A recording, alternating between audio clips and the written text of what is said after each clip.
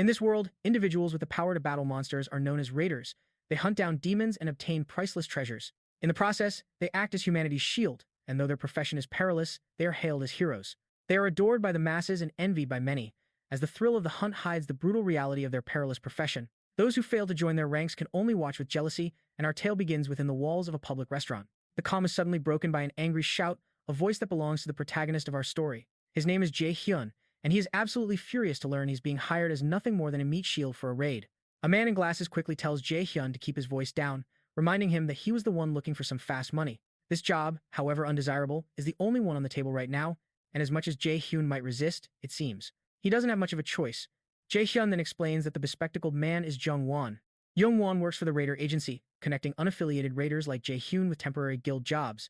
So when Jung Won finally called, our hero thought he'd landed a fantastic opportunity, but it turns out he's just being offered the role of cannon fodder, a frontline defense in a dungeon swarming with the undead, essentially a disposable meat shield. He's meant to be abandoned at the first sign of trouble.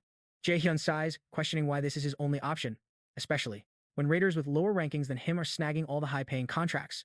Jung Won then brings up his martial arts class, a specialization that, despite its prestigious history, is now rarely sought after for jobs, which only infuriates Jay Hyun further. He demands to know if he's being looked down on simply for being a martial arts raider, and the agent reluctantly agrees. He explains that in today's world, graduates from every major magic academy dominate the field, taking all the best requests. The harsh reality is that martial arts raiders take longer to complete missions and suffer significantly more injuries. Employers take serious note of this fact, and that's the grim bottom line. After all, unlike mages who attack from the safety of the rear, martial arts raiders must fight on the front lines, making them far more susceptible to getting hurt. This is precisely why, in any given battle, mages hold a clear and decisive advantage. Jay Hyun reflects that a mere 10 years ago, martial arts raiders were the most sought-after warriors. That era is long gone, and he's filled with regret for not choosing to become a mage when he had the perfect chance. His story of regret began 11 years ago, during his third year of high school, when he aced the Awakened Aptitude Test. His evaluation was so outstanding he was offered a spot at a prestigious magic academy dedicated to cultivating the world's finest raiders. Back then, his aptitude for the mage class was an incredible 97%, a score that was practically perfect. Even the most elite students of that generation, like the famous Lady Sioena, only scored around 92%. His potential was simply unbelievable. Meanwhile, his aptitude for the martial arts class was a pathetic 34%, yet he foolishly chose to become a martial raider anyway. He had no noble reason for this choice. The simple truth is that he just didn't want to be a mage. In those days, mages had a terrible reputation as mere support buffers, considered unable to handle even low-ranking monsters without martial arts raiders providing protection. But oh, how the tables have turned. Martial artists are fading into obscurity while mages now reign supreme, are now in high demand. If our hero had only enrolled in a magic academy 11 years ago, his life would undoubtedly be far more prosperous today. But even if he tried to switch classes now, it's a futile effort. Raiders hit their growth ceiling at age 20, leaving absolutely no room for further improvement. It seems there's no use dwelling on past regrets, as the die has already been cast. Young woman then reminds our hero that gigs like this are a rare find these days, and he's in no position to be picky. He then reveals that he was initially going to offer this mission to someone else, but he chose our hero instead, saying he came to mind. Upon hearing this, our hero is struck by a bitter mix of sadness and irony. His innate talent was once the envy of everyone who dreamed of becoming a powerful mage. But now, a series of poor choices has reduced him to nothing more than an insignificant D-rank martial arts raider. With his back against the wall and no other options, he reluctantly accepts the job. His friend's face immediately lights up with relief, assuring our hero that he's absolutely making the right decision. Just as our protagonist is about to depart, the manager informs him that he'll meet Jay Hyun at 8 o'clock in the morning the next day, at a location already sent to his phone. Puzzled, Jay Hyun questions why the manager will be present, assuming he'd be tied up with agency matters. Young woman waves off his concern, casually mentioning that he has some other business in the area, a convenient excuse that hides his true intentions, so they'll cross paths anyway. The following day dawns, and the raid party assembles outside one of the ominous dungeon gates. Our hero finds himself standing alone. Jay Hyun glances at the time, a wave of anxiety washing over him because young woman is still a no-show, despite promising he'd be there. He lets out a frustrated sigh, thinking to himself that young woman should really be managing more competent raiders. After all, he's just a D-rank martial artist, while young woman is a formidable A-rank mage. Jay Hyun can't help but wonder why a talent like young woman even bothers with a small-time raider agency when he could join any prestigious guild he chooses. If their roles were reversed, Jay Hyun is certain he would have secured a much better position by now. Abruptly, a scathing thought echoes in his mind, a voice branding him a useless failure. It appears to be a dark part of his own psyche, a self-loathing he usually hides from the world, though its origins remain a mystery for now.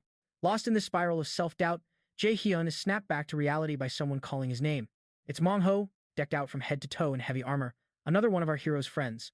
As they exchange some friendly banter, it's clear Manhwa is immensely proud of being a martial raider. He laments that the younger generation just doesn't appreciate the sheer coolness of martial artists compared to those mages, whom he dismisses as useless cowards just lobbing fireballs from the rear. But Jay Hyun couldn't disagree more. He believes there's nothing cool about being a martial raider. In reality, they're struggling so much they can barely afford to eat.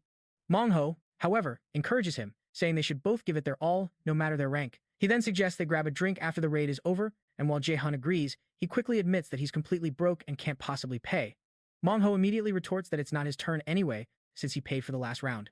Jay Hyun feels a pang of awkwardness and shame at the reminder, but seeing Jay Hyun's pitiful expression, Manhwa decides to cut him some slack and agrees to cover the bill yet again. Jay Hyun lets out a sheepish chuckle and apologizes for constantly making his friend pay. Deep down, however, he can't help but think that Manhwa is a little too easy to guilt into footing the bill again. Just then, their conversation is cut short as someone arrives and barks instructions for everyone to gather at the dungeon entrance, announcing that they will be proceeding inside in exactly 30 minutes. For some unknown reason, the entire group seems incredibly. A wave of anxiety washed over the party, our hero included, as it was clear no one appreciated this new guy barking orders like a drill sergeant. Regardless, the armored man rejoined his group to prepare, leaving Jay Hyun standing there, repeatedly glancing at his phone. As they waited for the raid to commence, we learn that when raiders enter a dungeon, they must be wary of two specific dangers. The first arises when they stumble upon treasure that the dungeon cleverly hides away. The moment they get excited about the loot, greed can completely warp their minds, causing them to lose all sense of rationality. And that's precisely when the dungeon springs its deadliest test. Surviving such a turn of misfortune is incredibly rare. It usually ends in total disaster. As for the second danger, we're left in suspense as the armored man interjects once more, telling Jay Hyun to stop staring at his phone, announcing it was time to move into the dungeon. He then cracked a joke at our hero's expense, stating that he was probably gawking at a picture of his girlfriend before heading into danger. Jay Hyun simply waved off the comment saying, "It's nothing important," but in truth, he was looking at a photo of his mother, not some girlfriend. After a silent, heartfelt word to his mom, he stepped into the dungeon. Once inside, the mages positioned themselves in the rear with their wands, while the martial raiders formed the front line. Instantly, mindless ghouls with grotesque faces materialized, and an arrogant wizard began shouting orders at the frontliners, demanding they hold their formation even at the risk of their own lives. This was the very reason our hero loathed this line of work. He detested being ordered around by these pompous mages, but he had no alternative but to comply.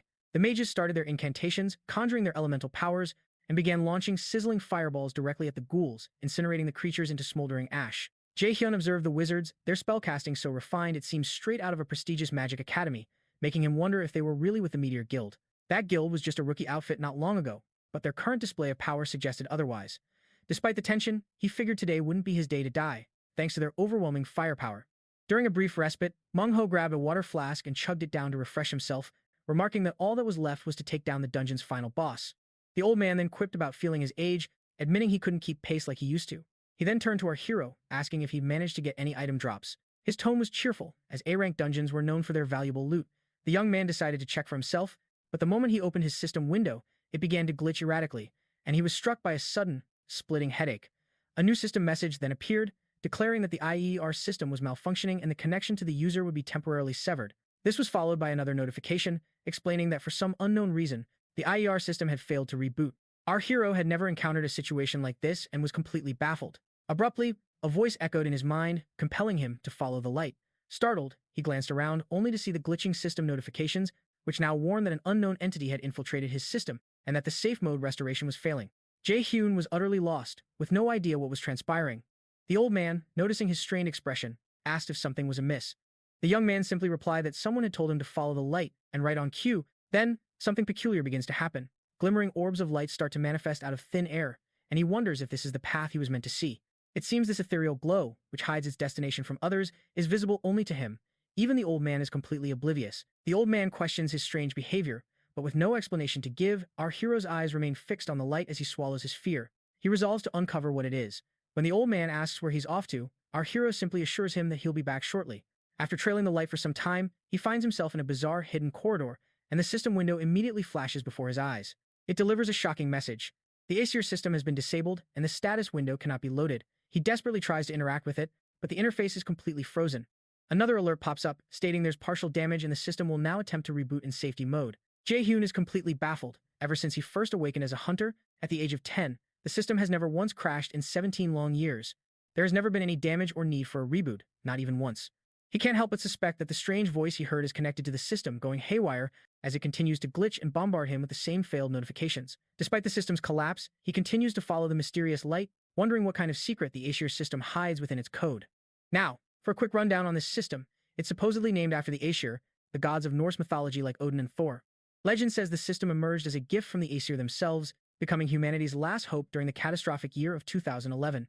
In that period, a truly massive tree shot up from the middle of the Pacific Ocean, reaching an unimaginable height in a mere 9 days and casting a long shadow over the entire world.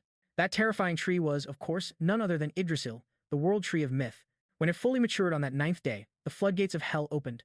The world was engulfed by a catastrophic wave of monsters, with half of the human population perishing in the chaos, while the survivors contended with famine and plagues. In that moment of utter despair, true heroes emerged. Wielding divine powers, they brought a glimmer of hope to mankind, and it's rumored the first of them graduated from a secret magic academy. Soon after, many others began to awaken their Aesir systems, becoming raiders to fight for humanity's survival. From that point on, Aesir has been humanity's ultimate weapon against the monster threat. But now, our hero is worried. If the system itself is changing, he fears the consequences could be disastrous. His path suddenly terminates at a dead end, where a strange green door stands right before him. He's taken aback at first, but then a slow grin spreads across his face as he realizes this must be the legendary treasure gate. For those unaware, these are secret rooms a dungeon hides, appearing with an incredibly low probability, even within the most high-level dungeons. They are known to contain special items, rare materials, and sometimes even artifacts from a forgotten magic academy.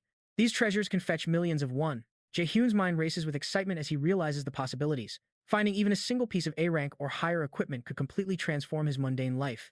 He sends a silent prayer to the gods for a bit of good fortune. As he steps through the doorway, the atmosphere within feels utterly surreal, as if he's wandered into some kind of celestial office.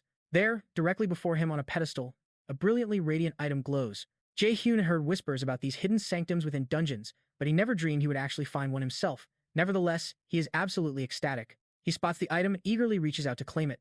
The moment his fingers make contact, a cascade of system notifications floods his vision. The first message confirms the successful restoration of a damaged system feature, followed swiftly by a second. This one announces the discovery of new equipment, while a third prompts him to view its details. A massive grin spreads across his face. Jun can't help but feel like his prayers have finally been answered. As he cradles the object, the system panel springs to life. The panel reveals the item's identity: Odin's lost eye, a mythical ranked artifact. This legendary eye once belonged to Odin, the most powerful of the Aesir gods. He sacrificed it for ultimate wisdom and Mimir's well. Once equipped, it grants the user mastery over rune writing, a skill taught only in the most exclusive magic academy, and even the ability to reverse engineer magic. This allows him to dismantle or completely obliterate spells. It's the one and only mythical ranked item in existence, and once bound, it's his for eternity. The eye radiates such an intense light that Jay Hyun has to avert his gaze. Turning back to the system panel, he reads about its other capabilities. It possesses an active skill known as absolute calculation, a terrifying X-ranked ability that analyzes and shatters the very structure of magic. The mana cost for this absolute calculation skill scales directly with the rank of the magic being destroyed. With complete mastery of rune magic, he could unleash spells at their full potential without any incantations. Another incredible benefit is the power to copy an opponent's skills using a blank card. This eye is an absolute game-changer, a powerhouse artifact with a range of unbelievable abilities. It's the kind of power that could completely redefine Jay Hyun's potential as a raider. Yet, his first thought is to sell it. He figures it could fetch hundreds of millions of won the moment it hits the market. A wave of relief washes over him. He wouldn't have to slave away or serve as someone's meat shield ever again. Still, a part of him is tempted to try it on, having never handled a mythical item before. However, the system issues a stark warning. Once equipped, the item becomes soul-bound. It would be stuck with him forever. He knows he can't utilize its full potential, even if he did equip it, because he's already past the frickin' prime age of 20 for mastering this kind of power. Reluctantly, he decides against wearing it. After this unbelievably lucky find, he makes his way back to the rest of his party. A moment later, we see the old man reassuring the others that his friend will be back and right on cue. Jay Hyun makes his appearance. He immediately apologizes to the party leader for his tardiness, promising it won't be a recurring issue. Once they're all set to move on, the old man gives Jay Hyun a gentle pat on the chest, telling him to cheer up. But Jay Hyun just grins, assuring him, "I'm already good to go," and then cheerfully announces that he'll be treating everyone to drinks tonight. This sudden change in demeanor surprises the old man, leaving him scratching his head in confusion. He has no idea what could have happened to Jay Hyun. Meanwhile, Jay Hyun breathes an internal sigh of relief that no one seems to suspect a thing. You have to understand, inside a dungeon where law is meaningless, revealing a fine like this could be a death sentence. Even his so-called friends wouldn't hesitate to turn on him for it. This is why he hides his discovery, doing his best to avoid any unwanted attention. All of a sudden, the cavern ceiling begins to crack. Before the party leader can even shout an order, the whole thing comes crashing down. Jay Hyun instinctively leaps in the opposite direction, but still ends up tumbling to the ground, probably getting a nice scrape for his trouble. A strange purple mist immediately engulfs the area, and his party members begin to cough violently, with blood trickling from the corners of their mouths. Jun reacts in an instant, clamping a hand over his own mouth and deciding to bolt before he inhales any of the encroaching poison mist. He screams for his friend, warning him to escape because the fog hides certain death. But as he takes a step, a horrifying spectacle roots Jay Hyun to the spot. His friend is impaled by a blade, wielded by an assailant cloaked in shadow. With his last breath, his friend gasps for Jun to flee. The gruesome sight paralyzes our hero for a moment, but the will to survive quickly takes over. He bolts, sprinting for his life. As he runs, his mind frantically replays the explosion and the instantaneous bloom of the toxic gas. The pieces click into place. This was a meticulously planned assassination. After he finally puts some distance between himself and the danger, he leans over, gasping for air with sweat pouring down his face, completely baffled as to why anyone would orchestrate this attack. Abruptly, our hero senses a presence behind him. As a figure emerges from the gloom, a blazing arrow streaks through the air. It isn't aimed at Jay Hyun, but slams into the ground before him, erupting in a deafening explosion. The man in the hoodie looks disturbingly familiar.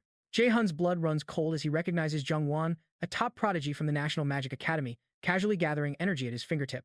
Jung Won reminds Jun of their promised meeting today, a chilling smirk on his face. Jay Hyun wastes no time, demanding to know if this was all his doing. He confronts him directly. Did you release the poison fog? Did you attack the Meteor Guild? Jung Won's smirk only widens in response. He brazenly confesses to being the mastermind. The admission stuns Jay Hyun, but he forces himself to remain composed, trying to process the situation. He needs to understand the motive before making a rash move. He asks Jung Won for a reason, but the assassin just shrugs nonchalantly and says his clients paid him to.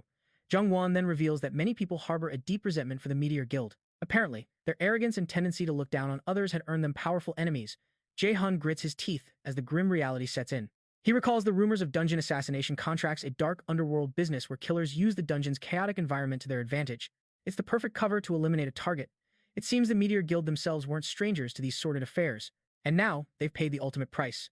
Jay Hyun feels a sharp pain from his shoulder, grazed by the earlier arrow, and doubts he can possibly fight back. He's facing Jung Won, an A-rank mage who sits in the top 2% of the nation's most gifted prodigies. In stark contrast, our hero is merely a mid to low-ranked player. While he knows he wasn't the primary target, Jay Hyun realizes his predicament. He's a loose end, a witness they can't afford to leave alive. Naturally, like any noble hero, Jun feels a burning desire for justice. He wants to avenge his fallen comrades, especially Manhwa, but he understands that a reckless move now would be suicide. Instead, he tries to reason with him. He promises Jung Won that he'll keep his mouth shut about the Meteor Guild's fate, but the man in glasses isn't interested in promises. He unleashes another barrage of searing fire chains.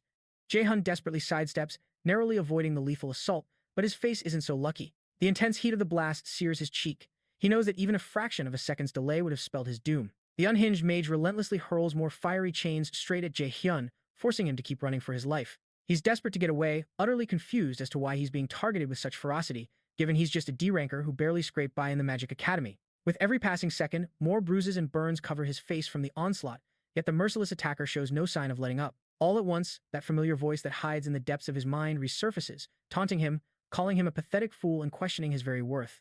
It screams at him, asking why he even bothers to exist. It's becoming clear that this tormentor, always lurking in his thoughts, is an inseparable part of him, father. A vision of his father flashes through his mind, and something clicks for Jay Hyun, prompting him to boldly ask if his own father is the one behind this assassination attempt. The man in glasses freezes upon hearing Jay Hyun's question, but then he starts to chuckle. His quiet chuckles soon erupt into a full-blown maniacal laugh, confirming Jay Hyun's worst fears. Our hero is struck completely silent by this revelation. With the confirmation, his mind is flooded with images of his mother, recalling the absolutely heart-wrenching day he cried bitterly over her cold, lifeless body. He glares at Jung Won, demanding to know if his father also ordered his mother's assassination 5 years ago on that fateful winter day. The bespectacled man grimly affirms it, admitting that he could never possibly comprehend why a father would order the deaths of his own wife and son. Jung Won then fires another arrow at Jay Hyun, taunting him about his hopeless situation.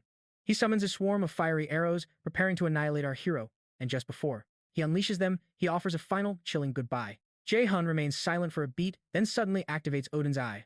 In an instant, Jung Won's confident smirk vanishes, replaced by pure shock as he witnesses Jay Hyun manifesting magical energy from within. The raw power that hides deep inside him just keeps surging, showing no signs of stopping, which leaves the bespectacled fool utterly terrified. Grasping the gravity of the situation, Jung Won decides he has to end Jay Hyun right now. He launches a blazing arrow straight at Jay Hyun, fully expecting him to dodge or panic, but Jay Hyun doesn't even flinch. As the projectile gets dangerously close, it simply fizzles out into nothingness, causing Jung Won's jaw to practically hit the floor. It seems the eye has finally awakened, a fact confirmed by the system itself. A confident, almost cocky smirk spreads across Jay Hyun's face as he revels in the surge of power coursing through his veins. The system window appears once more, informing him about the availability of a blank card. Meanwhile, Jung-won is completely losing his cool, baffled at how his magic was neutralized with such ease. Our boy wastes no time and uses the blank card to perfectly copy Jung-won's skill, known as Blitz Chain, and makes it crystal clear that this bastard is about to suffer a very painful end. In the very next moment, he summons his own fiery arrows, while Jung-won can't process how his signature skill, a technique he spent years perfecting at an elite magic academy, is now being wielded by a supposedly lowly D-rank raider. Despite visibly shaking in his boots, Jung-won tries to warn Jay Hyun that taking him down won't be such an easy feat. In response, Jay Hyun unleashes a volley of fiery arrows, confidently telling Jung-won that they're about to settle this once and for all. In retaliation, the man in glasses fires his own barrage of arrows, and their powers collide. However, it's immediately clear that Jay Hyun is gaining the upper hand. He maintains the relentless assault, forcing the once cocky assassin to turn and flee for his life. In a desperate move, Jung-won tries to counter with a use massive blitz chain attack, but Jay Hyun instantly activates his absolute calculation ability, completely disintegrating the incoming spell, while simultaneously firing his own arrows straight at his target. In a panic, Jung-won throws up a magical barrier to protect himself from the blow. But Jay Hyun is far from finished. He uses absolute calculation a second time, shattering the shield and leaving Jung-won completely defenseless. The arrow finds its mark, striking him directly before he has any chance to dodge. As the smoke clears, Jay Hyun calmly walks toward the fallen Jung-won, who is now pathetically begging for his life like a character in a bad soap opera. Even with tears streaming down the man's face, Jay Hyun shows no mercy, unleashing a devastating fiery arrow. The arrow strikes true, obliterating the arrogant foe in a single, powerful blast. Utterly drained from the fierce battle, Jay Hyun collapses. He slumps to the ground, reflecting on the irony of finally obtaining a mythic item, only to meet his end in such a pitiful manner. As a raider, death was a familiar, terrifying concept, but confronting it firsthand was an entirely different kind of dread. The chilling sensation of life slipping away began to creep over him. Then, unexpectedly, a system window materialized before his eyes. It announced a new download, presenting an unbelievable offer, a chance to escape. By activating the system, he could leap back to a specific point in the past. Realizing he had nothing to lose, Jay Hyun accepted, muttering, "All right, let's do it." With his consent, the new system known as Norner activated, and the scene abruptly shifted to a realm where divine-looking women were present. They conversed in an ethereal language, completely incomprehensible, as a blonde woman extended her hand, seemingly reaching for our hero's own. Just as this connection was made, the familiar blue system windows suddenly flashed, a menacing crimson red, and a new alert appeared. The notification declared that he had become a sworn enemy of the High Aesir, and at the same time, he acquired 2 new passive skills. As a consequence, half of the Aesir's gods were now perpetually watching his every move. The next moment, he jolted awake in his own bed. His face was a mask of pure terror, as if he'd just witnessed a ghost. He frantically scanned his surroundings, everything feeling disturbingly surreal, before gazing at his hand. A small, crimson orb of fire materialized in his palm as the system announced the user's successful return to the chosen time period. A flood of past memories flashed before his eyes, showing him his deceased mother and the time he fought against a young woman.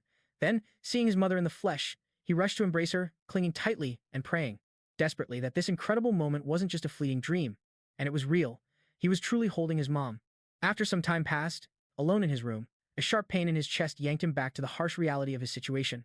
The system confirmed the date, November 15th, 2020, the exact point he had regressed to. It also noted his body had successfully healed by 20%.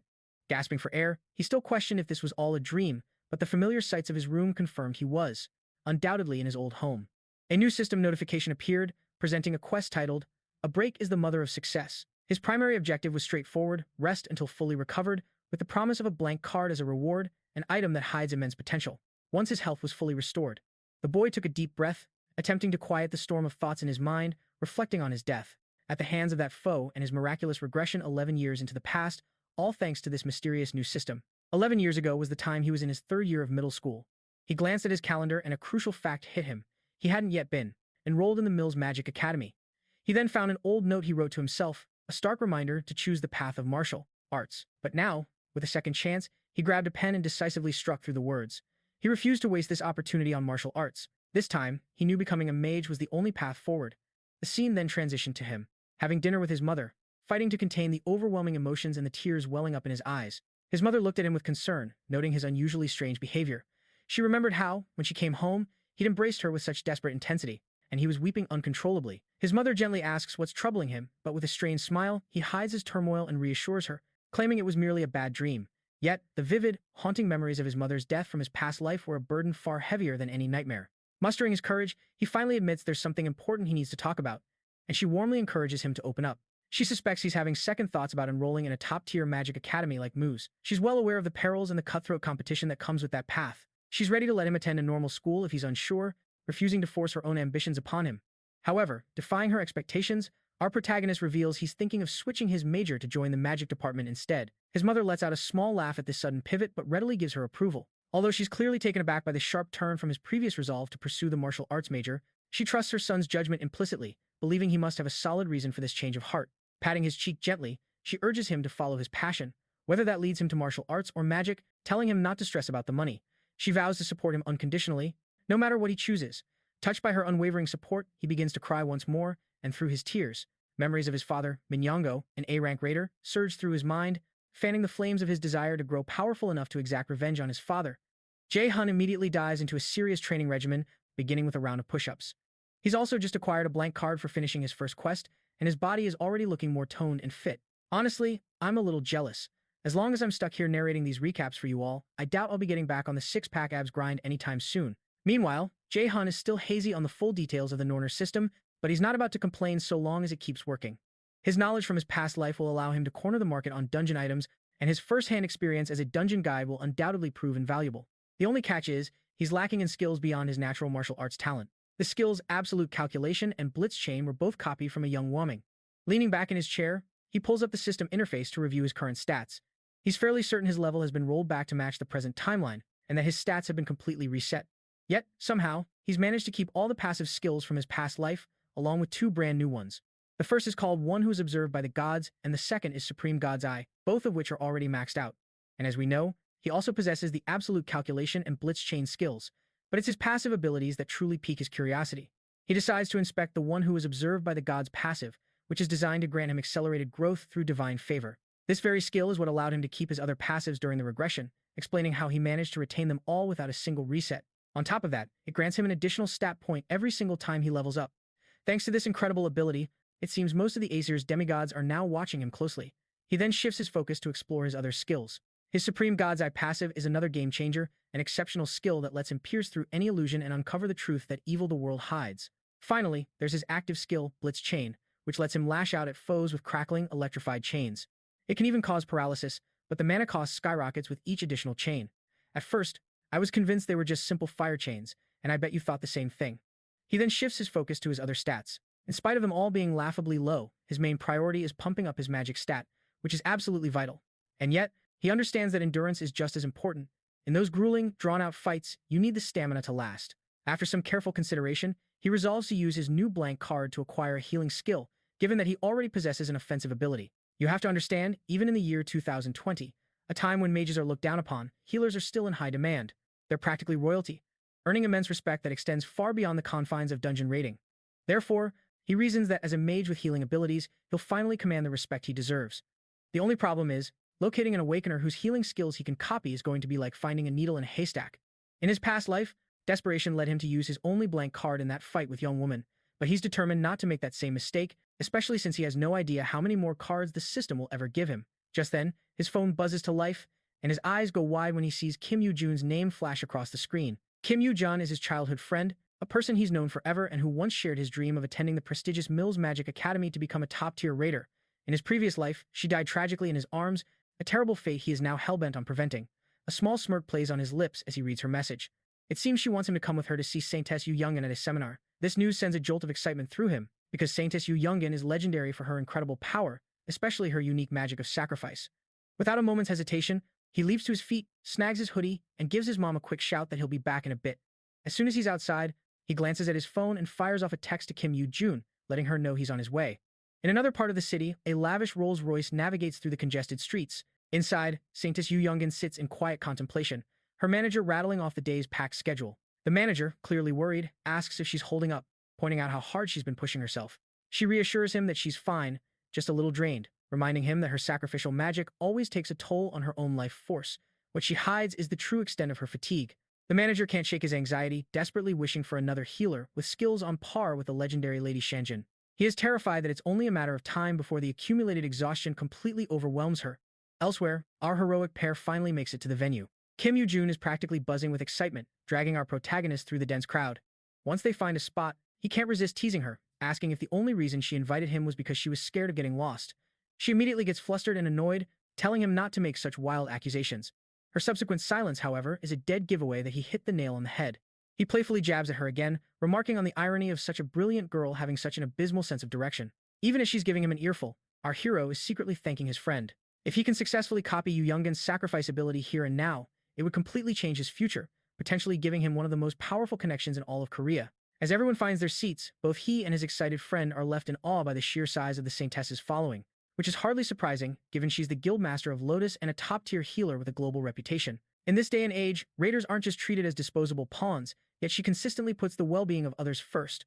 Finally, she graces the stage, and the crowd absolutely erupts. Our protagonist waits patiently, seeking the perfect opening to copy her abilities. While he observes, he internally recalls that in just 2 months, the Saintess is destined to fall gravely ill during a dungeon raid, and the cause is a noble sacrifice involving her own healing magic. He concludes that he is the only one who could possibly save her, if only he can successfully replicate her powers. Meanwhile, Kim Yoo-jung is practically vibrating with excitement, a fact Jay Hyun finds rather irritating. On stage, the Saintess begins her speech, describing the world's dire state due to the Yggdrasil tree and the monsters that feast on human lives. Despite this grim picture, she offers a sliver of hope, reminding everyone of the Awakened who can fight back to protect humanity, urging each of them to consider becoming a raider. As her address ends, the fans are in a state of sheer ecstasy. Even Jay Hyun acknowledges the weight of her words, noting that since battling monsters on the front lines is no simple feat, most people are understandably hesitant to become a raider. He's a perfect example of this, as he once considered selling the Eye of Odin just to avoid the dangers of raiding for some quick cash. As they walked, she couldn't stop gushing about the Saintess, while our hero relentlessly teased her, much to her growing annoyance. He then casually mentions that he already called her mom to come get her, knowing her notoriously poor sense of direction. She suggests he just ride with them, but he waves off the offer, claiming he has other matters to take care of.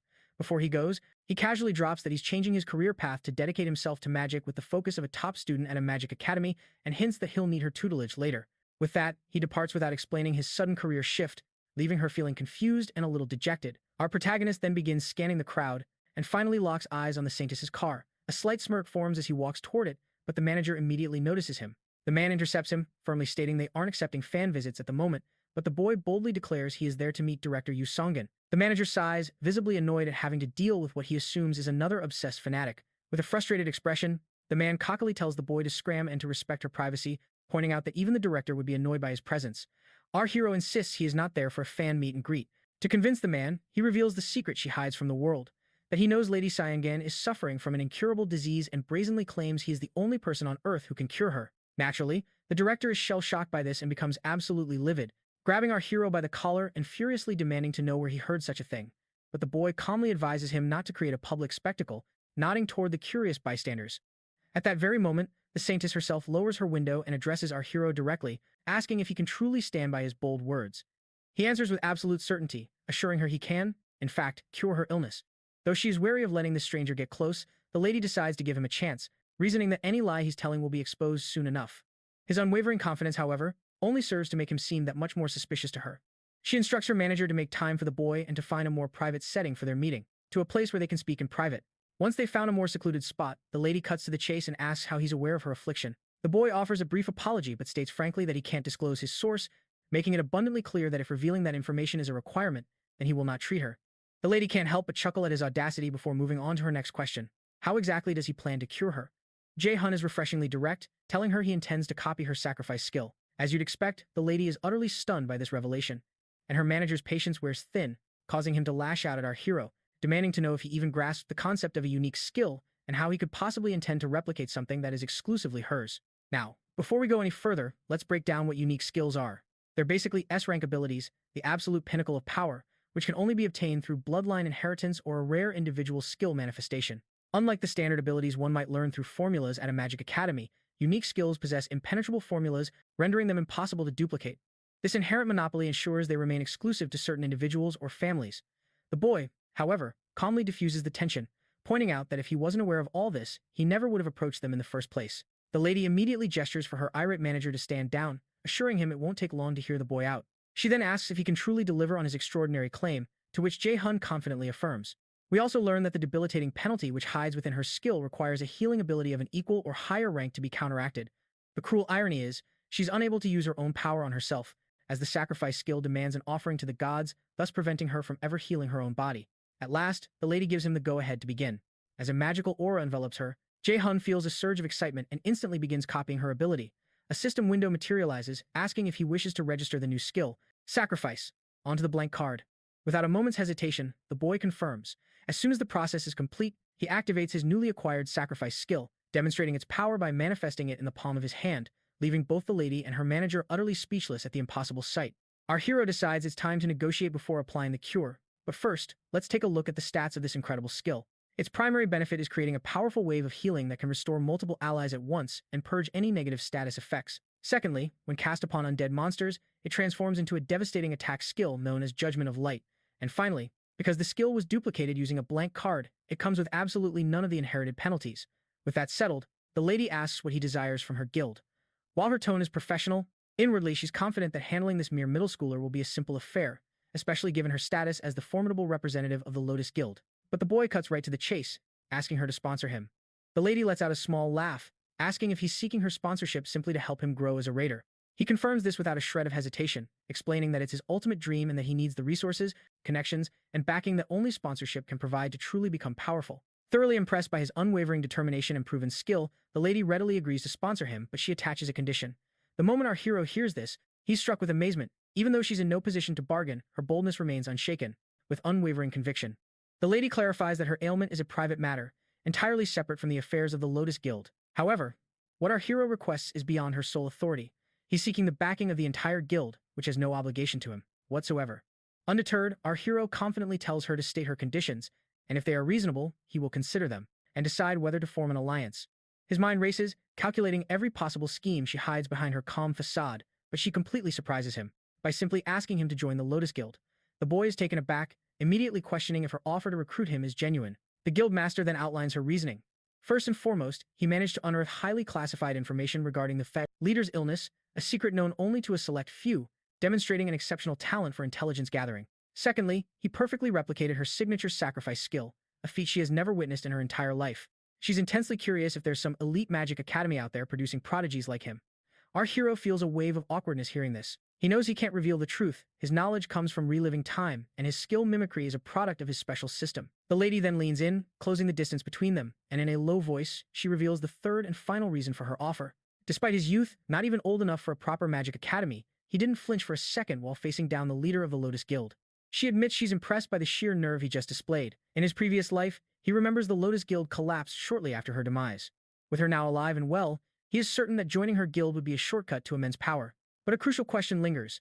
How can they form a contract when he is still a minor, and such agreements with the underage are strictly forbidden? With a clever smile, the lady plays her trump card, reminding him of the right of priority negotiation. It's a loophole our hero is actually familiar with. This right grants a guild the privilege to sponsor the development of a promising raider trainee who has not yet come of age. Upon reaching adulthood, that sponsoring guild gains the exclusive first right to offer them a formal contract, before any other guild gets a chance. Jun is floored. He never imagined he'd be the recipient of such a perk, especially after being turned down by even the most pathetic guilds in his past life. It's clear the lady has taken a genuine interest in him, and with renewed purpose, the boy rises from his seat, declaring he will heal her immediately. While her offer is incredibly tempting, he chooses to focus on the treatment first, proving his worth before formally accepting her terms. As he stands over her, however, the manager's expression is anything but reassured. Despite having witnessed the boy's incredible power firsthand, a seed of doubt still remains in his heart. He remains on high alert, fearing our hero hides a cursed or forbidden power, especially since the world's top medical experts failed to find a cure. But in a matter of moments, the lady feels a miraculous wave of restoration. Sensing the profound change within her, the manager is left in a state of absolute shock and awe. He wastes no time, bowing deeply before our hero and apologizing with the utmost sincerity forever, having doubted his abilities. Our hero simply shrugs it off, admitting it was perfectly understandable to be skeptical of a kid, but the manager continues to apologize profusely, deeply ashamed of his earlier disrespectful behavior. Jay Hyun then informs the lady that the treatment is complete and she can now move around without restriction. The moment she rises to her feet, she gracefully walks to the window, channeling her magic to illuminate the entire room with a brilliant light. Tears of pure relief well up in her eyes as she realizes every last symptom has vanished. Overwhelmed, she expresses her profound gratitude for this miraculous healing and wonders if he'll face any repercussions. But of course, we know such penalties don't apply to his unique copied skill. Our hero simply smiles, assuring her that she can repay him when the time is right, an offer the lady readily accepts. She then presents her card, urging him to consider her proposition, and promises to pull every string to ensure it works in his favor. In return, Jay Hyun mentions there's something he needs. The very next day, the manager is seen escorting him to a low-ranking dungeon under the Lotus Guild's control. As you might expect, he's there to grind and level up his skills, with his sights set on becoming an undisputed ace at the renowned Mills Magic Academy. The guild ensures he's fully equipped with all the essentials and even lends him some spare gear typically reserved for their own members. However, the manager cautions him that entering the dungeon alone is incredibly risky, questioning why he is so insistent on a solo run. Jay Hyun coolly replies that he just wants to grind. As a precaution, the manager hands him a small stone, explaining it's a warp stone. If he shatters it, he'll be instantly teleported outside the dungeon gate. It's a small token of gratitude for how he helped their director, and our boy gratefully accepts it. He then proceeds into the dungeon, and the moment he steps inside, he's certain that it's merely an E-rank dungeon, nothing he should be concerned about. The manager shouts after him, urging him to use the warp stone if any real danger emerges, and he nods confidently. Deeper within, however, his mouth is suddenly covered by a pair of unexpected hands, and a system notification reveals he's been dragged into Helheim's Field of the Dead. The scene then shifts over to Director Yuangen's office. There, we find the director lost in thought about our hero. She's concerned because even for a simple E-rank dungeon, it's virtually impossible for a newcomer to clear it solo, no matter how talented they might be. Yet, she can sense this kid is far from ordinary. He clearly didn't choose this gate randomly, so she smirks, deciding to see what he's truly planning. Just then, a knock echoes at the door, and after receiving permission from the director, a woman enters the room. The director inquires about the update she requested, and the other woman promptly hands her a file, explaining that it contains our hero's complete profile. As the director skims through the pages, her eyes widen in shock upon reading that he aspires to become a martial artist, a detail that makes absolutely no sense given his incredible magical abilities. An intrigued silence fills the room. She wonders what kind of secret he hides behind this facade. The woman who brought the report is equally baffled by his talent, but she assures the director that the information is 100% accurate, barring any unforeseen mechanical errors. Taking a look for ourselves, we discover that our hero's aptitude for magic is a staggering 97%. A moment later, the director calls his manager, Appa, and instructs him to contact her the very instant our hero emerges from the dungeon. She's incredibly eager to witness his profound talents with her very own eyes. Meanwhile, back in the dungeon, our boy finds himself plummeting into the unknown realm of the dead, hitting his backside hard on the ground upon impact. As he scans his surroundings, he realizes he's in a desolate graveyard and struggles to get to his feet, coughing violently. Before he can even process the situation, an undead creature materializes before him. Wasting not a single second, it draws its bow and fires an arrow straight at our hero. His reaction is a fraction too slow, resulting in a nasty gash across his face. Immediately, another monster appears, poised to strike him down. He can't tell if its claws are laced with some sort of paralysis poison, which is incredibly frustrating. He swiftly heals the wound using his unique sacrifice skill. Just then, more zombies begin to claw their way out of the ground, and he finds himself completely encircled by shadowy souls, hovering menacingly in the air as they unleash a barrage of attacks. But this time is different. Jay Hyun snatches an ethereal arrow right out of the air, crushing it to dust with a simple clench of his fist. He's clearly irritated by their pathetic attempts. Elsewhere, Kim Yoo-jun is gazing at the autograph she got from the director. Her admiration, however, is overshadowed by a growing annoyance with our hero, who abandoned her despite knowing she has a notoriously terrible sense of direction. His recent erratic behavior is grating on her nerves. He once detested crowds. Yet suddenly, he was willing to tag along. He'd never just abandoned her like this before, always making sure to see that she was okay. But this time, he left her high and dry, all by herself, and to top it all off, he's switching his focus entirely to the magic class at their magic academy. Even with his lifelong dream of martial arts, she can't fathom this abrupt change. It just doesn't add up. She knows him as someone thoughtful and meticulous, not a person who acts on a whim. Impulsively, she starts firing off another text, giving him a piece of her mind for ditching her. Meanwhile, back in the dungeon, a layer of courage peels away as Jay Hyun's face drains of color, revealing a terror he usually hides as he stares down the ghostly apparitions. Making matters worse, these spirits are moving with a chilling coordination, unlike any monster horde he's ever seen. He decides to fall back on an item, a staff expertly forged by a master blacksmith from the renowned Lotus Guild. Now, before we proceed, let's understand this dungeon, Helheimer, the foreboding realm of the departed, ruled by Loki's own daughter, Hel. It stands as one of the 9 worlds in Norse mythology brought into existence after the initial 7 realms were formed, with the exceptions of Midgard and Asgard. These legendary worlds include Niflheimer, the chilling domain of fog and ice, Muspelheimer, the searing world of eternal flames, Jotunheimer, the colossal kingdom of giants, and Alfheimer, the luminous home of the elves. There's also Svartalfheimer, the shadowy world of the dark elves, and Vanaheimer, the realm of the wise Vanir gods. Yet, the coldest and most desolate of them all is Niflheimer, the very place where Helheimer itself resides. This domain is an absolute nightmare for any novice adventurer. But our hero is practically vibrating with excitement to put his new abilities to the test. He resolves to unleash the sacrifice skill, a gift from the goddess Nora. When he channels it through the undead monsters, bam! It erupts into a spectacular area of effect assault known as the Judgment of Light. A wraith immediately lunges at him, but our hero reacts in a flash, swatting it down with his wand and sending it flying backward. He then prepares to cast Blitz Fire, which incinerates the monster into nothingness, netting him a cool 70 experience points for felling the Death Wraith. He doesn't stop there. Riding the momentum, he chains his blitz moves together, putting on a dazzling display of power. With every monster that falls, a wider grin spreads across his face as the experience points continue to pour in. Next, he lunges toward another undead archer and brings his staff down hard, right on its skull. Crack! His wand splinters in two, but not before he successfully eliminates the creature. His expression turns to one of pure shock. He stares at his broken wand, the realization dawning that he was fighting more like a brawler than a mage. His recklessness had just cost him a valuable weapon. With a newfound seriousness, he activates his sacrifice skill once more. The holy judgment of light descends from above, crashing down upon the remaining monsters, incinerating them in a brilliant flash. As the undead are reduced to smoldering ash, he collects a substantial amount of experience points from the encounter. He decides to take a moment to recover amidst the settling haze, using a healing spell to restore his energy. A wave of relief washes over him. He made it out in one piece. He's also learned a crucial lesson today. Never, ever overestimate his own abilities. Though divine judgment spared him this once, he knows he can't count on such luck again. He must get out of this place. But he quickly realizes he has no idea how to escape. With a heavy sigh, he prepares to use his warp stone as a last resort. Before he can, however, a terrifying aura of mana envelops him from behind. When he spins around, there's nothing there. Suddenly, he senses an unseen presence closing in, and in the next moment, a powerful grip clamps down on his throat as he raises his busted wand. He then jabs the splintered wand directly into his own thigh, a desperate act to ensure he makes damn sure not to let out a single scream that might attract more trouble. Little does he know, a hideous monstrosity hides in the shadows, stalking him from just beyond his sight. Right on cue, the system chimes in, revealing the dungeon boss, Nightshade, has appeared, and the power gap between our hero and this foe is astronomical. The system practically screams at him to flee the dungeon at once. He fumbles desperately for his teleportation stone, but before his fingers can close around it, the monster pounces from the darkness, sending the stone flying as he's slammed into a wall, coughing up mouthfuls of blood. His health points take a catastrophic dive. The system immediately urges him to use a healing item, but it looks as though he has no time for that, because the beast is already upon him, launching another vicious attack. Just as he braces for the final blow, the monster before him freezes solid, leaving him staring in absolute disbelief, wondering what in the world just transpired. That's when a woman's voice, cool and authoritative, echoes through the cavern. The woman who materializes looks divine, like a goddess descended. She commands the monster not to harm him, revealing that she herself brought him to this place as an important guest.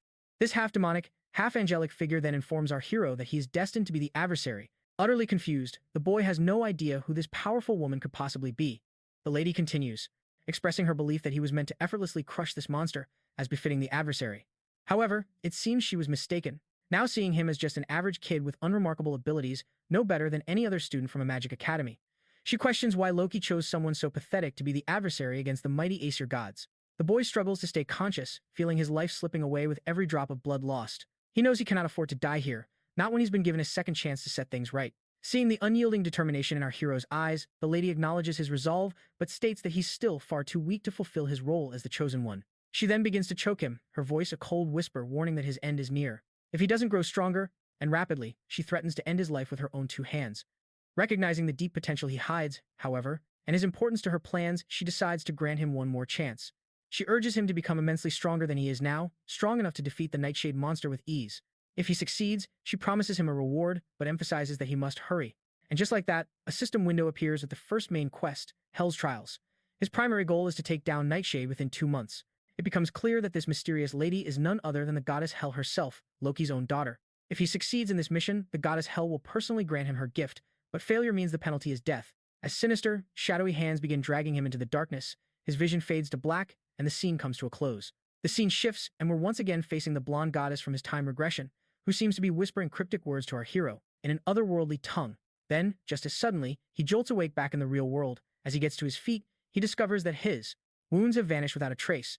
A quick glance at his status window reveals the same quest hovering there, confirming that the entire ordeal was real, and the woman he met was none other than Hel, the goddess, who reigns over Helheim, one of the 9 realms of myth. He's still completely in the dark about this whole adversary business, and he's already noticed a familiar term right after acquiring the new Nornir system.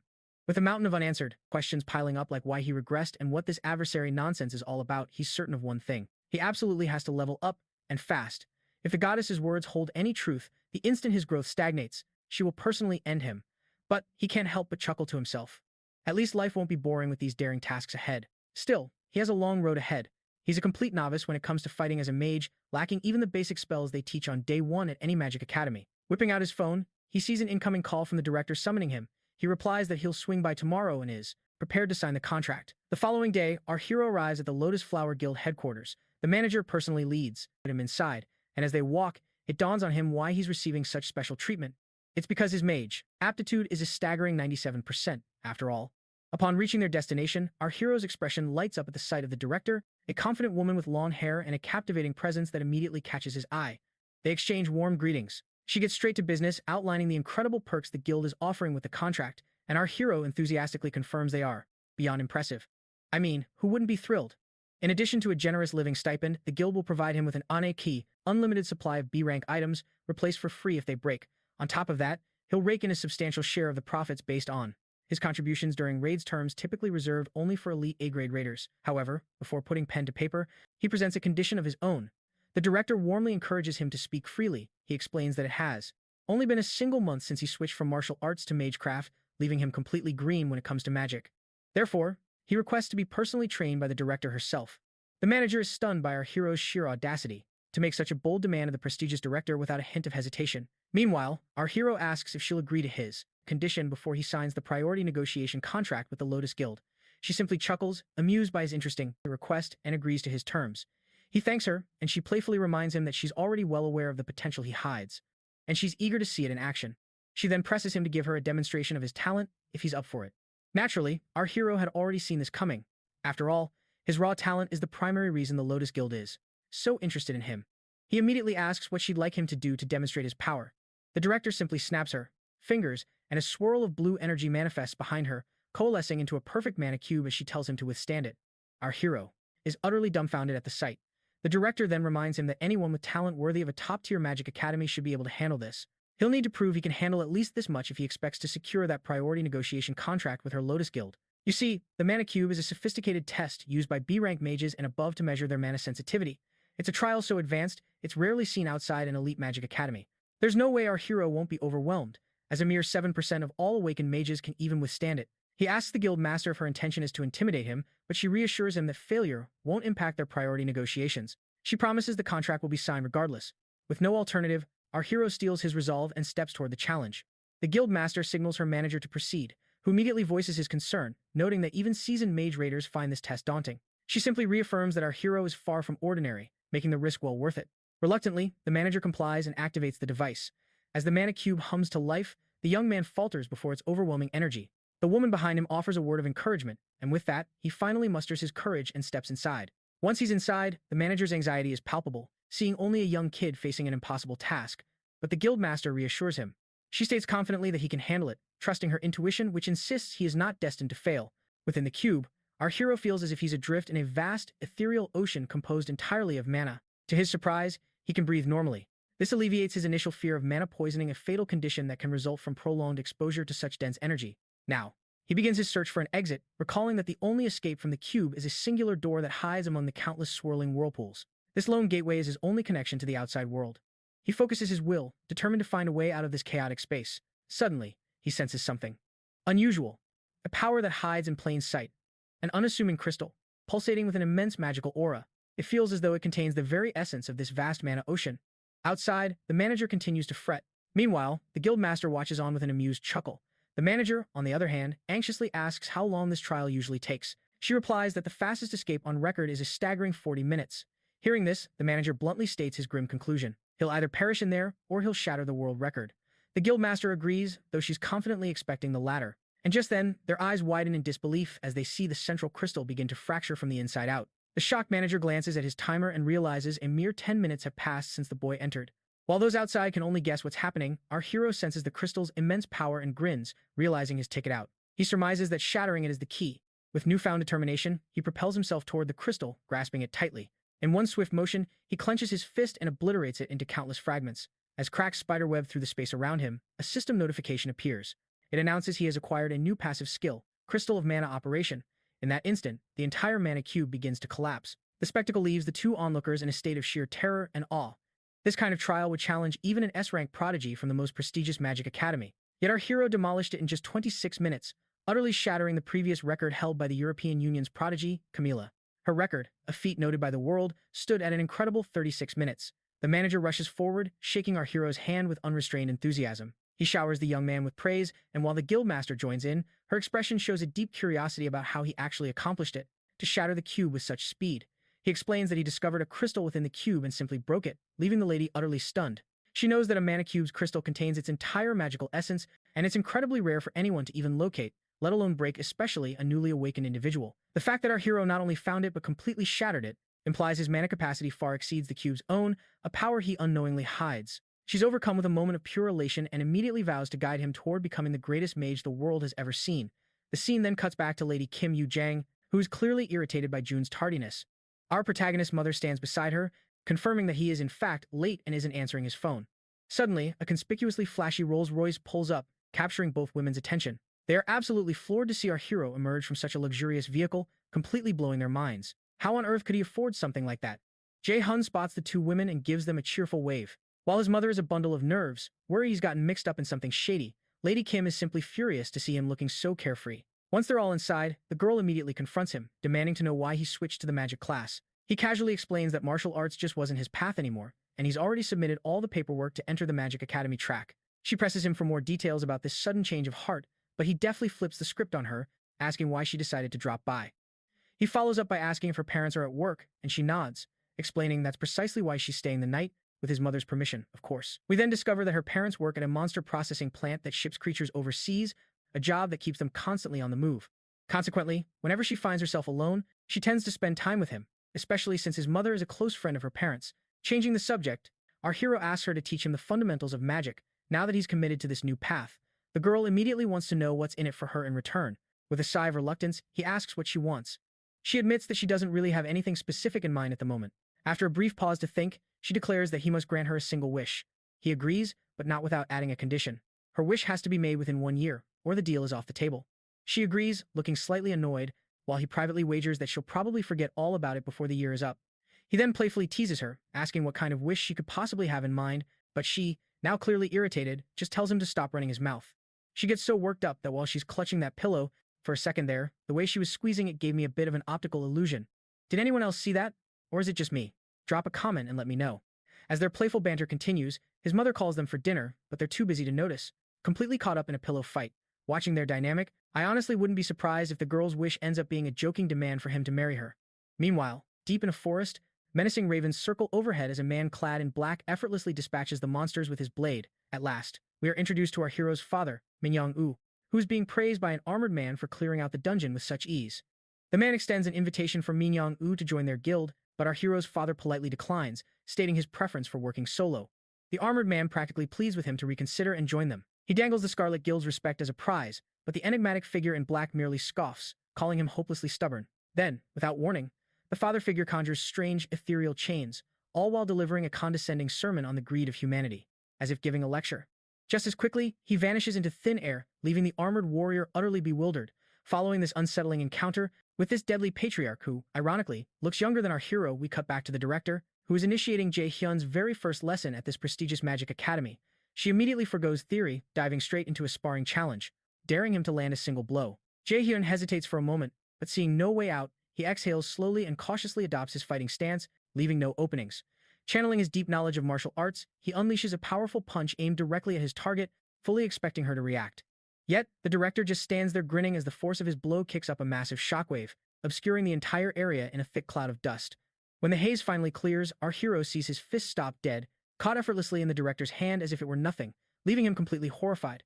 She flashes a confident grin, and Jay Hyun immediately leaps back to a safer distance.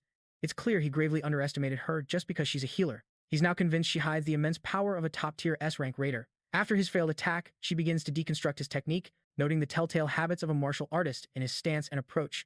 She explains that mages almost never charge in recklessly like he did to initiate an attack. The director then quizzes him on the fundamental difference between martial arts and magic. He replies that martial arts focuses on close-quarters combat with weapons like swords, whereas magic is all about overwhelming foes from a distance. She nods in agreement, adding that magic users excel at debilitating enemies from afar, allowing martial artists to move in and finish them off in close combat. With the lesson over, she tells him to brace himself, as she's about to demonstrate what true mage combat looks like. She casually assures him she can heal any injuries should things get out of hand. Though nervous, he prepares himself. The director then condenses pure energy at the tip of her finger, unleashing an intensely focused beam of mana. Jay Hyun barely manages to roll out of the way, as the director coolly tells him that it's now his turn to retaliate. He instantly activates his blitz chain ability, firing a volley of lightning arrows directly at her. The chains connect with a thunderous explosion, yet when the smoke clears, the director is standing there completely unscathed. She seems mildly surprised that he possesses an A-rank skill, but reminds him that power is useless if you can't hit a vital spot. She then counters with her own arrow of light, aimed squarely at his head. Caught off guard, he takes the full force of the attack, and despite being battered from head to toe, he somehow remains on his feet, impressing the director with his incredible durability. Seeing this, she decides to stop holding back, unleashing a furious barrage of crackling blue lightning bolts. This time, however, he instantly activates his absolute calculator skill, and her magic simply disintegrates, leaving the director utterly stunned. She cannot comprehend how he managed to analyze, reverse, and neutralize her attack in a mere instant. Visibly impressed once more, the director asks what other surprises he's been hiding. Our hero simply challenges her to find out for herself. Accepting the challenge, the very ground beneath her feet suddenly begins to crackle with an immense and volatile energy. The attack erupts, and she takes the blast head-on, barely deflecting it with a single hand. Even so, her hand trembles from the sheer force of the impact, and she is completely baffled by his incredible casting speed. As she reels, he follows up with another relentless barrage of arrows. Her path, but she effortlessly conjures a barrier for protection, intrigued by his ability to cast magic without any incantation. Since spellcasting, a fundamental taught at any magic academy, usually demands a precise verbal component that even experienced mages only shorten for weaker spells. Yet, every single one of his attacks is devastatingly powerful, leaving her to wonder how he's achieving this without a single word. Meanwhile, our hero is completely drained, unable to summon the mana for another assault, and can only gasp out in frustration that she's an absolute monster to be this resilient. The woman approaches him with a knowing smirk, remarking that he's a fascinating boy who hides a vast well of potential. But she coolly points out his inexperience, catching him completely off guard and sending him sprawling to the ground. It happened in an instant. He's utterly baffled as to how, while she simply credits her years of hard-won experience. Mulling over his abilities, she has to give him credit for his impressive close-quarters combat and his flawless, silent spellcasting. She's particularly struck by his talent for deconstructing magic with reverse calculations, realizing he could develop a truly unique combat style. With that, she informs him that she's taking him on as her pupil, effective immediately. It turns out, he's the very first person fortunate enough to receive this exclusive honor of becoming her student. The scene then shifts to our hero sitting pensively, lost in his thoughts, until his new teacher snaps him out of it with a look of disdain. He clicks his tongue in annoyance, assuring her he's paying attention, even as she continues to devour the ice cream he bought for her as a makeshift tuition payment. He questions if she's had enough, but she retorts that she could eat this stuff all day long, before sternly telling him to concentrate on his lesson. As her magical instruction proceeds, a system window pops up. It reveals his magic knowledge has increased, and his magic efficiency has gone up by 5%, but the boy is growing weary of these constant notifications. Every time he grasps a new concept, they appear, irritating him to no end, as if the system is relentlessly forcing him to improve. Even Lady Kim seems to find his accelerated learning rate incredibly peculiar. In just 2 days, he's absorbed what would take a normal person 2 months. Yet, he shrugs it off, claiming it's not surprising, considering she can memorize entire forms with a single glance. His comment only serves to irritate his new teacher even more. She sharply demands that our hero address her properly as teacher, though her annoyance hides a deeper insecurity about him learning so rapidly, even though she's been a mage for far longer. She's genuinely concerned he might actually surpass her, much sooner than she'd like. With a sigh, the boy reluctantly calls her teacher, but not without reminding her that he possesses a natural-born talent for magic, which explains his rapid progress. But that excuse just hides the desperate effort he's putting in to master magic at an incredible pace, all because he's terrified of being utterly destroyed by that hellish goddess. His teacher then recalls how shocked she was when he declared he was pursuing martial arts, and she begins to berate him. She demands to know why he would even consider abandoning magic, a field that could have made him a star at any magic academy, since it was so perfectly suited for him. During their study session, Jay Hyun is suddenly struck by a vision of a man's face, a face intrinsically linked to the tragic events of his previous life. Yu Jung pulls him from his trance, asking if he's been preparing for the practical exam on his own time, to which he confirms that another instructor is indeed helping him train his practical exam. He's left wondering about the vision he just witnessed, questioning if it was merely a figment of his imagination. However, he also remembers the grim deadline. Hell has given him a mere 2 months to vanquish the Nightshade. Realizing this, he shoves the distracting thoughts aside. This is no time for distractions. Instead, our hero focuses on more productive matters, hoping that the potion he's developing will be a game-changer for raiders everywhere and, more importantly, help him shatter the plateau limiting his own power. Meanwhile, over at the Lotus Guild's training center, Manager Park Sunjae is supervising a group of raiders during their session. He meticulously corrects their form, pointing out the mistakes they're making. Spotting the guild master, Sioena, he approaches her, commenting on how the trainees are quite promising for rookies and that the guild's average rank has seen a significant jump from the previous year. He's taken aback, however, when he realizes she's completely zoned out. Snapping back to reality, Sioena offers an apology, prompting the manager to playfully tease her, guessing that Jay Hyun is on her mind. She doesn't deny it. The manager's tone then shifts, recalling how several other raiders have attempted to master the very technique she intends to teach Jay Hyun, only to fail spectacularly. But Sioena is quick to remind him that he, too, witnessed Jay Hyun's extraordinary talent firsthand. His movements were so precise, without a single wasted motion, that it's clear he hides the experience of a seasoned veteran. At this moment, the guildmaster is utterly convinced. If another S-rank magician is destined to emerge, it will undoubtedly be Jay Hyun. As it stands, she remains the nation's sole S-rank magician. Still, being a healer, her combat effectiveness is somewhat limited. But if Jay Hyun were to burst onto the scene like a comet, it would send shockwaves through the entire world of magic. Sometime later, our protagonist is hard at work on a mana enhancement pill, which, as the name implies, is a concoction designed to permanently boost the mana of any awakened who consumes it, an artifact coveted by all magicians. As he toils away, yet another mixture fails, and in a fit of frustration, our hero hurls the spoon aside. By now, he's already burned through 3 entire sets of ingredients. At this rate, he's going to blow through his entire fortune if he keeps this up. In the current timeline of November 2020, the secret to creating the mana enhancement pill is still unknown. The formula won't even be invented for another 5 years. Before his regression, the recipe was generously shared by a world-class alchemist. When he released the formula, the alchemist stated his hope that the pill would be of immense help to countless raiders across the globe. It's becoming clear to our protagonist that this trial-and-error approach is futile, but then a new idea strikes him, one with a much higher chance of success. He needs to find Li Jiang, the very person who is destined to invent the pill 5 years from now. Even if he can't make the pill himself, forging a connection with the future genius is a worthwhile investment. Since Jiang is currently a first-year senior at the prestigious Mills Magic Academy, that's where he must go. He has to get to that magic academy to meet him. While he's away, Yoo-jun stops by to visit Jay Hyun, only to open the door and discover a cauldron bubbling with what looks like demonic energy and a sink that defies description. Her mind immediately jumps to the worst-case scenario, fearing something terrible has happened. The absolute disaster zone before her hides any clue of his whereabouts, making her wonder if she should call the police. Clutching a frying pan like a weapon, she cautiously surveys the terrifying wasteland of his apartment. Back in the past, just as the Yggdrasil. When the gates first appeared and monsters began to flood the world, a select few individuals rose to prominence with remarkable speed. One such man was Li Jiang, known by the moniker Quickblade. When the first awakened hero vanished without a trace, Li Jiang emerged as if destined to take his place as the first S-rank raider in all of Korea. Li Jiang, the very person our protagonist is on his way to meet, is the youngest son of this legendary legend.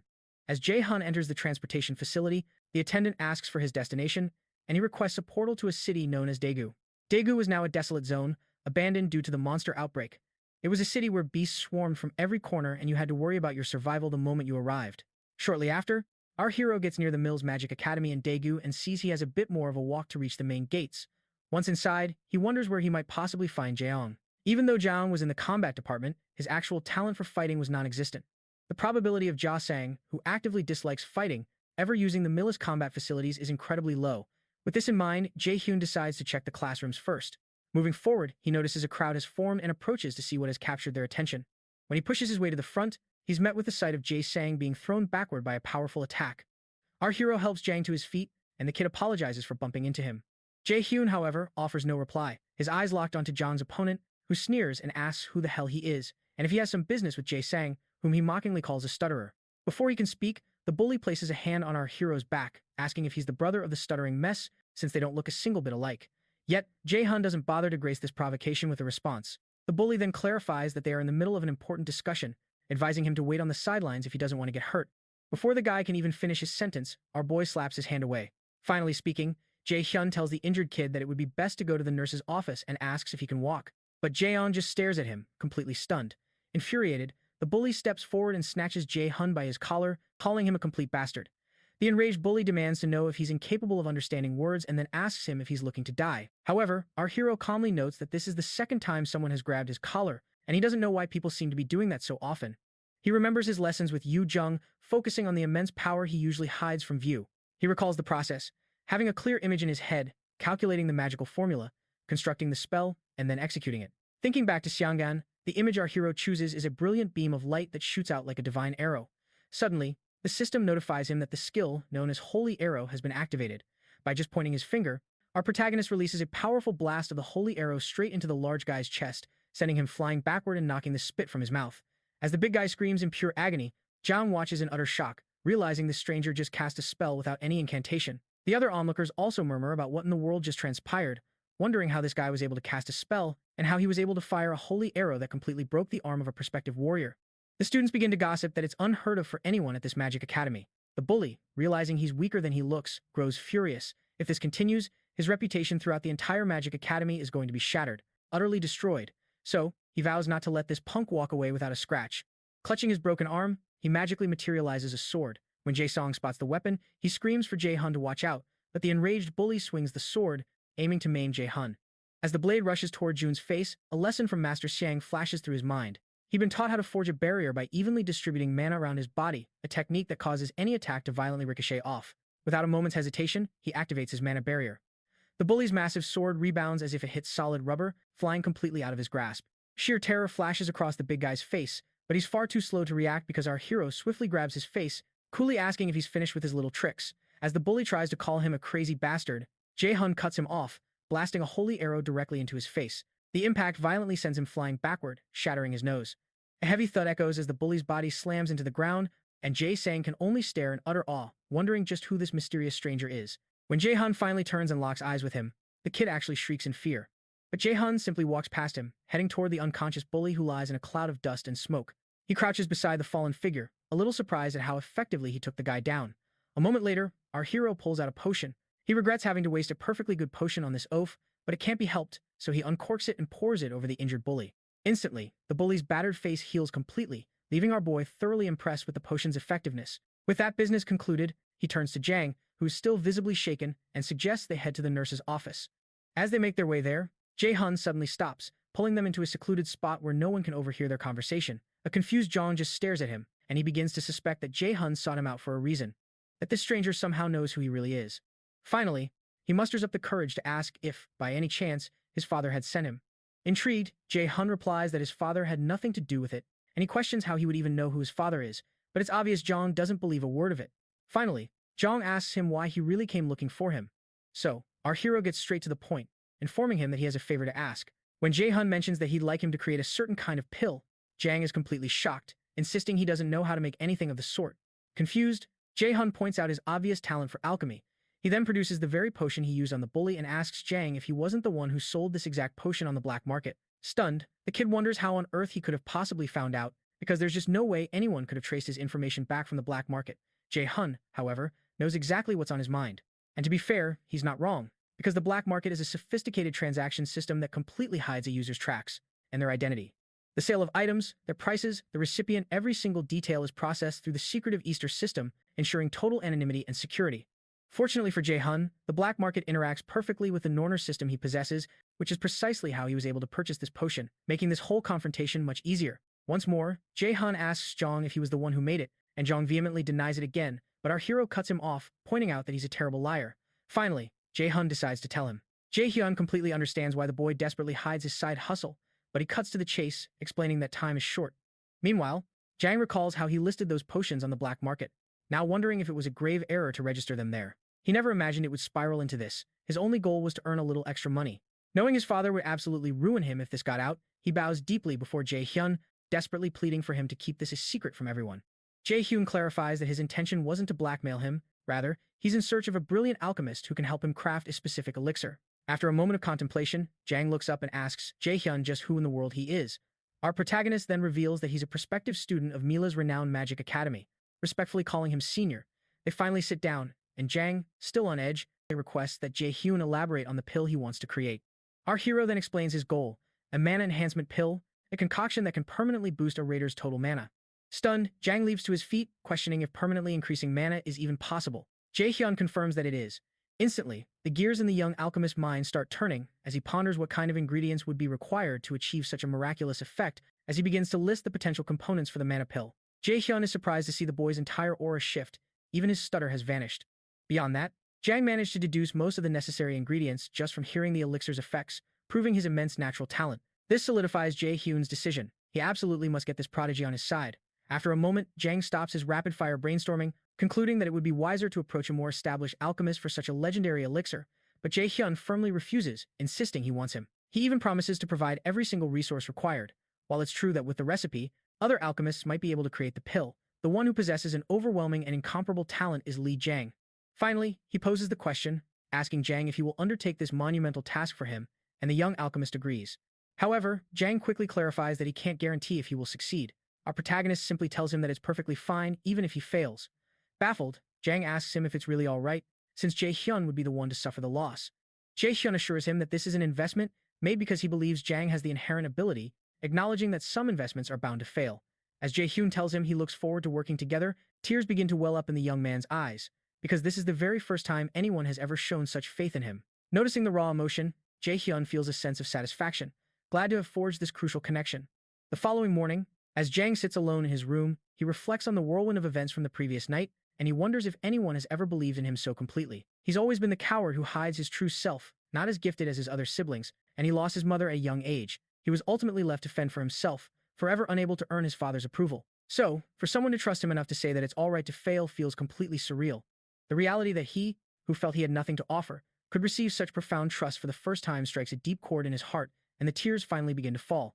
Meanwhile, Jay Hyun's primary quest remains unchanged, to conquer Hell's trial by defeating Nightshade before the time limit expires, pushing his limits to gain Hell's acknowledgement. The quest promised a gift from Hell itself, and he was given a mere 2 months to complete it, with the price of failure being a death sentence hanging over his head. Now, the clock was ticking down, with only 10 days and 23 hours left to succeed. Sometime later, Jay Hyun headed to the training center for a sparring session, deftly weaving through her barrage of blue lightning assaults. As he surged forward to close the distance, he was met by a volley of energy blasts, but he managed to conjure a protective barrier. Without a moment's hesitation, he unleashed his own holy arrow, striking her position, but she had already enveloped herself in a magical shield. To her surprise, she spotted a crack forming on its surface, astonished that he had become this powerful so quickly. As the dust settled, they locked gazes in a tense standoff, reminiscent of an old Western duel, before Jay Hyun's body began to crackle, cloaked in brilliant yellow streaks of lightning as he activated his blitz chain ability. Xiangan, however, appeared completely unfazed and ready for his onslaught. Just as they were about to clash, the manager intervened, telling them their session was over and that they'd certainly done enough for one day. The manager couldn't hide his astonishment, noting that the training hall, forged from arc metal, a material requiring immense power to even dent, had been severely damaged by their exchange. He knew that if he hadn't stepped in, the entire chamber would have been reduced to rubble. Later, during their break, Xiangan remarked that his growth rate was nothing short of unbelievable. It was clear that the power he now wields and the variety of spells at his disposal had skyrocketed. This prompted her to ask if he was studying magical theory on his own, and he confirmed, mentioning he was learning from a friend. A wave of excitement washed over Xiangan, who declared it was even better than she'd hoped. She had been concerned about her inability to assist with his theoretical studies. She mused that it seemed Jay Hyun had found a brilliant mentor, whose knowledge might rival any professor at a formal magic academy.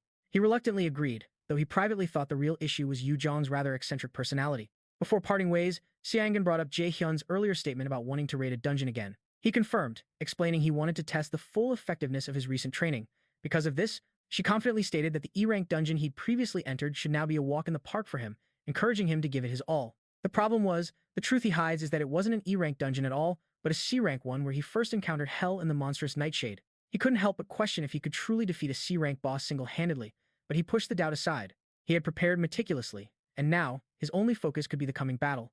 Later, Jay Hyun went to meet Jang, who presented him with a painstakingly crafted pill. Moments after consuming the mana enhancement elixir, his magic stats surged by a full 15 points, an unbelievable effect that left him utterly shocked. Alchemy, after all, is an incredibly profound and complex art. Even when crafting the exact same item, the outcome varies drastically based on the alchemist's skill. Had Jay Hyun entrusted these ingredients to anyone else, they likely wouldn't have been able to produce an item capable of boosting his magic stat by even 5 points. A smile finally broke through on his face as he told Zhang that his talent was truly exceptional. Zhang, however, credited Jay Hyun's faith in him and offered his own thanks in return. Shortly after, Jay Hyun departed, now confident he was fully prepared to conquer Nightshade the following day. Elsewhere, Hell was having a conversation with her. Dragon Jimir, informing him that it appears they will be receiving a rather delightful guest that day. With 9 days and 22 hours remaining on the clock, he must clear the dungeon. Our protagonist then returns to the dungeon's entrance. He is bestowed a complete probationary Valkyrie set, which grants him a passive skill known as mono-plundering.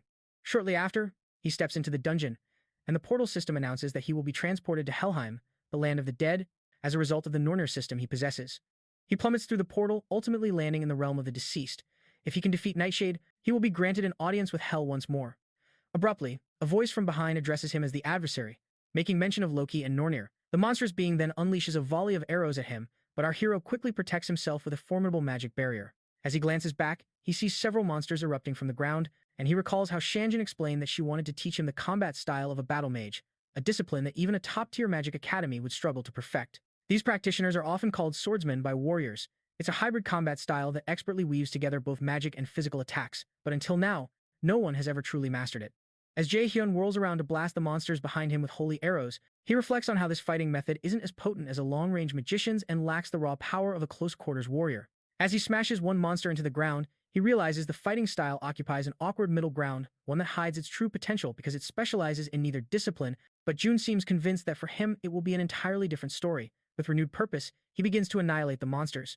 Meanwhile, as manager Sinungjai stands guard at the dungeon's entrance, he senses another presence nearby. He's certain he received no report about anyone else arriving. His hand immediately goes to the hilt of his sword just as a crimson car speeds towards him. As the driver parks, a woman who recognizes him as her senior remarks that it was quite a challenge to track him down. When Sanjay realizes it's an old acquaintance from the Magic Academy, a woman named Yanju, he stows away his sword and asks what brings her here and how her guild is doing. She explains that she's also on a job right now and that she figured she might run into him while handling some business for her guild, but she had already checked at the Yanhwa Guild and he was nowhere to be found. However, manager Sunj internally scoffs at her story, especially since Yanju hasn't reached out to him even a single time since they graduated from the Magic Academy.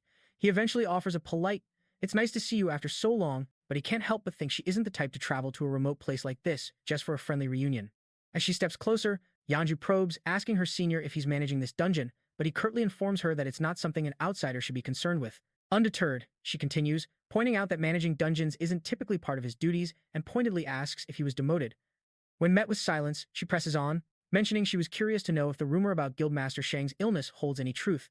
Manager Sunji's expression turns grim as he flatly tells her that it's obviously just a baseless rumor. When he demands to know where she heard such a thing, she comments that there are plenty of listening ears everywhere and that their curator guild hides its extensive network of informants very well.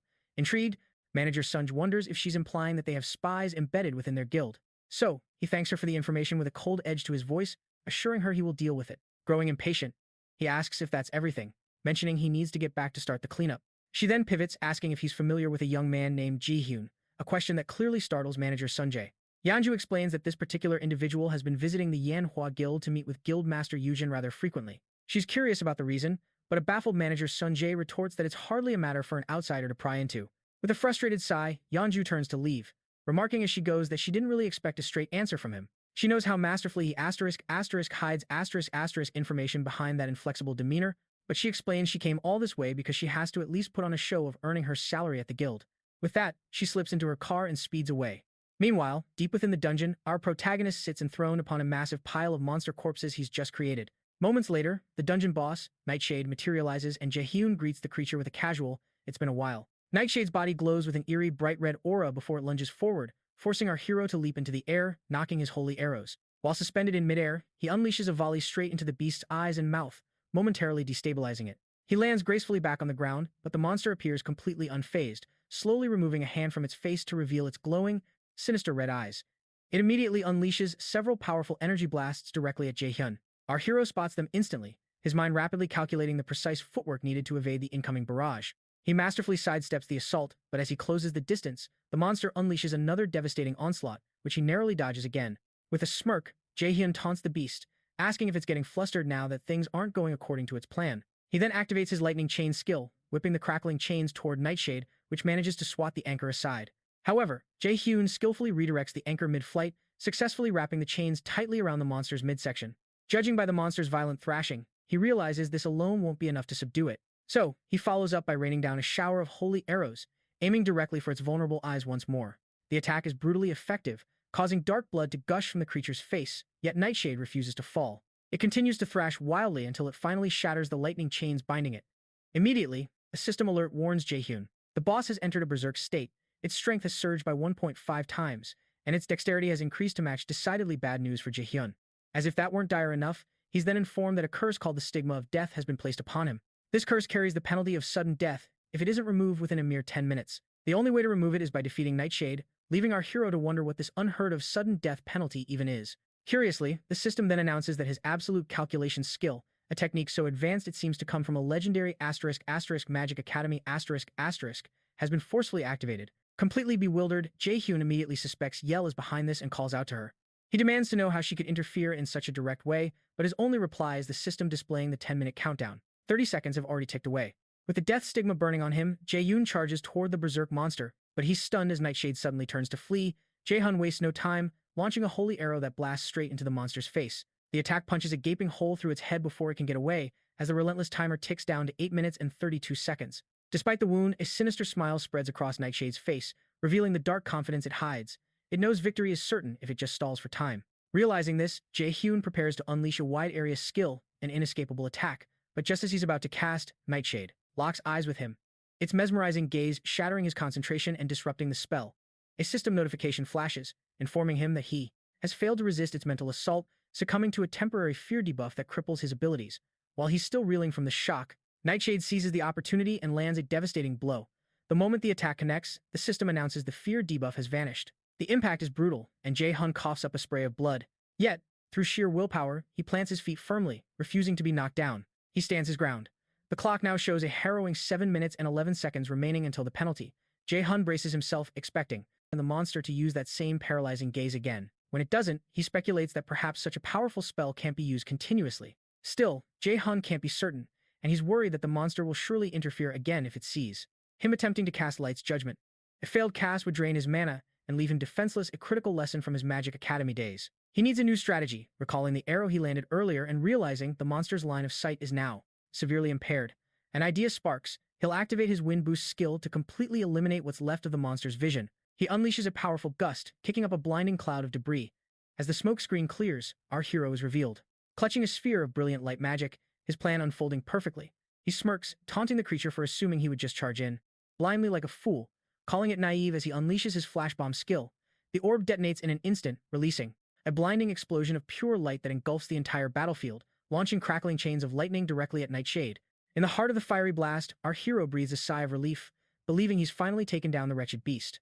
Consumed by the searing light, it lets out an agonizing shriek, but then, from out of nowhere, he spots the undead minions he fought earlier, now closing in from behind.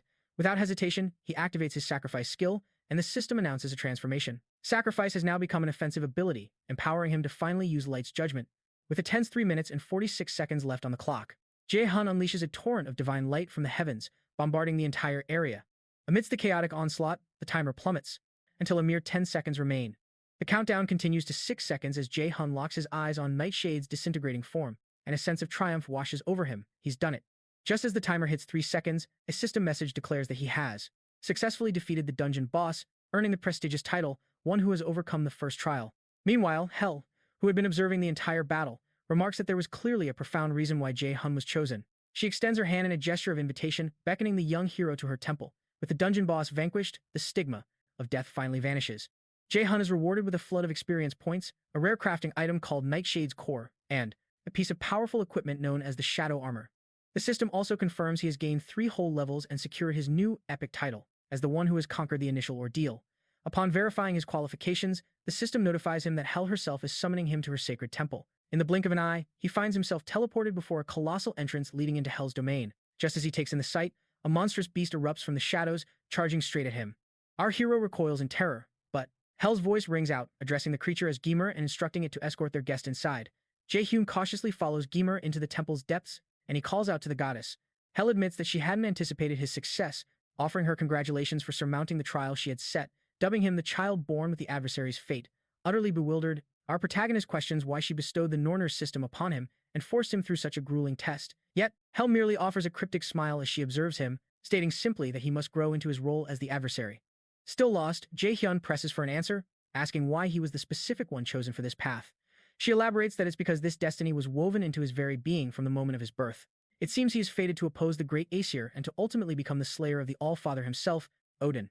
She clarifies that this is the future Loki and the others are counting on him to create. When Jay Hyun insists he doesn't comprehend, Hel dismisses his confusion, telling him there's no need, as they held little hope for this outcome in the first place. As Jay Hyun's frustration boils over at her evasive answers, she gently places a finger on his lips, murmuring that he must feel terribly wronged, unable to grasp why his life should be manipulated by the whims of gods. Drawing closer, as if to steal a kiss, she whispers a reminder that this grand scheme involves more than just the gods who are opposed to the Aesir. Mid-sentence, she shoves him backward into a swirling portal, informing him that the world itself is hurtling toward its twilight, a fate Odin desires to control completely. To prevent this cataclysm, the power of the prophesied adversary is essential. As our hero plummets through the void, he shouts that she can't just send him away when he still has so many unanswered questions. But Hel's only reply is a command to grow stronger, for she eagerly awaits the day they meet once more. After Jay Hyun vanishes, Hel turns her attention to a figure lurking nearby, asking how long he intends to keep watching from where he hides, as she has no memory of extending an invitation. Shortly after, Jay Hyun crashes to the ground back in the real world, utterly vexed at having received no real answers, nothing that any magic academy could ever teach. As he stews in frustration, the system announces that he has been granted Hel's gift, a passive skill named Hel's Blessing, which completely nullifies all abnormal status effects inflicted upon him. Meanwhile, the old man who was spying on Hell finally reveals himself, asking forgiveness for his discourtesy, claiming he simply couldn't resist observing when he heard Hell was meeting the boy. He then asks for her impression after finally meeting the young man in person. She replies that she is uncertain, as it is far too early to make a judgment, especially since the adversary has merely taken his first fledgling step. However, she does admit that his growth as the adversary was far greater than she had ever anticipated. He triumphed despite the handicap she imposed and stood before her in the end, which is a most fortunate miscalculation on her part. The old man expresses his relief that the boy is performing so well. Finally, Hell inquires what he truly desires, sensing he has more to say, and addresses him by his true name, Mimir, the famed figure from Norse mythology. Mimir, however, feigns confusion, claiming he has no idea what she's talking about. But the goddess immediately accuses him of trying to play dumb until the very end. As her accusations intensify, Mimir urges her to calm down, finally conceding that it seems he can't deceive her after all. Hell presses on, stating that the adversary's left eye is, without a doubt, the very one Odin sacrificed at the Well of Wisdom. She's absolutely certain that whatever secret Mimir hides alongside Loki is significant, but Mimir pleads that while he wishes he could tell her, the time isn't right. She reluctantly agrees to wait, yet declares that she cannot simply stand by idly, and when Mimir inquires about her plans, she explains that the adversary is still far too inexperienced, as the prophecy foretells innumerable hardships that await him, and he will need a guide. Sometime later, approximately 7 days before the Mills Magic Academy admission period, Jay Hyun arrives at a store to acquire some necessary items, accompanied by a woman. She quickly notices that he doesn't seem well and asks if something is weighing on his mind, but our protagonist insists it's nothing. Trusting his word, she leads him onward to purchase the remainder of the things he'll need for his new academic life. Yet, despite his denial, his mind is consumed by how he endured so much only to be left without answers, and instead, with even more profound questions. On the bright side, he was fortunate enough to acquire the passive skill, Hell's Blessing, along with a powerful X-rank skill. In fact, our hero possesses other X-rank skills as well. One is called One Watched by the Gods, a skill that accelerates the user's growth under the God's blessing. Another is the Absolute Eye of God, which allows him to pierce through all illusions and perceive the ultimate reality. The X rank is a classification Jay Hyun had never even heard of within the established IR system. It turns out that X is short for extraordinary, representing a tier of skill that exists completely outside the norms of the Aesir system. As he contemplates the possibility that the gods opposing the Aesir gave him these skills specifically to assassinate the great god Odin, the weight of it all crushes him once more. He's abruptly pulled from his deep thoughts when he sees the woman he's with casually spending 300 million won on a simple manalade. This item is merely an expendable, yet she paid a fortune for it, and as she pulls out a long shopping list on her phone, Jay Hyun begins to feel a sense of dread. Just hours earlier, this woman, whose name is Park Hana, had approached our hero, introducing herself as a representative from the Yanua Guild. It seems Sangwon wanted to bestow a gift upon him, since his admission to the Mills Magic Academy was just around the corner. Jay Hyun had assumed they were just coming to pick up a few elixirs and maybe an artifact or two, but this shopping spree was on an entirely different level. I thought we were just coming here to grab a few elixirs and artifacts, but this is on a completely different scale. He explains that they don't need to buy armor because he already possesses something perfectly suitable. He then reveals a piece of shadow armor equipment, a gift from Nightshade, which grants him a powerful stealth skill the moment it's equipped. Since it's B-rank protective gear that completely hides his presence, he's confident they won't find anything better. He's certain that nothing they could purchase could possibly top this, especially given the invaluable stealth ability it provides. When Hannah learns his armor possesses a stealth skill, she asks if he also requires an artifact that grants a similar ability. She notes that such an item is something every raider would covet, though finding one in a place like this would be next to impossible. But Jae Hyun declines, adding that it would be incredibly difficult to acquire one unless he got lucky in a dungeon. This is especially true, he reasons, since there aren't many people who actually learn stealth skills, a fact Hana readily agrees with because the only raider who is none other than her brother. With that bombshell dropped, she turns to leave, prompting a bewildered Jae Hyun to ask what she means. She then coolly informs him that Manager Park Sunjae is, in fact, her brother. The information leaves Jae Hyun stunned as she walks away. He can't process it because Hana and Sunji are polar opposites. Then, out of nowhere, his eyes begin to glow with a brilliant light, and the Norner system alerts him that an unknown entity is resonating with his very soul. A wave of nausea washes over him, and he suddenly spots a trail of light identical to the one he saw at the treasure gate. As he dashes off to follow it, Hana calls out to him, but he just yells back that he'll only be gone for a moment. While he chases the light, his absolute Eye of God skill spontaneously activates, piercing through a cunning illusion to reveal the truth it was meant to conceal. The system then informs him that the absolute Eye of God's first low-rank ability has been unlocked, and he has acquired the skill known as Detection. Detection is also an extraordinary rank skill that not only lets him appraise unidentified items but also completely nullifies an opponent's stealth or phantom skills where a foe hides in plain sight. As he stares in astonishment, the Norner system automatically activates the Detection skill. In a different location, a fierce close-quarters combat match reaches its swift conclusion after a young man named An Hoyen decisively defeats his opponent. Some spectators in the crowd discuss how phenomenal Hoyen is, but they also point out that the sheer chasm in talent between him and his adversary is just too vast, which is why they're all calling him a future S-rank raider. When Hoyen exits the fighting arena, his father commends him for a job well done. However, he immediately warns his son not to get excited over what was an obvious win. With no trace of excitement in his eyes, Hoyen flatly states that he knows. His father then tells him to go prepare for the next item on their schedule and to go take a shower. While standing under the water, Hoyen contemplates how he truly despises this grueling life where his own opinions and desires are completely meaningless. The kind of raider he dreamed of becoming was nothing like this, and he wonders when everything took this turn. Back at the store, the Norner system presents our hero with an equipment item called Mistline, a growth-type artifact, which is the fabled mistletoe branch that ended the life of Odin's son, Balder. It evolves alongside its user and contains an immeasurable amount of magic that hides its true potential, allowing the wielder to acquire the passive skill Mana Perception just by equipping it. The Mana Perception skill is A-ranked, and it boosts the user's ability to detect mana to its absolute maximum limit.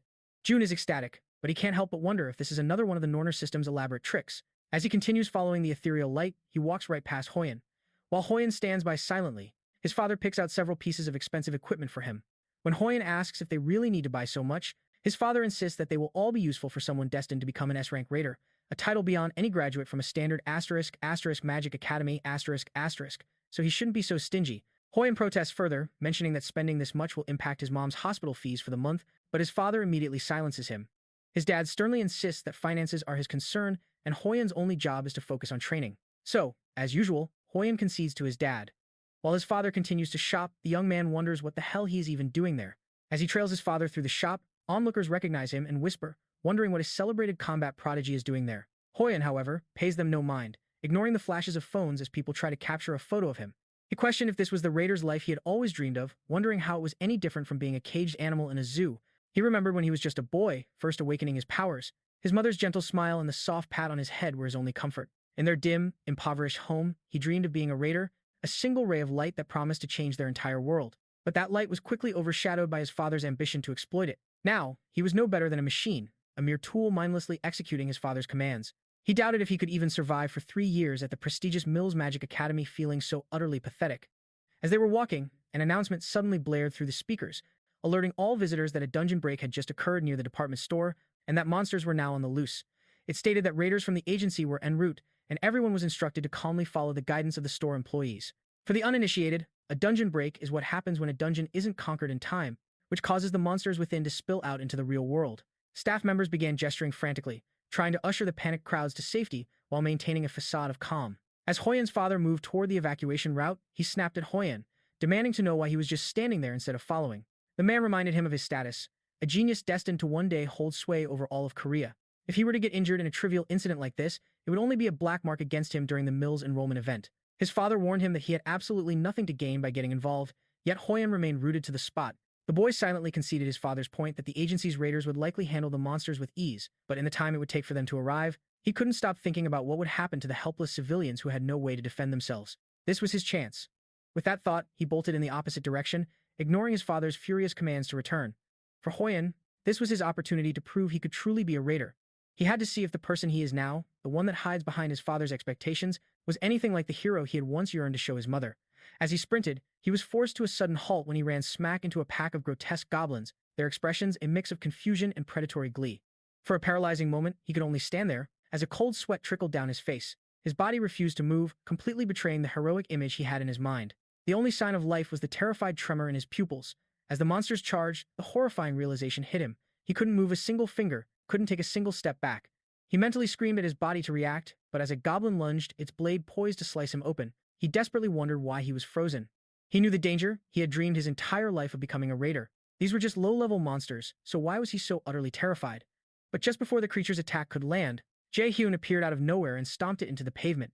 Hoyen could only watch in stunned silence, stumbling backward onto the ground as this stranger casually asked if he was all right. Moments earlier, Jay Hyun had purchased an unusual item in the store for 50,001 won from his own pocket. Hana had called out to him in a panic, asking what was wrong and why he had suddenly bolted over to the unappraised items corner. All she could see in his hand was the worthless-looking piece of rock he'd just bought. Jay Hyun mused to himself, wondering if the object's true nature was hidden from others. But he offered no explanation, simply turning to her and speaking. "It's nothing," he dismisses, but just as he speaks, an urgent announcement crackles through the speakers. reporting a dungeon break in the immediate vicinity of the department store.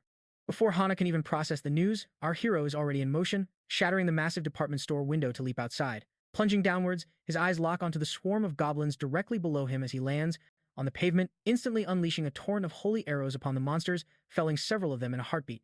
As the onlookers watch in stunned confusion, Jay Hyun assesses the situation, realizing their numbers are far greater than he anticipated. He knows it will be difficult to handle this horde without any casualties.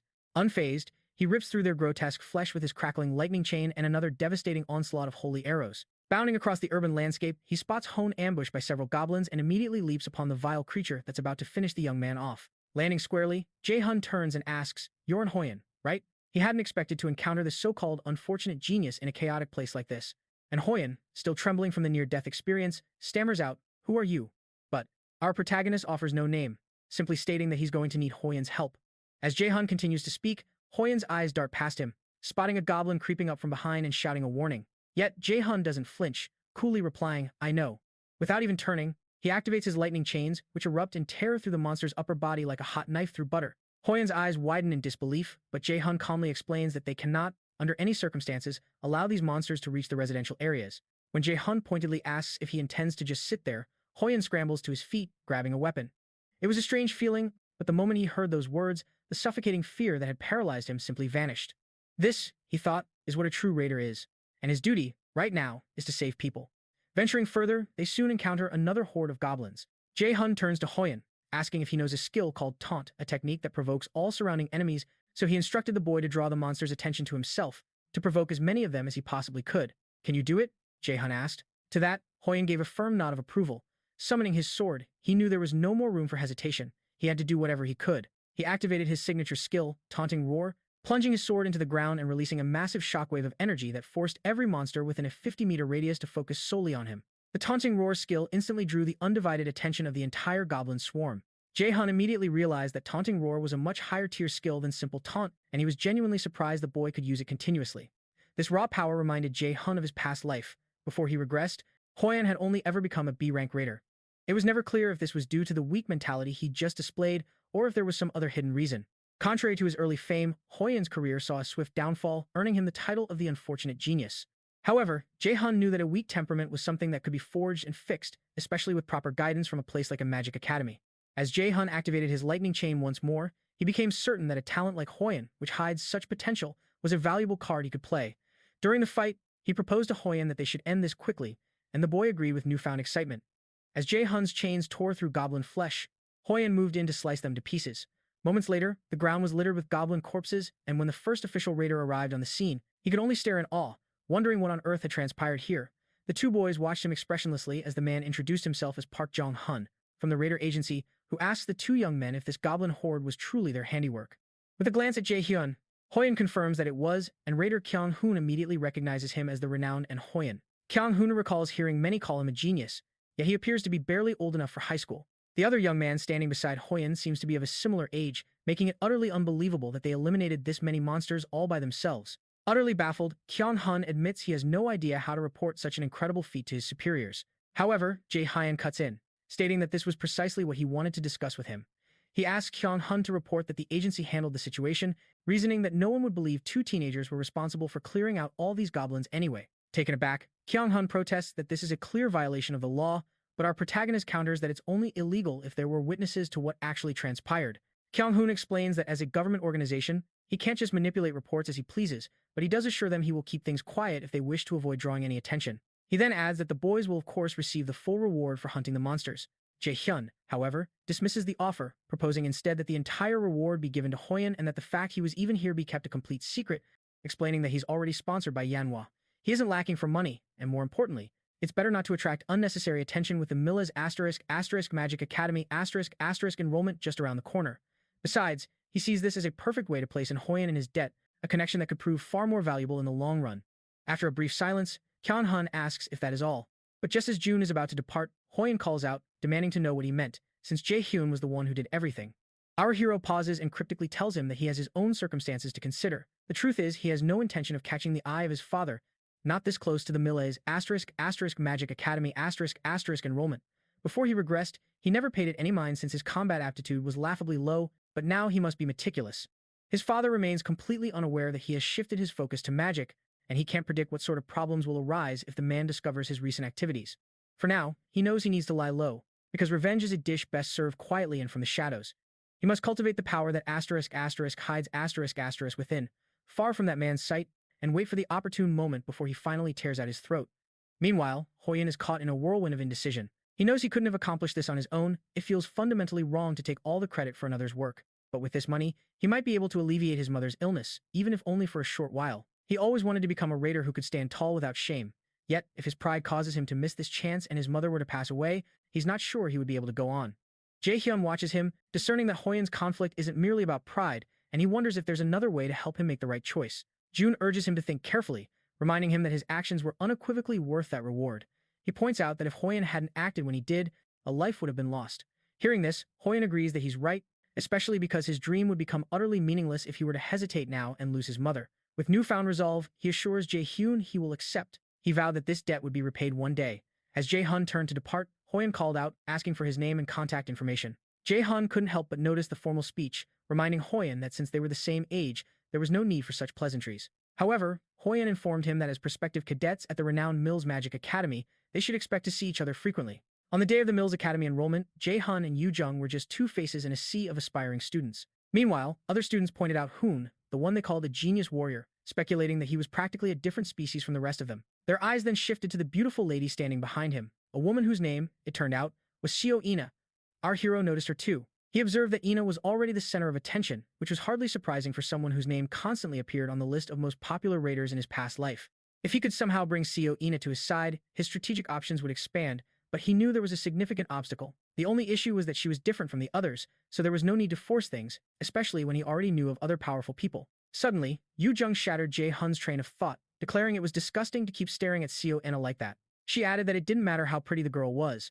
In response, Jay Hyun simply asked her what kind of nonsense she was spouting. Shortly after, a man stepped onto the podium and addressed the new cadets of Mills Academy, saying it was a pleasure to meet them. He introduced himself as Chairman Guja, and our protagonist's blood ran cold as he recognized the face from his past, the man who had wronged Kim Yoo-jang. In his mind, he cursed him as a bastard before turning to Yoo-jang and telling her to stay resolute. He warned that no one truly knows what this academy hides or what might happen at Mills. She, however, wondered why he was being so grim, assuring him she'd do just fine. She confidently stated that she was going to do exceptionally well. After all, upon enrolling, Kim Yoo-jang had been a genius who secured a spot in the top 3 of the magician rankings, and Jay Hyun swore to himself that this time he would not allow her to die. Chairman Guja then announced the beginning of the Mills Academy's entrance ceremony, adding with a cynical twist that a special event had been prepared.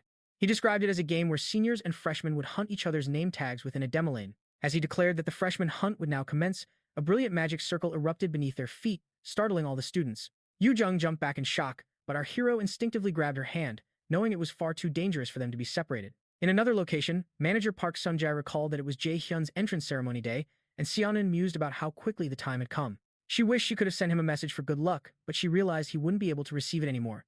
She turned to manager Sunja, asking if the freshman hunt would last for 3 days again this time. He confirmed it would take place in the demo lane. Sionan expressed her disappointment, realizing it meant she couldn't contact Jay Hyun for 3 whole days. But Sunja reassured her, explaining that he had anticipated this and had already sent a message in her place. The guildmaster's face lit up with excitement as she asked if Jay Hyun had replied.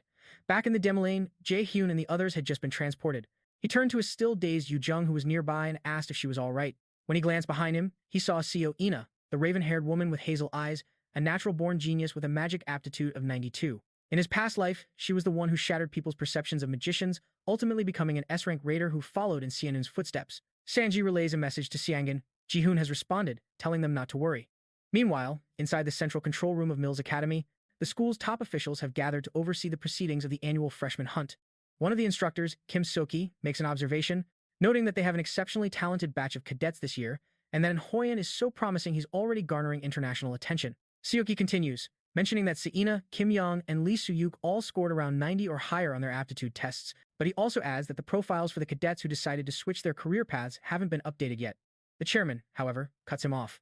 He tells Suki not to waste his time, as there's no point in hearing about those who have already wavered from their path, since their prestigious magic academy isn't a place for the indecisive, and such whimsical individuals are not built to last here.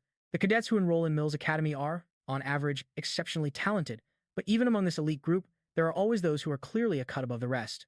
The chairman believes that average talents ultimately serve as mere stepping stones for true geniuses, and they don't need to provide opportunities to such middling cadets. He muses that sometimes, An awakened individual who confronts an unbeatable enemy or faces the brink of death can seize a second chance known as a reawakening. Chairman Jian's philosophy is that he must forge a single A-rank raider, even if it means sacrificing 100 C-rank raiders to do so.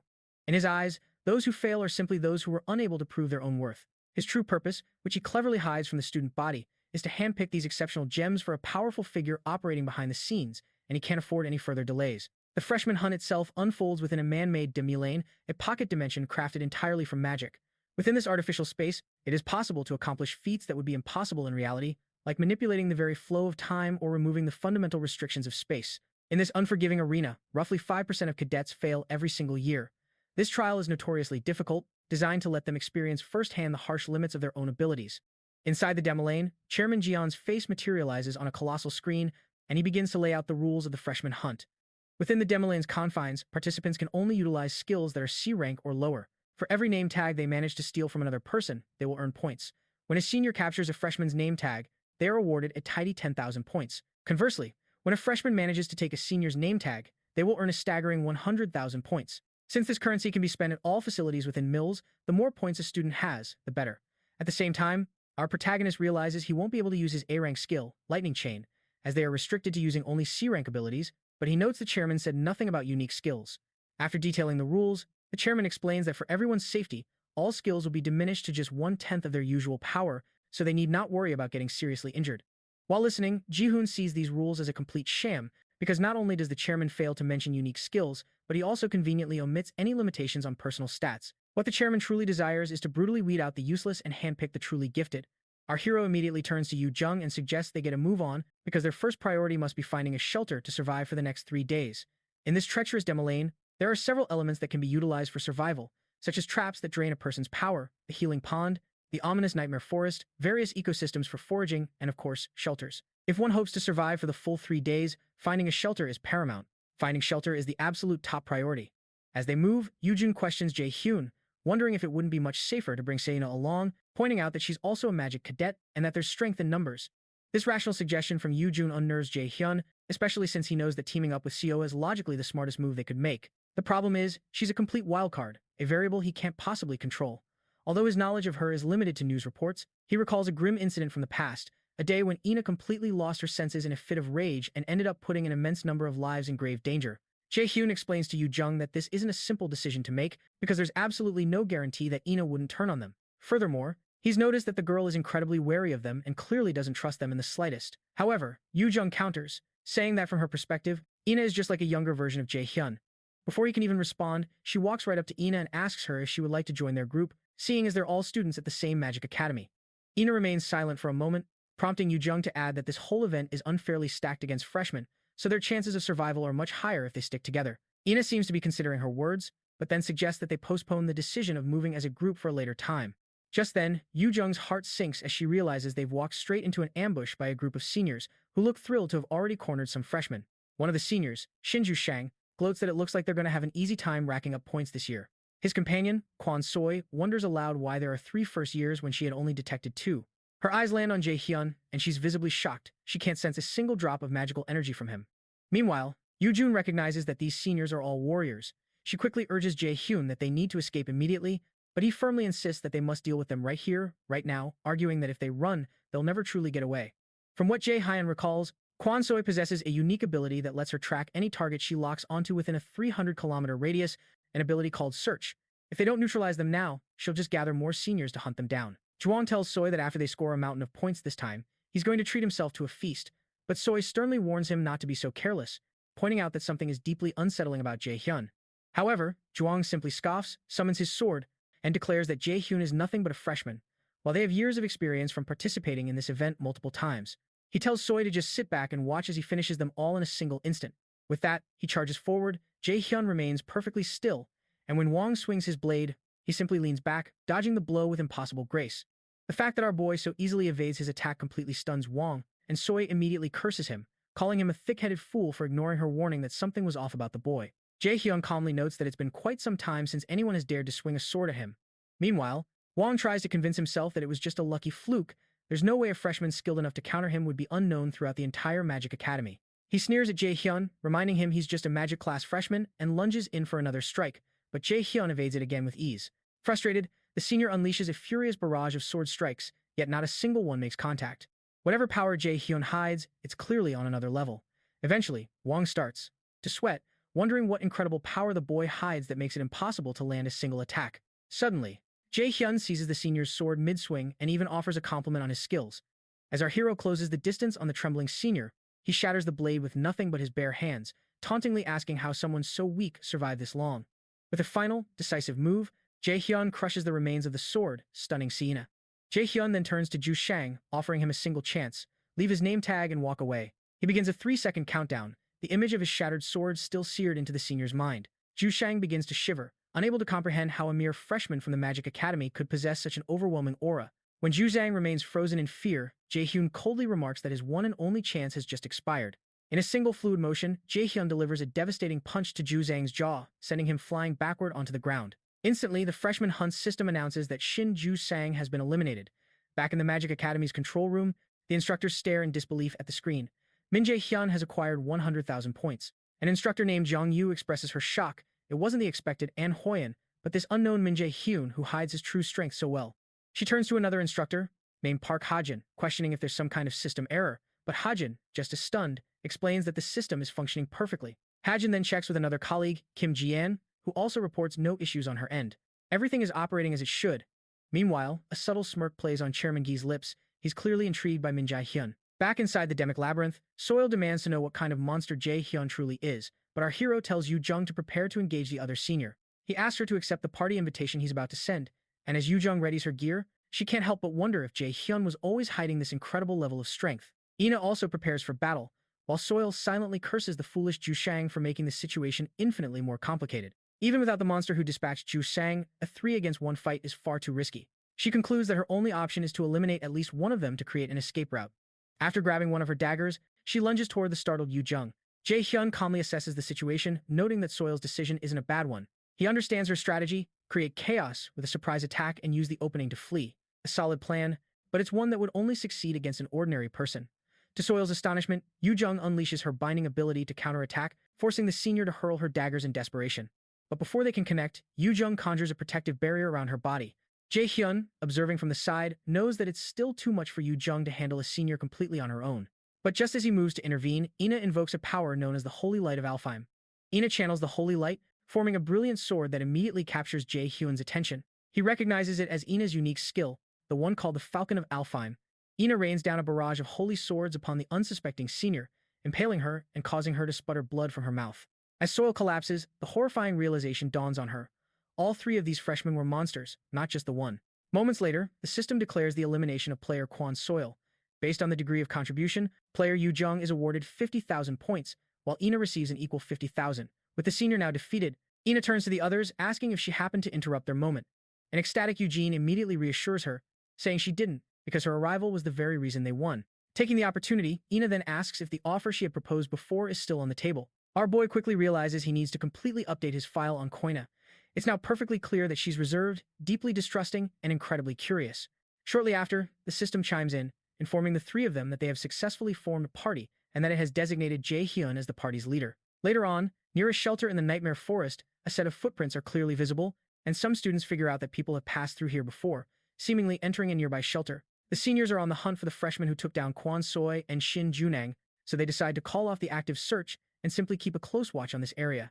The freshman hunt game lasts for 3 days, and they're betting those brats can't stay where the shelter hides them for the entire 3 days.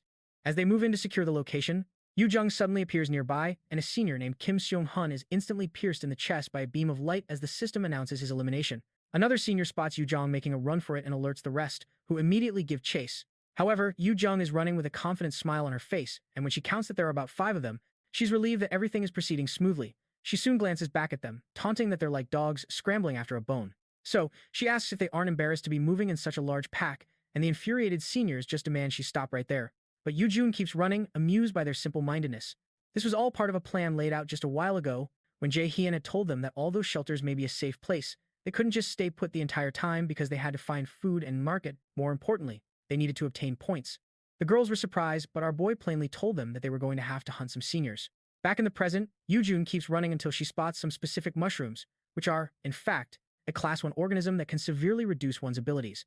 She's delighted that she found it and has successfully lured the seniors over exactly as planned, but she grows concerned as her own endurance slowly starts to reach its limit. Using the wind boost skill, she blasts herself far away from them, leaving the rest of the plan in Jay Hyun's hands. When the seniors enter the area, they're immediately informed that they've entered the paralyzing spore mushroom habitat.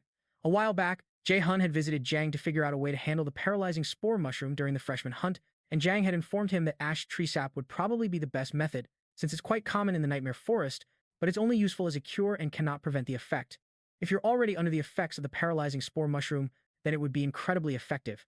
In the present, the seniors grind to a halt when they realize where they are. As they watch Yu Jung run away, the system confirms that they have entered the paralyzing spore mushroom habitat. One of them signals to their leader, Jihyuk, that this is extremely dangerous, so he suggests that they retreat, but Jihyuk angrily sets his sights on Yu Jung, who is still getting away. He asks the others if they're really saying they should give up when they've gotten this far, but the others know that everything they've worked for at this magic academy will be ruined if they make a mistake now. One of them suggests they abandon the chase, but Jihyuk furiously insists that Kim Sung-hyun was taken down by that freshman brat, referring to Yu Jung, and that they have no time to be spouting such nonsense. The more cautious member of his group reminds Jihyuk once again that it's irrelevant if their target is a freshman, because it'll all be for nothing if they get themselves paralyzed as well. He points out that the paralyzing spore mushroom can neutralize anyone within an approximate 50-meter radius, but Jihyuk simply assures them that the little brat will be caught in her own trap.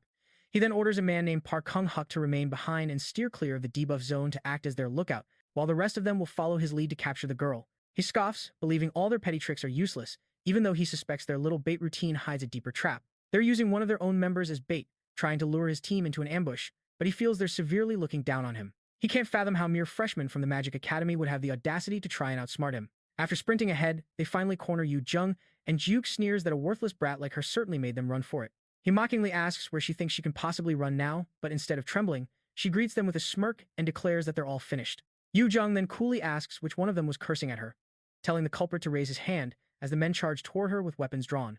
Jihyuk is amused, thinking she's committed to acting arrogant until the very end. Just as the men are about to reach her, she smiles and taps one of the mushrooms with her weapon, triggering a massive burst. A system notification announces that a paralyzing spore mushroom has detonated, and all organisms within a 50-meter radius have been paralyzed for a full 2 hours. In a flashback, Yu Jung protests to Jay Hyun, complaining that he claimed they were searching for something vital, but the place they're in has nothing but trees. He calmly tells her to wait a moment, confirming they're in the right spot as he begins to drain some ash tree sap. Yun points out the obvious fact that this event is designed to be far more advantageous for warriors, and Ina concurs, adding that being restricted to C-rank skills and below is a huge handicap for magicians who are heavily reliant on their powerful spells. For warriors who already possess superior physical stats, the Demolane's restrictions are practically meaningless, especially for students from the Magic Academy. Yu Jung laments that it's one thing for Ina, who has a unique skill, but all of her own useful offensive skills are completely sealed. The best she can muster are buff spells and the most basic of skills. When she asks what on earth she's supposed to do, Jay Hyun explains that their strategy hinges on using those basic skills with maximum efficiency. With that, he asks if she knows how to use the skill known as change. Yu Jung proudly confirms that she can, reminding him that she was the one who taught him magic theory in the first place. Ina chimes in, clarifying that change is a spell that swaps the user's location with a designated party member, and she asks him what kind of plan he could possibly devise with such a simple skill. Once he's finished collecting the ash tree sap, he tells the ladies that the sap hides a secret, and that they can do something quite fun by combining change with it. Back in the present, Jay Hyun tells Ina that it's time to get ready, and she nods in agreement. On the field where Yu Jung sprung the trap, Jihyuk roars, calling her an insane witch for actually detonating one of the spores, but Yu Jung simply activates her change skill, declaring it's time to pass the baton. As she vanishes in a flash of light, she tells them her part is now over. In her place, Jay Hyun materializes and slams his foot directly into Jihyuk's face, announcing that this is his ascendance. It's our hero's turn now. He shatters the senior's nose with a brutal strike, sending him crashing to the ground before landing gracefully himself. Jihyuk hits the dirt, his body completely locked up by the paralysis, and a stream of curses escapes his lips. He furiously spits at Jay Hyun, asking if he really thinks that everything is going to go his way, calling him a complete fool for wandering right into the paralyzing spore mushroom's territory. He sneers, informing Jay Hyun that he anticipated a move like this, which is why he left one of his companions where he hides in ambush just outside this area, and he promises him that they're all finished the moment these spores wear off. But before Jihyuk can even finish his threat, Jay Hyun calmly informs him that the backup he left behind isn't going to show up. Baffled, Jihyuk scoffs that he's bluffing, but a blood-curdling scream suddenly pierces the air from the very spot they'd stationed Sunguk, followed by a cold system announcement. Player Park Sunguk has been eliminated. The scene flashes to Sunguk, sprawled on the ground with Ina's holy sword impaled through his chest, as the system awards a massive 100,000 points to Jay Hyun, Yu Jung, and Ina. Jihyuk can only lie there in utter disbelief while Jay Hyun coolly reminds him that he already told him his friend wouldn't be coming. Seething with uncontrollable rage, Ji-hyuk screams that it doesn't matter, they're all stuck in the same paralyzed state for the next 2 hours, and he'll personally tear him apart once the paralysis lifts. But while he's still running his mouth, our protagonist calmly takes a single step forward and asks him what he meant by them being in the same situation. The sight completely floors Ji-hyuk, who stares in horror, wondering how this guy is even moving. He stammers that it's impossible, and Jay Hyun casually agrees with him that it should be. However, Jay Hyun suggests he should probably take that complaint up with the gods. The reality is, our hero is completely immune to the paralysis debuff, because the blessing of hell he hides completely nullifies any and all status ailments inflicted upon him. A cold sweat starts to pour down Ji-hyuk's face as he desperately warns Jay Hyun to stay back, but his teammates can only watch in horror at the grim scene unfolding before them, as their leader is decisively taken out. The system chimes in again. Player Oh Jin-hyuk has been eliminated, and players Jay Hyun, Yu Jung, and Anna have obtained another 100,000 points. With that business concluded, our boy turns with a chilling smile toward the 3 remaining opponents and, despite their desperate pleas for him to stop, he efficiently eliminates all 3, securing another 100,000 points for each takedown. Instructor Yu stares, unable to process what she's just witnessed, as the freshman ranking for the entire Magic Academy updates in real time. Min Jae-hyun is now at the very top, with Kim Yoo-jung and Sioena sharing the second rank, and Hoi also in second, 2 individuals named Lee Soo-hyuk and Cha Yuan tied for 5th, and someone called Jang Hosen, holding the 7th spot. Meanwhile, Yoo-jung forces down the ash tree sap and gags, nearly throwing it all up, but when Ina rushes over to check on her, she admits that she's actually feeling much better now. As the 2 of them start to move out, Ina remarks that Jay Hyun seems to possess an incredible amount of knowledge about magic, and she's never read in any of the Magic Academy textbooks that the change skill could be used in such a way. However, Yoo-jung drops a bombshell, informing her that it hasn't even been 3 months since Jay Hyun first became a magician, which is precisely why she was the one who had to teach him all the basic theory. Stunned, Ina asks if she's saying that Jay Hyun was originally on the path to becoming a warrior, and Yoo-jung confirms it, adding that, just a few months ago, Jay Hyun was completely dedicated to a life of physical combat. The one thing that still puzzles Yoo-jung, though, is that Jay Hyun knew about the ash tree sap. She can't help but wonder where he learned something like that and how he plans to deal with his own paralysis. Shortly after, they run right into him, and our hero casually asks how they're feeling, noting that the paralysis doesn't seem to be affecting either of them in the slightest.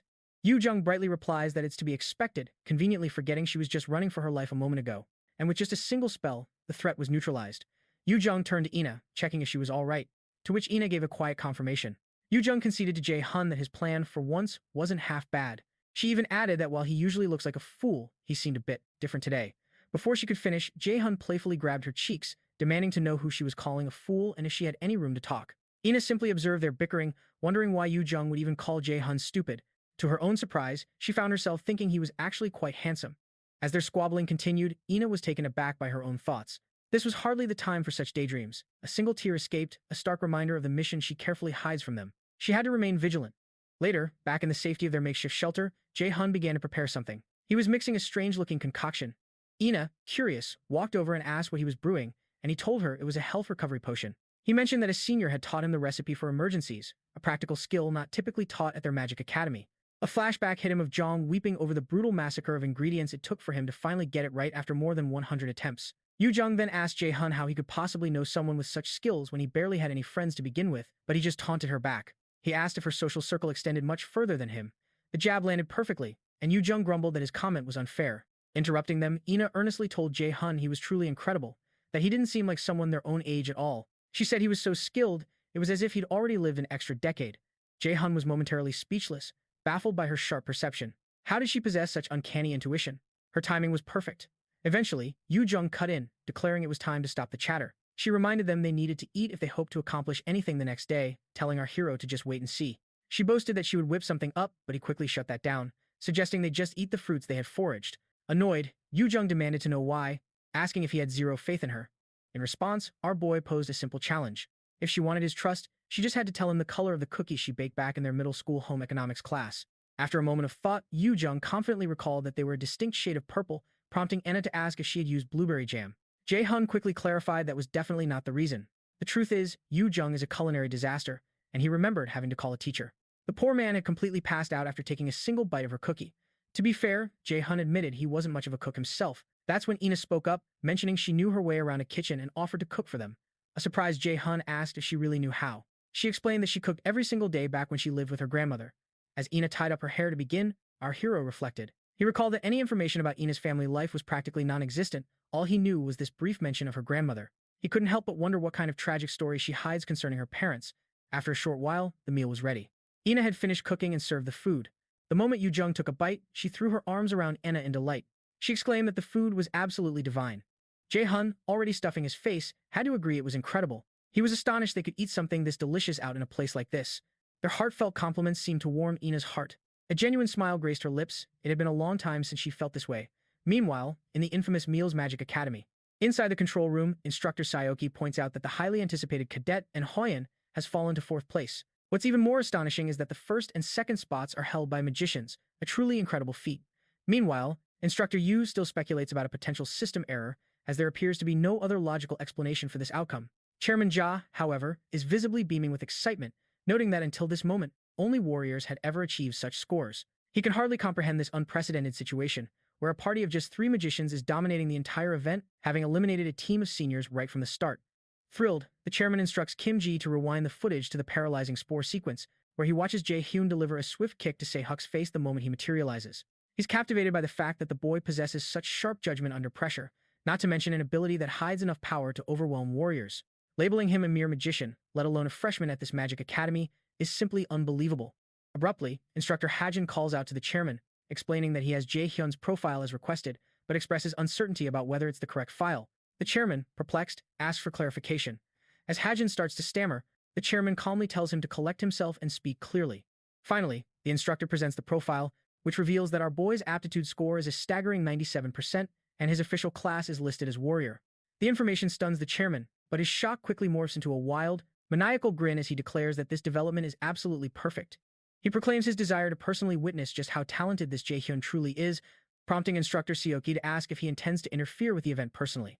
The chairman focuses the monitor on Hoyen and proposes they orchestrate a more interesting scenario, to which Instructor Sioki replies that he will make all the necessary preparations. Back inside the Demon Lane, Jay Hyun's group continues to eliminate other participants, steadily racking up points. At one point, Yu Jung expresses her astonishment that they've amassed over 1,100,000 points, and Jay Hyun replies that this is excellent, as it all but guarantees them the top spot. However, Yu Jung questions if they truly need to abandon their current shelter. Jay Hyun explains that they have no choice, since the seniors have grown too fearful to approach them there any longer. Ina concurs with Jay Hyun, stating that they must relocate if they hope to score more points. Ultimately, Yu Jung agrees with both of them and then asks about the all-time record for points obtained during the freshman hunt. Ina promptly informs her that it stands at 1,140,000 points. As they press onward, our protagonist suddenly senses a presence, signaling the girls to prepare themselves for an incoming threat. As they stand ready, a figure blasts past them at incredible speed, and Jay Hyun immediately notices that the power emanating from this individual far exceeds the restricted level of the event. A system alert then announces that the connection to the demo lane has become unstable and that a player's power restriction has been shattered. Jay Hyun addresses the newcomer, remarking that he never expected they would meet again under these circumstances. It's then revealed that the individual freed from his restrictions is none other than Honen. When Jay Hyun asks what he's doing, Hone remains silent, his gaze fixed on the ground. This causes Jay Hyun to wonder if his voice is even reaching him. Ina urgently warns Jay Hyun to be cautious, sensing that the guy isn't in his right mind, as if he's being controlled by an unseen force. Hearing this, our hero suddenly remembers that this was undoubtedly the chairman's handiwork. Before his regression, a nearly identical incident had occurred at the Mills Festival that very day, a day meant to create cherished memories for the young cadets. Instead, it was scarred by horrific crimson stains that could never be washed away. The root of that catastrophe was Gujian's unique skill, indoctrination. Once all his heinous deeds were exposed, right before his capture, Gujian orchestrated a horrific event to divert the world's attention from his crimes. The ensuing chaos hides his escape, and on that tragic day, countless cadets lost their lives while Gujian vanished. For Jay Hyun, it was also the day Kim Yu-jang was tragically killed. Back in the present, Hone ignites his sword, and Jay Hyun knows he must first snap Hone out of this trance. Abruptly, a screen materializes from the Norner system, issuing a new subquest to save the cadet ensnared by mind control. His objective is to shatter the spell gripping the cadet and rescue him. The quest difficulty is C rank, with a reward of 1 blank card and a strict 2-hour time limit. Jay Hyun is taken aback by the subquest, but even more so by the mention of a blank card as the reward. The very idea of obtaining a blank card, a tool to copy another's abilities, sends a thrill through him. Yoo-jun immediately offers her help, but he assures her he can handle it and urges the girls to get to safety. He tells them to put as much distance as possible between them in this fight, and maybe even rack up some points while they're at it. Yoo-jung, completely baffled, reminds him that his opponent is the renowned genius warrior. There's no way he can win alone. But our hero just gives her a confident smile and asks, "Do you really think I can't?" For a moment, Ina hesitates, but she ultimately agrees to go, leaving Yoo-jun stunned by the fact that she's actually siding with Jay Hyun. Frustrated, Yu Jung decides to go along with it, suggesting they go score points just as he said, but not before telling him to stay safe. She then dashes into the woods, dragging Ina, who is still staring back at Jay Hyun, and tells him to rough Hoyen up a bit or snatch his name tag before finding them. After the girls are gone, our hero mutters to himself that this won't take long. Flashback to a few hours earlier, right after Hoyen had just eliminated one of the seniors, he calculates that his last takedown brought his total to 600,000 points. He's relieved to have survived for 2 days and knows he only needs to endure for one more. Currently in 4th place, he can't help but wonder how 1st place remains just out of his grasp despite his intense efforts, realizing this is the high standard expected at Mu's Magic Academy. The fact that Jay Hyun, a magician, secured the top rank in a scenario where his skills were limited and even carried his teammates to the top with him is truly impressive. Still, he resolves that he can't afford to lose and must push even harder because there's still time left on the clock. As he's strategizing, Chairman Joss suddenly appears on his screen, informing him that he requires his personal assistance with a certain matter. The chairman then activates his indoctrination skill on Hoyen, telling him he has a small favor to ask. As Hoyen's eyes glow under the influence of the indoctrination, the system flashes a warning. Someone has infiltrated his mind. While the sinister power overtakes him, he wonders what he's doing, where he even is. A moment later, the system confirms that his mind has been corrupted. The moment this happens, he's overcome with a single, overriding objective: eliminate Jay Hyun. Back in the present, Hoen unleashes an A-rank skill called Martial. He lunges at Jay Hyun again, swinging his blade, but our hero deftly sidesteps the lethal blow. Jay Hyun can't believe it. Hoen's skill has skyrocketed in just a few days, yet he manages to evade every single strike. It's as if Hoen has transformed into a completely different fighter. As Hoen lunges forward to bash him with his shield, Jay Hyun leaps backward, narrowly avoiding the crushing impact. He knows that in a pure contest of physical strength, he is at a severe disadvantage. Needing to create some space, our protagonist unleashes a powerful gust of wind, propelling himself backward. The force from his wind boost skill is so immense that Hoen is forced to raise his shield, instinctively protecting his face. This momentary distraction is all Jay Hyun needs, allowing him to circle behind Hoen before the shield is lowered. Our hero prepares to use a bolt of lightning magic on him, but before the spell can connect, Hoen spins around and retreats in a single, fluid motion. This incredible reaction time stuns Jay Hyun. Hoen's body moved defensively even before his eyes could register the threat. It's clear now that his opponent possesses a profound, innate battle sense, and this fight is far from the easy win he'd anticipated. Overcoming mere indoctrination would be simple with his absolute calculation ability. The real complication, however, is that Chairman Jin is observing them. Even without seeing him, Jay Hyun can picture the chairman's sinister grin as he watches the spectacle unfold, pitting him against the gifted warrior and Hoen. A smirk now plays on Jay Hyun's lips. He considers that it would be such a waste to end this encounter so carelessly. If they want a show, he'll give them one, but he vows to make it an unforgettable performance, an expensive one. When Jay Hyun truly begins to unleash his power, Instructor Yu questions if her eyes are deceiving her. It's utterly astonishing. A student from this magic academy, a supposed magician, is fighting on the front lines like a seasoned warrior, but now he's completely overwhelming his opponent, the renowned genius warrior, and Ho Yan. On the battlefield, Jay Hyun appears to be employing his lightning chain skill, a sight Yu finds utterly surreal. She can't fathom how this young man hides such incredible combat prowess. It defies all logic. A magician should never win against a warrior in close quarters. That fundamental rule has been carved into her very soul throughout her entire career as a magician. Meanwhile, Chairman John's interest sharpens as he watches Jay Hyun finally wound Hoen. Inside the demo lane, Hoen is on one knee, clutching his sword, as Jay Hyun calmly tells him that he never intended for it to go this far, but reassures him that he's tough and will recover in no time. Eventually, Jay Hyun glances upward, directly at the instructors he knows are watching. With a deliberate move, he activates his flash bomb skill, and the blinding flash whites out every camera, plunging the instructor's view of the field into darkness. Inside the main control room, Instructor Siaki frantically turns to Gion, demanding to know what just happened to their monitors, but the chairman instantly realizes that something is terribly wrong. He snatches the remote from her, desperately trying to restore the video feed. Instructor John speculates that Jay Hyun must have used a spell to block their vision, but Chairman Jin immediately recognizes the signature of a flash bomb. He mutters aloud, wondering if this is truly how Jay Hyun intends to play this game, before immediately summoning Instructor Sioki, ordering him to bring Jay Hyun to his office the moment the event concludes. A worried Siaki asks the chairman if such a hasty decision is wise, but the already furious chairman simply places a heavy hand on the instructor's shoulder, and questions why Cadet Jay Hyun, who'd already secured a clear victory, would suddenly choose to obscure their view. Soki nervously suggests that Jay Hyun understands how to strategically increase his own value. Inside the demo lane, Hoen is still on the ground, disoriented as the blinding flash bomb hides everything from sight. Jay Hyun approaches him, places a hand on his head, and activates his absolute calculation skill, a power that allows him to shatter the indoctrination that had seized Hoen's mind. Instantly, the haze in Hoen's eyes begins to clear, and he recognizes Jay Hyun standing before him. With a calm smile, our protagonist asks if he's feeling alright, prompting Hoen to try and push himself up.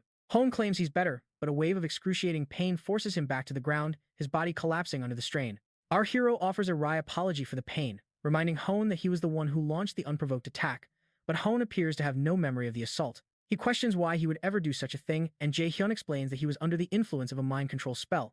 Baffled, Hone asks for clarification, but as he searches his memory, fragments of a vision surface, a face he can't quite place, and a voice that remains eerily indistinct.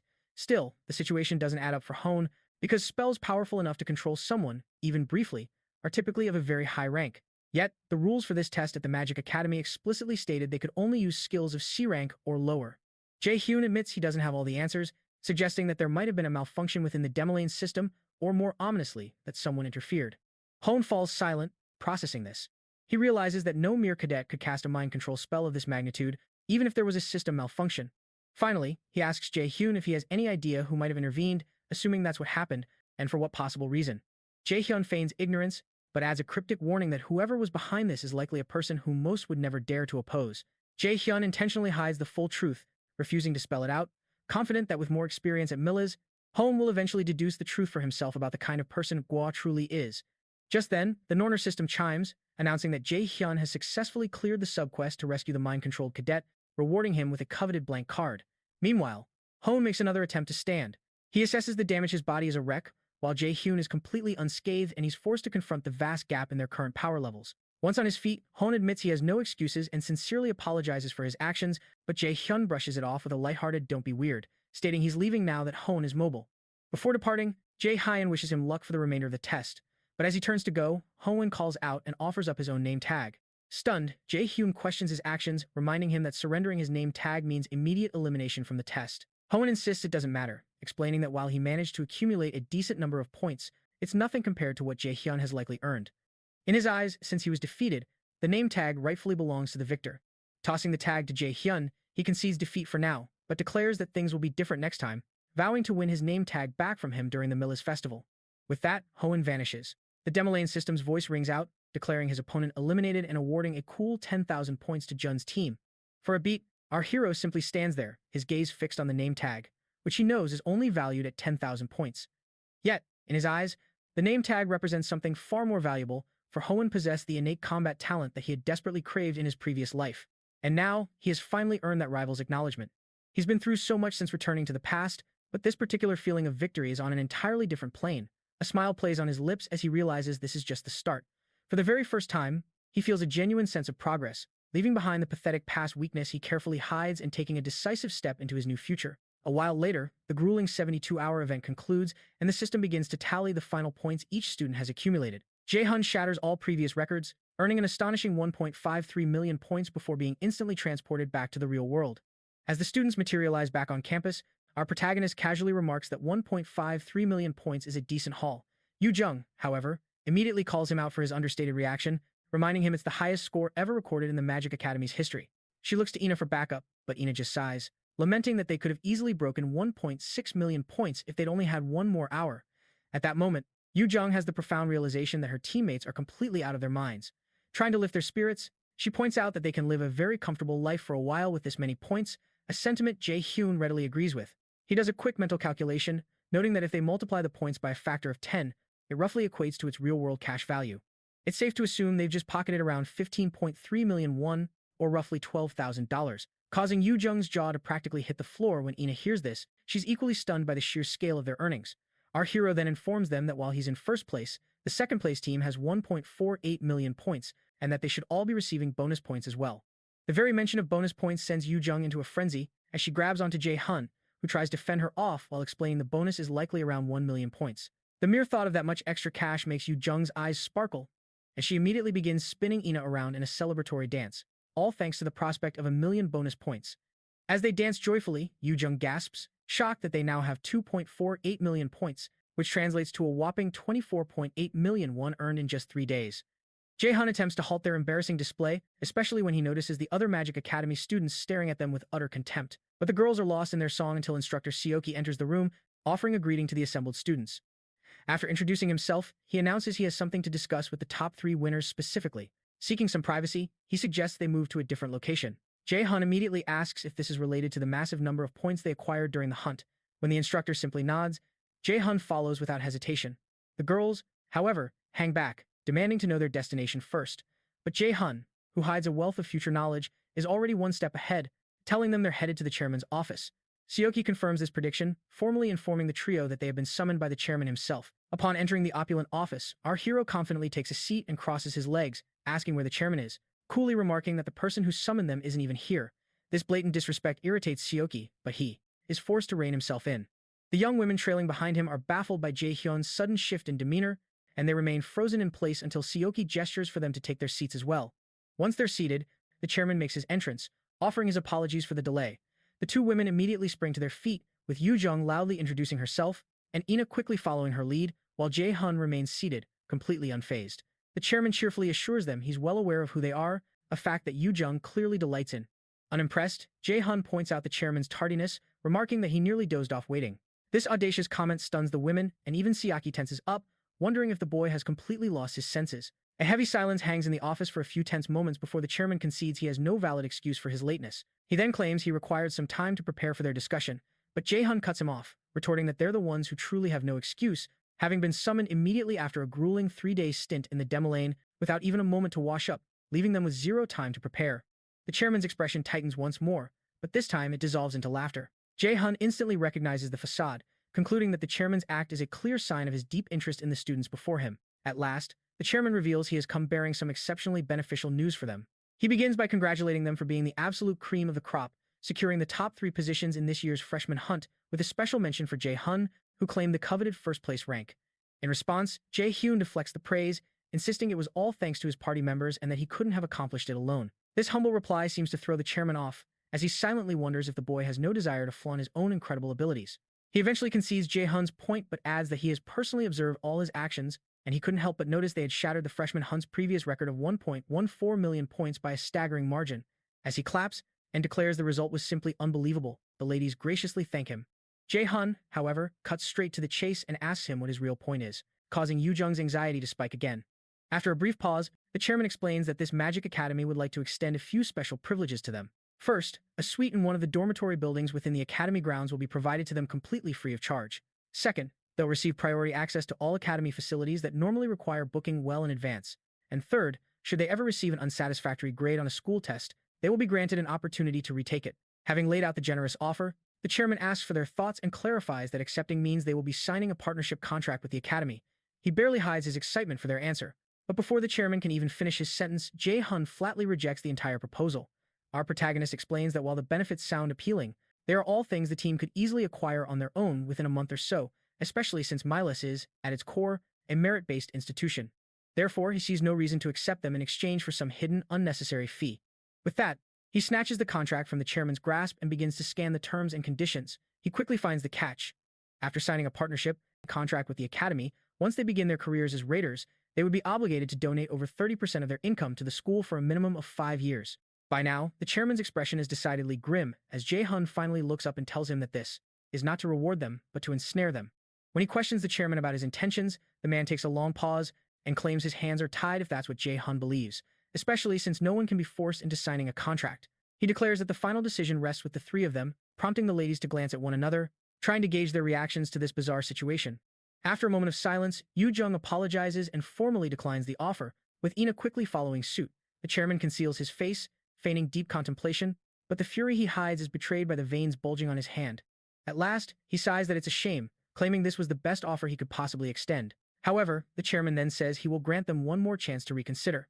With that, he locks his gaze onto Jay Hyun, activating his indoctrination skill, and asks if he is truly set on his decision. Instantly, the Norner system alerts him to a strange infiltration of his mind. This was exactly what Jay Hyun had been anticipating, but the system quickly informs him that he has completely resisted the debuff, all thanks to his passive skill, Hell's Blessing. As this mental battle unfolds, our hero hands Hell his blank card to copy the power, revealing that he had only provoked the chairman in the first place precisely to bait him into using this skill. For a brief moment, the chairman just sits there, utterly bewildered as to why his ability had no effect. Finally, our hero announces their departure, and the Norner system confirms that he has successfully acquired the skill Indoctrination. This powerful skill, ranked as unique, allows him to manipulate anyone weaker than himself to do his bidding.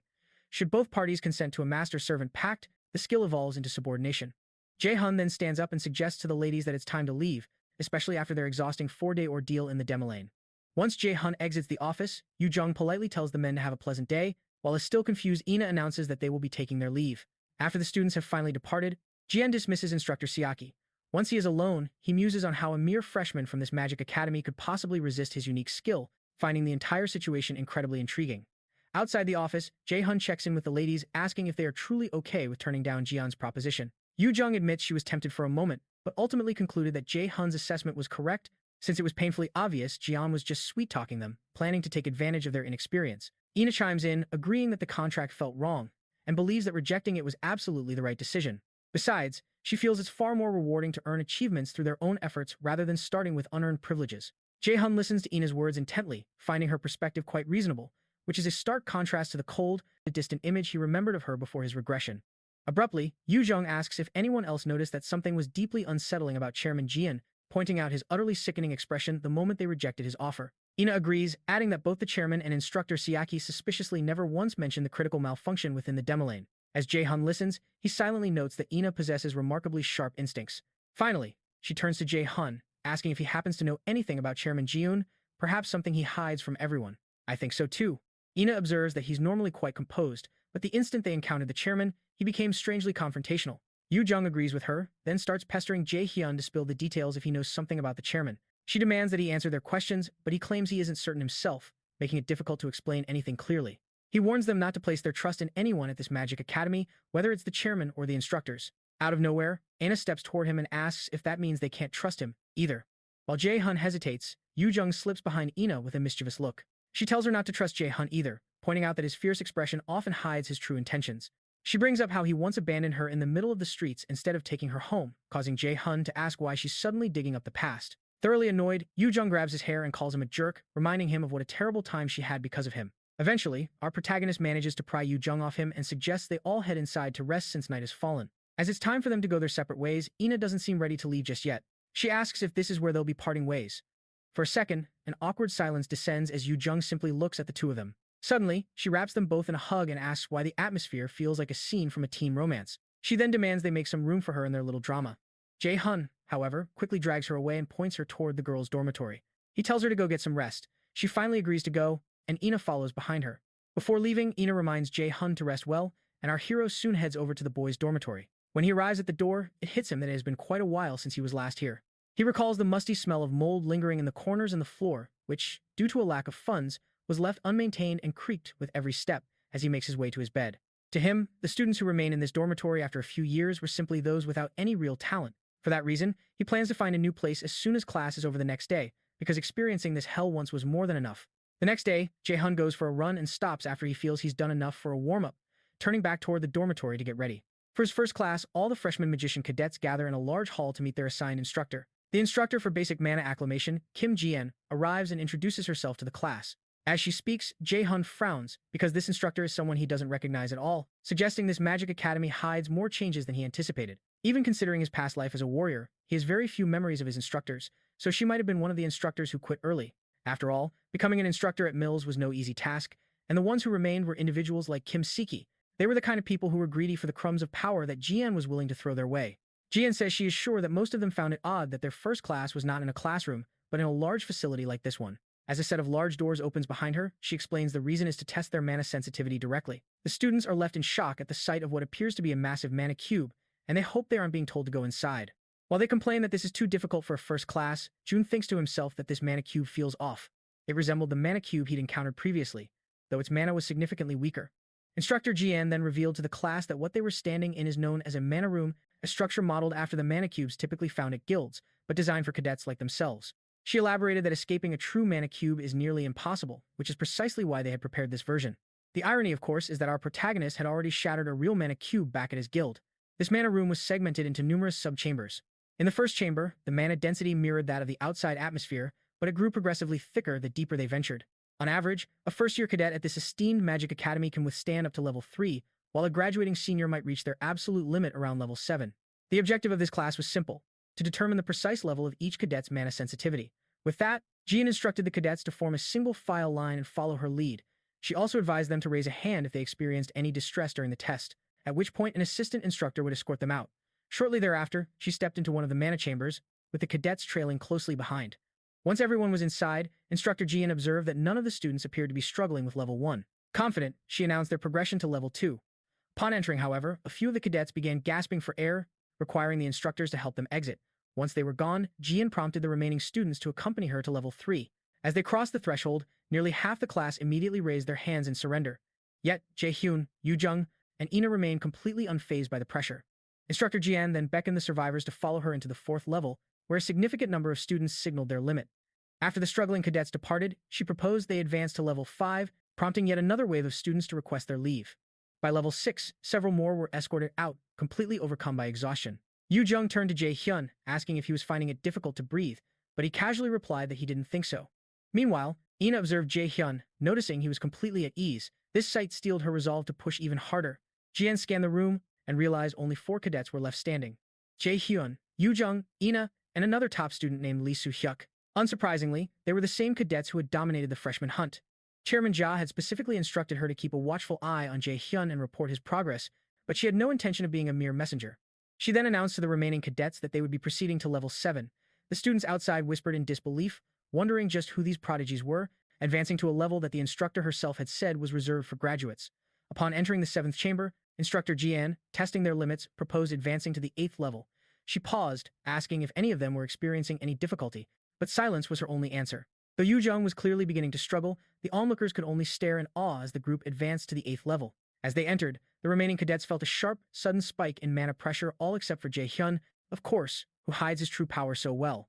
From level 8 onwards, the mana concentration began to fluctuate wildly, mimicking the unstable environment inside a real dungeon. Jian knew that even a genius should begin to falter at this stage. And, true to her expectations, both Soo-hyuk and Yu Jung finally raised their hands, signaling their retreat. Ina, meanwhile, had broken into a cold sweat. But when neither she nor Jay Hyun gave any sign of quitting, Instructor Jian was left with no choice but to proceed to the unprecedented level 9. The moment they stepped inside, Ina was overcome with nausea and nearly vomited, starts to falter, catching Jay Hyun completely off guard. As Jian looks back, she finds herself unable to intervene, remembering a crucial instruction from the chairman: never offer a cadet assistance before they request it, regardless of the kind of predicament they're in. He had explained that for a cadet at this magic academy, danger is merely another form of opportunity. And if that chance is snatched away from them, it would be a truly heartbreaking loss. Jay Hyun rushes to Ina's side, asking if she's okay, and she insists that she is, though her body is trembling uncontrollably. Her vision blurs, unable to clearly make out Jay Hyun's face, and she desperately refuses to lose. All her life, Ina had been told that only the strong survive, and that she would never be able to do anything more than bow her head to a true warrior, even with her natural talent for magic. The words echoed in her memory. The weak have no future, and all she wants at this moment is to finally be acknowledged. But her body betrays her, and she finds herself collapsing as Jay Hyun rushes to support her, and she whispers in defeat that she's lost again. As the assistants escort her away, Jay Hyun is left wondering what she meant by losing. Upon entering level 10, Instructor Jian checks on Jay Hyun, knowing full well that even she will start to feel the pressure from this point forward. After a moment, our hero turns to her with a relaxed smile on his face and casually states that he's also finding it a bit difficult and would like to head out now. Hearing this, Jian readily agrees and asks him to exit with her. As she leads the way, she secretly wonders what he means by trouble, because he hides any sign of strain perfectly. When they finally step outside, Jian announces to the other cadets that they should applaud Jay Hyun for successfully reaching level 10, a feat that puts him on par with a professional raider, someone of B rank or even higher. While she encourages everyone else to work hard and try to close the gap, Soo-hyuk shoots a frowning glance at Jay Hyun, and Ina's expression is one of deep disappointment in herself. A moment later, our boy approaches Ina to see if she's feeling better. She assures him she is and apologizes for causing them to worry. In response, Jay Hyun tells her it's all good, since nothing serious came of it. Yu Jung then chimes in, asking Jay Hyun if he's okay, pointing out how completely unfazed he looked just a moment ago. He confirms that he's fine, then casually tells her to take the towel from around her neck because she looks like a construction worker. As expected, the comment instantly riles Yu Jung up, making her regret ever worrying about him in the first place. While she's in the middle of her tirade, Jay Hyun calmly asks if she's not in any pain either, and she proudly states that the doctors confirm she's perfectly fine and begins to gloat about how incredibly fit she is. For a moment, Jay Hyun's attention drifts back to Ina. He had initially thought she was just a bit competitive, but now he realizes something else is going on. It feels more like a dangerous compulsion. Fortunately, she wasn't seriously injured this time around, but with that kind of obsessive personality, she could become very difficult to manage later on. Of course, it's not his intention to make Ina dance to his tune, but just like what's happening with Zhang, Hoyun, and Jang, he has a strong feeling that Ina's future is about to change as well. He figures the same holds true for Yu Jung. As he glances over in her direction, she catches his eye and asks what he's staring at, cheekily asking if she's just that pretty. But Jay Hyun simply asks if she's absolutely certain there's nothing wrong with her, because she must have gotten hurt somewhere to be spouting such nonsense. As Ina steps in to hold back a vengeful Yu Jung, our hero reflects on the fact that he has no idea what kind of ripple effect his actions will have on the future. In this rapidly changing environment of the Magic Academy, he resolves to prepare diligently if he wants to maintain his edge and stay one step ahead of everyone. Thinking quickly, Yu Jung breaks free from Ina's hold, then playfully wraps the towel around Jay Hyun's neck with a mischievous smile on her face. Our hero promptly removes the towel, only to throw it over her head and vigorously mess up her perfectly styled hair. Yu Jung starts letting out a stream of curses as her aura flares up like an inferno, demanding to know if he has any idea just how much time she spent on her hair this morning, then asks if he has some kind of death wish. Unfazed, Jay Hyun tells her he's sorry, but then cheekily comments that it doesn't really make much of a difference anyway. This remark only fuels her anger, and she furiously asks if he's calling her ugly, and it's at this precise moment that Jay Hyun realizes he's gone too far. He immediately spins around and makes a desperate run for it, with an enraged Yu Jung hot on his heels, all while Ina watches the scene with great amusement. Ina thinks to herself about how incredibly close the two of them really are. As the pair of friends dashes past Soo Hyuk, he instantly recognizes Jay Hyun and wonders just how that scoundrel managed to reach level 10.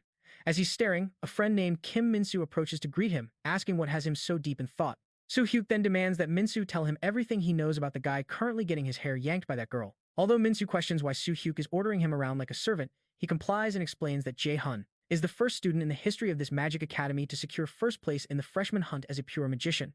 Soo Hyuk retorts that he already knows that, but what he truly wants to know is where a guy with that kind of power came from so suddenly.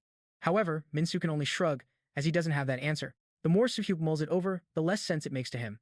There's something undeniably strange about this Jay Hyun fellow. He's convinced that whatever secret Jay Hyun hides is the key to his power. Meanwhile, Min-soo silently reflects on how unaccustomed he is to this new, arrogant Soo Hyuk, especially since he knew a very different version of him when they were younger.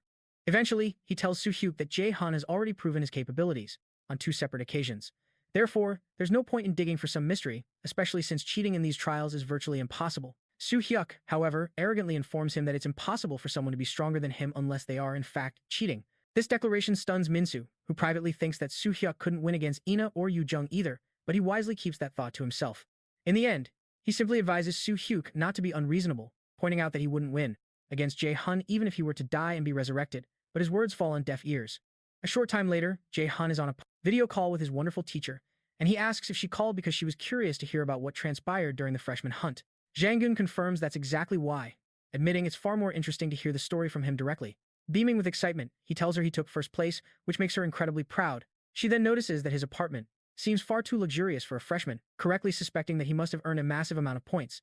With a smile, she congratulates him for taking the perfect first step inside Mu's Magic Academy, a place notorious for its difficulty. She tells him once more how proud she is of him. Our hero admits he's relieved, as he was genuinely worried she might scold him if he'd only managed to get second place. His honesty makes her giggle, and she then asks if there were any other cadets who managed to catch his eye during the hunt. Surprised by the question, Jay Hyun asks if she's planning on scouting them. She confirms that they are indeed considering it, and that they're also planning to reward him handsomely for any information he can provide. Jay Hyun explains that sharing the details isn't difficult, but he doubts he deserves a reward for something so simple, asking if she isn't being a bit too generous, but she insists that she's making this offer because she knows he would refuse even 10 times the amount if she waited until the future. At last, he relents. He names Ina, Yu Jung, and Han, identifying those 3 as the prime candidates for Yeonhwa to recruit. When he pauses before naming another person, Seong-yoon prompts him to speak, so he adds that he knows someone who isn't a freshman but would be an excellent recruit from the upperclassmen. Sunim promises to give him a grand welcome. After they hang up, the guildmaster contemplates the name Jay Hyun had mentioned, Lee Ji-sang, and recognizes him as the youngest son of Prex, the S-rank raider, Lee Jin. During their call, she had reminded Jay Hyun that Jay Sang isn't considered as talented as his siblings, and she is well aware that recruiting him might create issues with Lee Ji-sang's family guild, Zephyr. With such a considerable risk, Seong-yoon asked Jay Hyun if he was sure they should recruit the boy, and he confirmed it, certain that Jasang hides the potential to become the world's greatest alchemist in the near future. After their call concludes, Manager Sung informs her that Guild Master Miss Baekjeon has arrived. Seon-yoon tells him to escort her inside, so Miss Ji-yoon enters with Yeonju trailing behind her. As they step into the room, Seong-yoon comments that they arrived exactly on time. In response, Ji-yoon smoothly replies that time is also a very precious commodity to a merchant. Miss Ji-yoon extends her hand toward Guildmaster Si-yoon, remarking that it's been a while, but Si-yoon politely states that she doesn't believe they are close enough for such familiar greetings and invites her to take a seat. Once Ji-yoon is seated, her smile unwavering, she asks what the master of the Curator Guild could possibly want from her. Ji-yoon appears amused by Seong-yoon's directness, noting that becoming friends will truly be difficult, but she confesses that she actually prefers it that way. Finally, Ji-yoon gets to the point, mentioning that Yeonhwa appears to be raising someone with exceptional skill. She then bluntly asks how much it would cost to purchase Jay Hyun. Seong-yoon replies that it's unfortunate, as the Yeonhwa Guild doesn't consider its members to be commodities that can be bought. She then suggests that Ji Hyun should look elsewhere. However, Ji Hyun slyly asks if the child himself would agree with that assessment. In response, Seon-yoon tells her there are some things that cannot be bought with money, remarking that Ji Hyun most likely wouldn't comprehend such a thing. At last, Ji Hyun replies that she never expected Seon-yoon to accept her offer anyway, and it's of no importance as she only came as a gesture of courtesy. Amused, Seon-yoon informs her that her brand of thoughtfulness is quite distasteful, but Ji Hyun just calls it a shame and decides to leave, seeing as it's getting late and Seong-yoon clearly has no interest in speaking with her. As she stands to take her leave, Seong-yoon retorts that she's glad she finally noticed the lack of interest, and Ji-yoon jokingly replies that a sharp eye is also a merchant's virtue. The next day, following an endurance test at the Mills Magic Academy, the cadets wait for the system to analyze the results of their trial. An Ho-yoon finishes in first place with 101 points, with Jay Hyun coming in second at 99 points. The outcome makes our boy hiss in frustration, though he had anticipated that he couldn't measure up to a combat prodigy like Ho-yoon. Nevertheless, he doesn't consider second place a poor result. In his mind, there's no need to be hasty, but he also keeps in mind that he has not yet reached his ultimate goal. When Jay Hyun turns toward the ladies, he can't help but notice their distressed expressions and Yu Jung finally confronts him, demanding to know what he truly is and how a mere magic raider could possibly secure second place against An Hoi during an endurance test. As she presses for an answer, Jay Hyun calmly informs her that it's not strange at all. After all, he reveals, his training began as a warrior, but this explanation does little to quell Yu Jung's suspicions as she tries to argue. Jae Hyun cuts her off, advising that in this magic academy, a singular focus on spellcasting is a mistake. She must also prioritize her physical conditioning. His words only serve to darken her expression, and she vows that one day she will prove he isn't as special as he believes himself to be. Before things can escalate, Ina quickly steps in to hold her back. Unbeknownst to them, Instructor Seoki is observing from a distance. He realizes that the chairman was right. Jae Hyun is a dangerous individual. The boy's muscular endurance is not something a magician should ever possess, which makes Seoki wonder what on earth he's truly planning. Shortly after, the students hear the chimes signaling the start of their next lesson, and Seoki announces that their second endurance trial will be the notorious AR evasion test. Jae Hyun's mind flashes back. He remembers this test from before his regression. He knows it was designed to push countless cadets to their absolute breaking point, separating the truly talented from the rest. Seoki begins to explain the rules. He informs them they will be gathering in a room equipped with state-of-the-art technology, known as the AR test room, where the AR combat measurement system will assess each cadet's capabilities through simulated battles against opponents generated within an augmented reality. Listening closely, Jae Hyun realizes that Instructor Seoki has no intention of making this easy for them. Normally, the objective would be to analyze attack patterns and eliminate monsters materialized by drones. However, since this is an endurance trial, their primary focus will be on assessing their evasion skills. That being said, successfully defeating any monsters will still result in a higher score. Seoki then distributes objects that resemble earphones. When Yu Jung questions what they are, Jae Hyun explains that they are receivers designed to analyze and record the combat simulation. Acknowledging Jae Hyun's correct assessment, Seoki adds that the receiver is also the key to implementing the augmented reality. It works by stimulating the brain while using projectors to create the hyper-realistic illusion of a physical monster. Drone cameras project three-dimensional images into the environment, making it appear as if actual monsters are truly present. The official reason for using this technology is to ensure safety and prevent any real injuries, but there's something Seoki isn't telling them. The crucial detail the instructor hides is that the receiver stimulates the brain to register about a fifth of the pain from an opponent's attack. The purpose isn't to traumatize the cadets, but to instill a necessary level of caution that will increase their chances of survival inside real dungeons. Seoki clarifies that while the AR system has a total of 100 levels, their evaluation will only go up to level 10.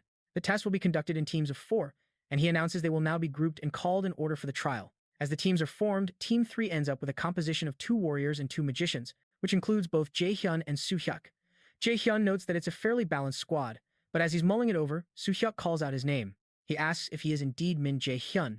After our protagonist confirms, Soo Hyuk mentions hearing a rumor that he took first place in the freshman hunt, but admits there's something he doesn't understand. How could a magician possibly achieve first place? Revealing his conviction that there's a unique secret behind it. And so, he demands that Jae Hyun teach him. After a tense pause, Jae Hyun questions if he's ever considered the possibility that such a secret doesn't exist. In response, Soo Hyuk informs him that if that's the case, he'll just have to expose whatever power he hides, even if it means using force. A smirk plays on Jae Hyun's lips as he asks with excitement why he didn't just admit from the very beginning that all he really wanted was a fight. Soo Hyuk, now grinning himself, replies that it's good, they're finally on the same page. This exchange immediately worries the 2 other women on their team, and one of them questions why they're creating such friction when they're supposed to be allies. The shorter of the 2 nervously wonders if they're going to be okay and moves to intervene, but just then, Instructor Sieg summons their team to the field. As they step onto the testing ground, the system initiates a 5-second countdown, announcing their opponent will be a skeleton warrior.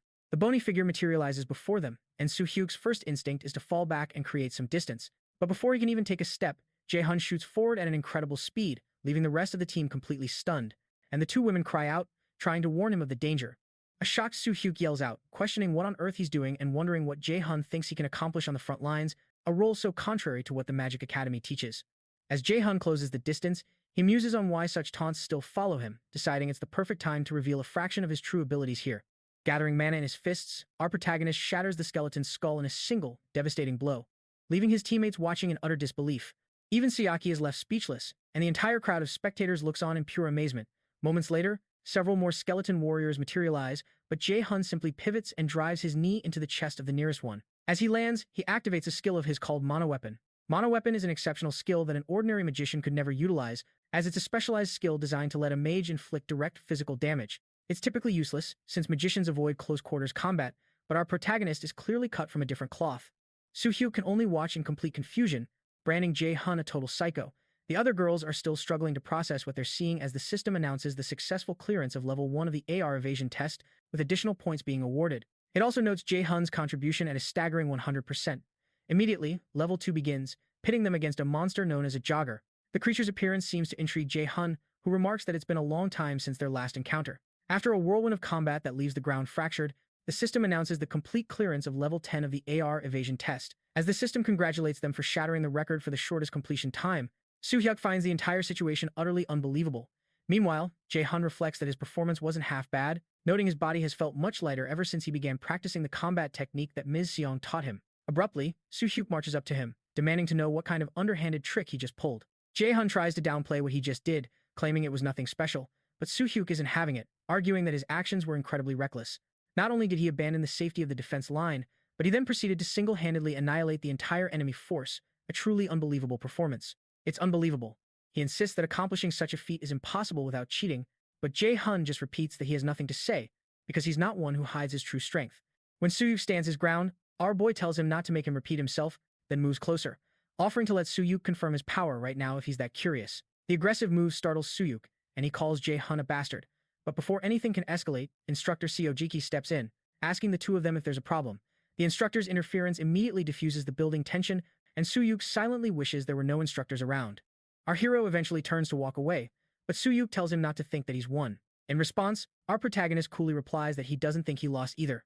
Before Jay Hyun can leave, Soo-hyuk proposes that they fight at the Mills Academy Festival, but Jay Hyun refuses, stating he has already made plans with someone else. A short time later, Hyun recalls how Jay Hyun had refused to fight Soo-hyuk during the Mills Academy Festival, all because he had already planned to fight with him. He remembers telling him he would win his name tag back at the Mills Festival, so he resolves to go train harder so as not to let Jay Hyun down.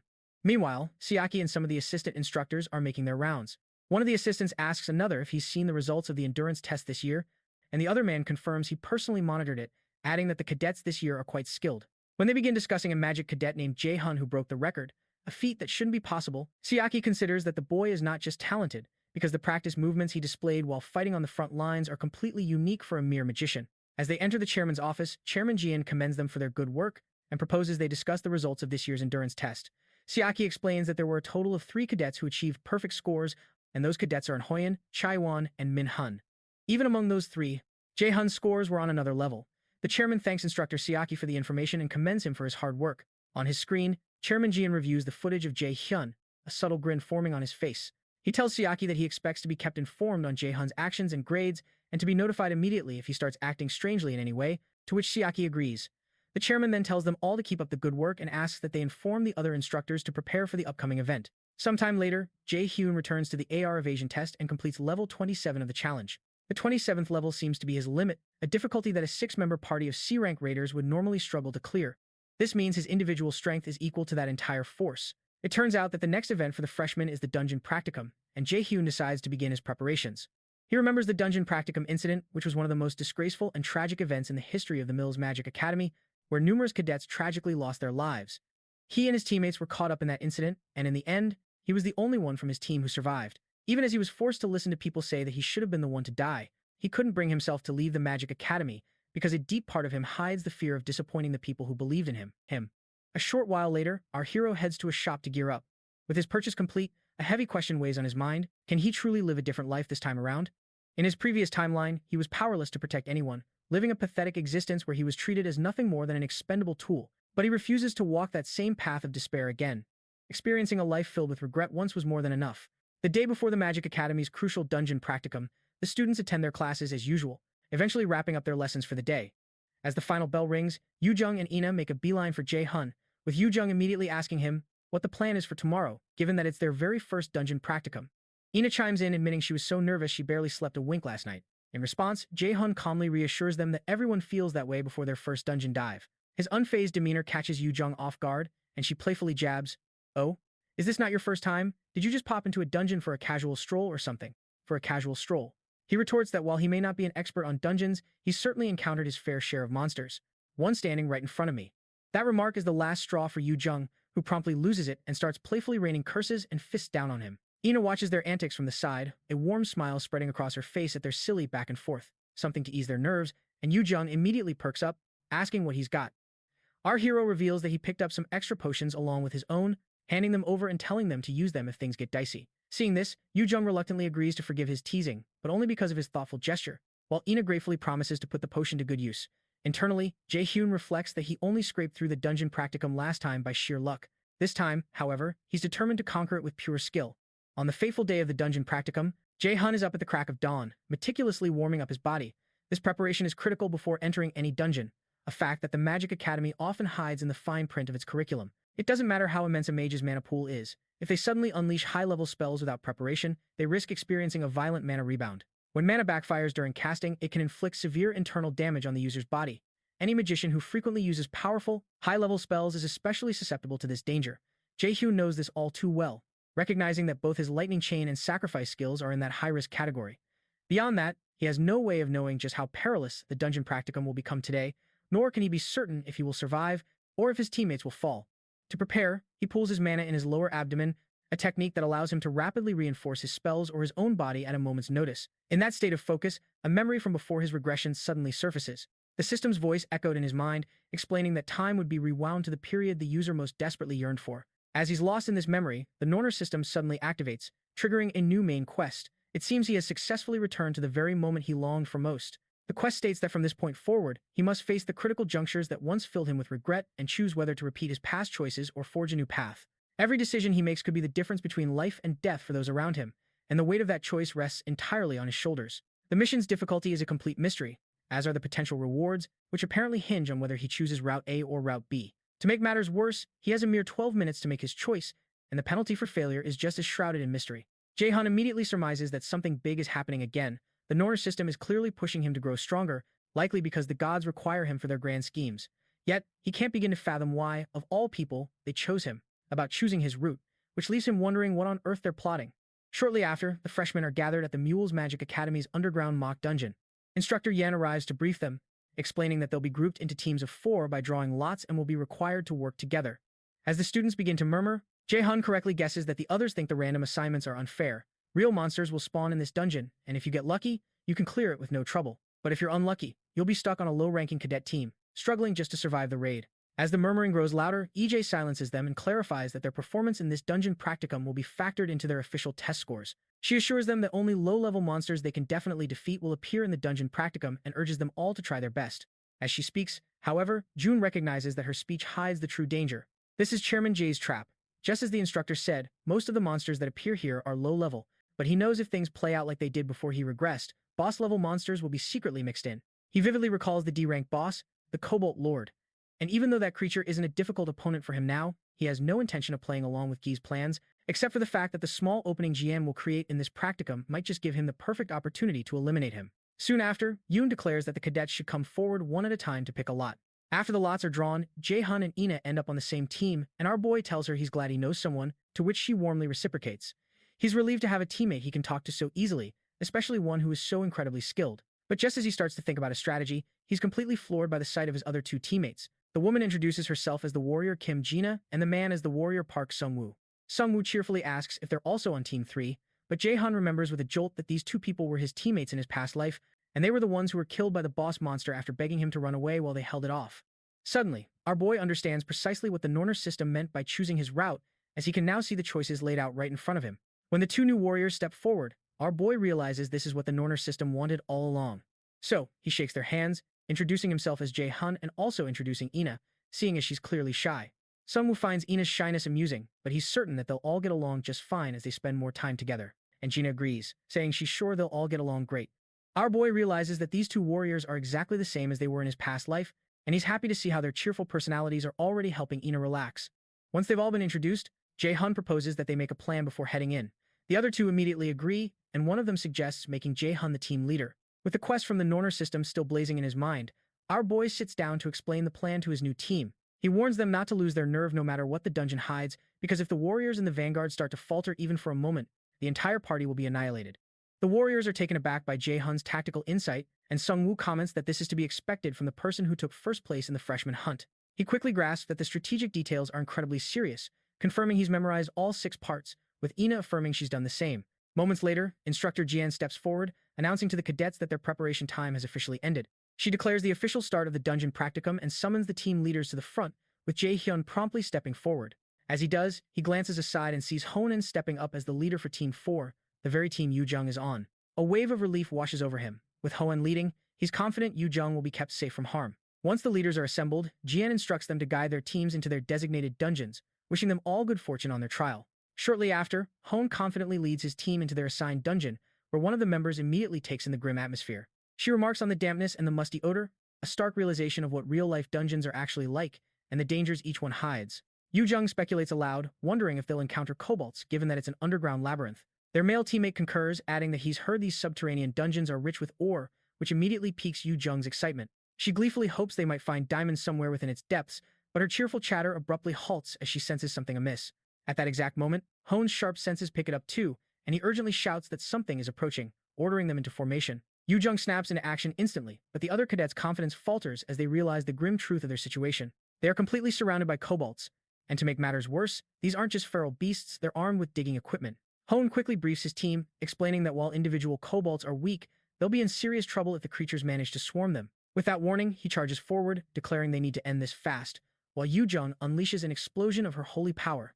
She activates her flash bomb skill, creating a brilliant, massive blast that momentarily blinds their monstrous foes. This gives Hoan the perfect opening to cut them down as their 2 teammates engage the remaining monsters, and Yu Jung prepares another move. She calls upon the wind of Helheim, channeling her power into the air blast skill, and unleashes several concussive blasts of air. Aimed squarely at the chests of the kobolds, the blasts send them sprawling to the ground. Once the last monster falls, Hoan checks on his team. The young women confirm they're unharmed, but when they turn to their other male teammate, Siho, they see him gasping for air. They immediately rush to his side, with Yu Jung bewildered as she's never known kobolds to use any form of poison. But as she looks up, the horrifying truth dawns on her. He isn't poisoned, he's being crushed by an overwhelming wave of pure mana. Looming before them is a colossal kobold boss, and the students freeze in terror. Why is a kobold lord here? Hoan asks in utter disbelief. Meanwhile, in the dungeon assigned to Team 3, things are proceeding much more smoothly as Gina confesses her admiration to Jay Hyun. She admits she knew he was strong, but witnessing his skill firsthand is truly amazing, asking just how many monsters he's single-handedly dispatched. Jay Hyun humbly brushes it off as nothing, claiming things just fell into place, but Gina refuses to accept his modesty. She insists that at this rate, they'll clear the dungeon without a single scratch on anyone, thanks entirely to his leadership. As she speaks, Jay Hyun glances over and notices Ina seems lost in thought, so he gently takes her hand, asking if being around others still makes her uneasy. She quietly admits that it does, confirming Jay Hyun's suspicion that her shyness runs deep, a trait that hides a story few at the Magic Academy knew. For once, Ina utters more than 3 words at a time. As the team presses onward, they stumble into a chamber filled with ores. Jay Hyun immediately realizes this is different from what he remembers, concluding this must be Jian's doing. It dawns on him that his very existence has prompted Jian to alter the original course of events. Abruptly, Jay Hyun senses a monster approaching, and he correctly surmises it's the Cobalt Lord. He quickly informs his teammates to implement their Plan C by establishing a defense first before launching a counterattack. When Jay Hyun warns them to be careful because this monster is on a different level than anything they've encountered, Sung-woo grows anxious that a much stronger creature is on its way, particularly since they were assured only weak monsters roam this area. Suddenly, a figure smashes through a nearby wall, and the cadets are horrified to see a Cobalt Lord. They question what a boss-level monster is doing here. Just as Ina is about to fall back, she recalls Jay Hyun's warning that the entire party would be annihilated if any of the Vanguard warriors were to falter. She swiftly activates the magic armor around her fellow warriors, and Sung-woo struggles to maintain his focus, overwhelmed by the sheer scale of the monster.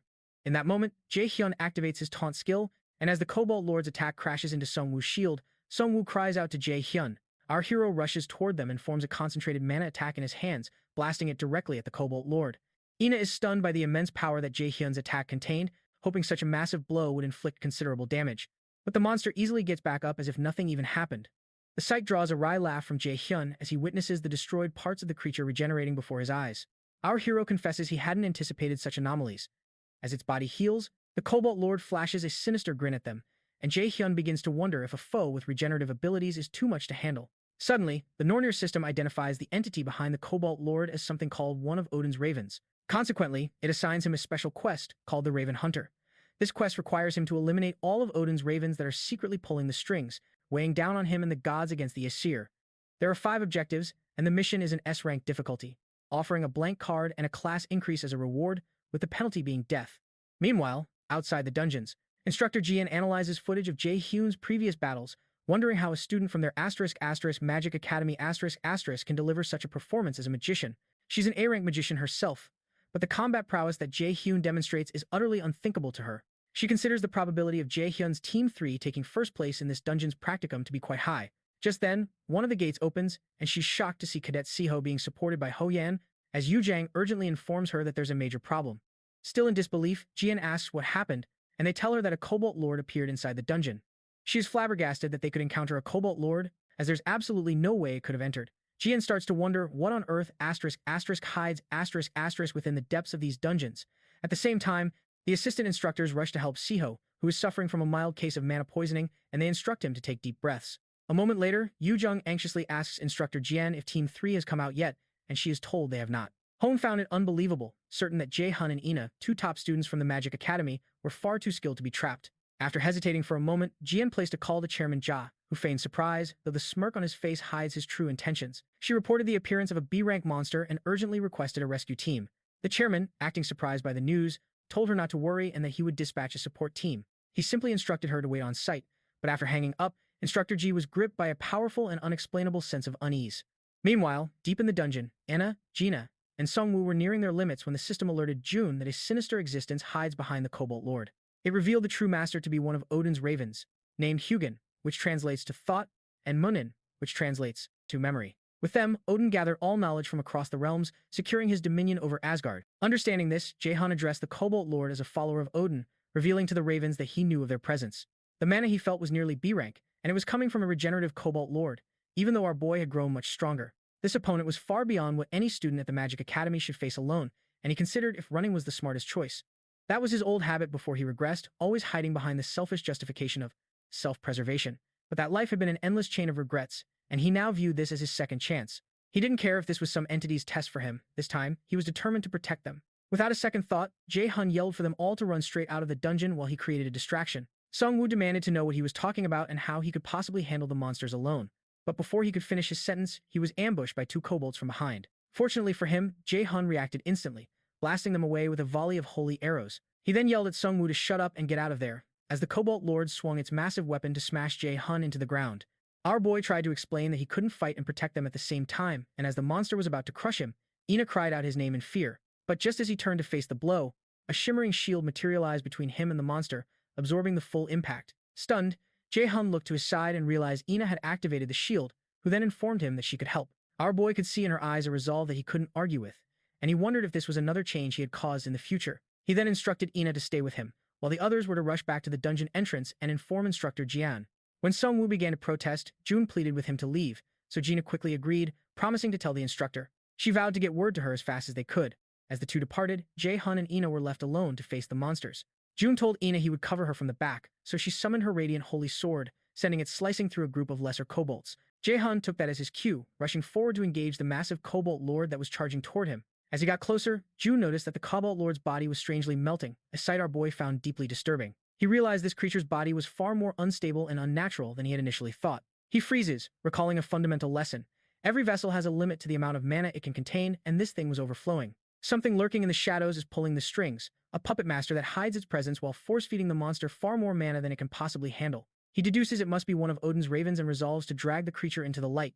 With a flash, Jae-hyun summons his weapon, Misteltein. The moment he equips Misteltein, his entire perception shifts, his field of vision widens, and the active skill Mana Perception automatically activates.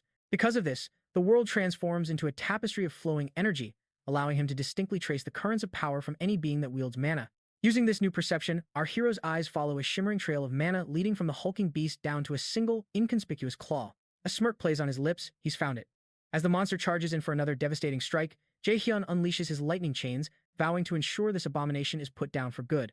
Meanwhile, far away in the grand hall of the Aesir gods, one of Odin's ravens arrives in Asgard, seeking an audience with Odin himself. Hugin reports that his network of spies has finally located the whereabouts of the legendary Mistletoe, the very weapon that vanished from the divine armory. Frigg, Odin's queen, immediately demands to know its location. Hugin informs her it has surfaced in Midgard, the mortal realm of Earth, and appears to be in the possession of the prophesied adversary. The news visibly unnerves her, and she curses Mimir, calling him an old fool. Thor, however, sitting nearby, assures her that they are monitoring the situation with extreme prejudice, particularly after the treaty they signed with the anti-Aesir factions. Freya, also present, scoffs at Thor's complacency, sharply reminding him of how they lost the beloved Balder in the last Great War, and how the instrument of his demise was that very same mistletoe branch, the dreaded Mistletoe. After a long silence, Odin commands Hugin to discover whether this foretold adversary has made any contact with the forces aligned against the Aesir. With his new orders, the Raven returns to Earth. Meanwhile, back in the chairman's office at the Magic Academy, Ja continues to idly twist the peculiar ring on his finger, just as he was when Jian had called him. A moment later, Siaki enters the room. The chairman, without looking up, asks for a status report. The instructor confirms that, so far, no one appears to have noticed anything unusual. A sinister smile spreads across Ja's face as he chuckles, pleased that he borrowed strength ahead of schedule. The chairman is utterly convinced that Jay Hyun, regardless of his arrogance, will ultimately fall into his grasp. Ja then mutters that all of this is for the glory of Odin and the Aesir. Back in the perilous dungeon, our boy targets the monster's chest with his lightning chains. However, the beast simply snatches the crackling chains out of the air, seemingly unharmed, and retaliates with a vicious swing of its weapon aimed to take Jay Hyun's head clean off his shoulders. Our hero reacts in a split second, throwing himself backwards to narrowly avoid decapitation. With Ina at his side, he quickly asks if she can provide cover, explaining that he needs a window free from the monster's relentless assault. She tells him she will try, though her strained expression betrays her fatigue. Jay Hyun instantly realizes Ina must already know about the risk of experiencing a severe mana rebound. Even if they defeat the Kobold Lord, the backlash could very well be fatal for her, but he can't help but wonder why she is still willing to risk everything to help him. In this second chance at life, Jay Hyun had vowed never to trust anyone again. This world, after all, had proven to be mercilessly unfair and cruel to the powerless. But looking at her, he feels that resolve wavering. His expression hardens. Turning back to his colossal foe, he decides it's time to end this. He knows he has only one opportunity and unleashes a furious barrage of lightning chains at the monster once more, while Ina, true to her word, musters her remaining strength to conjure a protective mana shield around Jay Hyun. Our hero charges straight for the monster, while Ina, overcome with a growing sense of dread, bites her lip as her hands start to tremble uncontrollably. The enraged beast immediately locks onto the approaching Jay Hyun, whose mind flashes back to a crucial piece of advice from a friend in his past life. That friend had once told him there is no greater misery than to fall in battle simply because you failed to trust your comrades. And so, as Jay Hyun vaults toward the creature, he gives Ina the signal to act, vowing to himself that he will now put that wisdom to the ultimate test.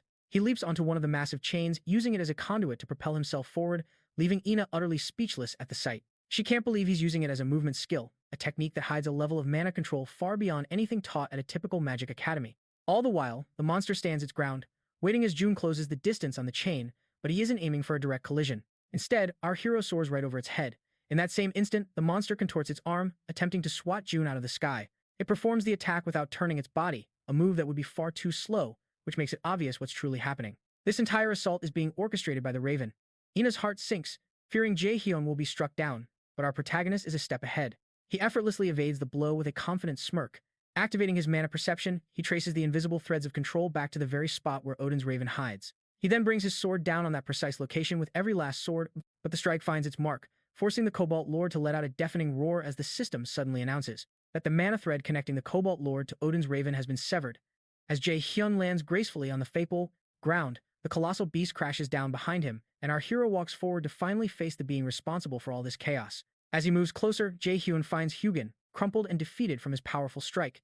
He demands to know what in the courting this hell Odin's ultimate goal is, stepping on the Raven's head when it fails to respond. It's then that June spots a necklace with an insignia of 3 triangles, a design eerily similar to the one on Chairman G's ring. He presses down on the Raven again, demanding to know the connection between Guja and Odin, but the creature remains silent. Eventually, June deduces that the Raven possesses no will of its own, making any further interrogation meaningless.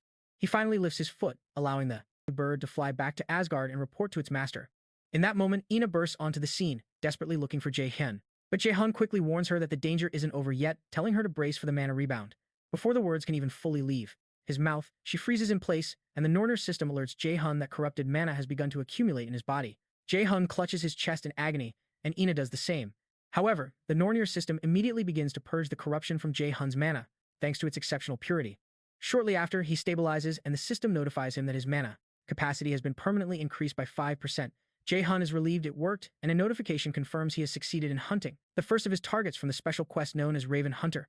He is rewarded with 5 stat points, a blank card, and a level upgrade. Once he is fully recovered, Jun realizes that the situation could have ended far more disastrously than it did. But when he turns his attention to Ina, he sees no such good fortune. The Nornir system informs him that his teammate's life is in grave danger. Our hero rushes toward Ina as the system delivers a chilling ultimatum. She will die if she does not recover immediately. A short while later, Ina awakens, drenched in sweat and nursing a pounding headache. Spotting Jay Hyun beside her, she immediately asks him what transpired. He appears to have been dozing, but her voice stirs him awake. Clearly surprised, he expresses his astonishment that she's conscious and inquires about her condition. Upon checking her status window, she's utterly shocked to find her health and mana have been completely restored. Confusion clouds her mind. Her last memory is of suffering a severe mana rebound, an event she shouldn't have recovered from so easily. Shaking off her confusion, she assures Jay Hyun she's alright and turns the question back to him. He replies that he's fine as well, mentioning that he must have drifted off. Her gaze then falls upon the lifeless body of the Lord Cobalt, prompting her to ask Jay Hyun why he didn't escape on his own. He explains that he was waiting for her to awaken, as there was something important he needed to discuss. Her curiosity is piqued, so she presses him for details. After a brief, contemplative pause, Jay Hyun states that they need to align their stories. A sudden blush creeps onto Ina's face, as the Korean phrase he used for aligning their stories has a much more intimate direct translation, meaning, I want to press my lips against yours. Meanwhile, outside the dungeon, Yu Jung furiously confronts Sungwoo and Gina, demanding to know why only 2 of them returned. Instructor Jian quickly steps in, trying to restrain her from doing anything rash. She attempts to calm Yu Jung down, assuring her that she understands the worry she feels for her friends. Nearby, Hoyan anxiously wonders what he could possibly do to help Jay Hyun and Ina. Just then, the dungeon portal shimmers and opens. As Yu Jung continues her tirade, Jay Hyun and Ina calmly step through, which brings everyone to a stunned, silent halt. Jay Hyun calmly asks if the commotion is about them. Even Instructor Jian is frozen in disbelief. The inspection team had given a grim report, stating that the 2 cadets from this magic academy were certainly dead. After all, the monster inside was, at minimum, a B-rank boss. Abruptly, tears well up in Yu Jung's eyes as she bolts towards the pair, her arms outstretched for an embrace. Sobbing, she clings to them, explaining that the instructor and the inspection team had all concluded they were gone for good. She expresses her immense relief that they're alive, which brings a warm smile to Ina's face. Jay Hyun, however, coolly tells her he understands and asks if she could please let go now. In the background, even Sungwoo and Gina are visibly teary-eyed. Noticing their emotional state, Jay Hyun offers them a sincere thank you for having faith. He then addresses everyone, explaining that their 2 teammates retreated on his direct orders to get the instructor for assistance, and therefore they deserve neither insults nor blame. Yu Jung, however, is still fuming and demands to know how they could abandon their teammates. In response, Jay Hyun tells her that he would have made the same choice in their position, so her anger is misplaced. He gently reminds her that not everyone possesses her level of courage, and asks her not to be angry on his behalf. The comment clearly stings Yu Jung, who promptly releases his arm and latches onto Ina instead, declaring she was furious for Ina's sake, not his.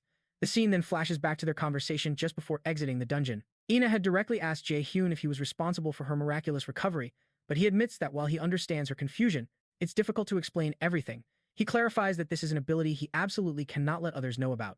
Naturally, she asks why he hides it. Pivoting, our protagonist asks if she isn't curious why a Cobalt Lord would even appear in a student dungeon and endanger everyone. He reveals the culprit, Chairman Gu Jia, a real piece of work who views the students of this magic academy as nothing more than disposable tools. Jay Hyun warns her that the chairman's public persona is a complete facade, public and the media, and that he considers it perfectly acceptable for useless students at this *** magic academy *** to die. Ina finally understands why Jay Hyun is so against the chairman and why he *** hides *** his true abilities, and he confirms her realization with his silence. After a long pause, she reminds him of something he said to her the day they went to the chairman's office. He had warned her not to trust anyone, whether it was the chairman or an instructor, so she asks him just how much he truly knows. She points out that he knew from the very beginning that the chairman was a dangerous person, and he acted with a foresight that suggested he knew what was going to happen. She presses him, asking how he knows all of these things. When he remains silent, Ina pleads with him to answer her, but Jay Hyun is still speechless, having never expected such a direct confrontation from her. He knows her life could be at risk if she gets any more involved in his affairs. He briefly considers using his indoctrination skill on her, but he quickly reconsiders because she possesses a high magical aptitude value. Her mental fortitude is so strong that the skill might not even work, and it's certainly not a proper solution in the long run. Securing first place, but it was a terrible way to make allies. He eventually apologizes, explaining that he can't reveal anything more than what he's already shared. She presses him, asking why he's being so secretive. Jay Hyun finally admits that it would put her in grave danger, too, if he were to tell her anything more, pleading with her to let the matter rest for now. Back in the present, Instructor Jan bows her head and offers Jay Hyun a sincere apology for being unable to rescue them from the dungeon, adding that she's relieved to see him safe. However, he reassures her that it's all right, especially since she wasn't aware of what the dungeon truly hides. When Jay Hyun turns to leave and get some rest, Ina hurries after him, asking once more if he truly cannot tell her the secrets he knows, pointing out that nobody can guarantee this won't happen again, but he can only apologize, saying that he simply cannot tell her and hopes she will honor the promise she made. Once Jay Hyun is gone, the Norner system notifies him of clearing the main quest, the first major turning point, and explains that the rewards are based on the route he chose. It informs him that he took Route B, a path different from the one he selected in his past life. As a result, he's awarded a rare item called Aiden's Golden Apple. Sometime later, Chairman Jin expresses his severe disappointment. Sioki apologizes profusely, but the chairman states he will only tolerate this failure once, admitting how much he despises having an incompetent subordinate. With a chilling expression, the chairman turns to the instructor, asking if he truly understands the implication. Trembling, Sioki promises never to disappoint him again, and the chairman tells him he'd better not. He then orders Sioki to ensure Jay Hyun is tamed during the next event at the Magic Academy, before his patience wears thin. The following morning, our hero takes a quick shower, and the sight of his clothes triggers a memory of Ina suffering from mana rebound. Before his regression, Kim Yoo-jung had died, and Hoyan never even reached half of his true potential, so he knows he must intervene this time for the future's sake. However, he feels he doesn't need to meddle in Ina's affairs, as she'll likely succeed even without his help. He resolves to be cautious in his interactions with her, uncertain of how it might alter the timeline. Finally, he settles onto the couch and flips on the television, looking for anything interesting to watch. As the news plays, he concludes that he must first uncover the relationship between Gwain and the Kabak. He has to contact Azer immediately, recognizing that what transpired in the dungeon was merely the beginning of something much larger. He'll be facing far more perilous situations, and he knows he must get stronger, possessing a power that any magic academy would covet. While watching the news, his attention is caught by a broadcaster interviewing an expert about different types of dungeons. The specialist explains that beyond the conventional dungeons everyone is used to, there are also themed dungeons. These require a completely different strategy than a normal dungeon, where simply killing the boss is enough to clear it. When asked for more details, the expert reveals their most significant feature. Once you're inside, there is absolutely no leaving the dungeon, before it has been fully cleared. Our hero instantly recalls these special dungeons from his past life, and a plan begins to spark. The expert elaborates that raiders must fully embody a character within the dungeon's theme to even attempt it. This means fulfilling specific requirements, essentially a high-stakes form of role-playing, and the ultimate goal for raiders in these dungeons are the exceptionally rare rewards. The expert explains that each one hides a hidden piece, which raiders have nicknamed God's Arrangement. This unique item is the very reason raiders are desperate to conquer these dungeons, no matter the difficulty. Upon hearing this, Jay Hyun can't help but smirk, realizing this is the golden opportunity he's been waiting for. Elsewhere, Ina is enjoying a quiet cup of tea. She's with Yoo-jung, and she apologizes for making her friend worry so much.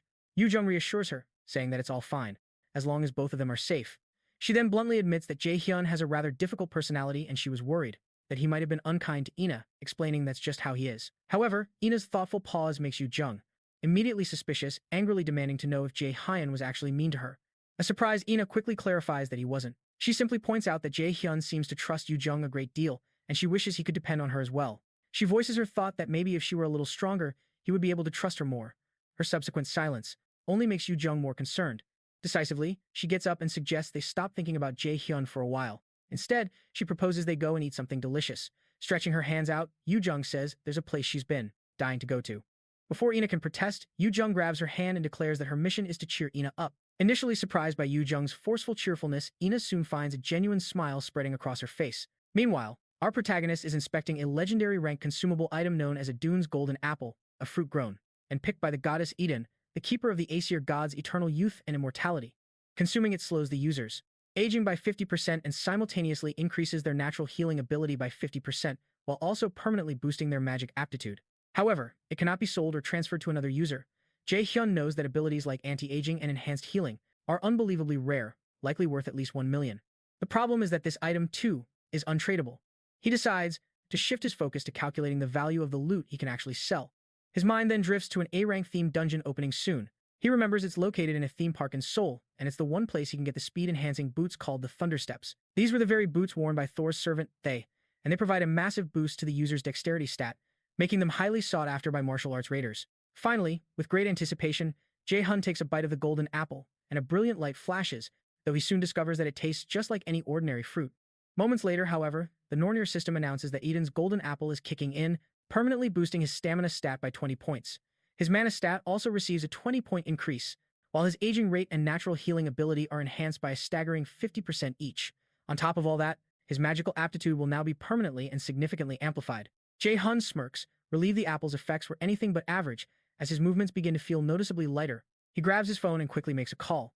Shortly thereafter, our protagonist makes his way to the theme park in Seoul, noting how cheap the place looks now compared to his memories from before he regressed. As he approaches the counter, the attendant asks what kind of ticket he'd like, but Jay Hyun simply places a Lotus Guild card on the desk, introducing himself as a raider from their ranks. He calmly informs her that a theme dungeon is about to manifest right here in the park. Meanwhile, Instructor Jan arrives at Jay Hyun's hostel, only to be told by the staff that he isn't there. The attendant explains that Jay Hyun mentioned having something important to do today, and then asks if there's any trouble. Jian quickly reassures her that nothing is wrong, though she inwardly marvels at how Jay Hyun could recover so quickly from such a traumatic incident, especially for a new student at the Magic Academy. He's not just skilled, but he also seems to be incredibly fast at bouncing back from trauma. Jian concludes that the boy has some serious nerve. Before departing, she asks the attendant to have Jay Hyun come and see her upon his return. Once outside the hostel, Jian discreetly activates a communication device, a secret she hides from prying eyes, to speak with a team manager named Song Jaeok Sunbayam. Jaeok answers promptly, asking for an update on her investigation, so she reports that she has confirmed Jay was the one behind the incident. Jaeok then asks if Seoki was overseeing that dungeon trial, and surmises that he must be in a very tight spot right now. He instructs her to keep a close watch on both of them and to report anything suspicious immediately. Jian acknowledges the order and adds that she suspects another student, Minhun, whom she'd mentioned to him before, knows more about the situation than he's letting on. Back at the theme park, officials are making announcements, telling all guests that they must evacuate the premises immediately. Jay Hyun is impressed by the swift response, a clear sign that the Lotus Guild is truly influential. His mind flashes back to the call he made to teacher Shangan, informing her about the impending dungeon. When he had expressed absolute certainty, she granted him permission to use the guild's name, but only on the condition that he would prioritize his own safety above all else if the situation turned dangerous. He was amused by her concern, but she insisted it wasn't that she doubted his capabilities, but that no teacher ever wants to see their student in harm's way, because anything can happen inside a dungeon. Returning to the present, the Nornir system alerts our hero that the themed dungeon, Neverland in Ruins, has finally manifested. It seems a special item will be awarded if 3 missions are cleared back-to-back. A special quest titled Big 3 is initiated. His objective is to conquer all 3 missions, each boasting an A-rank difficulty, with the ultimate reward being the legendary Thay's Thundersteps. A 24-hour countdown begins, though strangely, the penalty for failure isn't specified. A sense of familiarity washes over Jay Hyun. Things are unfolding exactly as he remembers from his past life. In a flashback, he recalls another. A new raider appeared, boasting about how she instantly recognized the Viking ship as a mission location. Her flashback revealed an incredible intellect, effortlessly pinpointing key attractions in the park, such as the haunted house and the parade. Her name is Sioena, a 16-year-old themed dungeon raider who openly declares that her skill, cognition accelerant, is absolutely phenomenal. She believes there's no puzzle she can't solve, no secret a Magic Academy hides, if she just applies her mind. She gushes about her excitement upon discovering it's a theme dungeon, her expectations clearly met, while Jay Hyun immediately recognizes her as the self-proclaimed genius with an IQ of 150. In his past life, her over-the-top bragging about her power led to her downfall, as she was ultimately taken down by jealous rivals. Because of her demise, the coveted Alfie's Thundersteps ended up in the hands of some random nobody. This time around, Jay Hyun is determined that it will be better for him to claim the Thundersteps. Shortly after this realization, the Nornir system prompts him, asking if he wishes to commence the Viking mission, the first of the 3 major trials, and he agrees without hesitation. He is instantly teleported into the Viking dungeon, where the system ominously informs him that this story's ending is being changed. Just as Jay Hyun vanishes, Sioena appears near his last known location, narrowly missing him. In the next moment, our boy is completely synchronized with a character within the dungeon, learning he is now playing as Thialfi, a warrior who survived the brutal Viking invasion. The first of the 3 great missions, titled Thialfi's Grudge, is officially added to his log. In this theme quest, the Alfie's Grudge, the thunder god Thor grew envious of Thialfi's incredible speed and kidnapped his younger sister, Roskva, holding her hostage to force Thialfi into servitude. Our hero must now become Thialfi and save his younger sister, Roskva, to resolve this deep-seated grudge. The mission's difficulty is a B rank, and the reward is an active skill called Commander's Shout. The conditions for failure are the death of Roskva or his own demise, but the penalty for him is absolute death. He is now Thialfi, servant of the thunder god Thor and the swiftest being across the 9 realms.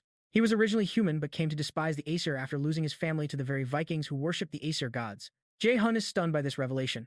Thialfi's hatred for the Aesir is a major deviation from the original story as it is popularly known, making him wonder if this is another conflict brewing between the Aesir and the Nornir. Suddenly, Jay Hyun hears a voice call out his new name, urging him to wake up. As he struggles to his feet, a sharp pain lances through his head, and he's completely disoriented. Looking around, he realizes he's aboard a ship he stole in his quest to find Roskva. As he looks forward, he recognizes the person who woke him as Frederick, the very mastermind behind the plan to steal this ship. Frederick asks if he's all right, but just as he's about to answer, their vessel violently collides with another, sending a massive tremor through the deck. Before they can process what's happening, a group of pirates swarms their ship, and it's clear they are in serious trouble. Jay Hyun is still trying to grasp the situation, but it's obvious that he's going to have to postpone his search for Roskva.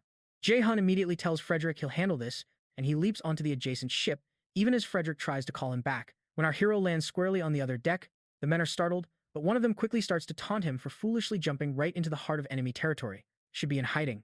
They start hurling insults and threats to end him on the spot, but our protagonist remains silent. A single word. His attention is drawn to a girl bound to the ship's mast, and he recognizes her as Sio, the very same girl who had just been boasting about her incredible talents. He can't help but wonder what she's gotten herself into.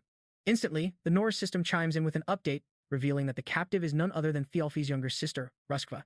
Seo Hyun prides herself on possessing a genius-level intellect and being a top-tier raider in the making. She truly believes she's destined for greatness, yet somehow she's ended up trapped within this very dungeon. A mere 3 minutes before the park's emergency broadcast, she casually told her friends she was heading to the restroom. Now, finding herself in this predicament, she calculates a 0.66% chance of a dungeon materializing at her location and a minuscule 0.000003% probability of her being trapped inside. After bemoaning her rotten luck, she pushes the thought aside, focusing instead on finding an escape route. After a moment of despair, tearing up at the thought that she doesn't want to perish here, she clings to the hope that a raid team has already entered. While desperately wishing to encounter one of them, she catches sight of Jay Hyun standing calmly in the park's center, prompting her to follow him. She's puzzled by who he could be, as he doesn't look like a member of any official raid team, which only deepens the mystery. Back in the present, Jay Hyun questions his luck, wondering why he had to run into her again, especially after a clear evacuation order was issued for everyone in the area. As he's lost in thought, the pirates take aim, ready to turn him into a pincushion. But our hero instantly conjures a mana shield that hides him from the volley, protecting him from the onslaught of arrows. As the projectiles rain down, he can't help but wonder why he's a magnet for such bizarre individuals. He quickly channels mana into his fist, unleashing a single, devastating punch that floors the entire group. With the immediate threat gone, our protagonist decides to be optimistic. Even though Seo is a bit of a handful, he recognizes her potential value for this raid. Just then, a new, much larger opponent emerges, swinging a massive sword at Jay Hyun, but our boy deftly slides aside to evade the attack. Realizing he can't just send Seo away, he figures it's far better to make use of her skills. After dodging that initial strike, he counters with a powerful punch square on the giant's jaw, sending him stumbling backward. He knows he needs to handle this situation first and then figure out his next move with Seo. As the remaining pirates charge forward to overwhelm him, Jay Hyun coolly tells them that he's short on time, inviting them to attack him all at once. Moments later, he's dispatched every last one of the men and casually strolls over to Seo, telling her to drop the act and stop feigning sleep. Jay Hyun then asks if she's the one known as Ruskva, but she simply hisses in response, admitting he's caught on. A smirk plays on her lips as she retorts, asking if he's supposed to be Thialfi. Jay Hyun confirms his identity and crouches down to her level. But then, he suddenly shatters the structure she's bound to with a single punch, making her tremble in fear. With a chilling glint in his eyes, Jay Hyun informs her that he knows exactly what is going through her mind. He sternly advises her against trying any of her little schemes.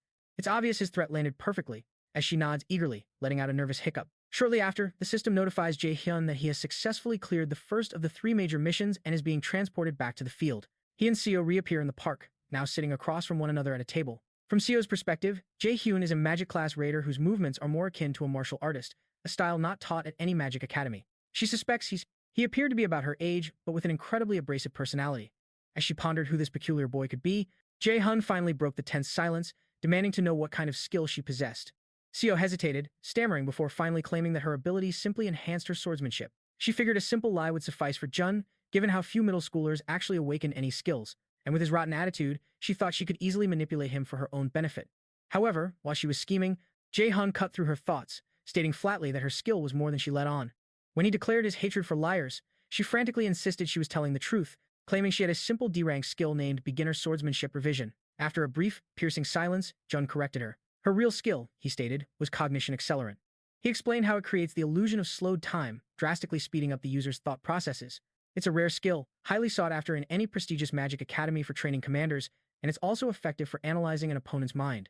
When he asked if he was wrong, she was utterly baffled, demanding to know how he uncovered the skill she hides so desperately. Immediately, Jae-hyun stood up, declaring he couldn't team up with her because she was clearly still plotting to deceive and manipulate him.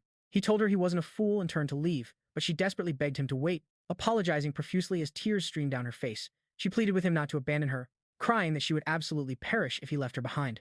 Jae-hyun coldly asked how he could possibly trust her now, to which she tearfully offered to find a way. Upon hearing that, A sly smile spread across our boy's face as he proposed a contract. She was bewildered at first, but quickly grasped his meaning as they drafted the magical agreement. The first clause stipulated that she could not act in any manner that would bring harm to Jay Hyun. The second clause demanded she obey all of his commands without question. The third stated that Jay Hyun would guarantee her safety until they cleared the Neverland-themed dungeon, and the fourth bound her to absolute secrecy about this very contract. She clutched her hair in pure frustration as she read the terms. This binding agreement was enforceable through Jay Hyun's subordination ability, a terrifying offshoot of his indoctrination skill. It allowed him to establish absolute supremacy through a contract, and he knew this was the only way to manage her, seeing as she was such a handful. Left with no choice, she finally agreed to sign, and instantly, a glowing, binding chain materialized around her neck and arm. The system announced that Seo had been successfully subordinated, and that this bond, being contractual, would not break even after the quest was cleared.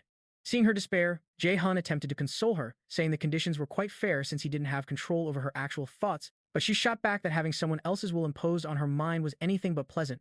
In response to her defiance, he told her she was free to break the contract, reminding her he never forced her to sign and that he could simply leave her there. But before he could even finish his sentence, she quickly backtracked, assuring him she would do her absolute best. Meanwhile, within Hell's temple, a figure addressed Hell, noting that he had noticed their little adversary was working quite diligently, especially since the glares from the Aesir gods had grown noticeably sharper. The speaker shared that the Aesir gods would be furious if he departed now, so he asked Hell to serve as his eyes, explaining he needed to buy more time until the adversary was fully prepared.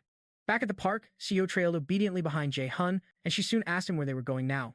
He informed her that they were going to one of the rides called the Haunted House first, and she immediately shrieks, terrified of such rides. Jay Hyun can't help but ask if she's scared.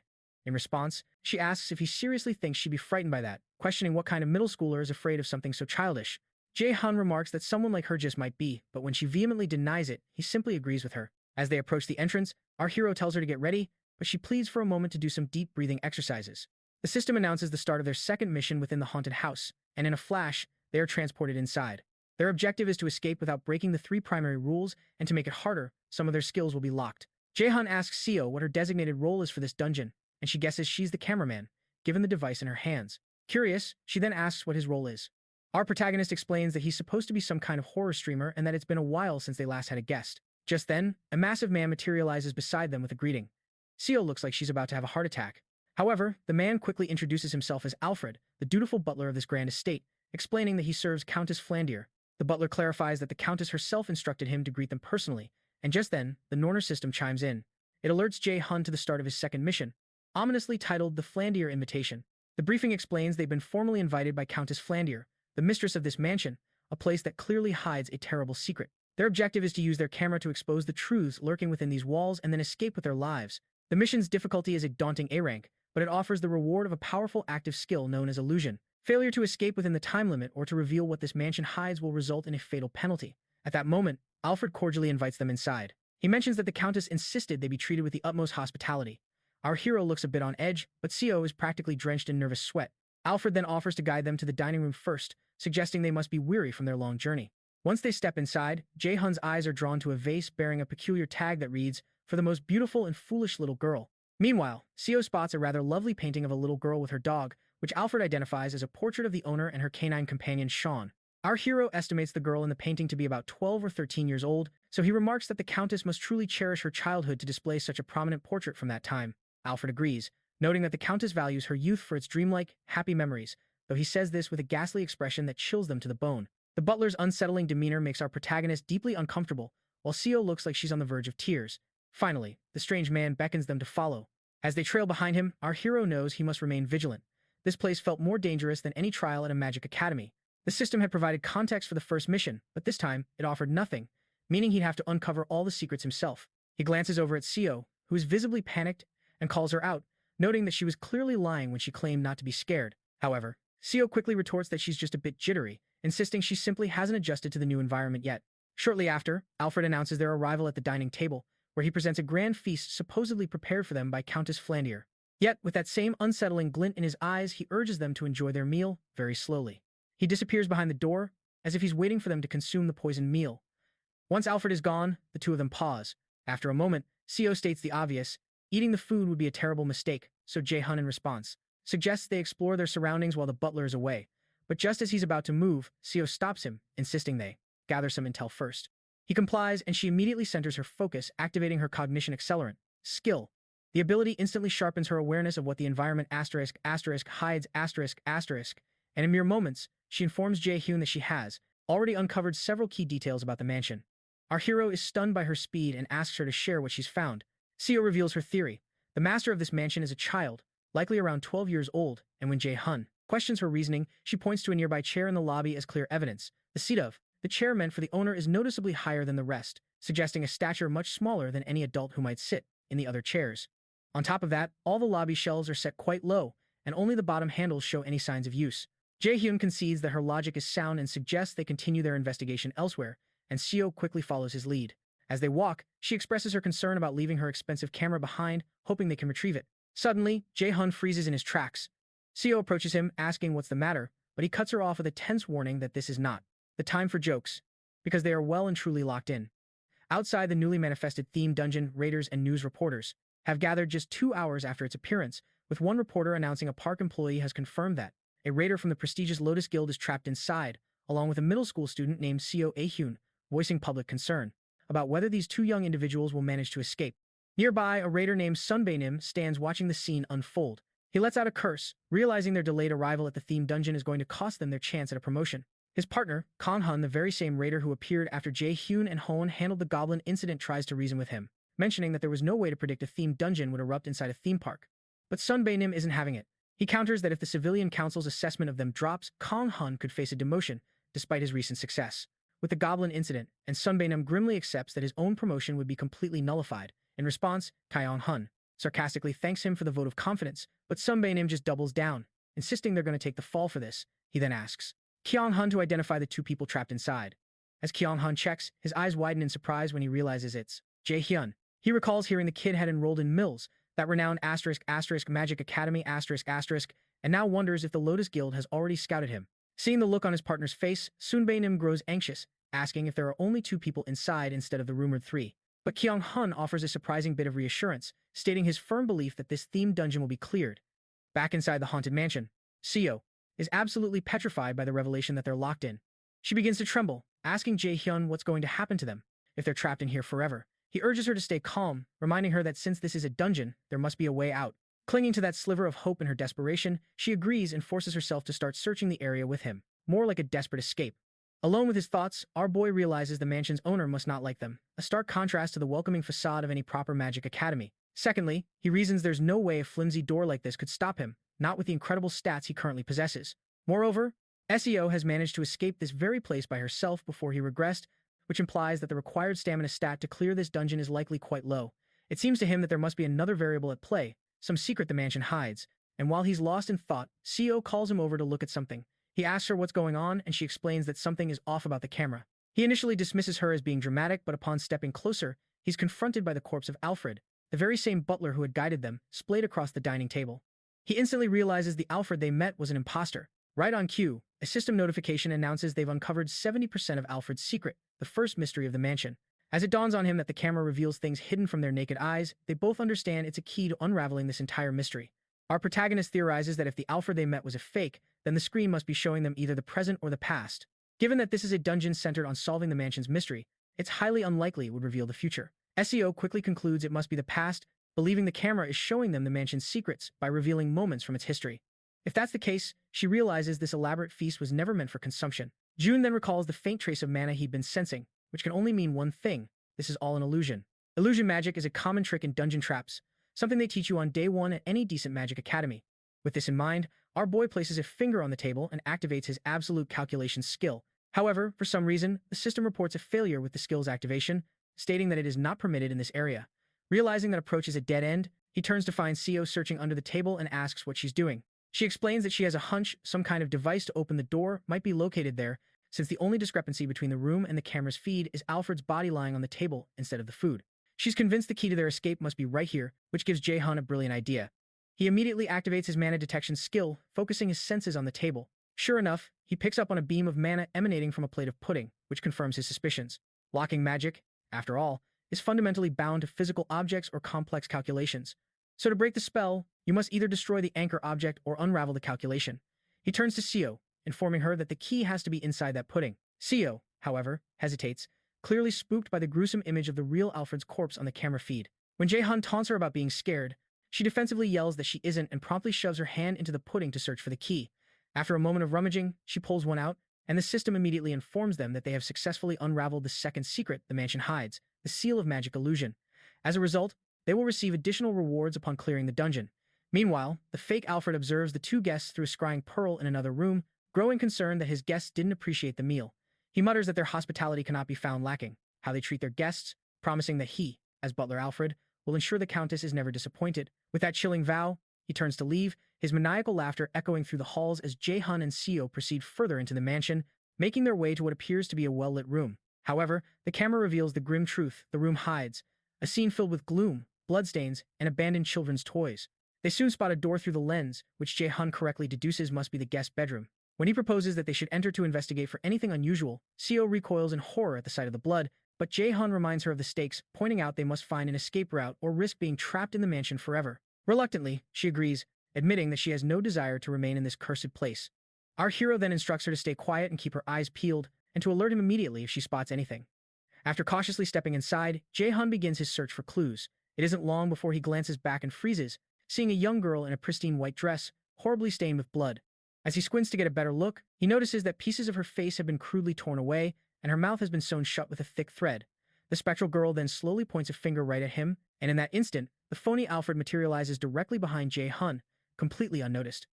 The next thing he knows, Jay Hyun is waking up to see a strange figure looming over him. He lets out a sharp gasp before realizing it's only Seo.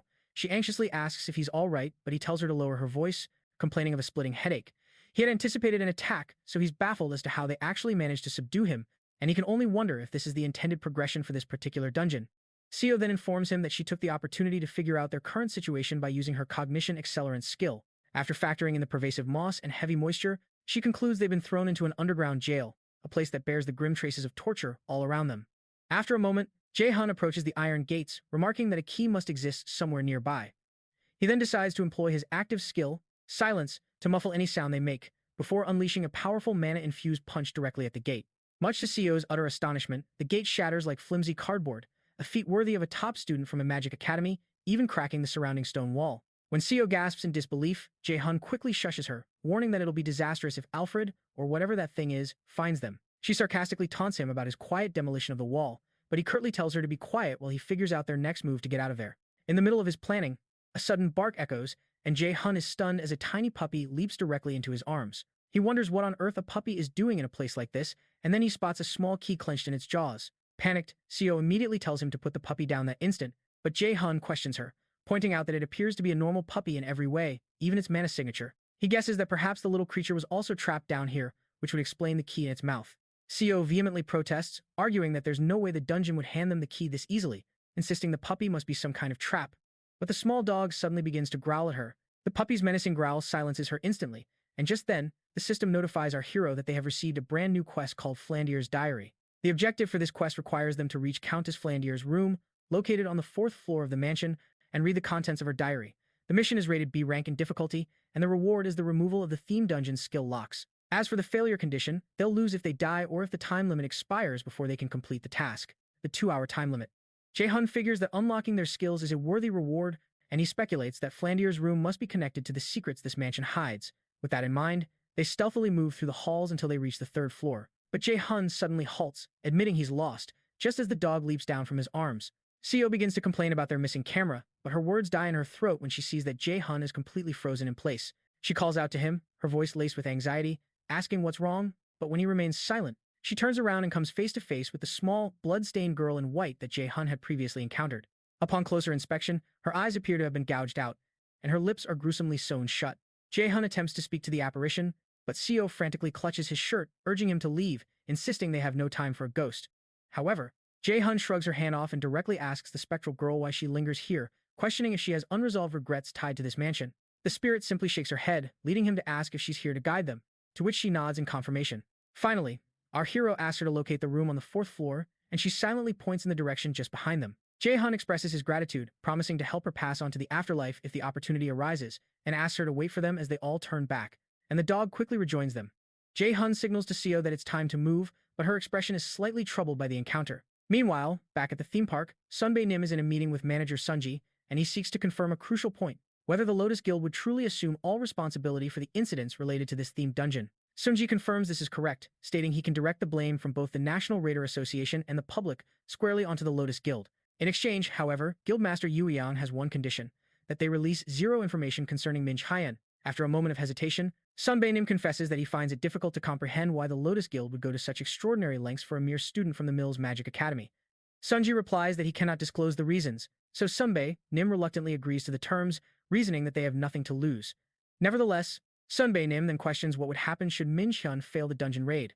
Sunji simply assures him that the Lotus Guild would never have invested so much in him if he were the type of person to fail a challenge like this. Back inside the dungeon, Jay Hyun dispatches the last living armor with a single, decisive strike. Seo, watching from nearby, is stunned, as she believed living armors were at least C-rank monsters. Jay Hyun coolly explains that this is the fastest route, dismissing the monsters as trivial. They proceed to open the next door, and the system announces their entry into Flandier's room. Upon stepping inside, they are immediately struck by its intensely creepy atmosphere. Naturally, Seo moves to inspect the desk first, but as she steps forward, Jay Hyun holds her back, pointing out that it's far too obvious for a clue to be on the desk. He suggests they search in places where one wouldn't normally expect to find any hints. And so, after a brief search of the room's odd corners, Jay Hyun discovers it. The system then explains that he has found a diary in which Countess Flandier, the original owner of the mansion, recorded her thoughts each day. The first entry he opens is dated May 7th, in the year 1474. Flandier laments that her skin grows paler with each passing day and that all of her doctor's remedies have proven utterly useless. She wonders if she'll ultimately perish without ever getting a glimpse of the outside world. A year, she details her excited anticipation for her dear parents, who had promised to buy her a coveted doll she'd been longing for from the city. Then, an entry on May 12th turns grim, as she writes about receiving a letter informing her that her parents were killed during an attack by thieves. The page is heartbreakingly stained with her tears as she questions if they'd still be alive if she had never asked for that doll. Later, on May 15th, she writes that the funeral has concluded, and she has become the new mistress of the mansion, being the very last of the Flandier bloodline. She confesses that this brings her no happiness at all, because now she is completely and forever alone. In the month of July, another entry dated the 4th day explains how Flandier discovered a girl who was caught taking one of the flowers from her garden. Apparently, this young girl was about her own age and bore a striking resemblance to her doll, so Flandier took an immediate liking to her. She decides she's going to ask the girl to live with her in the mansion. On the 20th of July, Flandier mentions that since the girl had no name, she decided to name her Sally.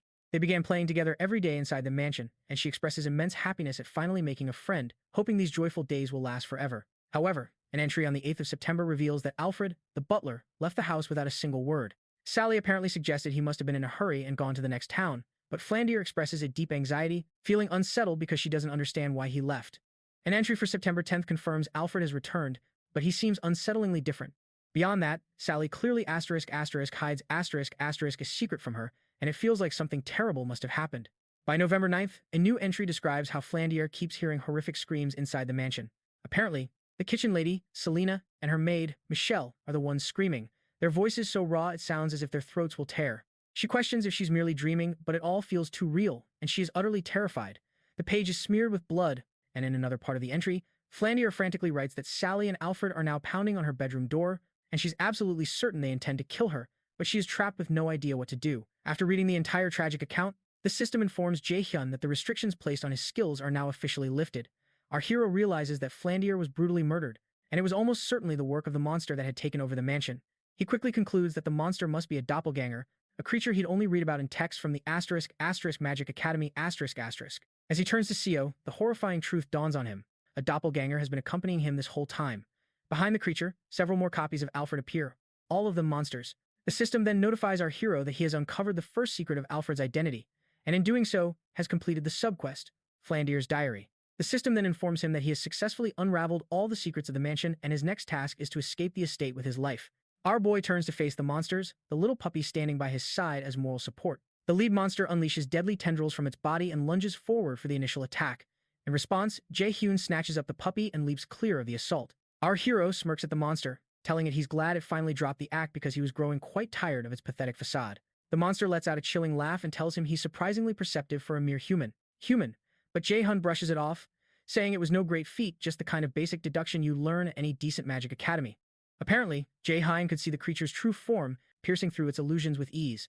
In a classic move, our hero then informs the doppelganger that maybe he isn't a genius, perhaps the monster is just remarkably dense. This particular observation deeply offends the doppelganger, which furiously questions how he dares to insult it. In a fit of rage, the monster shatters the overhead lamp and tears through the ceiling, forcing Jay Hyun to beat a hasty retreat. With the creature hot on his heels, our protagonist unleashes his lightning chain, zapping the monster and ripping large holes in its form, though it fails to completely destroy it. Meanwhile, the frantic chase is making the little puppy feel quite sick. You see, this doppelganger is a dangerous B-rank monster, feared for its ability to perfectly mimic another's skills and appearance, a trick it hides behind. However, when you look at its raw combat power alone, it's closer to a C-rank threat. After reforming its body, the monster declares to Jay Hyun that it will devour him and demands he surrender his body. Jay Hyun remains perfectly still, prompting the monster to charge straight at him. Yet, Jay Hyun doesn't flinch, not even when the creature is mere inches from his face. As it gets dangerously close, our hero ensnares it in another lightning chain, coolly asking how it feels to be the one getting played for a change. The intense heat from the lightning sears the monster's form, causing it to let out a piercing shriek. As the creature dissolves into a bubbling puddle, it confesses that envy drove it to this point, its greatest desire being to become human. In the end, the intense heat melts right through the floor, and the monster plummets into the darkness below.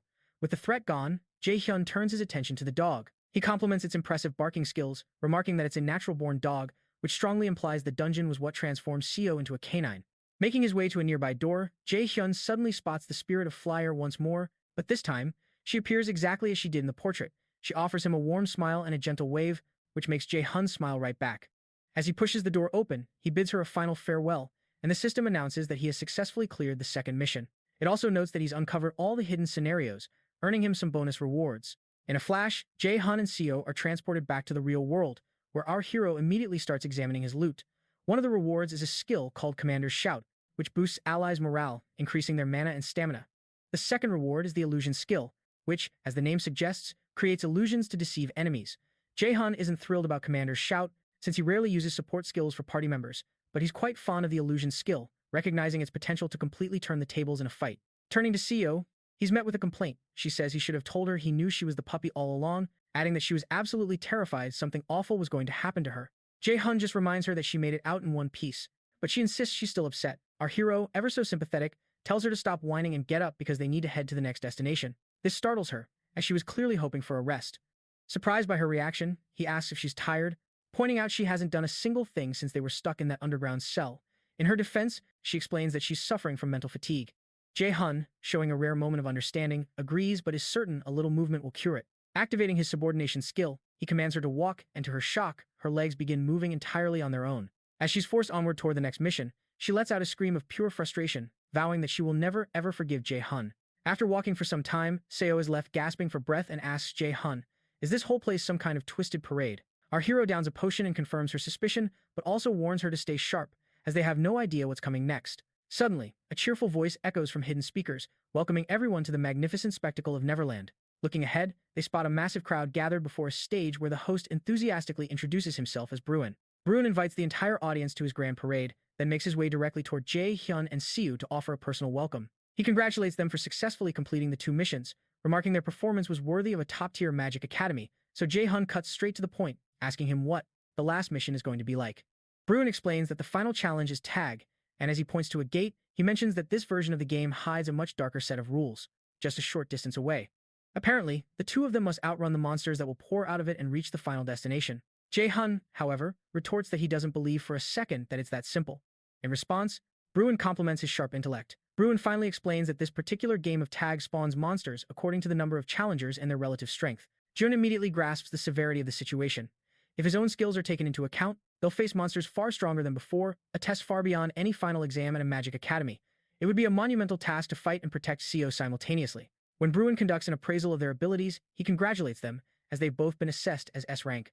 Bruin marvels, admitting he's never encountered participants of such a high rank, and says he's thoroughly impressed, but Jay Hyun protests that this makes absolutely no sense. However, Bruin merely wishes them good luck before transforming into pure fire. The Norner system then informs Jun that he has received the quest titled Last Festival, where he must escape from Surtur, the fire monster, and reach the final destination or, alternatively, defeat the beast. The theme quest, Last Festival, has a difficulty of S+ rank, and the reward is Thialfi's Thunderps. Failure conditions include being killed by Surtur, but the system also states that there are 3 enemies to defeat. It appears there's a hidden quest to not only kill Surtur but also to get rid of the potential threat, which comes with an undecided reward, possibly something called Unbelievable Performance. Jay Hyun is stunned to learn there are 3 of them, immediately sensing that something is terribly wrong. As they watch, another monstrous figure of fire emerges from the gate Bruin had indicated. Surtur is a being whose very purpose was to engulf the entire world in flames, even before the first giant, Ymir, was ever born. The sword of fire in his hand is said to be so intensely hot it could burn the world to ash within a matter of hours. Jay Hyun instantly breaks into a run, dragging Seo along with him as Surtur begins to incinerate everything nearby, raining brimstone across the entire area. Seo, who is now crying, asks in terror how they are supposed to escape from that monstrosity. But our hero tells her he's thinking and advises her to be quiet and run if she wants to live. Fire continues to rain down upon their position, beginning to engulf the surrounding buildings. Meanwhile, another entity, in the form of a cat, tells someone named Hell that she believes this is all her fault. She wonders aloud if Hell teasingly called her cruel, knowing she had absolutely no intention of helping them. Hell ultimately told her to let them be, eager to witness how Jay Hyun would survive this predicament. Down on the parade ground, Surtur continued to rain fire upon the earth as Jay Hyun desperately scrambled to escape. He knew it was far too dangerous to fight the monster head-on, so his only option was to evade and find the objective. Seo quickly alerted him the moment she located their destination. Hearing this, our boy rushed toward her, telling her to hold on just a bit longer as he activated a skill from his time at the Magic Academy, Haste. The ability dramatically increased his speed, sending him dashing toward the final destination. His strategy was to become a distraction for the monster and allow Seo to reach the goal. Meanwhile, Surtur roared, demanding to know which fool had summoned him, and unleashed an even more frenzied barrage of fire. The attack nearly vaporized two other players, who dodged it by the skin of their teeth. Jay Hyun cursed under his breath, then instructed Seo to stay sharp and listen closely to his plan. He told her they would split up. She was to run directly for the merry-go-round without stopping. Seo asked if he intended to be the distraction, prompting him to sarcastically ask if she'd rather be used as bait instead. He then simply urged her to run. As she bolted towards the final destination, Jay Hyun came to a halt, face-to-face with Surtur, and taunted him, calling the beast a bastard. The monster glared down, blasting him with fire, but our boy nimbly leaped out of the way. He landed on the pinnacle of a nearby tower and mocked Surtur, asking how it could ever catch him when it was so agonizingly slow. Seething with rage, the monster's mouth glowed before it smashed the entire building. Jay Hyun was standing on with a single strike, but he had already vaulted to safety. Meanwhile, Seo had almost reached the destination, but just before she arrived, Surtur sent a column of fire down, completely obliterating it. She was forced to a screeching halt, completely baffled as to what was happening, a sentiment Jay Hyun shared. Before long, a system announcement appeared, stating that the goal had been destroyed. As a result, the quest's clear condition, apart from the hidden quest, was now officially impossible. At that moment, Surtur sneered at Jay Hyun, calling him an ignorant fool for daring to believe he was a worthy opponent. Our hero realized the only way out was to kill Surtur, so he stood his ground. The next time the beast launched a ball of fire at him, Jay Hyun effortlessly deflected it without even moving. Surtur commended his impressive skill, noting that only a very small number of people had ever defended against his attacks. Eventually, the monster reached for its colossal sword and swung it toward Jay Hyun, testing to see if he could block this as well. Regardless, our boy didn't flinch and prepared to block the massive blade. Nearby, Seo realized they were genuinely going to die at this rate, so she decided to use her cognition accelerant skill to desperately find anything that could help them. While Jay Hyun was defending himself against the fiery onslaught, Seo called out, informing him that she had found a weakness the giant hides.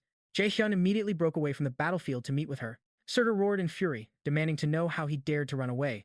Once our boy was far enough inside a standing building to speak with Seo, she explained their new target, the water tank. Apparently, a massive tank was located on the outskirts of Neverland. If they could somehow lure the monster there, they might be able to inflict serious damage by using the water to extinguish its powerful flames. Jay Hyun agreed, realizing it might be their only chance to truly damage its core, heart, if they can somehow manage the flames.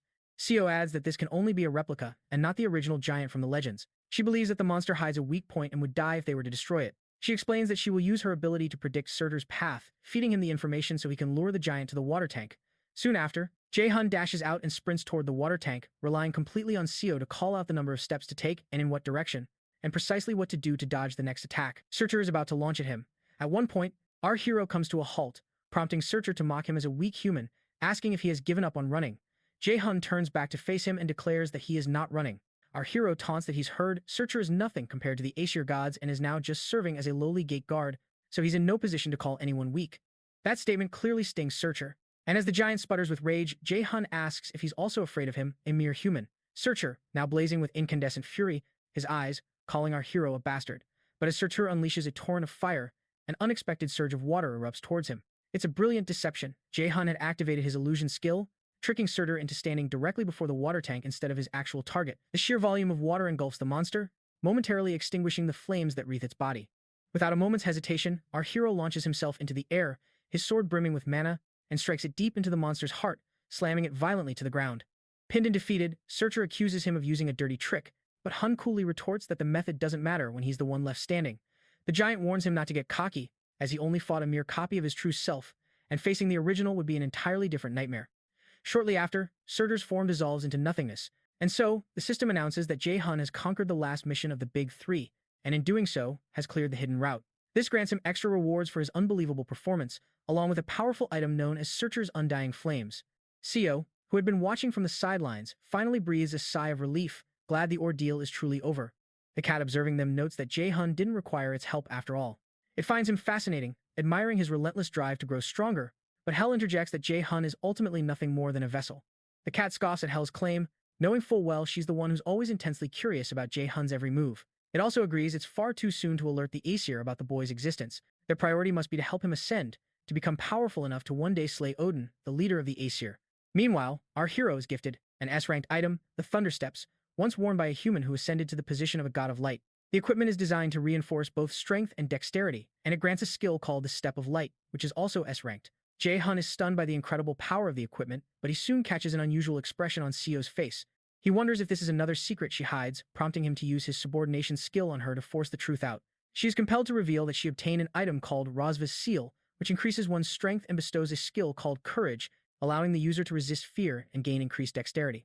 While Seo fumes about how infuriating he is for using that skill on her yet again, Jay Hyun realizes he has absolutely no interest in any of her rewards. However, her cognition accelerant skill is far more intriguing to him. He opts to delay duplicating it, seeing as he can summon her at any given moment.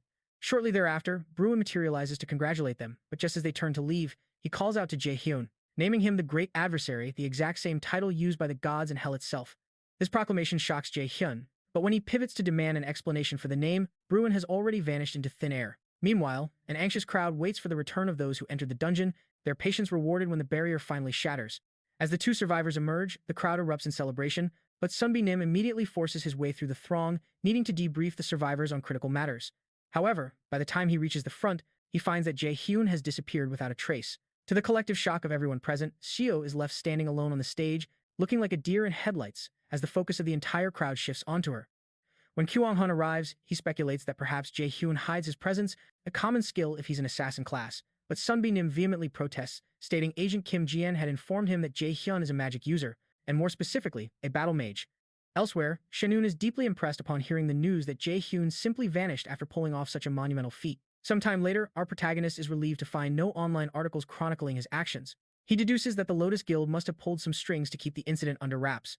His incredible escape from the crowd on the scene was made possible by using Thialfi's Thunder Steps, a skill that boosted his speed to ridiculous levels. Another reward he acquired from the mission is Surtur's Undying Flames, a single-use item capable of imbuing a weapon with a powerful flame attribute. Nevertheless, Jay Hyun reflects on the incident with Surtur, realizing it only serves as a harsh reminder that he is still weak. He no longer wants to rely on cheap tricks to best his opponents or to only achieve victory when he has someone fighting by his side.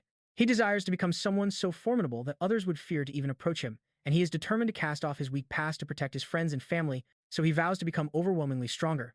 Meanwhile, Chairman Jia fully commits to her mission of reporting every single detail about Jay Hyun to instructor Zhang Yu, assuring the chairman that she will not disappoint him. After she departs, Jian contemplates just how excited he is for the upcoming event at the Magic Academy, where he fully intends to dispose of all the filth standing in his way. On the ground, he has littered pictures of several students, each of their faces viciously crossed out with a red X. The next morning, Jay Hyun finally explains to the ladies why he was completely out of contact the previous day. Yoo Jun had assumed he was deliberately ignoring her calls and messages, but our protagonist clarifies that wasn't the case at all. Ina, on the other hand, worriedly asks if he was hurt anywhere, and he quickly reassures her that he's fine. Yoo Jung comments that he must have terrible luck to get caught up in such messes, even wondering aloud if the gods hate him. Suddenly, Suyuk strides up to their group and remarks that he spotted our hero's annoying face. He warns Jay Hyun not to try and play any of his stupid tricks on him this time. But when Yoo Jung asks our hero if he recognizes the strange newcomer, Jay Hyun flatly tells her he doesn't know the guy. Enraged, Suyuk screams at them that he is Lee Suyuk, but Instructor Yu orders him to keep his voice down, giving him no choice but to back down. As Instructor Yu steps onto the podium, she introduces herself to the cadets of the Magic Academy and informs them that she'll be teaching them the first part of understanding magic calculations. She asks that they all do their absolute best because she plans to teach them everything she knows, but Jae Hyun can't help but notice she's quite young to be an instructor. Just then, Yizu asks them how much. When asked about the nature of magic, Soo-Huk explains that it's the art of using precise calculations to channel mana and create supernatural phenomena.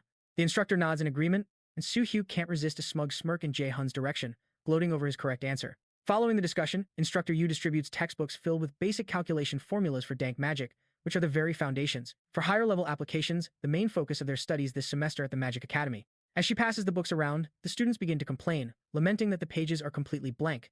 but Jay Hyun sees something else entirely. When Yu calls on him, he calmly states that the text is written in runes, a revelation that clearly irritates Soo-hyuk. It's not just Soo-hyuk who's affected.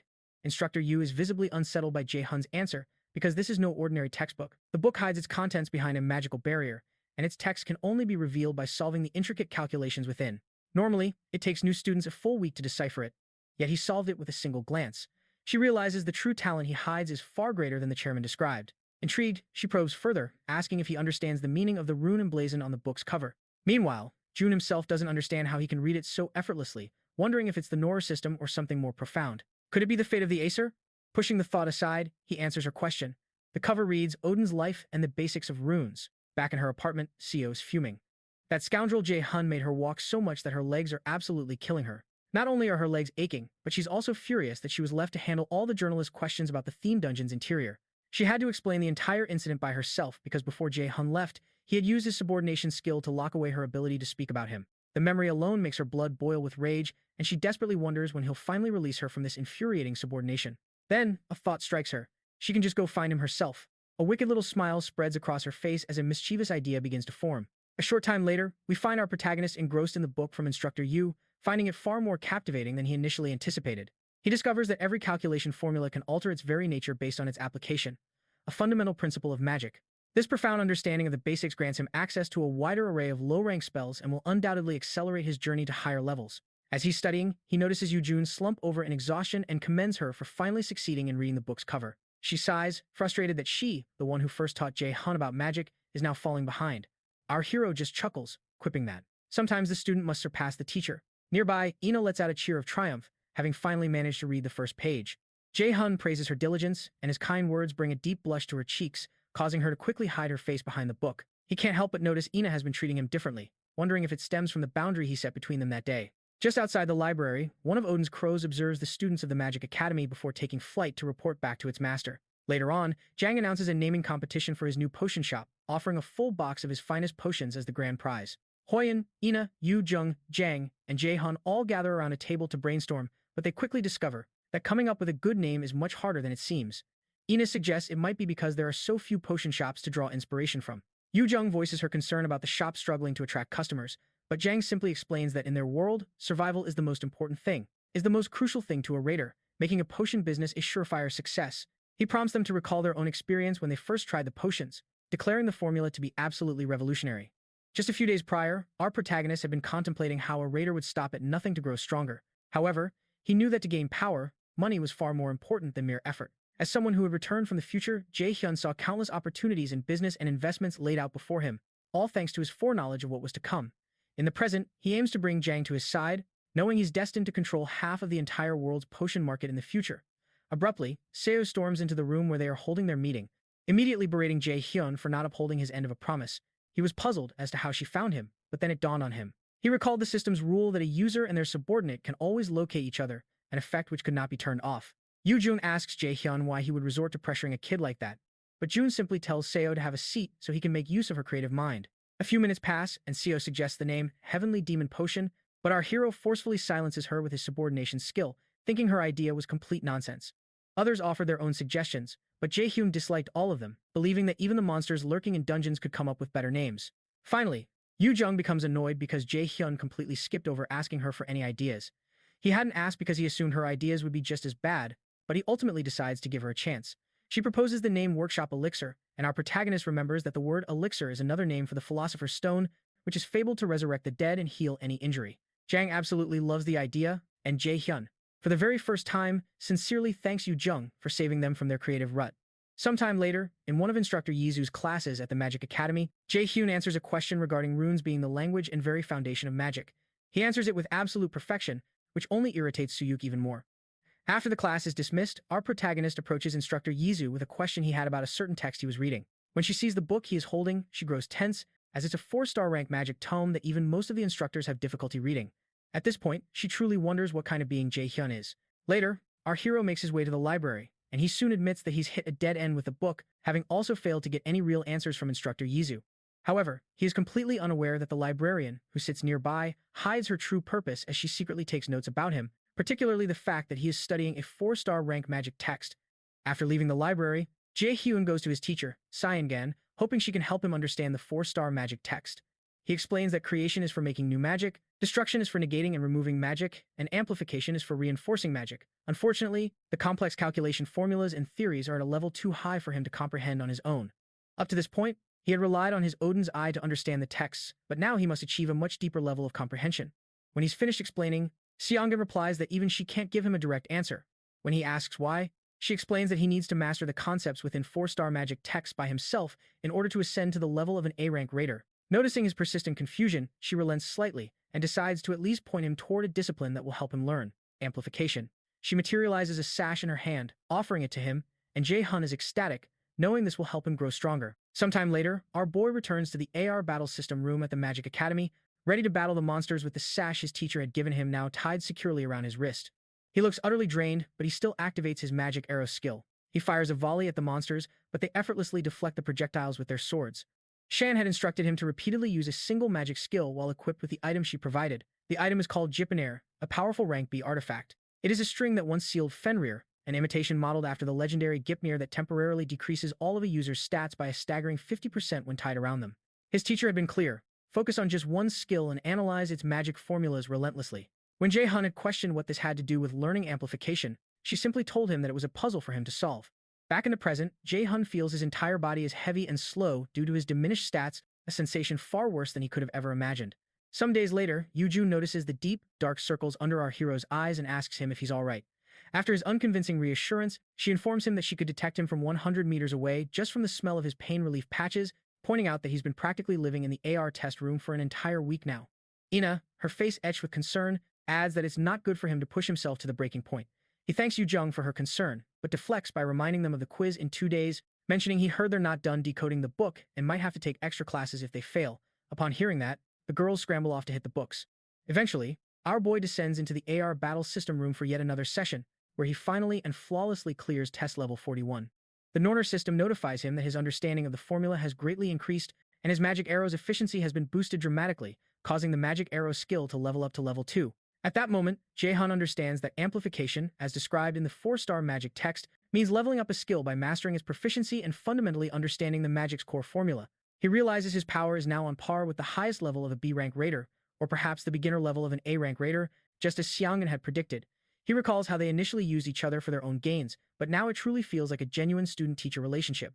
Meanwhile, Instructor Siki goes to see the chairman, who doesn't look at all pleased to see him. The chairman's cold reception is a stark reminder for Siki, who hides his desperation, that he must recover his reputation, which has hit rock bottom because of the mock dungeon fiasco.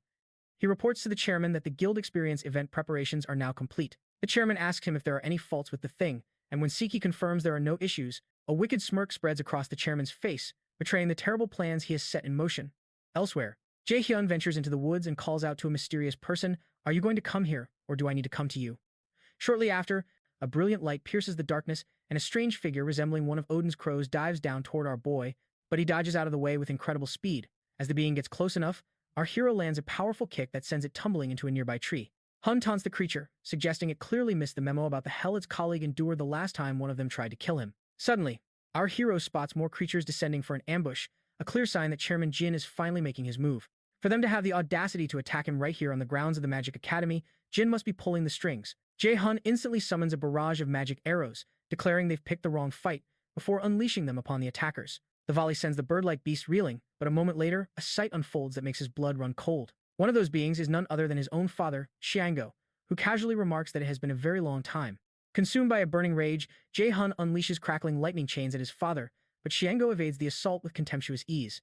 Effortlessly sidestepping the magic, his father's hand rests on his sword hilt, and in a flash, a deadly sword slash hurtles towards Jay Hyun. He's clipped on his side, unable to fully dodge the impossibly fast attack. He hadn't even perceived his father drawing the blade. The sheer force of the slash carves a deep trench in the earth, an attack that would have cleaved Jay Hyun completely in half. If he hadn't moved a split second faster, it would have been over. After a tense silence, Xiango remarks that he was looking forward to their reunion. He notes with a hint of amusement, however, that his son's personality seems to have become far more aggressive. Jay Hyun coldly retorts, telling him to drop the son act, as he has never once considered him a father. Feigning surprise, Xiango muses that he must be in his rebellious phase, but Jay Hyun cuts him off, demanding he drop the charade and state his purpose. For a brief moment, Xiango's gaze intensifies as he recognizes the power of the prophecy within Jay Hyun, yet he's convinced there must be a ceiling to his potential. Eventually, he changes tactics, probing Jay Hyun about whether the resistance against the Acer has made contact with him. Jay Hyun's flicker of shock is all the confirmation Xiango needs, and he immediately launches another flurry of sword slashes to cut him down. Our hero hastily erects a magical barrier for protection, but the sheer force of the slashes shatters it instantly, scorching his clothes. Stunned, Jay Hyun questions if this is truly the overwhelming power of an A-rank raider, as his father condescendingly acknowledges he has gotten stronger. But Jay Hyun is still reeling, unable to comprehend how his father knows about the Acer, and wondering what other dangerous secrets he hides. Finally, he confronts Xiango directly, asking if his intention is to kill him, to which his father coolly replies that he has no such plans. However, Xiango internally muses that the great adversary's growth is alarmingly rapid. At this rate, he will become a major obstacle. He'll be a threat to both his own plans and to the Acer in the near future, so he resolves to use divine power to cripple the adversary's development. With that thought, he coldly informs Hun that he'll be taking his limbs, then channels immense power into his blade for a devastating strike. Jay Hyun can only watch, frozen, as the overwhelming energy rushes towards him, only for it to be inexplicably intercepted by that mysterious cat. It's the same cat he saw conversing with a being from hell. Xiango immediately questions it, asking if the pact between the Acer and the resistant Acer has been broken, or, he demands, if it has simply decided to challenge the authority of the great Odin. The cat feigns ignorance, claiming it has no idea what he's talking about. Jay Hyun is completely baffled, trying to process how the cat just spoke, when it suddenly transforms into a humanoid female who addresses Xiango directly. She tells him to leave, stating that they have unresolved business with this child, and our hero can sense the immense mana radiating from her. It's an aura far stronger than even Xiango's, leaving him utterly lost as to what is happening, as Xiango asks if she truly intends to make things difficult. To make matters worse, she deliberately cuts her hand, letting drops of her blood fall to the ground, which immediately transform into grotesque, monstrous hands that lash out at Xiango. He parries the initial assault, but the hands only grow larger and their strikes more ferocious. Even as he defends himself, Xiango taunts the girl, remarking that Loki must have grown desperate to rely on a mere human to settle a war between the gods. The girl fires back, however, reminding him that he's also just a human attempting to kill Odin, making him no different. Ultimately, the man posing as June's father decides to retreat for now, but not without warning her that he'll make her take full responsibility for the contract with the Acer if she dares to interfere again. Unfazed, she tells him to do as he pleases, reminding him that she could just as easily take his head if he disrupts her plans. After leaving a threatening mark on his neck, she clarifies that the contract is strictly between the Aesir and the resistant Aesir, but points out there's absolutely nothing in it that forbids the slaying of one of Odin's crows. Shortly after this chilling declaration, Xiango vanishes, and our hero finally collapses to the ground, gravely wounded. The mysterious girl approaches him and says it's a pleasure to finally meet him, introducing herself as Hel's alter ego, Hela. She explains that she is to be his observer and guide through the coming 5 trials. Some time later, our hero makes his way back to the Magic Academy to recover from his injuries. Hela informs him that he's free to ask her anything, and she will answer whatever questions she is permitted to. He immediately asks about the true identity of Xiango. She then reveals the shocking truth. That man is not his real father, and his actual name is Hugin. As it turns out, he is one of Odin's 2 crows, a mythical creature whose very nature hides behind deception as it controls and feeds on the human mind. Hugin had borrowed the power to manipulate memories from the other crow, Munin, and has been lurking by Jay Hyun's side, posing as his father, all to keep a close watch on the prophesied great adversary. Our protagonist is utterly stunned to learn the man who raised him isn't his real father. Seeing his disbelief, Hela decides it would be easier to simply show him. She points a single finger at him, triggering the release of his suppressed memories. In a sudden flashback, he is transported back to his childhood home. There, he witnesses his supposed father, calling him useless and cursing the very day he was born. This man despised the fact that he had awakened his powers. From the moment he unlocked his mana, his life became a nightmare filled with relentless violence and cruel words. Yet, through it all, his mother was always there, trying to shield and defend him from the man's wrath. Suddenly, back in the memory, he finds it difficult to breathe. A chilling realization dawns on him. He has forgotten something of immense importance, something he should never have let slip away. All at once, a flood of genuine memories returns warm experiences with his real father, who would sneak him sweets against his mother's wishes. He remembers the pure joy of their happy family, and tears begin to stream down his face as he gazes at a photograph of his true father. The grief overwhelms him, and he cries uncontrollably, wondering how he could have ever forgotten. As his memories are fully restored, he snaps back to the present, where Hela tells him he is finally free from the mental manipulation. With tears still welling in his eyes, he asks her why Xiango would do such a cruel thing to him. She explains it's because he was born to be the fated great adversary. The mere mention of a prophecy and his supposed destiny as this great adversary only infuriates Jay Hyun, and he demands to know what any of it means and why it's all making his life an unbearable hell. After a brief, solemn pause, Hela begins to explain how 10,000 years ago, the first Ragnarok occurred, which is where this entire tale truly began. Ragnarok, she clarifies, is the final chapter of the gods, marking the end of an era. During the cataclysmic Ragnarok, the Aesir Resistance Alliance fought valiantly in the War of Extinction, but were ultimately defeated by the Aesir gods and their Valkyrie-led army. In the aftermath, Odin permitted the captive gods and giants, who were prisoners of war, to live, but only under the terms of a binding contract. This document officially declared that the Aesir resistance had been vanquished in Ragnarok, and from that day forward, they were forbidden from ever harming the Aesir gods in any way and were bound to serve the supreme being, Odin. The inhabitants of countless worlds suffered under the weight of this pact, their cries of despair echoing through the cosmos, until the three Norn sisters delivered a new prophecy. They foretold that in 10,000 years, upon the arrival of the second great extinction, the most unassuming being would be the one to topple Odin and Asgard, ushering in a brand new world. And the great adversary named in that prophecy is none other than Jay Hyun. Once Jay Hyun grasps that the Aesir resistance intends to use him to eliminate Odin, he demands to know what Odin's true plan is and what he truly hides from the realms. Hela reveals that Odin desires all 9 realms under his absolute control, and that includes Midgard, the home of humanity. At the same time, within the halls of Asgard, Odin finds it utterly vexing to be forced to observe some insignificant creature, all because of a single prophecy. Heimdall, ever present at his side, remarks that Jay Hyun is a mere human, a nobody who couldn't possibly measure up to their divine might. However, given that the Aesir resistance is moving with grim determination, Odin cannot afford any sign of weakness, so he grants Heimdall temporary authority to act. Upon hearing this, Heimdall is thrilled at the chance to finally leave Asgard after such a long time. A short while later, our protagonist is pushing his limits at the gym, his mind replaying Hela's words about the 9 realms. It seems Odin has already subjugated several worlds, including Vanaheim, Jotunheim, Svartalfheim, and Muspelheim, and he intends to conquer the remaining ones during the Second Great War. In a flashback, Jay Hyun questions why Odin hasn't simply disposed of him already. Hela clarifies that it's due to the formidable power of the prophecy, a force that not even the gods themselves can overpower. But she warns that while this power currently protects Jay Hyun, its protection is not absolute and will fade as the second Ragnarok draws near. She grimly explains that the Aesir gods plan to strike him down the moment that protection fails, revealing that they have already done so once before. The realization dawns on Jay Hyun. The death he suffered in his previous life was all part of Odin's grand design. They had been manipulating him from the very beginning. They took his family, twisted his memories, and turned his entire existence into a nightmare. Hela then poses the question, does he crave vengeance and the power to protect all that is precious to him? She reveals herself as the guide for the 5 great trials, a brutal kind of magic academy designed to forge him into the very weapon that will bring Odin to his knees. The Nornir system then presents a main quest titled The God Slayer's Path, which tasks him with inheriting the power of the Aesir throne to finally put a stop to Odin's tyrannical ambition. He has already conquered the trial of Hell, but 4 more trials of unknown difficulty lie ahead before he can claim the blessing of the Aesir throne. Elsewhere, Hyun pushes himself through his own special training until his body aches. This grueling regimen allowed him to acquire a coveted S-rank skill, but the physical toll is immense. He can't help but recall that Jay Hyun is already leagues ahead of him, and at this pace, he'll never be strong enough to surpass him. On the Mills Festival, he decides to dedicate himself to training, but his plans are cut short by a summons to the chairman's office of the Magic Academy. Within his office, Chairman Jin is speaking with a certain congressman about a plot to eliminate all the lower-ranking students, allowing them to focus their support solely on the high-ranking elite.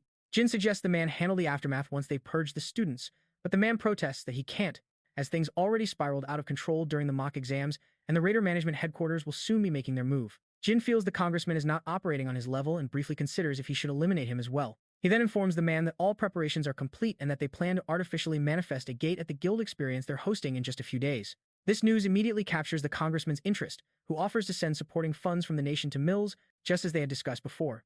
Shortly after, Hyun, still deeply scarred by the horrific experience he endured, appears.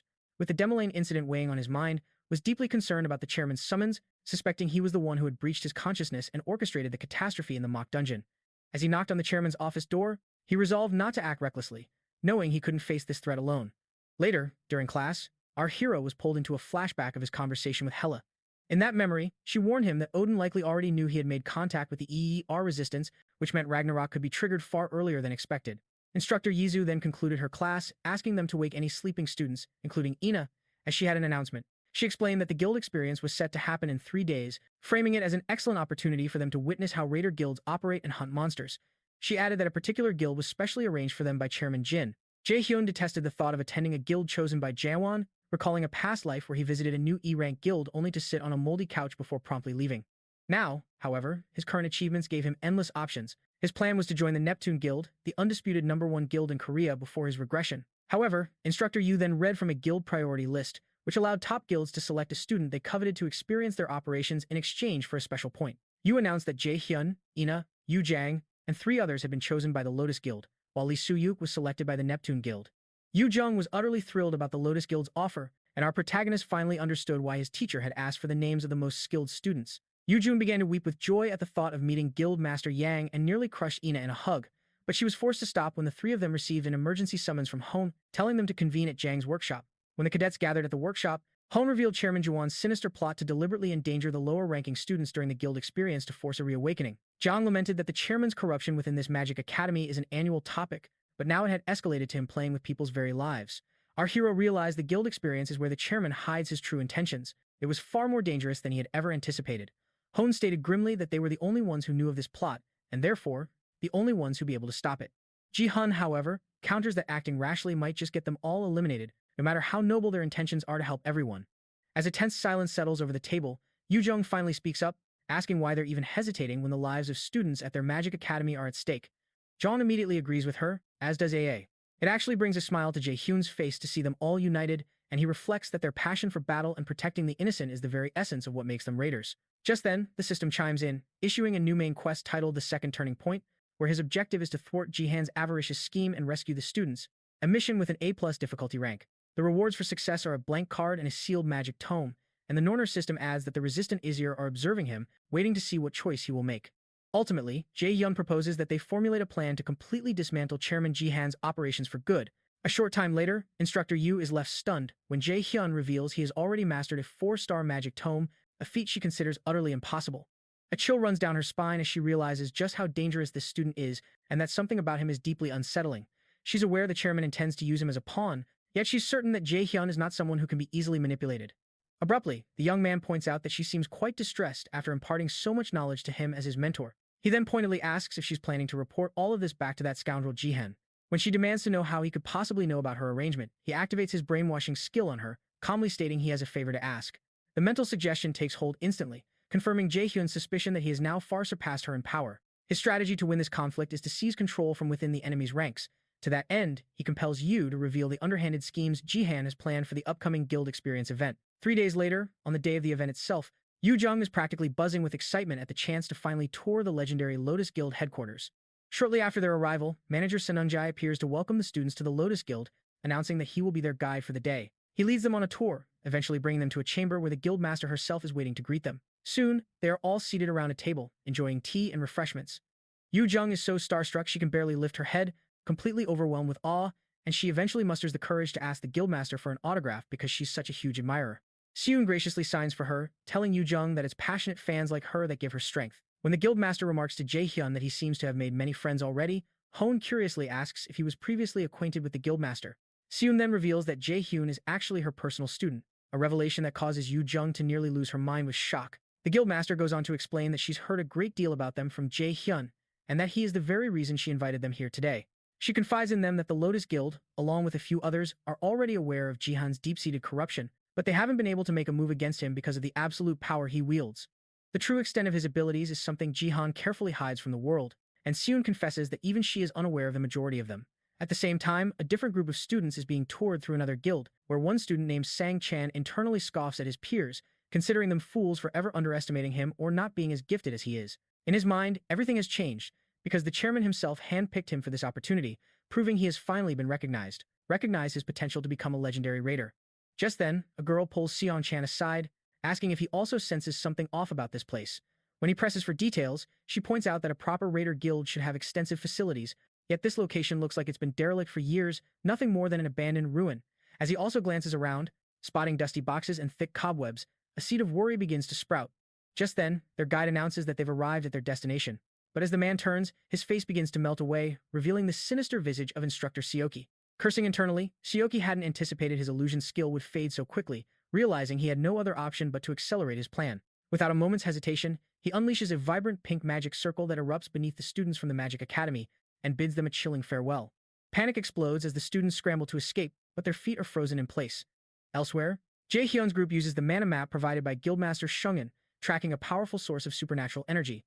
However, when they arrive, they find what looks more like a decrepit ruin than a guild headquarters, making them question if they're in the correct location. Trailing behind them, Jay Hyun mentally communicates with manager Sunji, confirming that he's maintaining his pursuit. When Sunji asks how he mastered telepathy so quickly, our prodigy casually mentions that he just skimmed a few magical texts. Sunji is immensely proud of this progress, knowing full well that telepathy is far more difficult than Jay Hyun lets on. Over at the Yanhwa Guild, the guildmaster senses a foreboding wave of mana nearby. Her mind flashes back to when Jay Hyun had warned her that the guild Jian intended to use for his schemes was named Cain. Shungin recalls that this was the very guild Jian established himself, which she finds peculiar. The Cain Guild is located in the heart of Seoul, not far from Lotus, and it seems far too conspicuous for Jian, who usually hides his tracks meticulously. In response, Jay Hyun had informed her that he received this intelligence from an operative working on his behalf. Returning to the present, she asks Hana if she's investigated the guild Jian established, and Hana confirms she has. Hana reveals that the Kane Guild is, in fact, a ghost guild. These ghost guilds are shady organizations involved in tax evasion and all sorts of illicit activities, deliberately ensuring they don't record any of their operations. Upon hearing this, Shungin suspects Jay Hyun's information was accurate, though she still can't discern what Jian is plotting. To be on the safe side, she instructs Hana to prepare her gear in case the situation escalates. Meanwhile, the students enter the Kane Guild. Yu Zhong expresses her doubts, noting its abandoned state, but our hero assures her that this is undeniably the place from which the decaying mana originates. The energy Jay Hyun senses feels profoundly wrong, making him consider sending the others away to face this threat alone with manager Sunji. As they cautiously advance, they detect the lingering traces of some highly advanced magic that was recently cast. While they're surveying the area, the same sinister pink energy erupts again, and Jay Hyun screams for the others to get out immediately. But before they can react, they are ensnared by the magic circle, completely immobilized. A moment later, they hear a disembodied voice mocking them as fools before summoning them to Svartalfheim, the mythical realm of the Dark Elves. As they are being transported, the Nornir system alerts Jay Hyun that the dungeon's danger level far exceeds his current capabilities, ordering him to evacuate the dungeon at once. In that very instant, the leader of the Dark Elves commands his legion to arise, for their time has finally come, to feast upon new prey. In an instant, the students are transported to Svartalfheim, and Jay Hyun recalls the legends he studied. It is said that the Dark Elves of Norse mythology possess power rivaling the gods, though their strength was diminished when this realm was transformed into a dungeon. Hoyen expresses his shock, marveling that Chairman Ja could wield such advanced teleportation magic. He finds himself questioning the chairman's true identity. June concurs, noting that a mere human shouldn't be capable of meddling with the transfer system of the 9 realms, implying a more powerful entity is at play. The group collectively understands they are in a dire predicament. Their despair turns to shock as manager Sunja suddenly appears. Sunja explains that Jay Hyun had instructed him to intervene should anything go awry, prompting a relieved Yu Jung to exclaim that they might not perish after all. However, Sunja quickly tempers their hopes, clarifying that his presence doesn't guarantee safety, as even A-rank raiders find it a struggle to survive within the domain of the Dark Elves. He bluntly warns them that a single moment of carelessness will mean death for them all. Jay Hyun concurs with Sunja, acknowledging that no flawless strategy for this dungeon exists, at least not in this current timeline. Yet, he inwardly recalls the countless clear guides from the future, and confidently assures the group that they will all make it out of this place alive. But first, he proposes they search for any other survivors. Elsewhere, Chairman Ja is meeting with Hoen's father, Mr. An, who voices his displeasure over the chairman's broken promise to elevate Hoen's power. Ja coolly assures him that there's no need for concern, promising that Hoen will emerge victorious in the upcoming event. Yet, Mr. An senses that the chairman hides a cunning nature, much like a serpent, and demands to know how Hoen could have possibly lost to a student from the magic class during the freshman hunt. The chairman then reveals the truth about Jay Hyun, a prodigy born with a staggering 97% aptitude for magic. This figure leaves Mr. An utterly stunned. He promptly decides to take his leave. It's revealed that Insiu was once a high-ranking military officer, and his profound connections within the central government are what make him valuable to Ja. Still, this isn't reason enough for Ja to interfere in the new event, as he refuses to engage in a game he cannot guarantee he will win. Back in the world of the Dark Elves, Ina decides to use her flash skill to illuminate their pitch-black surroundings, but Jay Hyun quickly tells her to hold on. He then unleashes a level 3 flash skill of his own, which emits a far more powerful light. Yu Jung is taken aback, so our protagonist explains that he managed to level up the flash skill from its initial D rank. Ina questions how this is even possible, as leveling a skill is something only an A-rank raider should be able to do, leaving Hoenn speechless at the depth of Jay Hyun's abilities. As the group presses onward, manager Sunja contemplates our hero's unique talent for skill progression, wondering why he's never encountered such a phenomenon before. Despite having trained innumerable new raiders from the Magic Academy, he secretly marvels at just how much potential Jay Hyun hides. As they venture deeper into the dungeon's oppressive darkness, Jay Hyun suggests they take a brief rest, to which Sunja agrees, noting they have been traveling for quite some time. Knowing that Dark Elves are accustomed to the gloom and can easily nullify light magic, our hero extinguishes the light, allowing their eyes to acclimate to the darkness. The students then consume the mana potions that Jay Hyun had thoughtfully prepared for them in advance, replenishing their depleted mana reserves. When Hoyen speculates that the survivors must be past the upcoming fork in the path, June activates his mana perception to scout the dungeon's layout. He quickly detects that the central path leads directly to the boss chamber. With lightning reflexes, he detects an incoming projectile and snatches the arrow from the air, just moments before it could pierce Anna's chest. Our hero instantly activates his absolute calculation skill, as the entire group snaps into a battle stance, realizing they're completely surrounded. They are besieged by Dark Elves. Everyone watches in utter shock, as Jay Hyun effortlessly crushes the enchanted arrow in his bare hand. Yu Jun quickly erects a mana field to shield her friends while Ina casts a spell called Slow to impede the elves' advance. She then summons her Radiant Divine Sword and charges into the fray, Meanwhile, Hone activates his martial arts, Polar Extreme skill. This creates the perfect diversion, allowing the others to press their attack. Once he gives the signal, Manager Sununjai leaps toward a dark elf, dagger in hand, engaging it in a fierce head-on clash. Not one to be left out, our hero decides to join in. He unleashes his lightning chain, now powered up to level 5, and strikes several of the elves with its crackling tendrils. According to the clearing tutorial, the dark elves' weaponry and armor are forged entirely from magic. This means his absolute calculation can completely dismantle them. He signals for Yu Jung and Ina to use only fire-type magic. Though confused, they trust his judgment and comply. As an elf hurls a spear directly at him, Jay Hyun gives another command. He tells Hone to use a provocation skill to make the enemy's movements predictable, just as he incinerates the incoming spear with a burst of flame. Hone immediately unleashes his taunt, drawing the monster's aggression toward himself, and Jay Hyun directs Sunjai to eliminate the distracted dark elves. Their movements have now become sluggish and simple. Sunjai complies, silently wondering what secret Jay Hyun knows about these creatures. Using his level 5 stealth skill, which completely hides his presence from sight and sound, Sunjai begins to carve through the dark elf ranks. Meanwhile, our hero unleashes his Fire Strike skill, landing a devastating blow that obliterates one of the elves. Yu Jung then summons her Flame of Eternity, conjuring a massive fireball that engulfs a wide area and forces the remaining elves to scatter. As the disoriented elves attempt to regroup for an assault, Ina calmly lets loose a volley of fire arrows, picking them off one by one. Just as an elf wonders how these humans discovered their fatal weakness, Hone's blade pierces straight through its back, emerging from its chest. The creature is enraged that a mere human dares to strike it down, but as it turns to retaliate, Jay Hyun's lightning chain snakes out to deliver the final, decisive blow. Shortly thereafter, the battle is over, and Jay Hyun urges them to press onward. He informs them that they're running out of time, as he can sense the mana of survivors nearby and worries they'll perish if they're late. Back at the Magic Academy, Chairman Ja is furiously berating Instructor Seoki for yet another colossal failure. Seoki stammers an apology, trying to explain that he never anticipated an outsider would simply walk into the guild building, but the chairman is livid.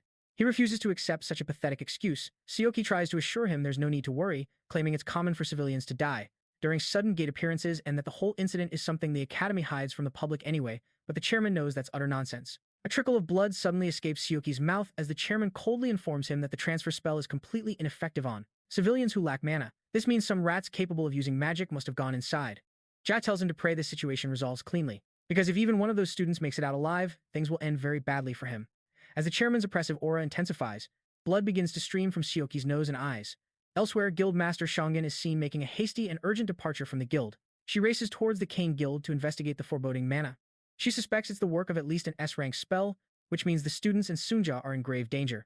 However, her earring remains silent, a small comfort confirming no one has perished yet. As she dashes out, she instructs Hana to call the association for immediate backup if she fails to return by dawn. Speeding away on her bike, Xiangin vows she will never forgive Ja if he dares to harm a single hair on any of her people. Meanwhile, Xiong Chan is grievously wounded, and his friends struggle to support him as they try to escape. Their desperation peaks when they stumble, and the girl breaks down in tears, overwhelmed by the need to get out of this nightmare. She starts blaming herself for everything, wishing she wasn't so utterly useless, and is startled when someone suddenly rests a hand on her shoulder. It's Jay Hyun. He reassures her, saying she did an excellent job and tells her to leave the rest to his team. Shortly after, the girl collapses, and they quickly administer some restorative potions. Chan awakens to find himself in Svartalfheim, the mythical realm of the Dark Elves. When Jay Hyun presses for details, they recount falling into this place right after arriving at the Kane Guild, after which they were ambushed by dark elves who dragged their friends away. Miraculously, the girl and Chan manage to escape notice because the terrain hides many shadows, allowing them to slip away, but they soon collapse from severe mana poisoning. Judging by her tone, Jay Hyun suspects she views herself as a coward, wishing she'd fallen fighting beside her classmates. However, Jay Hyun sees it as pure arrogance to wish for a heroic death against an unbeatable foe. That kind of thinking is for the movies. A painful memory of abandoning his own comrades in a past life flashes through his mind. Because of this, he tells Seong Chan and the young woman that they bear no responsibility for their friends being captured. When Jay Hyun asks for their captor's destination, the girl reveals they were taken towards the king who commands these dark elves. Jay Hyun then inquires who led them here, and Seong Chan confirms it was Instructor C from their magic academy. After a moment, Jay Hyun tells the group to wait while he scouts ahead, but Yujin immediately protests, asking him what he's planning. Our hero explains he can sense a potent dark mana from the direction the captives were taken, which almost certainly leads to the boss. He stresses the urgency, as the life forces of the captured students are steadily fading. Yu cries out that he's insane and marching to his death, and Ina agrees they must stick together, but surprisingly, Hone sides with Jay Hyun. Our protagonist clarifies that none of them can handle these dark elves in a one-on-one fight and win. Their duty is to stay behind and protect the injured. Yu Jung starts to argue, but falls silent, unable to offer a better plan. Sunja also reluctantly concedes, but pleads with Jay Hyun to return immediately if the danger is too great. Jay Hyun entrusts the others to Sunja's care, and Hone assures him that he will protect everyone with his life. As Jay Hyun ventures deeper into the dungeon that hides the enemy, Chan's friend anxiously wonders if he will be alright. Sunja, ever the pillar of support, assures her that Jay Hyun will succeed because of his immense strength. Meanwhile, Yu Jung discreetly wipes a tear from her eye, and seeing Ina's distress, she whispers that Jay Hyun will definitely be fine. In that moment, Sunja's attention is sharply drawn to something new. Sensed a hidden presence, and he motioned for the others to be quiet, whispering that an enemy was drawing near. As he reached for his daggers, a searing beam of energy erupted past his head, injuring him severely and slamming him to the ground. Suddenly, dark elves emerged from the gloom, and one of their powerful leaders pointed out that these humans had been bothering them like a swarm of flies. Meanwhile, our hero continued to push forward, knowing he had to finish his task quickly because something terrible might happen in his absence. He soon heaved open a massive door and came face to face with a king who had been expecting him and had prepared a special trial. As Jay Hyun opened his mouth to speak, his earring began to burn, and he realized the manager's presence was growing terrifyingly faint. Before he could make a move, the door thundered shut behind him, and the king declared that he could not leave this chamber unless he survived combat with his soldiers. Jay Hyun was at a critical crossroads. He had to return to save the others. But then he remembered Hoyen's promise, and he decided to put his trust in his friends while he'd handle this. The Dark Elf King begins to taunt him, asking what pathetic move he plans to make next. In response, Jay Hyun erects a towering wall of fire around himself, vowing that this place will become their tomb. Meanwhile, at the dungeon's entrance, Sanjai remains incapacitated on the ground, the very sword that struck him down lying beside him. Hoyen rushes to his aid, only to realize that the manager is in a grave state and has likely been poisoned, which means these beasts know the fatal weakness an assassin-type raider hides. The elven commander recalls his blade with a flick of his wrist and decides it's time to clean up the minions, as he calls them, now that the most troublesome opponent is out of the picture. This confirms Hoyen's suspicion that they were simply waiting for Jay Hyun to be separated from the group to launch their ambush, and Ina adds that the guildmaster must have sensed that manager Sanjai has fallen. She recalls that Seongun had entrusted Jay Hyun with an Avaldi earring, which would signal her the moment any of them were in peril, and she had sworn to intervene if an emergency arose. In the Dark Elf Palace, Jay Hyun becomes a whirlwind of pure rage and literal fire, carving a path through the ranks of dark elves. He cloaks himself in flames and confronts a group of elves. Noticing the telltale crimson stains around their mouths, he coldly informs them they are going to regurgitate what they have just consumed. Our hero recalls the look of grim determination on Hoyen's face, the expression of a desperate man who is fully committed to a dangerous path. He's seen that very same look on his best friend from a past life and on the friends who were killed in the mock dungeon at the Magic Academy, so he knows better than to trust those eyes. Meanwhile, Yu Jung manifests a protective mana field, as Anna summons a barrage of divine radiant swords to unleash hell upon the Dark Elves. The leader of the Dark Elf contingent scoffs, remarking on how pitiful it is to watch them struggle so pointlessly. So, he declares that they will all become a part of the king's grand feast and commands his soldiers to charge. Anna is shocked by the elf's blinding speed, but Hoyen manages to block the commander's strike with his shield. Hoyen then activates his martial arts, polar extreme skill, and retaliates with a devastating slash that forces his opponent into a hasty retreat. This impressive counterattack makes the elven leader admit that the humans aren't entirely useless after all. Hoyen realizes this group is on a completely different level than the dark elves they've faced before, and as the leader closes in again, Hoyen demands to know who he is. The commander of the group introduces himself as Kel, the captain of the A Royal Guard who also possesses royal blood. The revelation that he's a royal dark elf sends shockwaves through them, a status that implies power far beyond his rank, than an A ranker. At that moment, Hoyen's mind flashes back to his first meeting with Jay Hyun, remembering the boy standing defiantly to protect him. It was a gesture that rekindled his faith in the forgotten virtues of a raider. In his eyes, Jay Hyun's fearless spirit embodied the very dream he yearned to achieve. He resolved then and there that he would not fall in this desolate place he had to catch up to. Jay Hyun, whatever the cost. In a move that stuns everyone, Hoyen casts his shield aside and strides purposefully toward the enemy. He realizes this is the path he should have taken from the very beginning, for a true raider's power isn't confined to a single core. With intense focus, he delves into his higher, middle, and lower chi centers, forcing them open. Kel is taken aback by the explosive surge of mana erupting from Hoyen. The sheer pressure of it is enough to cause him minor injury. His subordinate shields him as he demands to know how Hoyen is capable of such a feat, a power few at any magic academy could ever dream of. But Hoyen offers no reply, instead activating his unity of body and sword skill, which immediately causes him to start coughing up blood.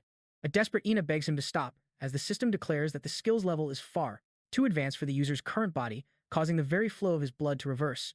He's warned to cancel the skill immediately, or his life will be forfeit in 6 minutes and 36 seconds. Seizing the opportunity, Kel orders his soldiers to capture Hoyen alive, even if it means severing his limbs. Regardless, Hoyen refuses to deactivate the skill and steels himself to confront the soldiers.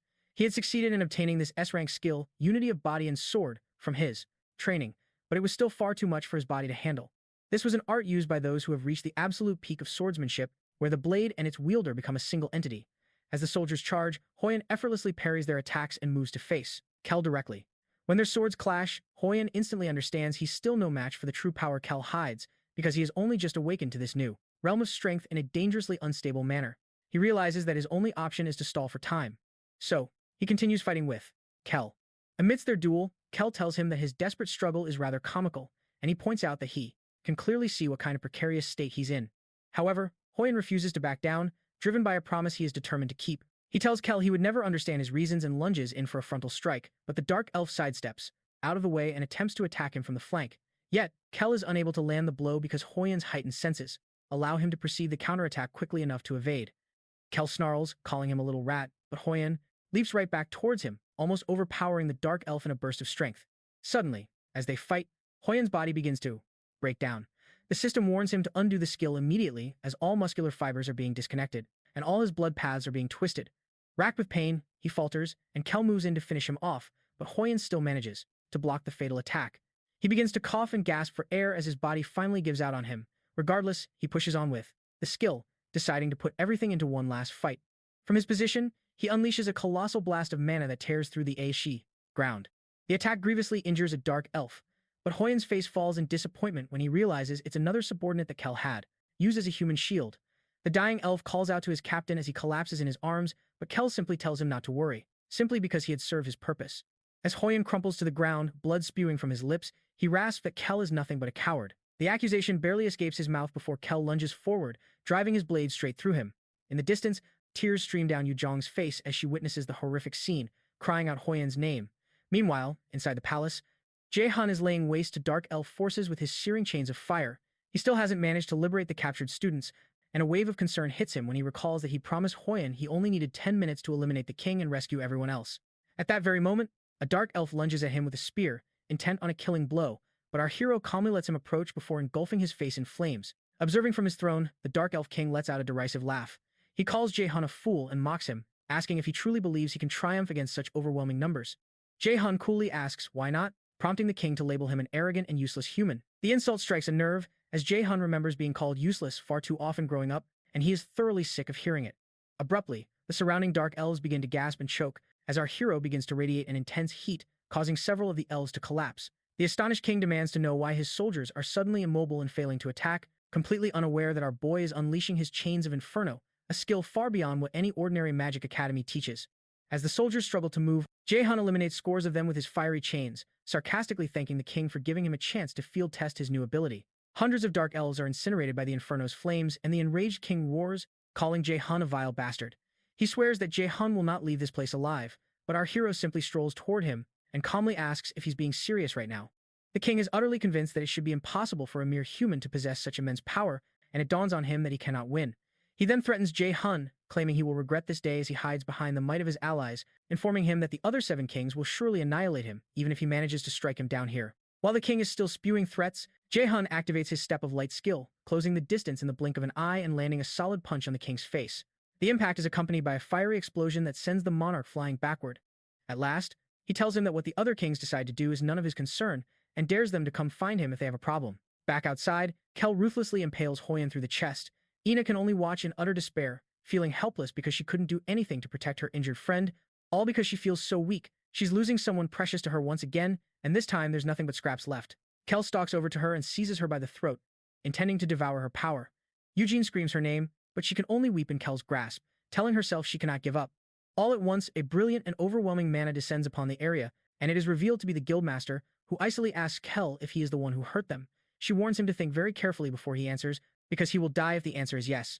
Her oppressive aura blankets the entire vicinity, and Hyun, who is bleeding out, feels a surge of relief that he managed to hold on until help finally arrived. Once more, Shang asks Kel if he harmed the people lying on the ground, and the crushing weight of her aura, a power she usually hides, causes beads of sweat to form on his brow. Kel instantly realizes that he could never hope to win against this woman. Judging by her immense mana, he decides his only chance is to take the kids from the Magic Academy hostage. He then boldly declares his intentions. He boasts that this gruesome scene is his masterpiece, to which Xiangan simply asks, "Is that right?" before unleashing her sacrificial skill. A wave of restorative energy heals them all simultaneously, at the cost of her own life force. Kel is stunned, shocked that she can wield such powerful healing magic, with such incredible speed, leaving him to wonder what in the world is happening. Xiangan then coldly informs Kel that she has one simple rule: nobody lays a hand on her people. With that, she unleashes a raw torrent of energy, blasting him backward as the sheer force of the impact begins to disintegrate his very flesh, causing him to fade from existence. Yu Jung watches in utter awe, realizing that Seongen hadn't used a formal skill on Kel at all. It was pure, concentrated mana, a feat that demonstrated the true power she hides. Seongen immediately rushes to Sanjay's side to begin healing, and she's able to quickly stabilize his condition. The real problem, however, is Hoyen. She can tell at a glance that his state is critical, and as she attempts to mend his wounds, her system alerts her that his injuries are severe and will require a significant amount of time to fully heal. She deduces that he pushed his body far beyond its limits, completely wrecking his meridians and nervous system in the process. She realizes with a chill that if she had been even a moment later, he might never have been able to wield mana again. A short time later, she finally manages to finish healing him, but the system delivers a grim notification. The act has permanently cost her 2% of her total life force. The skill takes a heavy toll, and she acknowledges that without Jay Hyun's previous help, she would have been dead long ago. When Yu Jong inquires about Hoyen's condition, Seongen explains that he'll recover but will likely remain unconscious for a few days. This news brings a wave of relief over the other students. With the immediate crisis handled, Seongen asks where Jay Hyun is. They hesitate before revealing he went to the boss room, all by himself, but instead of the panic they expected, she calmly assures them he'll be perfectly fine, prompting Yu Jung to immediately protest. She argues that Jay Hyun went in alone, but Seong is confident, explaining that he won't fall so easily, especially since Dark Elves primarily use magic to attack, a specialty for any top-tier Magic Academy student. She knows full well they are no match for Jay Hyun's abilities. Meanwhile, our hero coolly tells the Dark Elf King that if the other kings are upset, they can come and find him themselves. But the king retorts that this will only happen if Jay Hyun manages to get out of there alive. Now bleeding from a gash on his face, the king curses, infuriated that he's losing to a mere human, and decides to cut his losses and make a run for it. He intends to warn his brothers, but as he flees, he's utterly shocked to find that Jay Hyun has already outpaced him, and is now blocking his path. With a flick of his wrist, lightning chains erupt, binding the king and slamming his face hard into the ground. Infuriated, the Dark Elf King snarls that he won't die alone. He'll drag Jay Hyun down to Helheim with him. With that threat, the king unleashes a secret technique passed down only through the royal Dark Elf lineage called Frozen Earth, fully expecting Jay Hyun to tremble in terror. Instead, Jay Hyun thanks him for the unexpected gift, leaving the king baffled as to why he's smiling.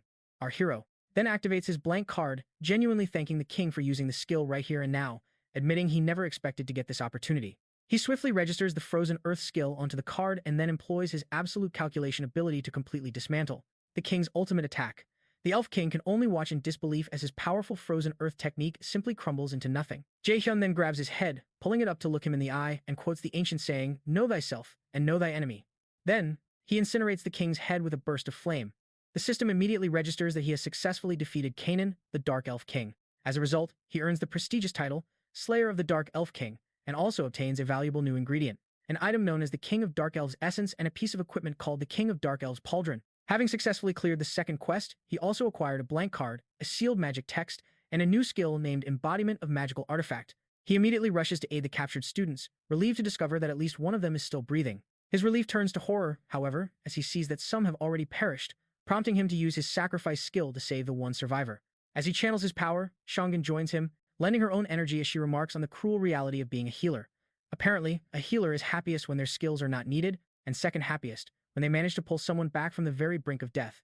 Meanwhile, back on the city streets, C boils with an uncontrollable fury upon realizing his meticulously laid plans have been utterly foiled. He silently vows that it makes no difference if they manage to escape the dungeon, because he will ensure they all meet an agonizing end. Suddenly, Jay Hyun materializes beside his car window and shatters the glass, his hand seizing Psy's throat. With a truly unhinged look in his eyes, Jay Hyun calls him a son of a hornet for what he has done.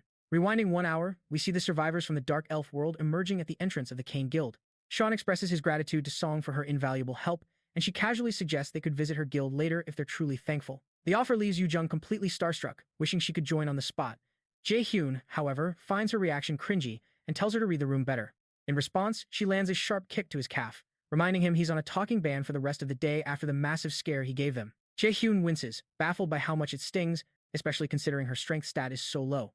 Shortly after, Hana pulls up in a company van, explaining to the guildmaster that she rushed over because she'd been unreachable for hours. Sangun apologizes, promising to explain the full details of what transpired later. For now, she instructs Hana to take the injured and the kids from the Magic Academy back to the guild first. Jong-un stays behind, as she and Jay Hyun have some unfinished business. Hana then asks manager Sung-jae to accompany her, and Jay Hyun notices a tear in Sung-jae's sleeve, a detail that catches him by surprise. Just as he's about to speak up, Sung-jae discreetly communicates with him via telepathy, warning him not to mention it to his sister, as Hana's reaction would make things far worse. It's clear there's a complicated love-hate dynamic between these siblings, as Hana nearly leaves Sungjai behind when he hesitates to get in the van, forcing him to scramble inside. Once they've departed, Jay Hyun and Seongan finally ambush Seoki, who has been watching them from a hidden vantage point. He's utterly stunned that they escaped and can't comprehend what Seongan is doing here. Infuriated, he activates a powerful magical artifact given to him by Chairman Jin, a last resort for urgent situations. Using the artifact, he teleports directly behind Seongan and lunges with a blade, but she sidesteps his attack with contemptuous ease. She casually remarks that his teleportation item isn't particularly impressive, as its range is only a few dozen meters. She then demands to know why he targeted the students and who was pulling the strings, but Seoki merely scoffs at her question, stating that those mages are inferior beings anyway. He then activates another device, one that Seongan instantly recognizes as a mana suppressor, a tool which hides one's true power. To this, she simply tells him it's a shame. Meanwhile, Ji, who has been listening in, decides that Seoki has officially outlived his usefulness. Out on the streets, Seongan musters a powerful blast of mana, completely ignoring Seoki's suppression device, and taunts him, asking if he genuinely believes such a trinket could stop her. This triggers a realization for Jun. He couldn't sense the magic seal within the Kane Guild because Sei had used a similar device, a tool that cleverly hides one's magical presence. Seongjin scoffs at the instructor, telling him she doesn't need a confession about who's pulling the strings. She declares with chilling certainty that she already knows it's Jin, adding that the device is a mere toy. She explains that any mana suppression device can be shattered by simply overwhelming it with enough power, and she promises him his life ends right here. In an instant, the entire atmosphere shifts as she summons crackling streaks of lightning from the heavens, which immediately engulf his body. Jay Hyun instantly recognizes the spell as Lightning Call, a formidable A-rank skill whose potency is dictated by the caster's strength. He's left stunned, realizing the level of power she's wielding is on an entirely different plane of existence. Sometime later, Ina arrives back at her lodge, her mind replaying the moment Jay Hyun protected her, intercepting the spear meant to end her life. She marvels at his ability to inversely calculate the spell's trajectory in such a short amount of time, a feat that proves she still has a long road ahead, but she makes a mental note to properly thank him when she gets the chance.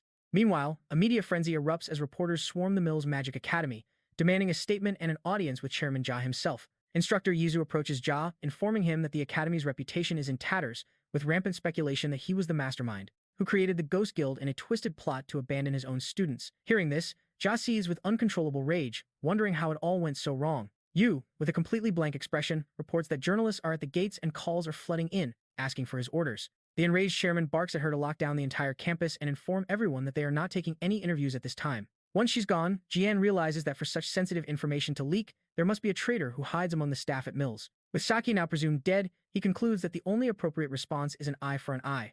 The chairman immediately makes a call, offering to pay any price necessary for a complete media cover-up of the incident. A few days pass, and Jae Hyun purposefully bumps into Hoen in the hallway, casually commenting that he's looking to be in good shape. Hoyen seems genuinely happy to see him, admitting he's only doing well thanks to him and the guildmaster.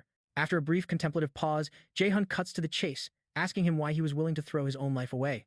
As Hoyen fumbles for an answer, Jae Hyun offers warm reassurance, telling him he just needs to keep pushing forward with that same determination. He urges him to act on his instincts and figure out the reasons later, but before departing, he reminds Hoyen to look after himself, because the others worry.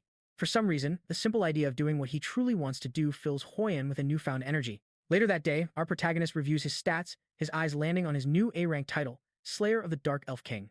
The title grants him a significant boost to his mana and attack power when fighting dark-type monsters, but it also comes with a catch. It will trigger the fury of all dark elves, making him their primary target. Despite the risk, he equips the title without hesitation and decides to save the essence of the Dark Elf King as an ingredient for Zhang. He knows Zhang will love experimenting with a new material.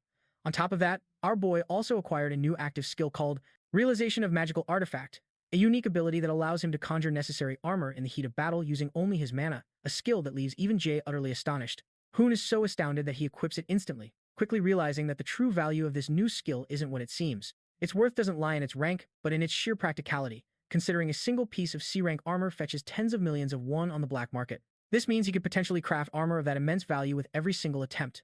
Just then, the knife he was given, Mislin, starts to react. It glows intensely until a system notification informs our boy that Mislin's full power has been unlocked, now that he has met every last one of the conditions. This grants him a passive skill called Genius of Armor Making, and every piece of equipment he forges from now on will have its rank boosted by 1. This is absurdly good news for Hoon, and he now understands the true potential Mislin hides was dormant simply because he hadn't met the requirements before. With all these incredible new benefits at his disposal, he decides to dive straight into training. The very next morning, a buzz of activity fills the air as many students at the Miller's Magic Academy are seen frantically preparing for their midterms. These exams are so notoriously difficult, they've earned the nickname the student's grave due to the cutthroat competition. The tests cover both theory and practical skills, with a practical portion involving potion making and pocket plane dungeon raids, all broadcast live for the entire nation to witness. Meanwhile, Hoon is jolted awake by Yu Jung, who jokingly threatens to rough him up, and he sheepishly apologizes, admitting he tends to doze off whenever he cracks open a book. A frantic Yu Jung reminds him that they only have a few days left before midterms and sternly warns him against even thinking about getting a failing grade. Nearby, Ina is also visibly struggling with her textbook, and Hoon realizes that both he and she are terrible when it comes to theory, which is why he offered to tutor them in the first place. Eventually, the two of them just give up, ready to accept their fate of having to retake the exams, but Yu Jung snaps at them to stop talking nonsense and begins explaining the next subject on the list. A few days pass, and after the students complete one of their tests, a few of them are overheard discussing how it went, and they can't help but notice the top-tier students Ina, Yu Jung, and Jay Hyun chatting amongst themselves. The onlookers just assume that those geniuses probably aced the test with their eyes closed, but when Yu Jung asks Ina how she did, she suddenly draws a complete blank. Jae Hyun and Yu Jung immediately start teasing both Ina and Hoon, declaring that books are their natural enemies, which sends Ina chasing after them in a huff.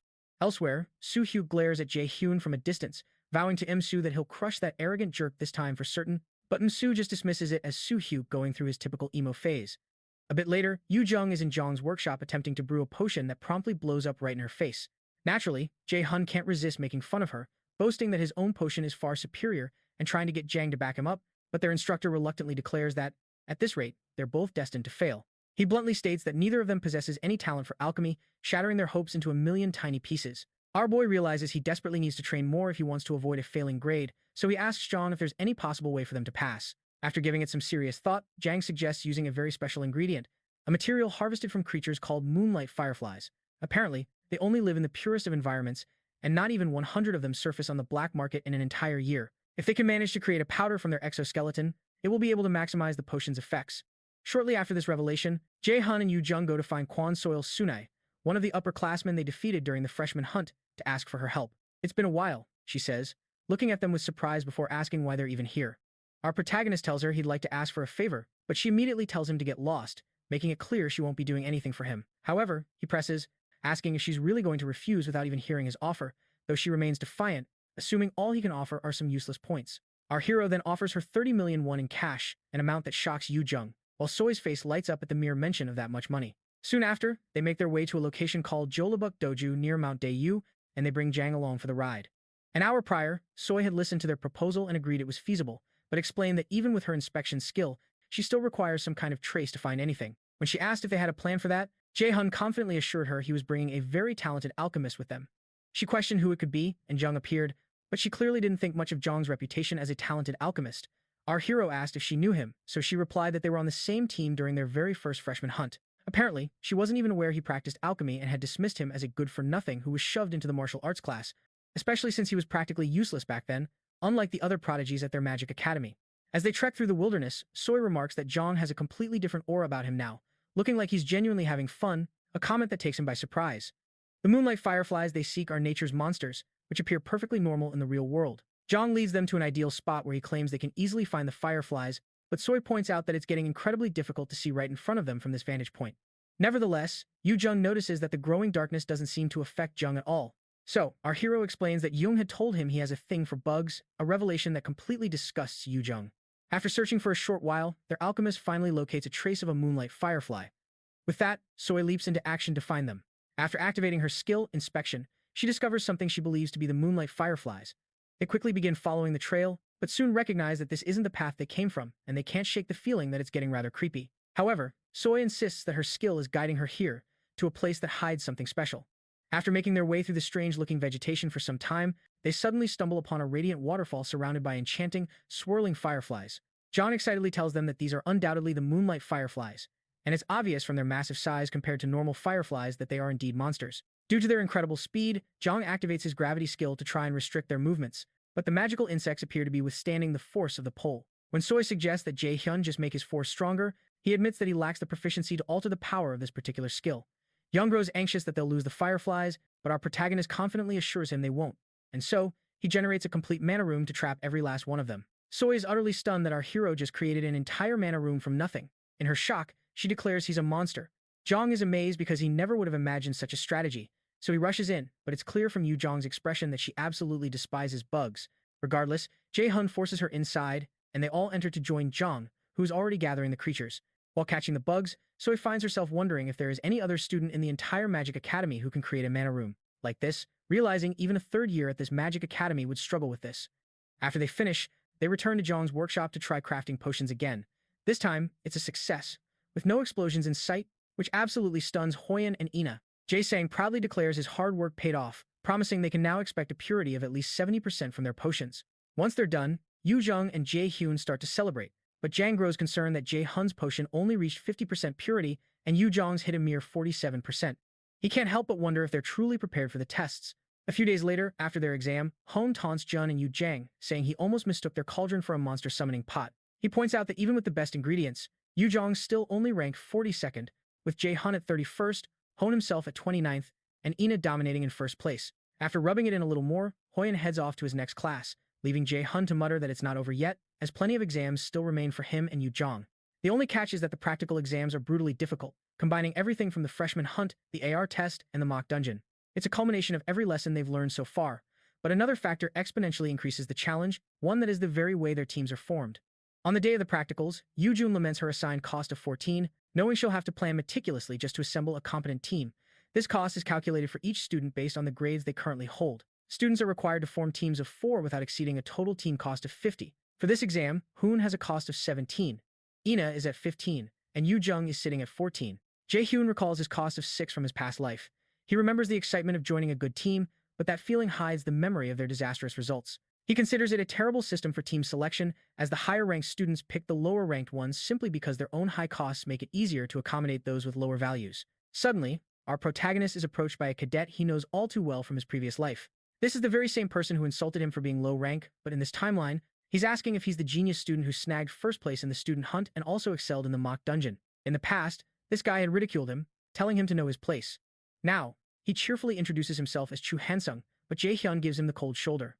Regardless, Hansung suggests they team up, arguing that his cost is low compared to his skill, and he offers to help Jae Hyun, whose staggering cost of 20 makes it tough for him to pick teammates. However, Jae Hyun sees this guy for what he is, a garbage opportunist who preys on the weak and kisses up to the strong. He tells Hansung it's a real shame he's not interested in teaming up and suggests he go look for someone else. Flustered, Hansung tries to reiterate that he has a low cost but high skills, but our hero cuts him off, saying it doesn't matter since he can clear the test by himself, and besides, Hansung is far too weak. Our protagonist then approaches his friends asking if they've thought about his idea, all while Hansung stares daggers at his back. The contempt is palpable. Meanwhile, the warriors Gina and Sung-woo tell Jae Hyun that they're in. Hansung recognizes Gina and Sung-woo as the ones who deserted Jae Hyun during the mock dungeon, but our hero simply tells them he's glad they agreed, because he was afraid they would refuse. Hanan continues to seethe with rage, furious that Jae Hyun chose those so-called failures from the Magic Academy, and storms off, utterly convinced that Jae Hyun will live to regret his decision. A short time later, Jae Hyun and his newly formed team gather at a cafe. Out of the blue, Gina asks Jae Hyun if he is absolutely certain he wants them, given how little help they were at the mock dungeon. And Sung-woo adds that they were left to die during the Kane incident precisely because they were considered too unskilled. Nevertheless, our protagonist assures them with unwavering confidence that he has no intention of losing. Jae Hyun knows that Gina and Sunu's recruitment costs are deceptively low because they fled during the mock dungeon, and he understands their true potential hides behind that single moment of fear. He sees them, not Hanung, as the ones with real value. Convinced, the two agree to join and then ask who the final member of their team will be. Our hero tells them that she will be arriving shortly, and just a few moments later, Yu Jung walks through the cafe door. They both remember how Instructor Jian had to physically restrain Yu Jung from utterly destroying them for abandoning Jae Hyun in the dungeon. As she enters, the air grows thick with tension. She confronts Jae Hyun directly, demanding to know why he's roped her into teaming up with these particular cadets. Elsewhere, Chairman Jian is fuming over news reports stating that the Mills Academy is losing its title as Korea's top magic academy, and he's at risk of being driven out because of the recent incident. In a fit of rage, he smashes his computer. Those wretched reporters publish the articles anyway, even after he'd paid them a fortune to stay quiet. It's dawning on him that the media is abandoning him, the mighty giant, and it's painfully obvious that the Lotus Guild is the invisible hand behind this entire mess. He concludes that his only option is to lay low for the time being, accepting the inevitable losses. He hides from the public eye, waiting for the media storm to pass, so he can return to his original plan concerning a seer. Back at the cafe, Yu Young sits with a defiant glare, sizing up the two warrior cadets. She reluctantly agrees to let it slide, but questions Jae Hyun if he's truly certain about his decision. Our protagonist then declares that they must trust him. Ordering them to flee was, realistically, the only viable option they had at the time. Faced with his conviction, Yu Jung has little choice but to concede. She then presses him for the real reason he wants them on his team, especially since he could easily achieve a perfect score on the test all by himself. The truth is, our hero chose them because they all share a deep-seated resentment towards Jian, and he's confident they'll keep whatever he's planning a closely guarded secret. He finally admits that he has a plan to orchestrate Jian's downfall during the event, leaving them all staring at him in utter disbelief. On the day of the practical exam, the students assemble as an instructor named Park Hajin steps forward to oversee the second part of the examinations. Our protagonist recognizes Hajin as one of Jian's lackeys, undoubtedly sent here to replace Seoki. Hajin announces that the entire exam will be broadcast live to the nation, showcasing the students' abilities to the world. Therefore, he urges them to perform at their absolute best and wishes them good luck.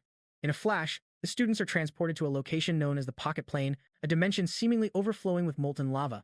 Our hero's squad is designated Team D, and their objective is to clear every stage and retrieve the final boss's core. The mission for the first floor is straightforward: eliminate all monsters and locate the staircase that leads to the second floor. The heat is oppressive, and Jay Hyun explains they are in a dungeon modeled after the legendary realm of Muspelheim. Our protagonist suggests their first move should be to map out the dungeon, as information is their greatest weapon. Yoo Jung explains their need to gather as much information as possible to handle any situation, adding that there are also items he's keen on acquiring. She points out that one crucial item is frost grass, as prolonged exposure to this volcanic heat will inevitably slow them down and will also introduce other dangers. Sungwoo can't help but commend Jae-hun and Yoo Jung, noting how proficient they seem to be. But our protagonist clarifies that it's just the fundamentals of dungeon exploration. Survival is the absolute priority for any raider from the Magic Academy. Shortly after, Jae-hun activates his mana detection skill, scanning the area until he pinpoints the signature of Frostgrass. Following the mana trail, they discover an entire field teeming with the valuable herb, so Jae-hun suggests they gather as much as they can for their inventory. Recalling that Sungwoo mentioned having decent grades in alchemy, Jae-hun entrusts him with the task of brewing the potions. Suddenly, a system notification alerts them that viewers will be entering the broadcast room shortly, reminding them to be mindful of their words and actions. The students are expected to put on a show for the entire nation, and their performance must satisfy the audience. While Jae-hun dislikes the concept, he recognizes its potential strategic uses. As they continue picking the grass, he alerts the team that 4 C-rank monsters are closing in, and he gives the order to switch to Formation B. They immediately fall into position, just as several menacing lava slimes ooze towards them.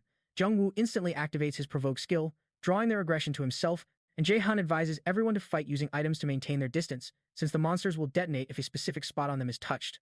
They all ready their weapons but hold their ground, waiting as the creatures creep ever closer. When the slimes are just inches away, Yoo-jun nervously calls out to Jae-hun, but he calmly tells her it's not time to strike yet. At that exact moment, their team's viewing channel goes live, and a flood of viewers pours in, with some of them immediately asking if this is the stream featuring the student who claimed first place in the freshman hunt. With perfect timing, Jae-hun gives the command. His teammates spring into action. Yoo-jun unleashes her water shoot skill, firing an arrow that punches a clean hole through one of the monsters. As Gina joins the fray, Jae-hun considers that this is the perfect environment to test out the frozen earth skill he recently acquired. So, he offers a confident smile to the camera and proceeds to activate his skill, one that cleverly hides his true trump cards for later. He has no intention of making things too thrilling this early on, planning to unveil his more powerful abilities when the stakes are higher. For now, he activates a skill called Ice Rain, showering the entire field with a torrent of frozen shards. Some of the viewers are in disbelief, wondering if this is actually happening, and how a new student could possibly wield such a high-level spell. Others suspect it's a system error, because the skill our boy just unleashed is a confirmed A-rank ability. However, Jae-hun is certain these easily impressed viewers will be his ultimate weapon in his quest to bring down Ja. Meanwhile, team manager Sun by Nim watches the broadcast, baffled at how Jae-hun is able to use an A-rank skill without even breaking a sweat. He recalls Agent Kim Jian telling him that June despises Jin, and that the Lotus Guild fully supports him in that endeavor. He figures it won't be hard to expose Ja if he properly utilizes this kid. He leans in, watching with excitement to see what Jae-hun will do next as the ice rain completely obliterates the lava slimes. Yoo Jung confesses that she's not even surprised by his power anymore, even if she has no idea where he could have learned such a technique.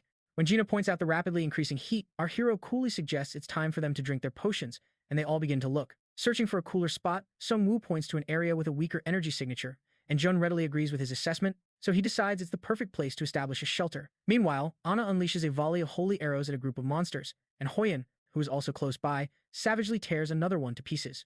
After they've eliminated them all, Aina remarks that this dungeon seems far too easy, and Hoyen agrees, noting that the creatures are weaker than he ever anticipated. Their other teammates can only watch in stunned silence, fully aware that a single mistake could have led to their failure, having just witnessed a close-range battle with lava slimes that resulted in 0 damage. Over on Jun's side, he finishes setting up a tent for his team to rest in while they await Sungwoo, who is brewing the potions he estimates will take up to an hour to complete. When Jae-hun teases Yoo Jung for making subtle comments to try and rush Sungwoo, she protests that she meant no such thing, and they fall into another one of their classic arguments. Gina simply laughs at how close the two of them are, though Yoo Jung vehemently denies it. Shortly after, Jae-hun discusses the secret plan he hides from the girls. After explaining his strategy, Yoo-jun pulls Jae-hun aside to ask if it's truly achievable, and our hero assures her it most certainly is. He believes this is the ideal moment to cause a major disturbance, releasing a surge of power to destabilize the connection to the pocket plane and disable the limited voice transmission feature. The viewers are left baffled, wondering what on earth Jay Hyun is doing and why he is suddenly working alone with just Yu Jung. As they speculate whether the others have been defeated, Jay Hyun assures the viewers that his members are perfectly fine, which shocks them since they shouldn't be able to hear the students speak. It turns out Jay Hyun had tinkered with the pocket plane's formulas just enough to open a line of communication, so he greets everyone, saying it's a pleasure to meet them, and declares that the real stream will now begin.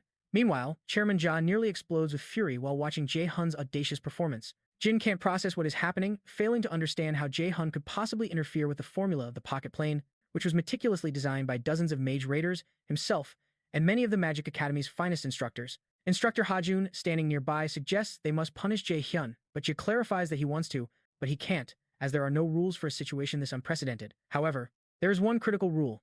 A student of the Magic Academy is forbidden from disclosing its sensitive information to the public, and if he violates that, he can be expelled. Suddenly, the chairman overhears Jay Hyun talking about him on the live stream. Jay Hyun connects the chairman to the guild experience incident and a long list of shady secrets he hides, then assures the viewers not to worry about his potential expulsion, which leaves the chairman utterly perplexed. Our hero then tells the viewers that the chairman's favorite saying is that the strong are the only ones who survive and hold power. After a fit of maniacal laughter at Jay Hyun's sheer nerve, the chairman orders instructor Hajin to expel Jay Hyun the second the exams are finished. He also instructs him to hire at least 2 experienced A-rankers to get rid of Jay Hyun once the media frenzy has subsided. As Jay Hyun's broadcast continues, Ja vows to himself that he will make that boy pay. Our protagonist then explains to the viewers that Chairman Ja can't just keep his word and expel him, not when he has such impeccable grades. The audience is electrified by his every word, and several of them start to piece it all together, realizing there must be a truly corrupt problem within the Magic Academy, especially with all the uninvestigated allegations that have surfaced, been made against Chairman Ja. Earlier, back in the shelter, Jay Hyun had informed the others of his plan to edit the pocket plane's formulas. This would allow the viewers to hear them directly and hopefully win them over. Yu Jung questioned if this was a good idea, as the chairman could retaliate, but our hero assured her that they had the viewers' support and no rule explicitly stated that they were forbidden from interfering with the pocket plane's formulas. Back in the present, Jay Hyun dramatically tells the viewers that he's about to commence the real dungeon raid stream, an event they've specially orchestrated for their audience to enjoy. The viewers are buzzing with excitement, but Yu Jung feels incredibly vulnerable as they immediately begin to discuss her performance and overall strengths.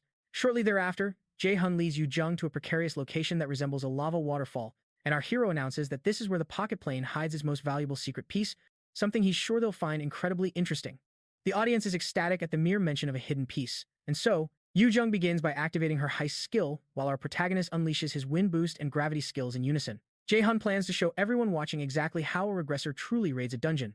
Meanwhile, back at the Mills Magic Academy, Instructor Kim Jun informs Manager Sun by Nim that she will establish contact with Jay Hyun right after the exams conclude. He implores her to connect with Jay Hyun as soon as humanly possible, to recruit him to their side, even offering to let Jay Hyun dictate all the conditions of the deal. Jian accepts the assignment, thinking it would be a massive long-term advantage if the Raider Management Department could successfully recruit Jay Hyun. The only snag is that Chairman Ja is also desperately after him. In the pocket plane, our hero wraps his arm around Yu Jung and pulls her toward the molten river. She hesitates, begging him to wait, but he just continues to charge toward the stream of lava while she screams in terror. The viewers chat excitedly amongst themselves, not yet understanding why they are leaping towards the lava. To their shock, Jay Hyun lands perfectly on an invisible platform near the fiery stream, and Yu Jun is immensely relieved to find a hidden foothold there, just as Jay Hyun had promised. He tells her to hold on to him tightly, cast the spell, and ensure she makes zero mistakes in her time calculations. Jay Hyun is privately in awe of the first person who managed to find this hidden piece in his past life, knowing full well that Chairman Ja is the one who hides it here under the nation's sponsorship, never intending for a student from the Magic Academy to ever find it. After traversing all the footholds, they finally land on a solid patch of ground where they can stand. A breathless Yu Jung asks him if the shimmering object before them is the item he was talking about. They turn out to be a cluster of marbles, and Jay Hyun confirms her suspicions that these very marbles will be the absolute key to conquering this dungeon. At this very moment, Chairman Ja begins to sweat bullets, completely unable to fathom how Jay Hyun could possibly have found the hidden piece. Jay Hyun casually tells the viewers that he knew this item was here from extensive mapping, but he didn't expect it to be so masterfully concealed. He activates his Ice Rain skill and unleashes it at the sea of lava, creating a solid path between him and the item. He and Yu Jung make their way down towards it, and Jay Hyun playfully asks the viewers if they know what the item is. Most of them have no idea, and when they demand he tell them, he reveals that this is Fire Essence. As it turns out, this item will be one of the most pivotal resources for clearing this dungeon. The Pocket Plane system reveals the Fire Essence is a rank B item that grants a temporary fire exponential boost to flame resistance upon consumption, though its effect is a one-time deal. Typically, a premier Magic Academy will simulate an environment as close to a real dungeon as possible, motivating its students with a reward that it hides, but it's strange that this prize was concealed where ordinary students could never hope to reach it. The viewers are losing their minds over the Fire Essence, knowing just how exorbitantly priced it is in equipment shops, leading them to speculate that Mills Academy is pouring over 10 million per team into these midterms. After securing the first item, our protagonist immediately moves on to the next objective. He can only imagine the look on Chairman Ja's face right now, and he eagerly anticipates the chairman's reaction to the other little gifts he hides for him. As night falls, the team regroups at the shelter, where Yoo-jun complains about the potion's bitterness. Our hero tells her he understands, but insists she drink it, as it's crucial for clearing the dungeon. Reluctantly, Yoo-jun musters the courage to down the concoction, only to collapse moments later. A bewildered Jun immediately asks Sung-woo if he poisoned her, but Sung-woo vehemently denies it. Following the commotion, Jay Hyun clarifies that they've nearly completed Stage 1 and now must find a path down to the second floor. Meanwhile, in the Magic Academy control room, Instructor Jian arrives to ask Instructor Hajin how the situation is developing. He smugly reminds her that he's the one in charge now, questioning why she's even there and if she doubts his ability to handle his duties. After a brief silence, she flatly states that it's entirely possible he can't, causing him to frown. With Suki gone, administrative authority over the second round of practicals should have fallen to Jian, but Hajin somehow managed to maneuver his way in and seize that authority from her. Consequently, Hajin offers a sarcastic apology, noting how he's now getting ahead of her despite them being hired as peers, but Jian dismisses it, telling him she couldn't care less. He prods further, asking what she means, insisting it's only natural for her to be envious of his position. However, he's met with only silence from her. This clearly frustrates him, but Hajin consoles himself with the fact that he now has the chairman's favor, and Jian is no longer his superior, unlike the situation just 2 years ago. Shortly after, Jian tells Hajin that he'd be wise to inspect the rope he's clinging to, just to make sure it isn't completely rotten. With that, she departs. Hajin scoffs at her words, finding them cringeworthy and arrogant. He knows she's alluding to his connection with the chairman, and he remains confident that the chairman will restore his reputation, viewing their current obstacles as insignificant. Back in the dungeon, Team D successfully descends to the second floor. They receive a new quest: hunt the elite monsters of this level and claim the treasure it hides. Elsewhere, the scene cuts to Heimdall, who has just massacred several people and is now speaking with Hugin. Hugin asks if he is on his way to meet the great adversary, but Heimdall scoffs, calling the adversary a mere human, and claims it won't take much time to dispose of him. However, he's furious that after this task, he'll be stuck with Bifrost once more, forced to act as a simple gatekeeper. He sharply tells Hugin not to meddle in his affairs, seeing as Hugin is just a creature of evil. Unfazed, Hugin reflects that both gods and humans are foolish, and his thoughts drift to Munin, the another of Odin's crows. Lost in thought, he murmurs to the absent Munin that nothing has changed, nor will it ever change. Upon reaching the second floor, Gina remarks that the heat is even more intense than the first, and Yu Jung notes that the quest here seems far more challenging. Jae Hun, conversely, knows every path this dungeon hides, yet something still feels off. Just 1 hour earlier, they had navigated a small cave to get to the second floor, which makes Sung-woo wonder why there are no proper paths and why the passage was buried deep underground. Yu Jung explains to him that finding the way to the next level in stage-type dungeons is notoriously difficult, which makes her ponder how Jae Hun managed to find it with such ease, and she starts to suspect he has been here before.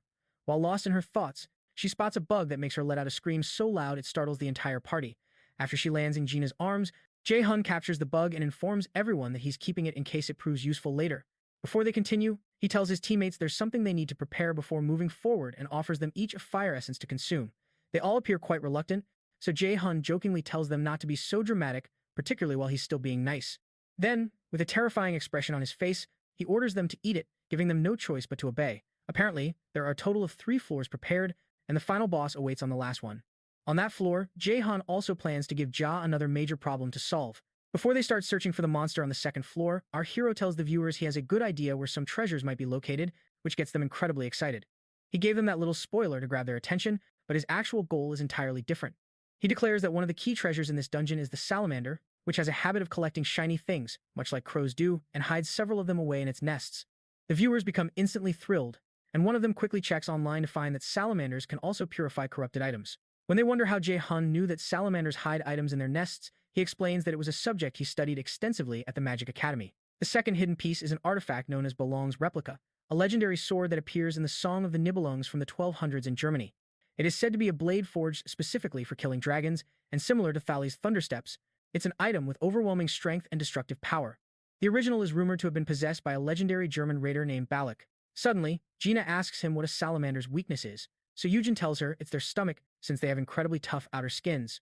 Apparently, the most common strategy to kill them is to aim ice-type magic directly at their stomachs. They proceed deeper into the dungeon, and Sung-woo notes that the area is much hotter, admitting he would be struggling if it weren't for the fire essence. Even though Jae Hun knows where everything is, he decides to pretend to do some searching here so he doesn't raise any unnecessary suspicions. He soon halts the team and mentions that he feels a concentration of mana around a place where numerous swords are lodged in stone. Yu Jung is doubtful that the swords are hidden pieces, especially since there are so many of them and they look like unregistered items.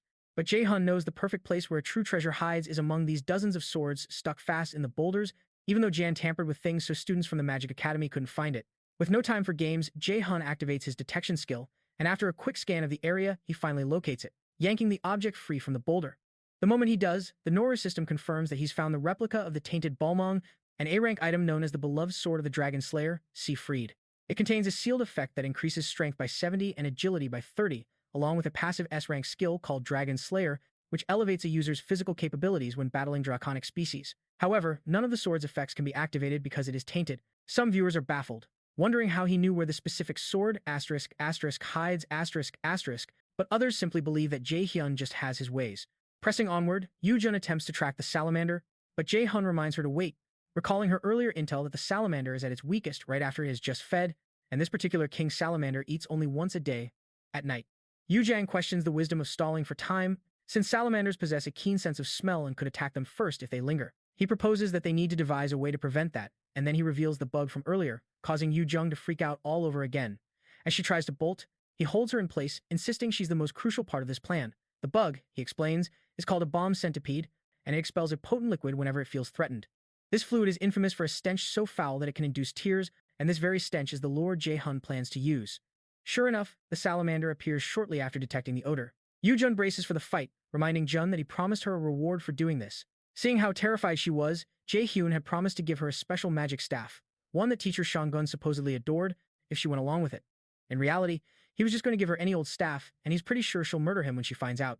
The viewers are on the edge of their seats, buzzing with excitement to see if this crazy plan will work. Jae-hyun assures them that Yoo-jun specializes in wind magic, a skill she mastered at the Magic Academy, and she proceeds to create a small vortex of wind to carry the bug's scent directly to the salamander's nest. The audience is amazed, recognizing this is only possible due to her impressive control over mana, and even the human viewers start to feel a bit sorry for the salamander. Upon catching the scent, tears begin to stream down the salamander's face. Seizing the opportunity, Jae-hyun reminds the others to stick to the plan, wait for his signal before making a move. He immediately activates his level 2 ice spear and strikes the monster as it writhes in pain, knocking it to the ground. Jae-hyun patiently waits for the exact moment the monster breathes fire, and when it does, he brandishes the Balmong sword and throws it straight into the beast's fiery mouth. Yoo-jun screams that he's a psycho, as the viewers collectively wonder what on earth he's doing. Meanwhile, Giant nearly drops his jaw in shock at what Jae-hyun just did, certain that no new student from the Magic Academy should know this technique, as he intentionally omitted it from the syllabus.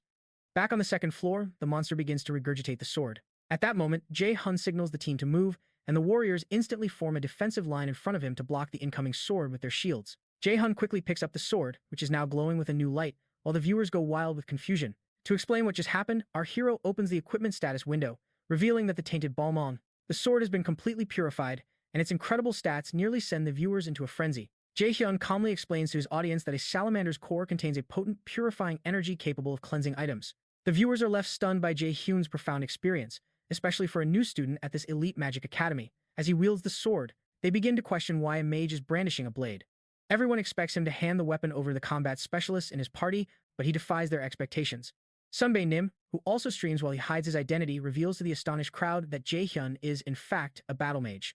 Stepping forward to confront the monsters, Jae-hyun activates two skills, agile steps and flexible movements, to augment his agility, complementing them with his wind boost.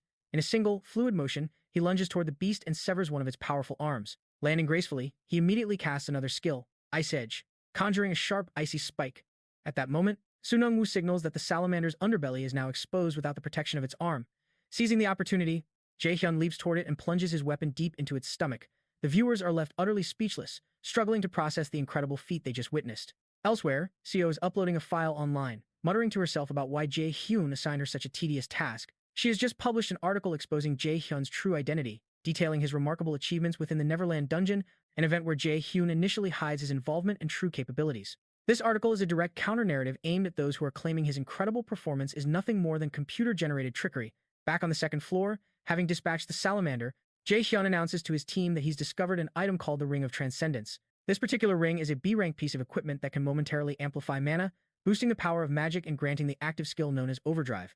However, it's missing a key component called the Rock of Transcendence, which has lowered its rank and makes the Overdrive state dangerously unstable. Overdrive is an A-rank skill that massively amplifies mana to increase the power of all skills by 1.5 times for a full 5 minutes, but at a steep cost. the user is left unable to use any mana for 5 minutes afterward.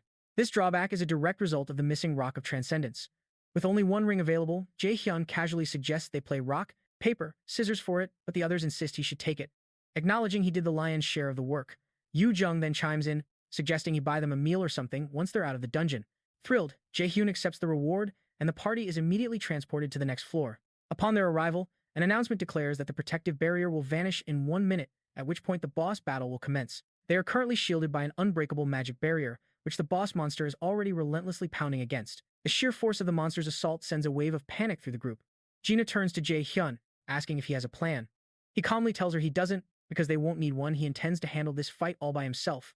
A few viewers begin to question the wisdom of Jay Hyun abandoning the party formation to face the boss solo. Apparently, while the challenge varies slightly each year at the Magic Academy, it's typically a C or B rank monster, and a staggering 70% of students fail on this very floor. Moments later, the barrier dissipates, and the boss monster, a massive lava golem, is unleashed. Our hero charges in with a mana punch, but Gina cries out, warning him of the danger. While Sung Woo and Gina are gripped by panic, Yu Jung calmly reassures them, confident that Jay Hyun is far too strong to lose to a monster of this level. The two trade blows, a titan of magma against our hero, who powerfully parries the monster's fist. As the golem swings back in retaliation, our boy instantly conjures a protective barrier to shield himself. Touching down gracefully, he immediately unleashes a level 4 wind boost, followed by his Ice Edge skill to ensnare the monster's massive legs. With the beast immobilized, Jun engages his mana detection, weaving past the golem's furious punches with incredible agility. As he moves, Jun remembers a critical weakness. Lava golems are tough and hit hard, but they aren't invincible. He then unleashes a skill known as Bind, summoning arcane chains to restrain the beast, before calling down a torrential storm of ice with his Ice Rain ability. The magical bindings quickly shatter, but not before the ice pelts every one of the golem's joints, rapidly cooling them and making it nearly impossible for the creature to move. Seizing the opportunity, our hero excitedly casts his water ball spell, blasting the frozen areas around the monster's joints. The sudden temperature shock causes its limbs to violently shatter and break apart. As the golem crumbles into a pile of rock, the Pocket Plane system announces their victory over the boss monster. In the viewing gallery, some spectators question if that was truly the final boss fight, while his teammates can only stare in utter disbelief. Yu Jun mutters that he's an absolute madman, feeling as though his skill level has already soared miles beyond her own. Moments later, the system notifies them that they have acquired the golem's core. However, Jay Hyun knows this test isn't over. He's determined to make sure Jian meets his downfall today. The system prompts them with an option to return to reality, which Jay Hyun immediately rejects. He addresses the viewers, declaring that the boss fight was far too brief and that he has something truly special to show them, a battle against the hidden boss. The audience's curiosity is piqued, wondering what will happen next. Jay Hyun then guides the team toward a location where he claims to feel a potent mana signature. Turning around, he notices his teammates are hesitant to follow, so he callously assures them that they won't perish, regardless of how much pain they endure. As they step inside, the system alerts them that they have discovered a hidden door. A special quest materializes, tasking them with defeating the hidden boss of this secret floor and then returning to reality. Most students from the Magic Academy can't even sense this hidden entrance, let alone make it this far, even by sheer luck. This is precisely why Jin planted this secret challenge here, a place that hides the true test of a cadet. He plays to the viewers, who are in disbelief that he's uncovered a secret floor while most others are still struggling on the second floor. Jay Hyun is already aware of how to summon the hidden boss, but he puts on a show, pretending to search for clues. Suddenly, Yoo-jun points out an altar with a familiar-looking design, and after a moment, Eugene realizes it's remarkably similar to the pattern etched on the golem's core. Our hero places the core into the altar's socket, which immediately causes a brilliant light to erupt and flood the entire chamber. "Get back!" Jay Hyun shouts as the Pocket Plane's hidden boss, the Red Drake, begins to materialize above the altar. Their new mission is clear: survive, defeat the enemy, and claim the heart of the Drake to earn special privileges as a reward. As the magnificent Red Drake fully forms, the viewers are aghast, because even seasoned veterans find it difficult to contend with a single Drake. The audience begins to erupt with negative reactions, complaining about how unfairly difficult the Pocket Plane has been designed, which is precisely the outrage Jay Hyun was aiming for. It was all part of his absolute calculation. Conventional magic proves useless against the Drake's physical onslaught, yet he remains certain he can face it solo. Back in the control room, Chairman Jun is in utter disbelief. His carefully laid plans for a quiet midterm to deflect media scrutiny are now in absolute ruins. He quickly deduces that Jay Hyun has somehow seized control of the entire Pocket Plane, this time around. Instructor Hajin, however, vehemently argues that such a feat is impossible for any student. But when the chairman insists that it has to be Jay Hyun, Hajin immediately considers how he can use this to get a quick promotion. Ultimately, the chairman concedes, admitting he's almost relieved it's Jay Hyun, because if his only goal is an item, the damage to our Magic Academy can be contained. They could even spin it positively, minimizing the backlash against Mill's Academy if he successfully clears the dungeon. Chairman Jun is still concerned that Jay Hyun intentionally enraged the Drake, assuming it's due to youthful recklessness. He desperately hopes Jay Hyun can slay the Red Drake, but a glance at the monitor reveals a horrifying sight. Yu Jung is injured, with blood trickling from her lips. Panic erupts among the students as they realize the pocket plane's safety protocols have failed, leaving them trapped with no escape, which sends Chairman Jun into a complete frenzy. Viewers are aghast, knowing that students are supposed to be completely safe within the pocket plane, yet real harm is suddenly a terrifying possibility. When the students' HP bars suddenly vanish as the plane destabilizes, some of the viewers realize with dawning horror that the students could actually die. This catastrophic turn of events sends the chairman into a deeper rage, and he lets loose a vicious curse aimed squarely at Jay Hyun. Meanwhile, our hero smirks, wondering how the chairman enjoys being manipulated, and having the narrative fabricated against him for a change. Viewers begin voicing their outrage over how Chairman Jun is running the Magic Academy facilities, and they start to suspect this entire fiasco was orchestrated to deliberately endanger the students. The protests rapidly escalate, with viewers recalling how many times incidents like this have occurred and how their school constantly puts its students in mortal danger. He was genuinely taken aback by the sheer quality of her acting, and when she muses that she should have pursued an acting career, claiming her good looks are being wasted in this school, Jay Hyun pleads with her to stop before she makes him laugh and breaks his somber character. He eventually leaves her to recover so he can go handle the Drake. As he faces the monster, he knows he has the power to defeat it easily, but what fun would that be when it hides such a glaring weakness? The beast attacks with a massive claw, but he effortlessly leaps back to evade the strike. He activates a skill called Monarch's Eye and unsheathes his purified Balmung sword. The audience now believes that Jay Hyun might actually win with that legendary blade, and they begin to passionately root for him. Our protagonist then unleashes the special skill of the Balmung replica, Dragon Slayer, which amplifies all attacks against draconic species by a staggering 300%. He sends a double sword slash hurtling towards the Red Drake, infuriating it so much that it slams its tail down on the very spot Jay Hyun is standing. Jay Hyun manages to block the devastating attack. Then, our hero recalls the two crucial steps he must take. He remembers the day Heian discovered in an old text that a drake's true weakness is a specific mole on its heel. With this knowledge, our hero vaults behind the beast and directs his next attack right at its heel. To deliver the finishing blow, he activates his skill called Overdrive, which makes all of his abilities 1.5 times more potent. A moment later, he unleashes his Frozen Earth skill, encasing the entire area in ice, including the colossal Red Drake. The viewers can only watch in absolute shock, unable to identify any A-rank skill capable of such a monumental feat. Just as whispers begin to circulate about Jay Hyun being S-rank, he shatters the Frozen Drake, decisively ending the battle. Following his victory, Jay Hyun leans on his sword, trying to suppress a triumphant grin, hoping that Giant will be pleased with his offering.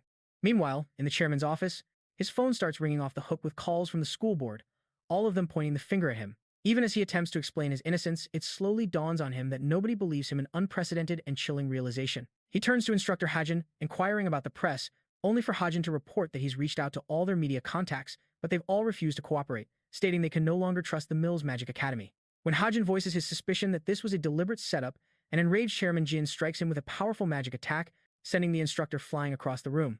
The chairman is convinced that Jay Hyun couldn't have orchestrated this by himself. He's certain a hidden accomplice hides in the shadows, pulling the strings. As he racks his brain, one of his aides bursts in with urgent news. The Lotus Guild has just issued an official notice detailing severe disciplinary actions to be taken against Mills Academy and calling for the immediate imprisonment of the chairman himself. Apparently, Shan was the one who drafted the document concerning the incident that took place during the midterm exams, labeling it a grave affair that placed students in life-threatening peril, echoing the catastrophe during the guild experience. The document states that Chairman Jin consistently places his students on the verge of death and is known for bribing high-ranking politicians to serve his own selfish interests, among other transgressions.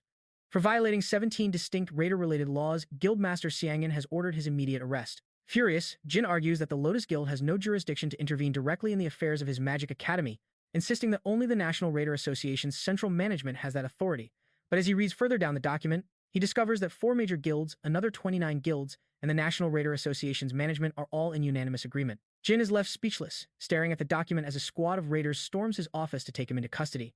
At the same time, as the students emerge from the pocket dimension, they are immediately swarmed by a horde of reporters, all eager to question Team D about the incident that unfolded inside. Jay Hyun feels a sense of relief, grateful that his teacher handled everything so meticulously. A reporter then asks him if he had any prior knowledge of the arrest, referencing a comment he made about the chairman while still inside the pocket dimension. Jay Hyun explains that the Magic Academy's non-disclosure agreement binds him, but he does reveal that this is the 3rd time they have been placed in mortal danger, and his greatest fear is seeing anyone else get hurt. As the reporters continue to press for more details, he deflects, insisting that Yu Jung urgently requires medical attention. Jay Hyun then guides Yu Jung toward a paramedic bus that the Lotus Guild had conveniently prepared, a clever ruse so no one knows she wasn't actually injured. Meanwhile, Chairman Jin is escorted out of the academy by officers from the National Raiders management, where an angry mob pelts him with raw eggs. Amidst the chaos, The crowd chants for the chairman to step down. A short while later, once they are safely inside the ambulance, Yu Jung erupts in laughter, teasing Jay Hyun for being such a terrible actor. When he asks her if his performance was really that bad, she starts playfully mimicking his dramatic speech, much to the amusement of teacher Shengen, who asks what was going through his mind. He had orchestrated the entire thing, knowing he'd be the one to fall if the plan backfired. However, our protagonist explains to her that his time with the guild taught him a crucial lesson. While his own safety is important, protecting the lives of others is the ultimate priority. Yu Jun playfully jabs at Jay Hyun, remarking how out of character that sounds and asking if he's feeling alright, but he just brusquely tells her to be quiet. After a brief laugh, Xiang informs Jay Hyun about a press conference scheduled in 3 days where they plan to publicly put an end to Jian's reign.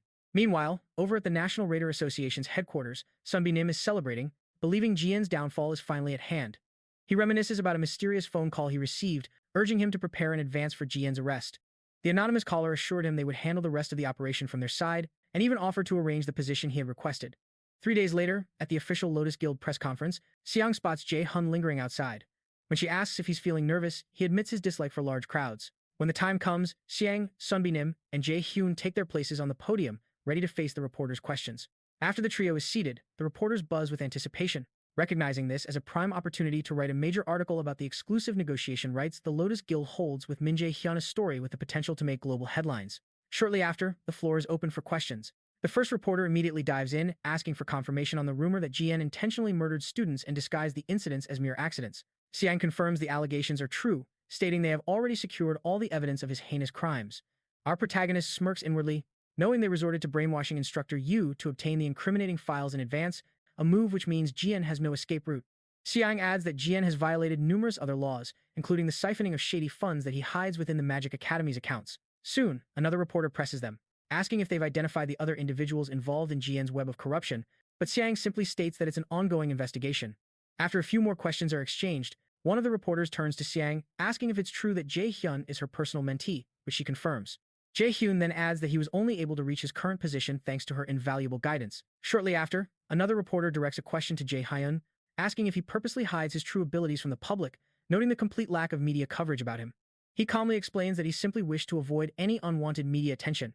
The questions then shift, with another reporter asking when he signed his contract with the Lotus Guild, followed by a barrage of other inquiries about his training regimen, his family background, and even his romantic life. Jae Hyun remains stoic and silent as the questions continue to pour in, knowing he can't afford to get swept up in the frenzy, as this level of media scrutiny will now be his new normal. As if on cue, Xiang intervenes, requesting that the reporters refrain from overwhelming Jae Hyun with questions, explaining that he is still recovering from the traumatic shock of the incident. A few days later, the students assemble for the inauguration of a temporary Magic Academy chairman. Yu Jung expresses her relief that everyone is safe, admitting she would have been furious if any of them had been injured. Suddenly, Jae Hyun interjects with a warning, reminding them that the fight isn't over yet, and they all soberly acknowledge that Jian won't be defeated so easily. They agree they must use this time to become overwhelmingly strong. Hone chimes in, agreeing that he's going to focus on getting stronger too, admitting he felt powerless during the guild experience, a sentiment Ina echoes. Jae Hyun is pleased to see that while the others are determined to get stronger, he has no intention of getting them further involved in this mess, because dealing with the Aesir god is something he must do alone. Shortly after, instructor Kim Ji steps onto the new podium. Jae Hyun tells the others that she's the new director of their Magic Academy, much to their utter shock. Yujin can't believe it, since she's so young. Jae Hyun then informs them that instructor Jian is also a spy from the Raider Association. A while ago, Jae Hyun and Xiangan had gone to the Raider Association's management headquarters, where Sunai Nim informed them that he was going to appoint Jian as the new director. Back in the present, Kim Jian announces that she'll be serving as director for the time being, and she promises to do her absolute best. Later, the group goes to hang out, and Jae Hyun wonders what on earth is going on, as he watches Yu Jung belt out a song at karaoke. Our boy had thought he would finally get to rest, but it just doesn't seem to be his day. A few hours earlier, Yu Jung had been banging on his door ordering him to open up. When he did, she immediately reminded him of the promise they made to go to karaoke once they were finally done with exams. Apparently, they had already made an appointment at the best karaoke spot in town, and they proceeded to drag Jae Hyun along with them. In the present, Jae Hyun decides he might as well take the stage to show off his own karaoke skills since he's already there. The others can only look at him in complete despair, and one of the regulars curses out loud that someone is terrorizing his ears and requests that such people be banned from the establishment. When he's finished, Ina comments that she can see he's also human just like the rest of them, and Hoyan jokes that people can't be perfect at everything. Our boy gets a score of 10 out of 100, and Jae Hyun hands the microphone to Ina since it's her turn next. When their hands touch, the mic slips from her grasp, and she begins to blush furiously. Luckily, our hero catches it and gently grabs her palm to place the mic back in her hand. For a while, Ina's face looks quite red, and when Jae Hyun asks her what's wrong, she insists that she's perfectly okay. Finally, she asks them not to expect much from her performance because she's embarrassed, but Yoo Jung assures her she's most likely going to be better than Jay Hyun. A little ticked off, our boy protests that his skills are quite average, but Yoo Jung is certain he has zero self-awareness. After they quiet down, Jay Hyun wonders how Ina's singing isn't plans to clap for her even if she's not good. However, the moment she begins to sing, he realizes she's unbelievably good at it. Meanwhile, Heimdall walks the streets of Earth, and he spots Haya's presence around. Eventually, she reveals herself and tells him she just came to say hi and to ask how his little outing is going. Heimdall accuses the resistant Aesir gods of pulling some really interesting stunts this time, but Haya retorts that it's nothing on the level of what Odin and his fellow Aesir gods have done. Heimdall then makes fun of Hel for holding on to the pointless hope that a great adversary from the prophecy will appear and finally free them. And when she tells him that one can never tell, he states that a mere human who hides among the masses can't possibly bring down the Aesir gods. When he steps forward, Hel stops him from going any further. He tells her to move, but she explains that she cannot allow him to pass if he's going to meet the great adversary of the prophecy. Annoyed, Heimdall asks her if she has a death wish, but she reminds him that he can't use his powers properly here on Earth, and she currently has the advantage. However, Heimdall reminds her to be better prepared for her own demise if she plans to interfere, to eliminate him on the spot. Regardless, she declares her readiness, understanding that her primary mission right now is to buy them some time and create a brief opening. Ina's voice is surprisingly beautiful, and when she finishes her song, she turns to her friends, asking for their opinion. They are completely awestruck, and Yoo Jung immediately questions how she got so good at singing, while Hoyeon jokingly accuses her of having a secret talent that she hides from everyone. When Jae Hyun inquires about choir classes, she simply says she never took any. Yoo Jung expresses her shock, finding it hard to believe she never had any formal training, and Ina, in turn, seems genuinely surprised that they enjoy her singing. She thanks them for the kind words and reveals that this is only the second time in her life she's ever sung in front of anyone. A few days pass in Seoul, and at Jun's home, our protagonist presents his mother with a gift. As she opens it, she discovers a bundle of checks designated as her allowance. She's taken aback, marveling at how much her son has grown so much, and that he's thinking of her at an age when he should be carefree and enjoying himself.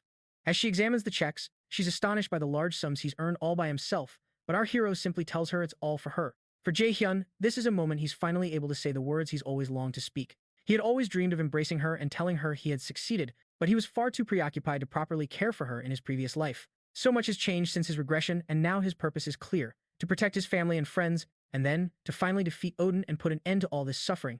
He makes a solemn vow not to let Odin snatch away the life he has just reclaimed. A moment later, he assures his mother that she can now live comfortably, free from any financial worries, and she pulls him into a tight embrace, saying it must have been so difficult for him. Our hero starts to get emotional, but their moment is suddenly interrupted by a knock at the door just as they are sharing this heartfelt hug. It turns out to be Ina, who greets him with a simple hi. However, our hero quickly discovers that Yoo Jun has come along with her. Jae Hyun immediately asks what she wants this time, and Ina explains that she's here to invite him to a barbecue her family is hosting. Jun recalls that Yoo Jun's parents were scheduled to return today, and Ina adds that her mother insisted they bring him along, since he's always helping them out. He retorts with a joke, saying he only helps because she's such a handful, but Yoo Jung interjects, telling him to come because her parents are genuinely excited to see him. He eventually relents and agrees, and Yoo Jung heads off. It's then that Ina notices the damp patches on his shirt, which he had hastily used to wipe his face before answering the door. She cautiously asks if he was crying. Startled, he quickly denies it, claiming his clothes just got a little wet while he was washing the dishes, and the two of them look away from each other after a brief, awkward silence. Later that evening, our hero makes his way to Yoo Jung's residence, and he can immediately tell her family is wealthy from the sheer grandeur of the estate. He spots Ina and asks her why she's staying at Yoo Jung's place, wondering if Yoo Jung had dragged her here as well. A little taken aback, Ina simply replies that she had nowhere else to go. Jae Hyun's expression softens as he remembers Ina's current family situation, and he quickly apologizes. A moment later, Yoo Jung appears with her father, Mr. Kim, following close behind her. Yoo Jung's parents are clearly thrilled to see Jae Hyun, and the group exchanges warm pleasantries. A memory flashes through Jae Hyun's mind of how incredibly kind they were to him on the day he lost his mother in his past life. Before he can react, Mr. Kim playfully wraps an arm around his head in a friendly headlock, joking that he's gotten taller. Jun can't help but wonder if this roughhousing is a family trait. Once Yoo Jung's dad releases him, he asks if Yoo Jung still gives him a hard time, teasing that he heard things can get pretty intense at the Magic Academy, and he'd come crying to them when they were little. Just then, Yoo Jung returns and asks her dad to give her a hand with something, with the food and quit your messing around.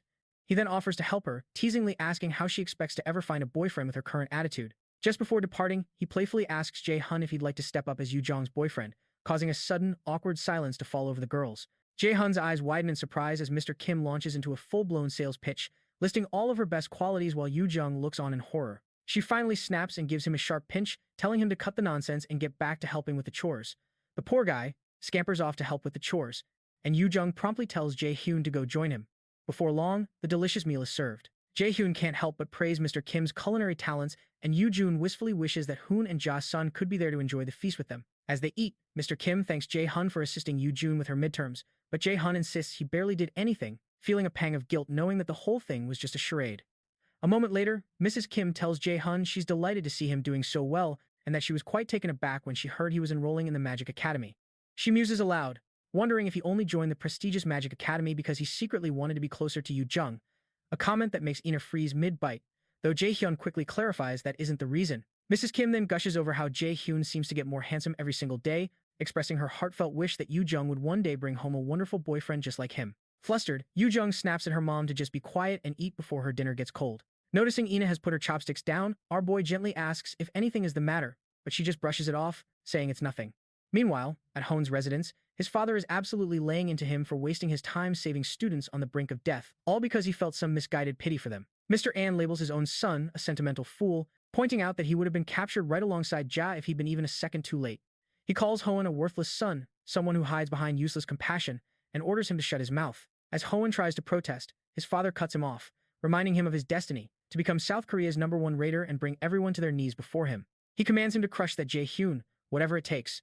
But Hoon has had enough and tells him to stop, finally realizing that all of his attempts to reason with his father are futile. The man will always preach about trampling over others to claw his way to the top. He declares to his father that he refuses to live life by his twisted standards because it's his life to live, not his father's. Enraged, his father seizes his arm, demanding to know if he understands the weight of his words, but Hoon forcefully smacks his hand away. Our warrior turns his back and walks out the door, ignoring his father's furious commands to return. Hoon has made up his mind. He no longer wants to defeat Jae Hyun through deceitful tricks, vowing instead to hone his skills through honest, fair competition. Back at Yoo Jun's place, her parents head out for a late-night movie, and Jae Hyun remarks on how wonderful it is that her parents are still so close. Shortly after they leave, our boy decides it's time for him to go too, but Yoo Jung sounds a little disappointed, asking if he's really leaving so soon. Our boy points out that it's nearly 12 o'clock, yet Yoo Jung insists that he stay and hang out for just a little longer. After a moment of hesitation, he politely states that her father might get the wrong idea if he does. When she asks him to explain, he says he doubts they'd appreciate him lingering so late while they aren't around. Unfazed, Yoo Jun argues that they won't be upset as long as he's not doing anything wrong, and she even pulls Ina in for backup. With that, Jae Hyun relents and agrees to stay a while longer. A little while later, Ina admits she's been curious about something and bluntly asks if the two of them are dating. The two of them deny it in a frantic, synchronized panic. So, Ina. She explains her guess was based on how inseparable they are, noting their parents are also close. However, Yoo Jun clarifies that his relationship with Jae Hyun is strictly platonic.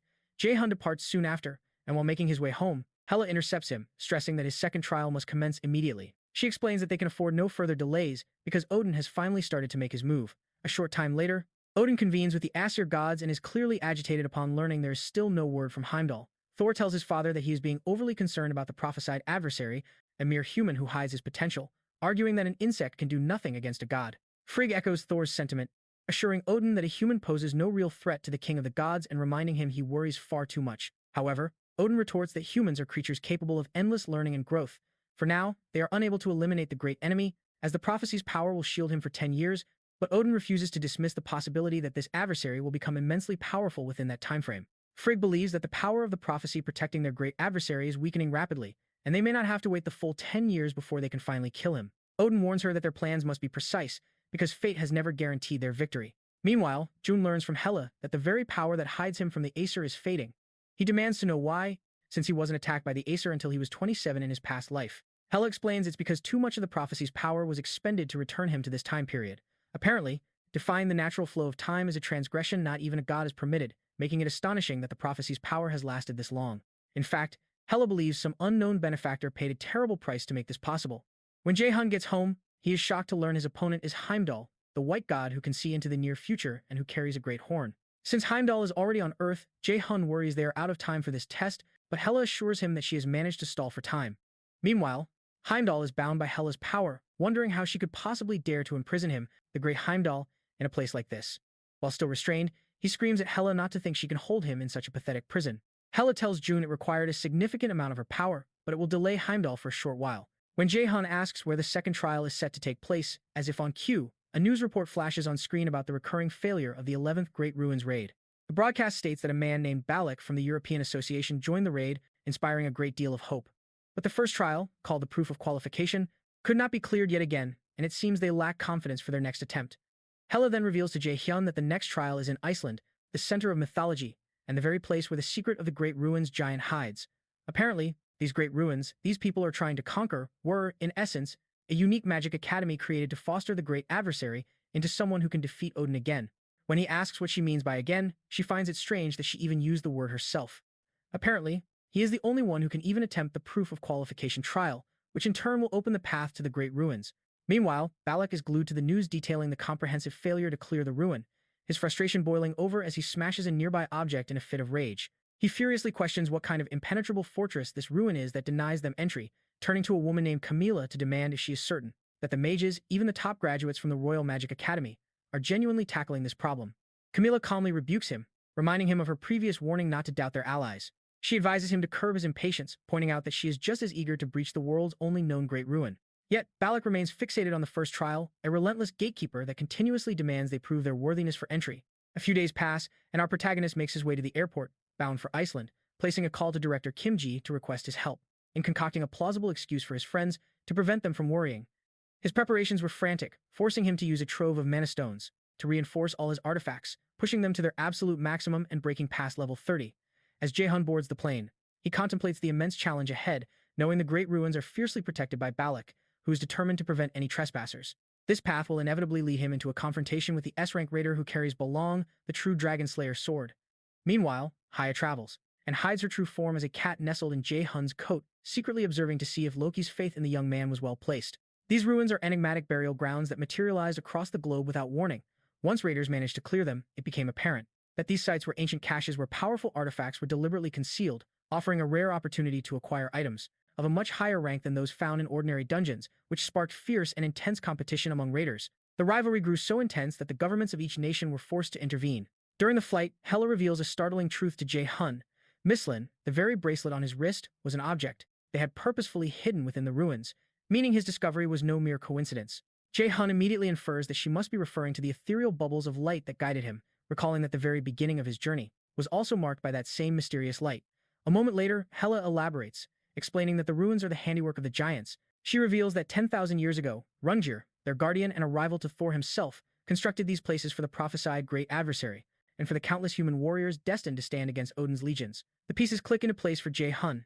It all makes perfect sense now. This explains the abundance of puzzles and riddles within the ruins, as the giants were renowned for their wisdom, beings who were said to be unflinching even before the might of the Aesir gods, despite their tragic demise. Changing the subject, Jay Hyun mentions he's brought along a rather impressive item. Just before his departure, he acquired an A-rank reinforcement material known as the Shadow Mineral. This particular mineral is perfect for reinforcing the shadow-based equipment he owns, specifically the shadow armor he obtained after defeating Nightshade. Upon applying the Shadow Mineral, his shadow armor ascends to A-rank. Instantly, his bracelet, Miss Lane, triggers a passive skill named Genius of Armor Making, elevating the gear yet again to S-rank and reforging it into the formidable Armor of Abyss. This new armor is said to be forged from the very essence of the Ginnungagap Abyss, granting him a level 3 active stealth skill, and a powerful passive skill called Shadow Synchronization. This is an A-rank ability that allows the user to perfectly synchronize with the shadows to manifest deceptive afterimages. It boasts a 20% chance to deflect incoming attacks and offers a single, guaranteed, 100% deflection, though it proves ineffective against attacks of the light attribute. Several hours later, their journey brings them to their destination. They arrive in Iceland and check into an exclusive hotel reserved only for the Awakened, where a single night's stay costs a staggering 50,000. While heading to his room, Jay Hyun crosses paths with Balak, the formidable head of the European Raider Association, and his associate, Camilla. The moment he walks past them, Balak abruptly halts Jay Hyun, demanding to know who he is. As Balak advances, Camilla tries to intervene, but he ignores her and plants himself directly in front of Jay Hyun, grilling him about his age and his origins. Our boy, however, remains completely silent. Eventually, Camilla steps between them, asking Balak just what he thinks he's doing. After offering Jay Hyun an apology, she pushes him along, telling him to keep going, because Balak possesses a rather foul personality, so foul, in fact, it's the reason his ex-wife left him. Waving Jay Hyun off, Camilla reminds Balak of her warning. She had told him to be careful not to tarnish the reputation of the European Raider Association. She says she understands that he's on edge because their last raid was a failure, but he shouldn't be taking his anger out on a kid. However, Balak tells her that isn't the reason, it's because the boy made absolutely no sound as he walked, and he expertly hides his very presence. Meanwhile, back at the Mills Magic Academy director's office, June's friends are shocked to discover that their friend has gone abroad. Yujin wonders where he could have gone this time, especially after he randomly stirred up trouble at an amusement park. Hone jokes that June is a trouble magnet, but Ina quickly interjects, arguing that June isn't the type to actively seek it out. At Iceland's Great Ruins, a few guards from the European Raider Association notice a peculiar figure walking toward them. They order him to reveal his identity. It's Jay Hyun, who hides his face with the armor he's wearing. He asks them if they can't just let him in, claiming he's too lazy for the formalities. As they are about to signal an intruder, Jay Hyun swiftly covers their mouths and activates his brainwashing skill. He offers an apology for acting like a common criminal, explaining that these particular ruins were always meant for him.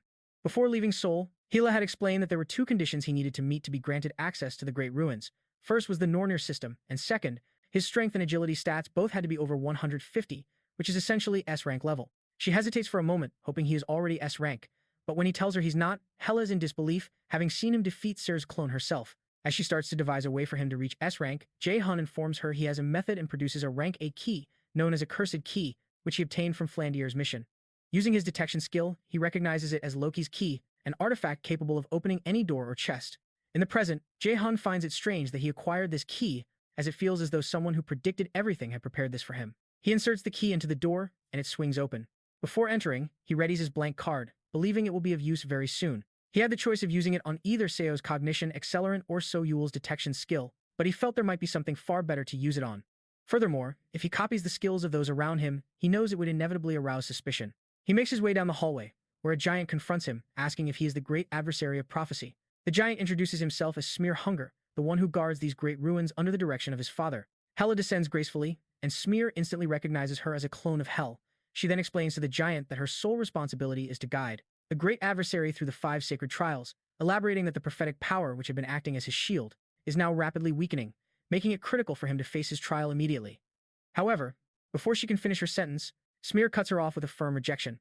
When Hela demands to know why, he explains that the method the great adversary used to open the door was a cheap trick, not some clever tactic learned in a magic academy, and with his current stats, he has no hope of passing the second trial. Smear generously suggests that the boy should retreat, become stronger, and then return, but Hela vehemently insists they are out of time, as the Aesir gods will undoubtedly resume their assault the moment the prophecy's protection fails completely. Still, Smear holds his ground, arguing that rules are absolute, and he's painfully certain that Jotunheimer, the home he vowed to protect, has already been reduced to ashes. The grim reality of their loss hides behind all this talk of destiny, leaving no home for the place, giants to ever return to, for it is already too late. He bitterly questions what difference any further delay could possibly make, forcing Hela to realize the giant has completely succumbed to despair. But at that moment, Jay Hyun, who has been seething with silent rage, finally explodes, demanding to know what kind of farce this is. He glares at Smear, asking if he's joking and reminding him that he's not some charitable cause. Our protagonist makes it clear that he is not a pawn for them to use and then casually discard. He declares that the only reason he is allowing them to direct his actions is because he sees value in manipulating them for his own ends as well. With that, he unleashes his level 5 lightning chain skill and coldly tells Smear to get out of his way. At the same time, outside the dungeon, the guards are reporting to Balak that no one has succeeded in getting past their post. This makes no sense to Balak, who is utterly convinced that someone is inside the dungeon, because of the distinct, mysterious power he felt moments ago, a surge that only occurs when the ruins are unsealed. With the doors now open, he's positive that he will also be granted access. Yet when he approaches the entrance, he is met with the usual rejection, not qualified. A short time later, Camilla gets a call from Balak in the dead of night, who urgently informs her that an invader has successfully entered the Great Ruin. Back inside, a shocked Hela demands to know what Jay Hyun is doing, while a now enraged Smear brands him a fool and rises to his full height to face him. Smear roars, questioning how a mere human like Jay Hyun dares to defy him, his voice unleashing a devastating wave of raw power. Completely unfazed, our hero coolly asks if he has any other material, because he's heard that particular line so many times that he's thoroughly sick of it. His defiance is logical. The true path to death hides behind the option to retreat, as giving up on this trial means he will inevitably die fighting Heimdall. It's a choice between dying here or dying later, which to him is no choice at all. In order to avoid the same crushing regrets he carried before his regression, he is resolved to stand his ground. Seeing this, Smear declares to the great adversary that his patience has ended, summoning a massive arrow from above that plummets directly toward Jay Hyun's head. In a bizarre display of confidence, our hero doesn't flinch, instead invoking his absolute calculation skill to completely disintegrate the projectile. Without a moment's hesitation, he then uses his wind boost to rocket himself straight towards Smear. The giant is stunned, realizing Jay Hyun is making a direct assault on his heart, and he wonders if the great adversary seriously plans to strike him down and just walk away. Smear is perplexed, questioning what could possibly be driving Jay Hyun to such reckless lengths. And in that moment, our hero feels a familiar, crushing pressure, the same he felt when he fought Hugin. No magic academy in the world could prepare someone for this feeling he gets when he's up against a foe he knows he cannot currently defeat. Yet this time, he has absolutely no intention of caving. In a flash, He activates his frozen earth skill, instantly freezing the ground solid. Smear eyes the technique, remarking that he doesn't know how Jay Hyun managed to acquire a secret art of the Dark Elves, but he contemptuously shatters the ice with a single punch, reminding June he is still hopelessly outmatched. A flicker of despair crosses Jay Hyun's face, but it's immediately replaced by a confident smirk. He taunts Smear, questioning if his predictable movements are simply due to being foolish and artless. Our hero then reveals his next hand, activating his level 5 fire skill and another level 5 ability known as Air Blast. Jun masterfully combines the ice and fire, launching a volatile mixture at the giant to obscure his vision. He follows up by activating his level 3 stealth skill, a basic trick that hides his presence, prompting Smear to wonder if he truly believes such a pathetic maneuver could possibly work on him. But as the vapor dissipates, Smear is stunned to find that Jay Hyun has vanished without a trace. Moments later, Jay Hyun explodes from the shadows, leaping towards Smear and slashing at his neck with his sword. Meanwhile, back in Shang's office, the Curator Guildmaster, Jiun, has returned to declare her singular desire. She wants Jay Hyun. Xiangin, however, sees no point in entertaining this pointless conversation again, but Jiun counters by offering to pay a handsome price in exchange. Shang firmly insists that Jay Hyun is not some object to be bartered, so Jiun reveals her trump card, an item called Nidhogg's Fang. Shang is visibly shocked, not having expected the Curator Guild to offer an S-class artifact, making her wonder just how desperately they covet Jay Hyun. A cunning smile, however, forms on Xiangin's face. She pointedly asks if Jun's alternative plan is to entice Jay Hyun directly with the item, should the Lotus Guild reject their offer. And from Jun's reaction, it becomes perfectly clear that this is exactly her plan. Intrigued, Xiangin remarks that she should have approached Jun directly, but Jun retorts that they prefer to resolve matters in a more civilized fashion. Jun then rises and extends her hand, stating that she will await her decision. Yet again, the handshake is ignored, and Jun takes her leave. Returning to the fight, Jay Hyun's blade connects with the giant's neck, but Smear is completely unscathed.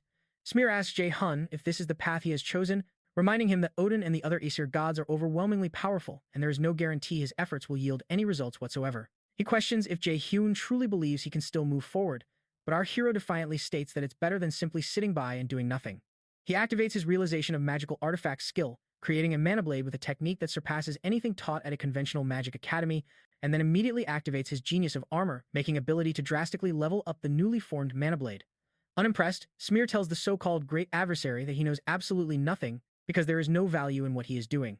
But Jay Hyun fires back that he is the one who chooses whether his actions have value or not. This statement triggers a flashback for Smear, recalling his own father telling him that he alone is the one who determines his own worth. Jay Hyun doesn't hesitate for a second and surges forward to attack Smear, but a sudden, crushing outburst of energy from the giant freezes him in his tracks.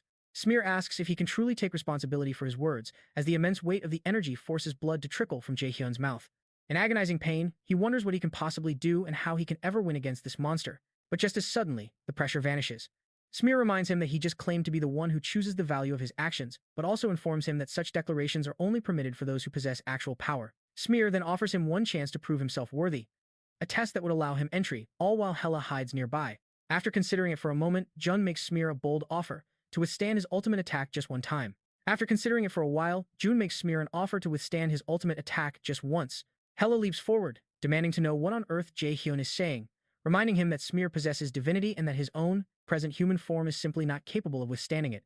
But Smear accepts the offer, materializing a spear to evaluate if he's worthy of his bold words and if he is truly a being who can resist a grand destiny. Haya desperately tries to stop Smear, but he pays her no mind, and launches the spear directly at Jay Hyun, who stands there completely unfazed. The immense power behind the spear shakes the entire structure, ultimately blasting a massive crater where it was aimed. After the smoke clears, Jay Hyun remains standing, completely alive, and asks Smear if that serves as proof. He had activated his shadow synchronization skill, and the system informs him that the skill will now have a 20% likelihood of activation. Smear is taken aback, but a smile soon spreads across his face, and he permits Jay Hyun to enter, while Hela stands there, speechless, wondering what a peculiar human Jay Hyun is. As our hero makes his way inside, Smear informs him that there are 3 trials of wisdom prepared for him within this ruin. When he asks Jay Hyun if he isn't afraid, our hero admits that he is, so Smear tells him, that's good. While walking into the ruins, Hela asks Jay Hyun how he managed that feat, and he says he's not entirely sure either. As they proceed further, they encounter 2 women who welcome him and introduce themselves as Norn, the gatekeepers of the first trial of wisdom. Haya tells Jay Hyun that she cannot intervene from this point forward, and warns him to be cautious. The women explain that one of the 2 of them is an angel and the other is a demon. The angel speaks only the truth, and the demon speaks only lies. One of them is a gateway to heaven where the angels reside, and the other is a gateway to hell, the domain of demons. Apparently, whichever gate he chooses, he'll be able to advance to the next step of the trial, but if he chooses the gate that leads to hell, the undead will. continuously obstruct his path. After their explanation, Jay Hyun is told that he can ask them just one question. He has to use this opportunity well. Jay Hyun recognizes this setup as a famous logic riddle, one they even covered at the *** Magic Academy, ***. He's intrigued, however, that both paths can still lead him to the next trial. When he decides to pose his question, the Norn tells him there's no need to hurry because there's ample time for him to think, but Jay Hyun replies that he doesn't need to think deeply about this. Pointing to one of them, he asks her what realm her gate leads to. Jay Hyun recognizes this puzzle as the angel and the demon, a rather famous riddle that has a well-known solution. If you ask the angel where she lives, she will show you the way to heaven. And if you ask the demon, she will also point you to heaven. The lady he questioned walks in front of a nearby gate and says, "This is her gate." She then asks if this gate is his choice, but Jay Hyun tells her he's going to go through the second gate instead. Once he makes his choice, a shocked Hela follows him inside, asking if he's lost his mind and why he would intentionally choose the gate that leads to hell. But Jay Hyun reminds her of the saying that nothing is hard work when you're young. Eventually, he reveals that he chose this gate precisely because they mentioned the undead would try to stop him, and Hela suspects he hides other plans. When the undead begin to crawl out, Jay Hyun activates his sacrifice skill, converting it into a powerful offensive ability called Judgment of Light. Unleashing this divine power, he completely incinerates his foes, causing his level to skyrocket. For Jay Hyun, this flood of experience points is the true definition of paradise. Hela can only watch with a grim expression, calling him an evil human and suspecting he might actually be a demon. Meanwhile, the Norn sisters admit that Jay Hyun has made the most foolish, yet simultaneously the wisest, decision imaginable, just as Mimir's prophecy foretold. A short while later, Jay Hyun traverses the area and is whisked away to a new location via a portal. He thinks it's a shame that the previous trial ended so quickly, as it was a golden opportunity for leveling up. In the second chamber, he discovers a complex magical activation circle etched into the floor. Our hero deduces that the condition for this test is to figure out a method of escape. Suddenly, a voice echoes through the room, confirming his suspicions. It belongs to the gatekeeper of the second trial. Hela instantly recognizes the voice, wondering how on earth he could be here. But before she can speak, the voice asks for a moment to properly introduce himself. He introduces himself as Mimir, the architect of the Norner system and the very being who orchestrated his destiny. Mimir then reveals that Loki sought him out long ago, desperate for guidance on nurturing the final hope, the great adversary of the prophecy, and how to escape the ever-watchful eye of Odin. His solution, he explains, was the Norner system, a complex design that hides its true purpose. Utterly stunned to be face-to-face with the one who forged the very system he relies on, Jun demands to know why these plans weren't revealed from the beginning. In response, Mimir informs him that approaching him directly was nearly impossible, shackled by the contract with the Aesir gods and the pervasive Aesir system that all awakened beings utilized, which held them in check. For a moment, Mimir and Hela converse, acknowledging they cannot guarantee the great adversary's survival should the anticipated war erupt sooner than foreseen. Ultimately, Mimir clarifies that the reason for his non-intervention is to test if Jay Hyun is worthy. It seems he was previously unable to communicate anything of substance to Jay Hyun due to the multitude of prying eyes. The only reason they can speak so freely now is because this place, the Great Ruins, hides them from all observation. Jay Hyun then resolves to pose a critical question to Mimir. He acknowledges that if fate has already chosen him to be the great enemy, then his own will should be irrelevant. He presses Mimir, asking why he inquired about his feelings in his past life, right at the moment of his greatest desperation before death. Meanwhile, far away, Yoo-jung and Ina speculate about what could possibly be keeping Jay Hyun so occupied overseas that he isn't even responding to their messages. As the conversation centers on Jay Hyun, Yoo-jung laments that all she truly wants is to be by his side. But before the sentiment can fully escape her lips, she flushes with embarrassment and hastily amends her statement, claiming she only said it because she's the one person who can tolerate his difficult personality. A moment later, Seo excitedly discusses her plans to enroll at Mal's Magic Academy soon, mentioning how she's even researched the dormitory room sizes. Hearing this, Hone earnestly asks what her backup plan is if she happens to fail the challenging entrance exams. The question plunges her into despair, and she accuses him of being cruel, which leaves him completely taken aback. Ina eventually voices her hope for Jay Hyun's swift return, a sentiment Yoo-jung readily echoes. Back within the Great Ruins, Mimir finally provides an answer. They were unwilling to entrust the world's destiny to someone incapable of even rising to their feet on their own. Therefore, he offered him a genuine opportunity to alter that fate back then. Jay Hyun concedes that he has countless more questions, but surmises that Mimir cannot possibly answer them all now. In the end, Mimir offers to provide him with a clue, the truth, provided he can pass this next ordeal. To explain the second trial, Mimir informs him that he must offer one of the many objects in the room by placing it upon the altar. However, he must keep two crucial things in mind.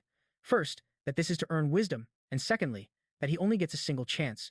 As Jay Hyun begins to despair at the thought of having to look through all of this paraphernalia, Mimir perceives his thoughts, easily accessing them through the Nornir system. Mimir decides to grant Jay Hyun two hints for this trial. The first is that he already possesses the wisdom he could earn from this very altar, and the second is that his arrival at the ruins was 2 days earlier than planned, as today is only Monday. Jay Hyun is still completely baffled, but Mimir tells him those are all the clues he is going to get.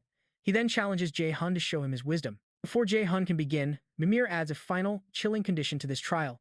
Jay Hyun will die here if he fails to pass. Annoyed, our hero thinks to himself that Mimir is a real piece of work, fully aware that the old man can hear his every thought. The internal cursing makes Mimir laugh, and he states that Jay Hyun has 1 hour to produce an answer as an hourglass materializes. Jay Hyun ponders what Mimir meant about him already possessing the wisdom and how he was supposedly meant to arrive on Wednesday. None of it seems to relate to the trial, so he decides to calm his mind and think back to where everything started. Before acting, Jay Hyun tries using his mana detection to inspect all the items, but he senses nothing particularly special.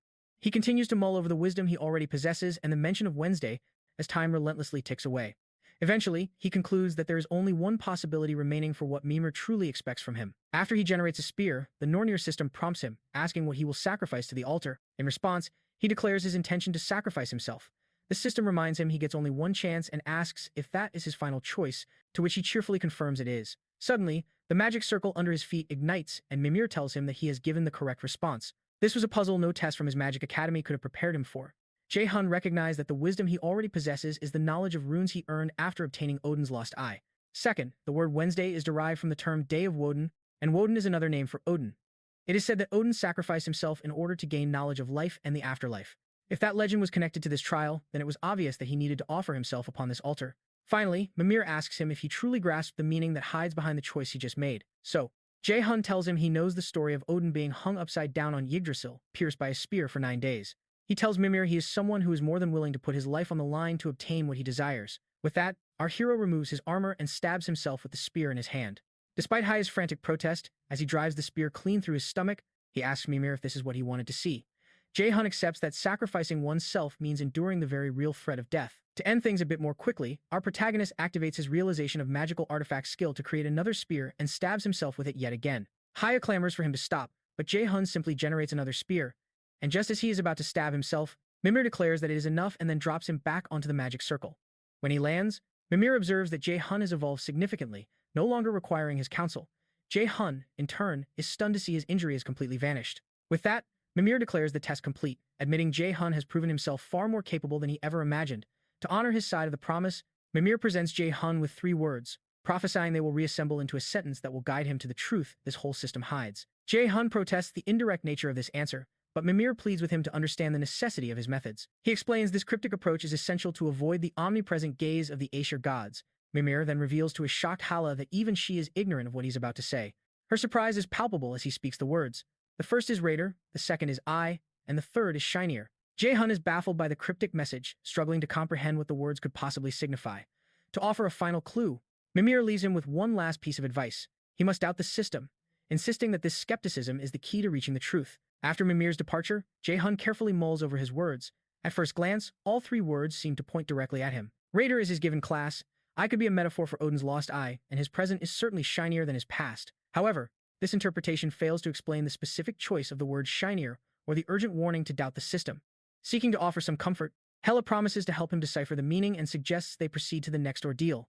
As they venture forward, Smear materializes before them, informing Jay Hyun that his final trial now awaits. Smear then gestures toward the colossal mirror in front of them, revealing it as the trial itself. Apparently, this is the Mirror of Erd, named for the first of the 3 Norns, an artifact far older than any magic academy. It is a relic that shows the past. Jay Hyun's task is to witness the memories of a Jotun, then return and tell Smear the answer he has gleaned in order to pass. Jay Hyun asks if there is a particular answer Smear is seeking, but Smear tells him there is none, and that any response he gives is his own to own, not for him to judge. Once he's ready, Smear instructs him to place his hand upon the mirror. As he does, a hand from within the glass touches his. It is Erd, the 3rd Norn sister. She expresses her joy, stating that she is glad he is finally here, for she has been waiting. She introduces herself as Erd and intertwines her fingers with his. As she holds his hand, she explains she has waited an eternity, safeguarding this broken piece of the past, which is a fragment of a memory an ancient being desperately wishes for him to see. She leads him into the memory, taking him to a place that Hela, following closely, recognizes as Jotunheim, the land of the giants. Based on the familiar way Jay Hyun and Erd conversed, Hela asks if he has met her before, but he can only respond with uncertainty. Erd then bids them be silent and watch the past that plays out before them, but she warns Jay Hyun that he can change nothing, as this particular story has long since reached its conclusion.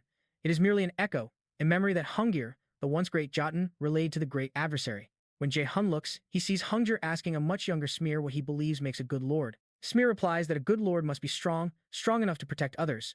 Hungyr agrees with this but explains that a good lord must also know how to share with and care for his people, while also possessing the wisdom to acknowledge his own shortcomings. He tells the young Smear that he hopes he will grow into such a Jotun one day, but Smear replies that he is weak and fearful of many things, especially Thor's mighty hammer. Smear despairingly concludes that he could never hold any value as a lord, but Hungyr insists he shouldn't devalue himself so quickly, reminding him that he alone can determine his own worth.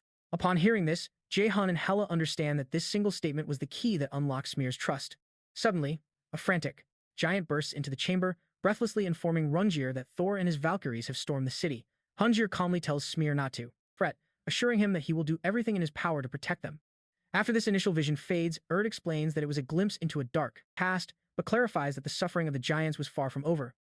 She then resolves to show him the second fragment of history, and he is abruptly transported to an era where the city is engulfed in flames. Everywhere he turns, his vision is filled with nothing but corpses and rivers of blood. Hela remarks that this is the final war, Ragnarok, which occurred just before the contract was forged, and the figure standing triumphant over the carnages, none other than the god of thunder and lightning, Thor. Jun gazes upon Thor and is struck by the crushing realization that the god is overwhelmingly powerful for him as he is now. He understands that even if he became the top graduate of the most elite magic academy, he couldn't possibly face a monster like this. Eventually, he asks the women what he must do to attain strength comparable to Thor's, and Hela informs him that he must overcome the 5 great trials. In the vision, Thor remarks that he has always despised giants, yet he's intrigued by their refusal to surrender and their unwavering will to fight him. As a sign of respect for such formidable warriors, he offers the giant king Hrungnir a chance to prevent the complete annihilation of his people, on the condition that Hrungnir faces him in a one-on-one duel. Shortly thereafter, Hrungnir emerges and demands to know if he will genuinely let the others go free in exchange for his life, and Thor solemnly swears on his own name to honor the deal. Hrungnir accepts the terms, and Thor vows to return shortly for their battle. Clarifies that Thor's supposed change of heart, Hrungnir's sacrifice, and the Great War between Jotunheim and Asgard ultimately concluded with Asgard as the victor. Following this revelation, she prepares to show him the final fragment of the past. Sometime later, a desperate Smear pleads with his father not to face Thor, insisting that it is surely a trap. Hrungnir admits that he is well aware, but states he has no other choice but to proceed.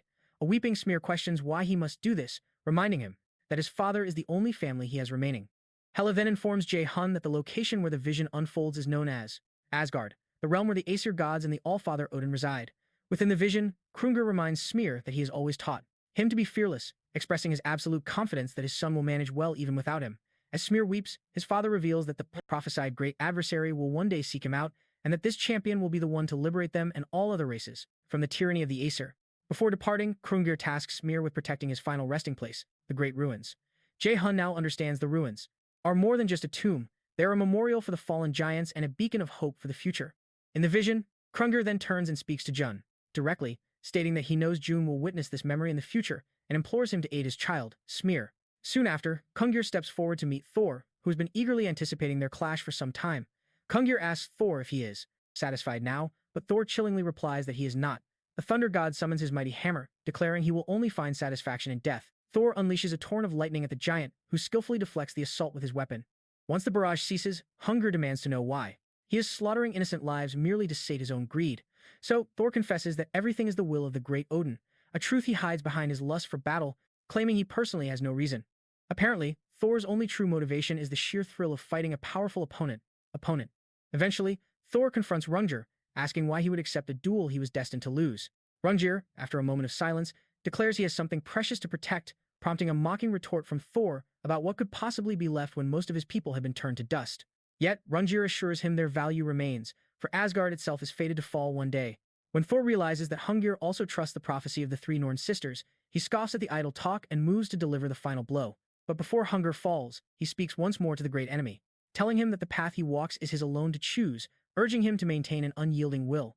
As a final request, he asks him to convey his apologies to Smear. With that, Thor hurls his hammer at Hrungnir's weapon, and the resulting impact not only shatters the weapon but also crushes his skull. Jay Hyun is utterly disgusted by this brutal end and impulsively draws out his blank card, determined to get some payback against Thor. To his relief, the Norner system confirms he can indeed use a blank card now. Freyr is soon taken out, and Thor looms over his lifeless body. Just then, he spots a series of runes glowing on the fragments of the dead giant's weapon, which were the very inscriptions Hrungnir was carving while speaking with Smear. Thor instantly understands that Hrungnir has played a devious trick on him. A colossal explosion erupts, and brilliant strings of light lash out, binding Thor and holding him fast. Thor recognizes this as a counterattack designed to trigger upon Hrungnir's death, but he scoffs, certain that such a petty trap will not be his end. He then unleashes a tremendous wave of energy, incinerating the luminous restraints. At that moment, the Norner system alerts Jay Hyun that the skill he is attempting to copy is of a rank far too high for his current level and cannot be used properly until he grows stronger. Meanwhile, Thor successfully burns away the last of the binds that held him. However, he is suddenly struck by a small, concentrated force left behind by Hungir's magic, which pierces directly into his head. The blow sends Thor stumbling backward, and when he recovers, he discovers that his head is bleeding. Hungir had embedded an object in his skull that now hides his true power, a cunning ploy that no magic academy could ever teach, and the god finds it amusing. With Thor's power now suppressed, the system finally permits June to register Thor's passive skill, known as the Lightning God's Power. Haya asks Erd how it is possible to use a blank card on someone inside a memory, and Erd explains that it wouldn't be possible if this were a mere illusion. However, she clarifies it is not an illusion, but a genuine fragment of the past being passed down to the future generation, proving that Hungir's sacrifice was far from meaningless after all. June is now able to register the Lightning God's Power, a skill of legendary rank. He now wields a portion of Thor's lightning, which dramatically boosts the efficiency and potency of all his lightning-based skills, increasing lightning damage by 300% and lightning efficiency by a full 50%. However, the system warns that because the skill's rank is too high for his level, it cannot be sustained for long without causing permanent damage to his body. When Hela voices her concern, our hero confidently replies that he'll simply grow strong enough to master it, certain that she will be there to help him. Shortly after, Erd announces it is time for them to part ways once more, confessing that she can never get used to saying goodbye to him. Utterly confused, our hero asks why he has no memory of ever knowing her, but she simply says there is no reason for him to find out now. She urges him to leave the past behind and walk toward a new future, lamenting that there is no room for her in his destiny. The veil on her face fades from view, her final words a whispered wish for his journey to be filled with blessings. Tears begin to fall, streaming from Erd's eyes as she vanishes completely. For a long moment, our hero simply stares into the mirror, hesitating before finally turning to face Smear. Smear then poses one final question for his test, asking him if he is truly ready and has the conviction to stay on his path, even if it means losing something precious to him. Images of his mother, his teacher, and his friends flash through June's mind. He then answers honestly that he cannot. He confesses that he would be utterly shaken, consumed by sadness and pain, much like Smear himself, but he vows he will rise again because moving forward is his only choice. Smear is pleased with this answer and declares that he is qualified to pass this trial. Instantly, the system announces his level has increased by 4 and that he has earned the title, the one who overcame the second trial. On top of that, he is notified that he has received a special gift from Hunger. Before departing, June relays a final message to Smear that his father was sorry and then takes his leave. Alone at last, Smear whispers to the memory of his father that he never held any resentment. Meanwhile, as Jay Hyun reaches the dungeon's exit gate, he is stunned to see the entire European Raider Association assembled and waiting for him. Hela assesses the situation, realizing these men are highly skilled, making a stealthy escape nearly impossible. Jay Hyun finds their reception deeply unsettling, as if they're treating him like a common thief, though he understands their perspective. The European Union invested a fortune into securing the raiding rights for this dungeon. Our hero knows that facing 2 S-rankers simultaneously is beyond his current abilities, so he tasks Hela with handling their escape while he stalls for time. Haya confirms she will send a signal, asking him to keep the men distracted. With the plan set, John emerges in his full armor, and Balak steps forward to confront him. Balak demands to know if he cleared the dungeon, to which John coolly asks what would happen if he had. Enraged, Balak thrusts his spear at his neck, certain the intruder succeeded since the mana from the ancient ruins has vanished, yet he cannot comprehend how it was possible. June's eyes lock onto Balak's weapon. It's the original Dragon Slayer's sword, Balmong, a genuine S-rank artifact. Our hero confidently informs Balak that this ruin was destined for him alone, and they never would have succeeded, regardless of how many times they tried. Annoyed, Balak snarls, asking if he's implying they weren't good enough. Jay Hyun simply replies, "It's possible." He then twists the knife, reminding Balak that he couldn't even get in because he failed to prove himself worthy, causing Balak to visibly seethe. Annoyed, Balak grits out that his initial plan was to recruit him, but he has since changed his mind. He declares he won't kill our boy not yet because there is too much information to be extracted from him. A smirk plays on Jay Hyun's lips. He's pleased Balak fell for such a simple provocation. He then issues a challenge, telling him to try and take his life if he dares, and materializes a sword he acquired thanks to this very encounter. Our hero then recreates the S-rank Dragon Slayer sword, Balmong, leaving Balak staring in utter disbelief.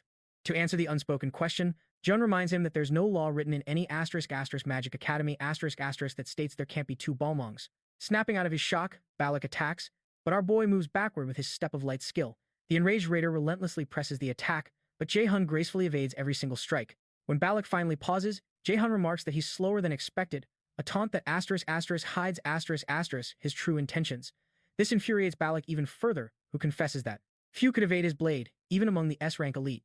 He couldn't help but wonder just who in the world Jay Hyun was. In that moment, Camilla appeared, urgently warning Balak to be cautious. The intruder's sword pulsed with the very same mana as his own Balon. Jay Hyun coolly informed Balak that while he wouldn't be taking his life, he would be taking his limbs. The words echoed Hugin's past threat, prompting Jay Hyun to tell Balak to stop talking before he triggered some unpleasant memories. Balak stared back in confusion, so Jay Hyun, recalling an article he'd read, decided to pry into the S-ranker's painful divorce. Suddenly, Camila interjected that he was crossing a line, bluntly stating that Balak's wife left him because he has a garbage personality. She added that he was also incredibly boring, which only made things worse.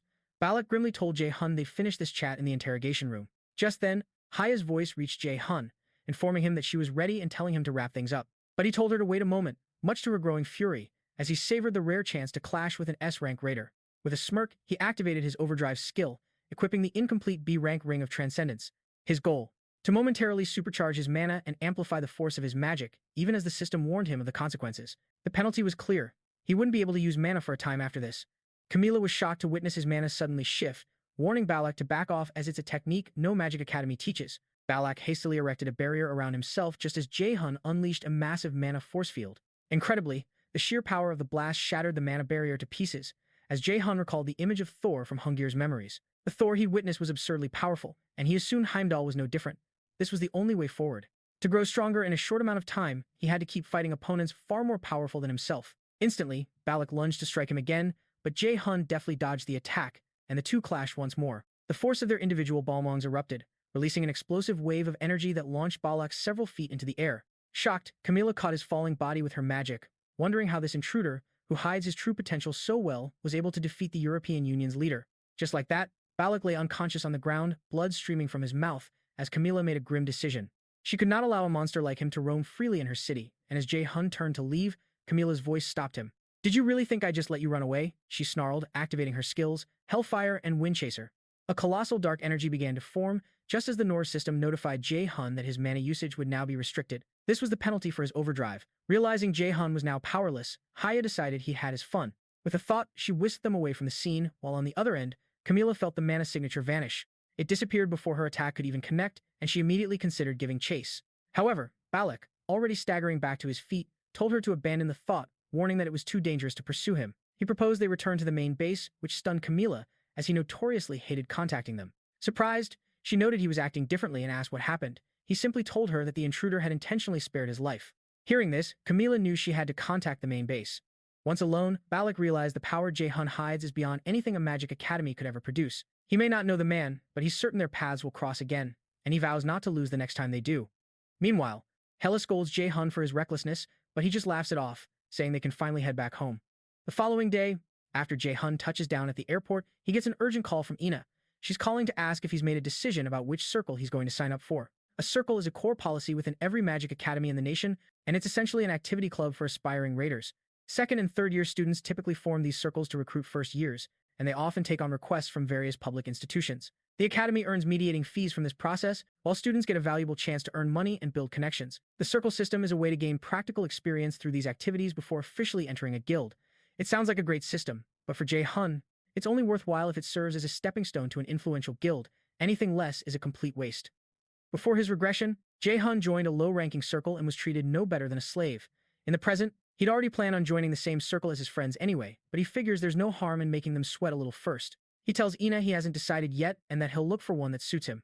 Ina quickly informs him they're all planning on entering the same circle and asks if he wants to join them, as the rest of the group eagerly listens in on the call. Jay Hyun coolly tells her he'd rather make his own choice.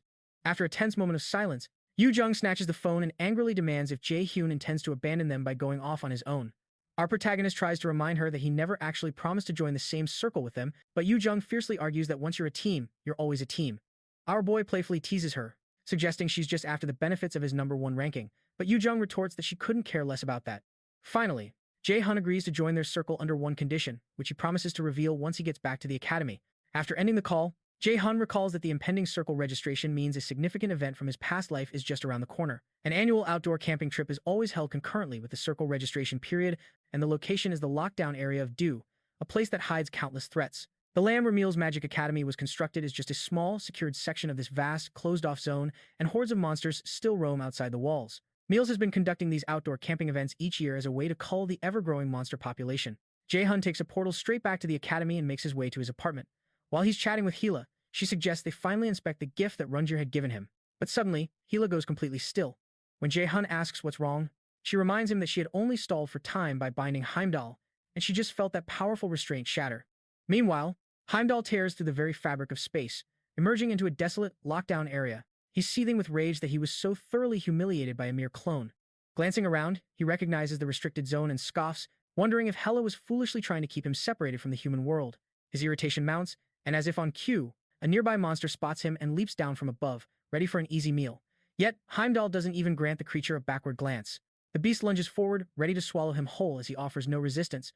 Just as its massive jaws close over his head, Heimdall merely clenches his fist, unleashing a cataclysmic blast of energy that completely obliterates the monster's head. With the creature dispatched, Heimdall decides it's time for some real amusement, a personal test for our main character. Meanwhile, Hai's expression darkens as she realizes Heimdall's destination. He's headed for a restricted zone near the Mills Magic Academy. From the look on our boy's face, she immediately suspects he knows exactly why Heimdall is going there. June confirms her worst fears, informing her that the location is the designated campsite for Mila's students. A wave of dread washes over Haya as she finally understands Heimdall's true intentions. Apparently, Heimdall has the ability to perceive the immediate future, which means he must have already seen a glimpse of Jay Hyun's destiny. Our hero realizes with a sinking heart that his friends are about to be entangled in this conflict, and it disturbs him deeply, even though he had been anticipating this outcome. Stealing his resolve, he commits to preparing as much as possible to face Heimdall in a direct confrontation. To that end, he decides to examine Hungir's gift, hoping it contains the power he needs. June opens the gift and receives a consumable artifact known as Giant's Blood. It's a rare S+ rank item, imbued with both immense power and profound wisdom designed to permanently increase his strength and wisdom stats. However, there's a catch. The item can only be used once he satisfies the minimum requirements in both strength and wisdom. Jay Hyun theorizes that this is the true secret. The Great Ruin hides the real reason an S rank was required to enter in the first place. He would need to raise his wisdom and strength stats above 150 just to use the item, a feat which would require him to become an S rank hunter. Beyond the artifact, Jun also acquires a passive skill called Hunger's Rage, an extraordinary rank ability which allows all the damage he inflicts upon Aesir gods and their Valkyries to be doubled. Haya cheerfully asks for his opinion on the skills, boasting that this was exactly why she had insisted he hurry through the second trial. Jay Hyun, genuinely pleased, reaches out to pat her on the head, grateful that she had pushed him. However, Hela flinches away, jumping out of his reach and demanding to know what he thinks he's doing. After a moment, she calms down and reverts to her human form, before telling him she knows a way to help him level up. By the next afternoon, June is seen with blood streaming from his eyes and nose after another failed attempt to use Thor's lightning skill. He laments to Hela that this is proving incredibly difficult. She simply tells him it's to be expected, as the skill he acquired is legendary rank, a power that cannot even be compared to S rank or extraordinary abilities. She warns him that his body will simply destroy itself if he keeps trying to use it, without first leveling up significantly. Jay Hyun understands that he must master this power as soon as he possibly can. Sometime later, while out for a stroll, he ponders how he can level up quickly. He recalls the special quest, Raven Hunter, that the system gave him some time ago, which required him to hunt down all of Odin's ravens. He's only managed to eliminate 1 out of 5, and he desperately needs the rewards, a blank card, and a rank increase. This seems to be his only path forward, for now, but it's a risky strategy because his time is rapidly running out.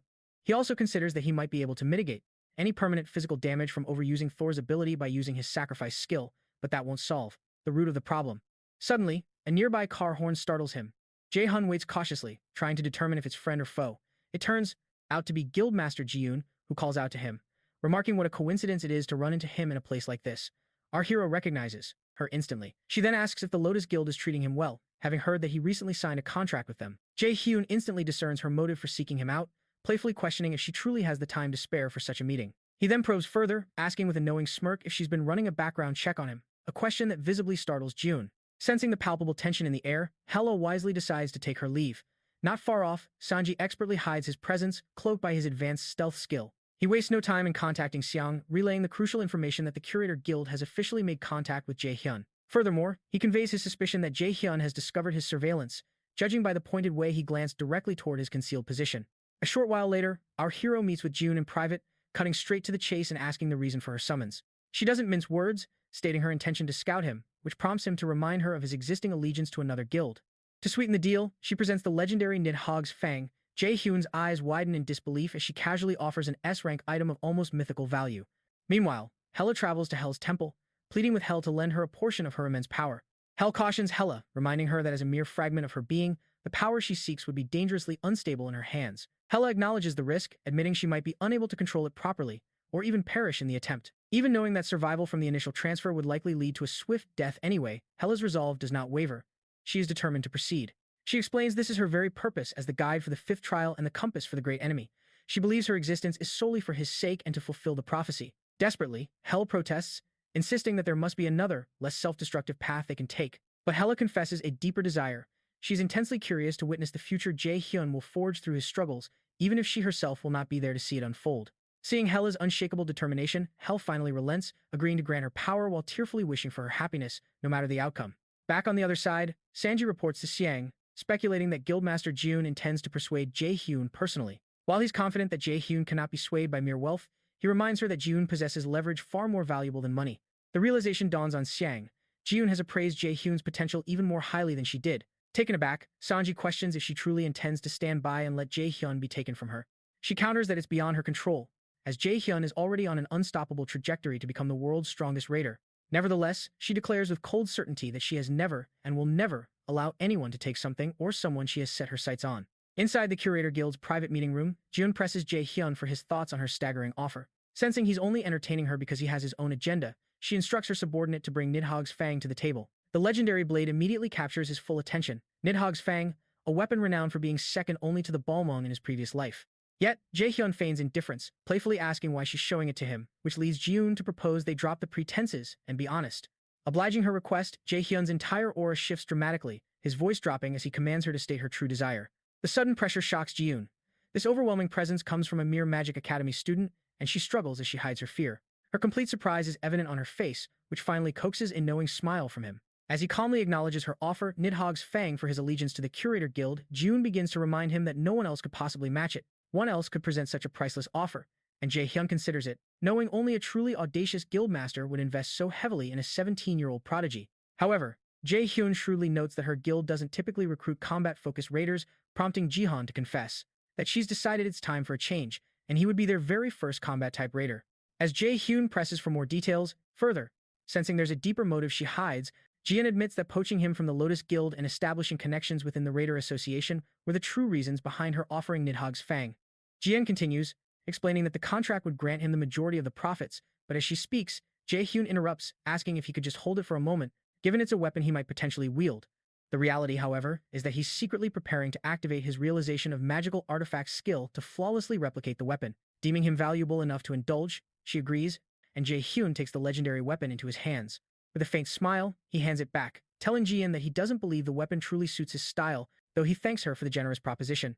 As he rises to depart, Jian questions if he dislikes the artifact, but he clarifies that isn't the case, it's simply not his personal style. At this, Jian's patience wears thin, and she angrily asks him who on earth prioritizes style when faced with an S-rank artifact. She stresses that this is a once-in-a-lifetime opportunity he's foolishly discarding, something that all the money in the world couldn't purchase. But Jay Hyun cuts her off, stating that he doesn't have anything further to discuss. He politely asks to be excused, leaving Jian standing there, utterly dumbfounded. After he finally departs, she slumps into her chair, realizing Jay Hyun is exactly like his master, Xianggan. A surge of anger boils within her, and she vows to make them both regret this day. A short while later, Jay Hyun returns home and immediately activates his realization of magical artifact skill, successfully creating a perfect copy of Nidhogg's Fang, an acquisition he never anticipated so soon. Nidhogger is the name of the great and perilous poison dragon of legend. This mythical beast inhabits a spring, Verdmere, which hides deep within the realm of Niflheimer. However, Jay Hyun knows he must now be far more calculating and cautious. He ponders the strength of Heimdall, speculating he might be on par with Thor himself. The sheer thought of clashing with the gods makes him question his own sanity amidst this chaotic situation, yet his curiosity to measure his own power against theirs remains. He questions if he can truly alter the grim fate that Eel had revealed to him through the mirror. Sometime later, within the main circle's executive conference room at Mills Magic Academy, the institution's top students are gathered for a tense discussion. A woman observes them from a distance, astonished by the sheer power of their auras, which could easily be mistaken for those of seasoned veteran raiders. What truly shocks her, however, is that every one of these circle leaders has assembled for the sole purpose of recruiting one person, Jay Hyun. One of them, Jong Hyun, the head of the school's #1 circle, Guardian, boldly declares to the others that they will be securing Jay Hyun, telling everyone else to just give up. Another circle leader fires back, reminding Hyun that it's their turn, as the Guardian Circle snatched up all the best students from the Magic Academy last year as well. She then points out the unwritten rule that mages and martial arts raiders are supposed to stay out of each other's recruitment territories, which logically means Jay Hyun should be theirs for the taking. The girl watching all this unfold does so with growing excitement. Snapping photos, she instantly identifies the speaker as Han Jian, the formidable leader of the circle known as Xiang, a group named in honor of Yu Yang, their original inspiration. But another guy in the room bluntly tells Jian to cut the crap. arguing that the media has already confirmed Jay Hyun is a battle mage, making it pointless for a circle of pure mages to recruit him. Undeterred, the girl with the camera keeps snapping away, excitedly noting that the guy who just interrupted is none other than Gang Jube, the leader of the second-ranked circle, Garam. Jube then reiterates that Jay Hyun is the perfect candidate for his circle, since they're both warrior types. But Jian immediately calls him out on that blatant lie. To keep things fair, Jian proposes they let Jay Hyun decide for himself which Magic Academy circle to join, allowing him to pick the one with the most attractive offer. Jube, however, just scoffs at the idea, calling Jian naive for forgetting the real reason they've all gathered here in the first place.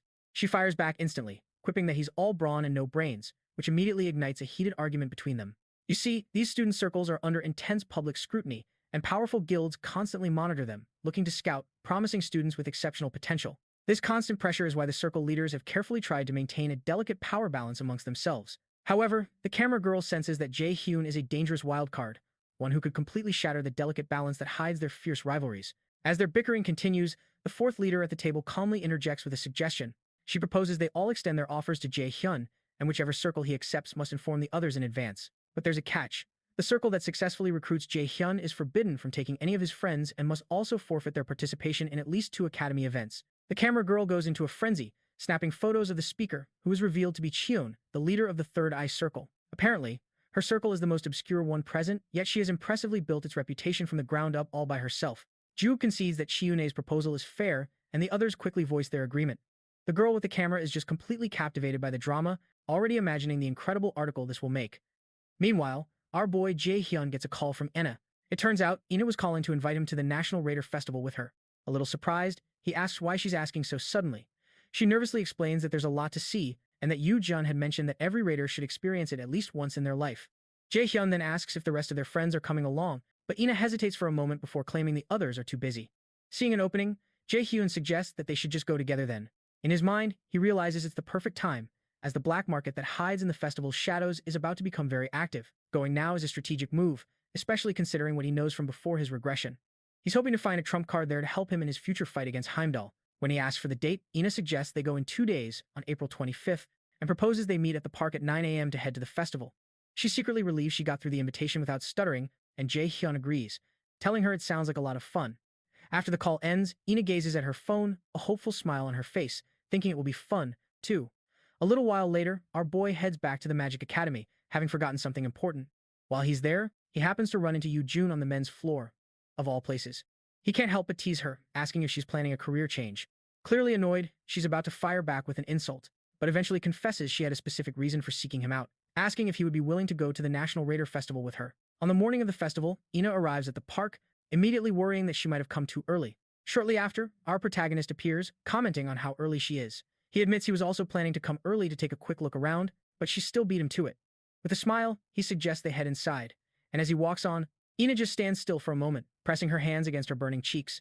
Meanwhile, some people in the crowd recognize Jay Hyun, a prominent figure from the Magic Academy, and they also notice Ena walking beside him.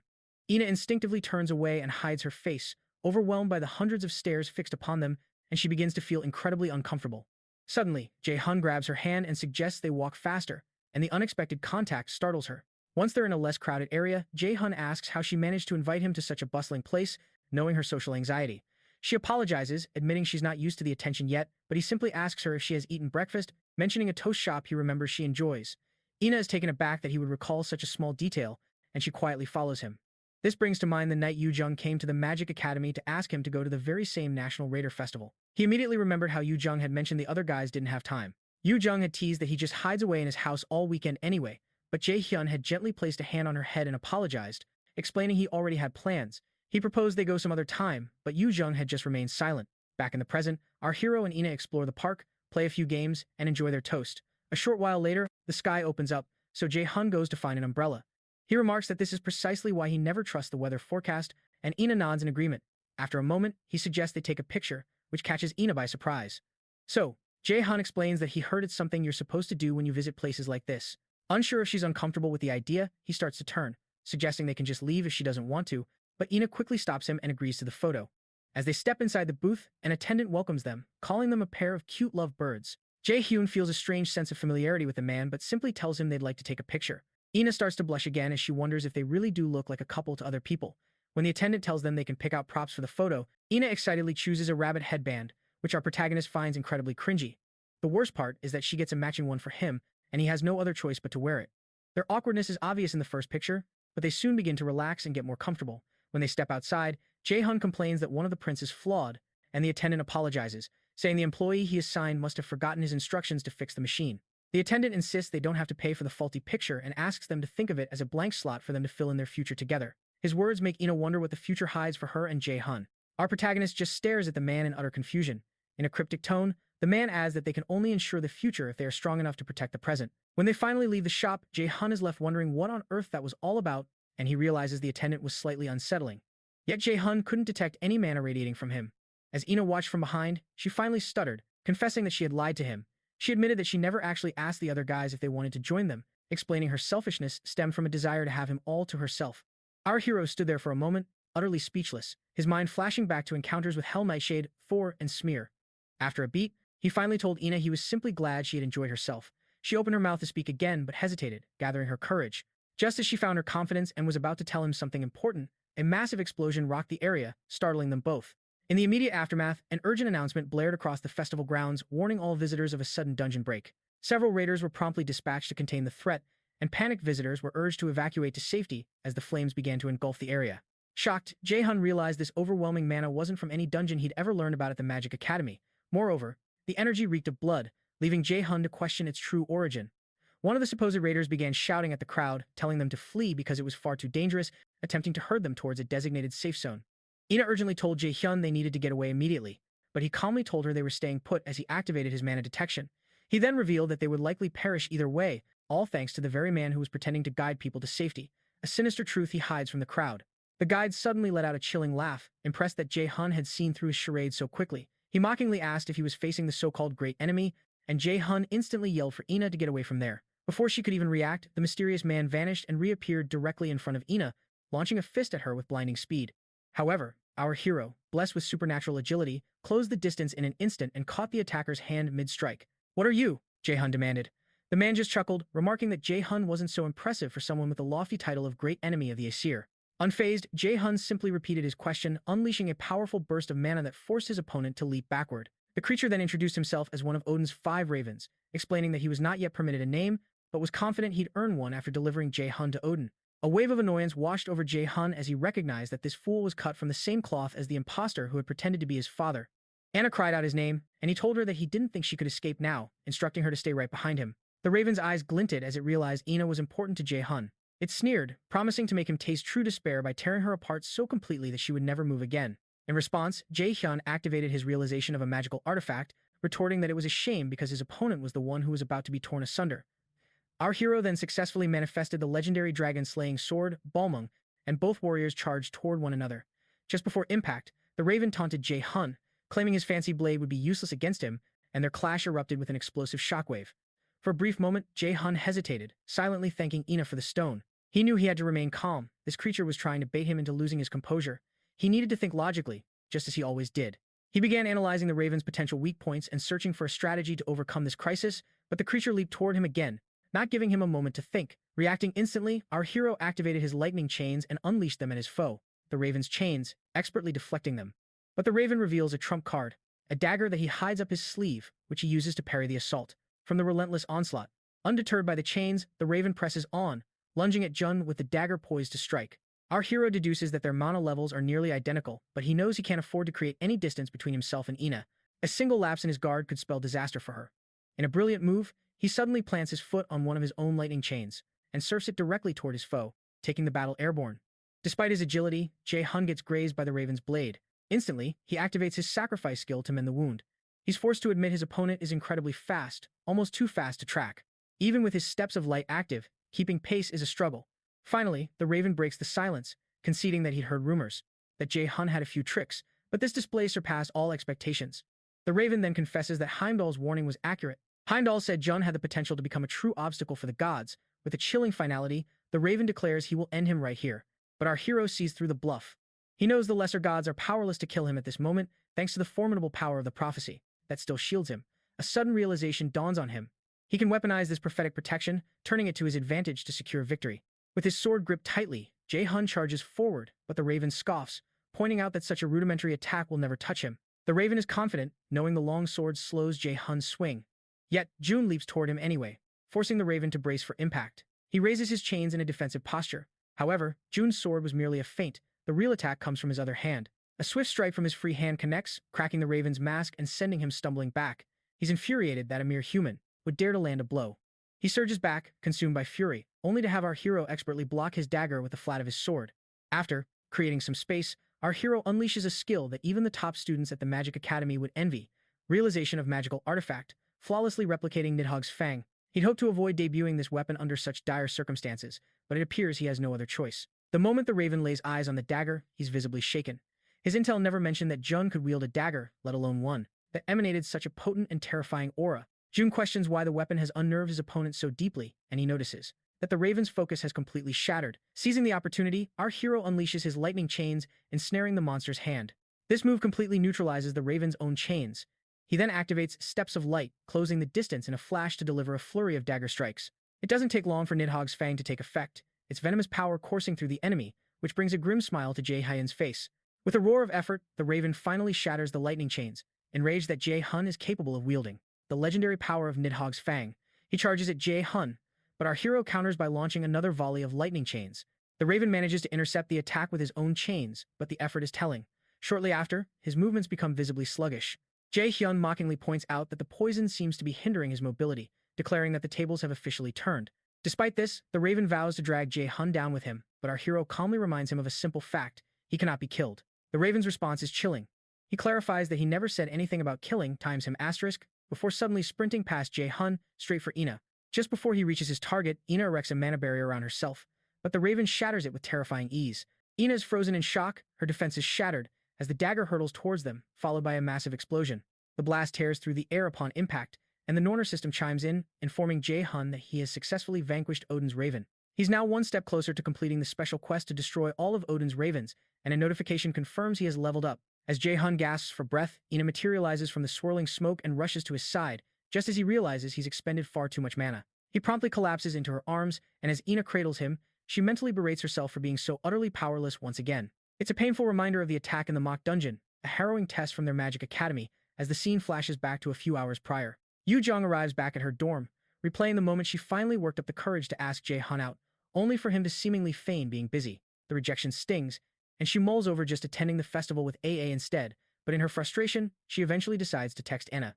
She invites her to the festival, but Ina replies with a flurry of apologies, explaining that she's already out for the day. This catches Yu Jong off guard. Ina is a homebody who rarely leaves the dorm, so after a moment, she texts back. She tells her not to worry and suggests they grab dessert some other time, an offer Ina eagerly accepts, but a short while later, a thought takes root. Yu Jong can't shake the feeling that it's strange for Jay Hyun and Ina, two people who never go out, to be out on the very same day. Then, it suddenly dawns on her. What if they went out together? Her mind races, recalling every instance where Ina became flustered. It was a reaction she now sees as one that hides her true feelings for Jay Hyun. She tries to dismiss the idea, but desperately hopes it isn't true. Back in the present, Jay Hyun is resting against Ina, completely drained of energy, and Ina's thoughts drift back to her helplessness during the dungeon exam. He had fought so desperately to protect her then, just as he did now, but she also wonders about their mysterious attacker. Who was that person? It seemed like Jay Hyun recognized him, and more alarmingly, the assailant's mana felt chillingly familiar. It was just like the energy they sensed in the mock dungeon, making her wonder if a deeper threat hides within their Magic Academy as she hesitantly touches his head. Just like that, our boy's eyes flutter open, and as he looks up, their faces are mere inches apart, causing a deep blush to spread across her cheeks. Our boy simply smirks, thanking her for the impromptu pillow. And after a brief, charged silence, he begins to speak. He tells Ina he has a good idea of what she was about to say before they were interrupted, though he concedes he could be mistaken. He asks her to listen anyway, because there's something important he needs to tell her as well, but before he can finish, Ina stops him. She gently places a finger on his lips, pleading with him not to say anything more, confessing that she's not ready to hear his response. Not yet, regardless of what he might say. She admits she needs more time and is willing to wait for him to be done with whatever he's dealing with. As tears stream down her face, she whispers that they should talk about this later, and our boy's expression darkens slightly. He tenderly raises a hand to her face, wiping away her tears. Sometime after this encounter, we find Jay Hyun in the training facility. He's battling a horde of ogres, deftly dodging their clumsy attacks and unleashing crackling chains of lightning in response. But as he fights, his mind is elsewhere, questioning why he couldn't just give Ina a straight answer, since he's known for a while that she likes him. He wonders why he hesitated, and the realization hits him of how cruel it is to let her hang on, to give her even a sliver of false hope. Lost in these distracting thoughts, he fails to notice an ogre taking advantage of the opening, swinging its massive club right for his head. but our protagonist deftly evades the blow. The Nora system immediately notifies Jay Hyun of his level increase, a direct result of his quest progression. As Jay Hyun retaliates, blasting the ogre back with a powerful gust of wind, the system reveals that he can now perceive the very barrier that has been holding back his full potential. Our hero is puzzled by this cryptic message, just as Haya materializes beside him, assuring him that its meaning will become clear in time. She approaches him with an encouraging look, telling him he has what it takes. Jay Hyun, ever the jokester, questions her sudden kindness, a suspicion creeping in that this might be her way of saying a final goodbye. He tells her playfully that he's not falling for her act, and she puts on a convincing display of indifference. Yet, deep down, she harbors a silent wish that Jay Hyun will one day see no value in her existence, for she alone knows the grim future that awaits. Sometime after this poignant moment, our protagonist is approached by a student named Hyun. When Hyun introduces himself as the leader of the prestigious circle known as Guardian, Jay Hyun instantly recalls the name. It's the most formidable circle in the entire Magic Academy, especially renowned for its expertise in martial arts. He's genuinely impressed that Hyun is its leader, though he privately assesses him as still being relatively weak. Hyun begins to tell Jay Hyun that he has a compelling offer to recruit him into the Guardian's circle, but he's abruptly cut off by Jian, who loudly protests that Hyun can't just swoop in and scout Jay Hyun, insisting that he is destined to join her circle instead. Moments later, Ju-hub also appears, telling Jian to cut the nonsense because the Garam circle is the one that will be claiming Jay Hyun. Overwhelmed, Jay Hyun finally tells the squabbling leaders to cease their bickering, pointing out that they're making a scene.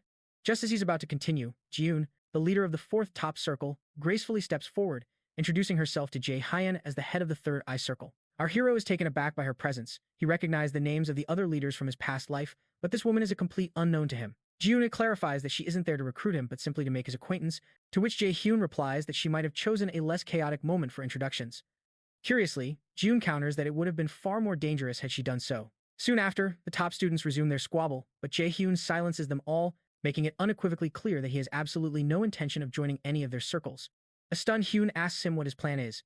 He acknowledges that he knows Jay Hyun is the disciple of the great Yu Yang, but reminds him that a raider who hides their affiliations and lacks circle experience will face a painfully low starting rank, which would be a significant handicap. To clarify his position, our protagonist explains that he never said he wouldn't join a circle at all.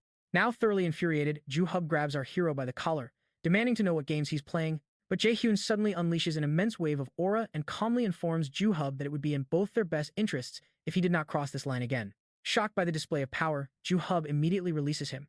Seizing the moment, Jay Hyun declares that he will simply create his own circle.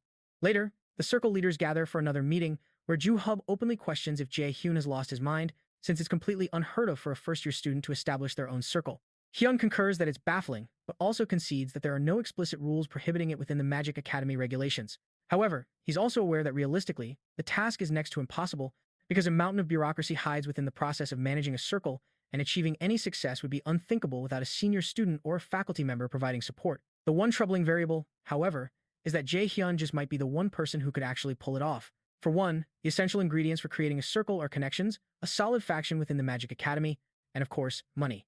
Given that Jay Hyun's companions are all exceptionally skilled and popular individuals, it becomes glaringly obvious to the top students why Jay Hyun never needed their help in the first place. Juno laments that this whole situation is about to become a complete mess, prompting Hyun to propose a change in their strategy. Since Jay Hyun can single-handedly shatter the delicate balance of this Magic Academy with only the aid of his friends, Hyun suggests they focus on a new objective, survival, and he even offers his own circle's assistance. As Hyun walks through the hallway, he recalls how Jay Hyun threatened Jube to release his shirt, a moment that hides a chilling resolve, and he realizes they're facing a colossal problem, the second major threat they've encountered since dealing with Chiuni, the current leader of Third Eye. A short while later, Yoo-jun is visibly shocked when she learns our protagonist intends to form his own circle after he gathers everyone to break the big news. He explains his reasoning. He sees no need for them to join an established circle and be subjugated by senior students. However, Home points out that they're just first years, and things could get ugly if other circles decide to sabotage their efforts. Jang also finds the prospect of battling other students terrifying, while Soil bluntly asks Jay Hyun if this new venture will make her any money. In response, Jay Hyun assures them all that they simply need to become so overwhelmingly powerful that the other circles can't dare to interfere. Following a brief, contemplative silence around the table, Ina states that she's fine with whatever they decide, and Jay agrees to follow along if Jay Hyun believes it's a sound plan. Feeling ignored, Soil presses her point again, asking if they're going to earn a substantial amount of money, because they'll all practically starve if they don't start accumulating points. Factoring in the points awarded to top students in each grade and the bonus our protagonist received for being scouted by Lotus, he confidently assures them he has a reserve of at least a few 100,000 points. This revelation stuns Soil, who calls him an absolute psycho, while Yu Jung is more surprised that he's been sitting on that much wealth and never once treated them to a meal. Spurred by this, Seo boldly declares that they are all eating out tonight.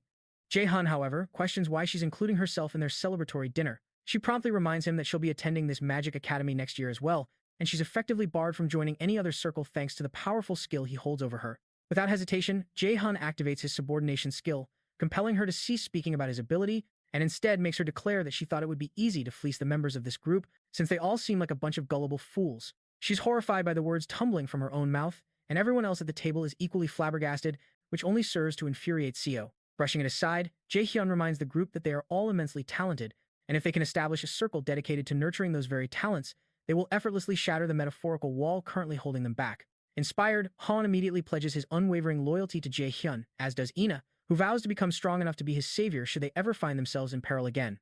Meanwhile, Yoojun quietly whispers to Soil that she has a very bad feeling about this entire situation and asks for her opinion. Soil concurs, noting that whenever Jay Hyun smiles like that, it's a sure sign of impending misfortune for her. But when our protagonist turns to face them with a lethal glare, they both fall silent. Jay Hyun then declares that they will all have to work relentlessly to become stronger and rhetorically asks if they will join his circle, making it clear they have very little choice in the matter. Sometime after, the newly formed group heads to the Mills Academy training facility, a state-of-the-art fitness center within the Magic Academy equipped with a wide variety of top-tier gear, artifacts. Access is restricted to the top students of this Magic Academy and their chosen allies. Yu Jang, completely drained from the intense workout, mutters something unflattering about Jae Hyun's mother, while Seo lies panting beside her. Home pleads for them to stop, feeling like his muscles are being torn apart, but our protagonist insists this is precisely how they'll build true strength. Jang is then assigned the duty of distributing healing potions, prompting Soil to call him a turncoat, but he simply reminds her that he's not a combat-focused cadet.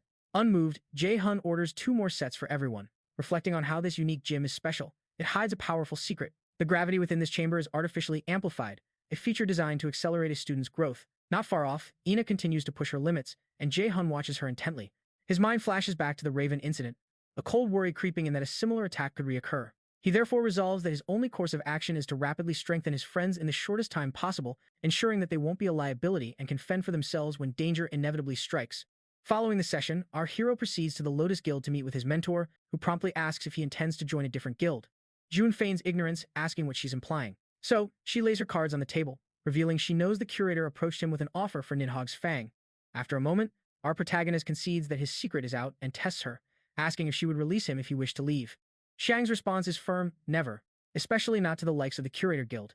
Jae Hyun questions the point of her asking then.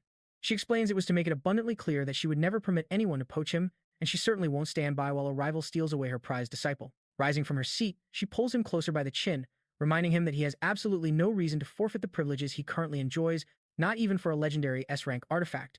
She concedes that it's a tempting offer to weigh against her patronage, but seeing as she has granted every single favor he's ever requested, she doesn't believe he's losing out by staying with her at all. Our hero agrees, confessing he never intended to leave, because there's nowhere else he'd rather be, as long as she's here. Seong-gun playfully calls him a smooth talker, remarking that she almost fell for his flattery, to which Jae Hyun retorts with a smirk, what a shame. Soon after, his thoughts turn grim as he recalls Heimdall's impending attack during the outdoor camping event. He must prepare for every conceivable outcome.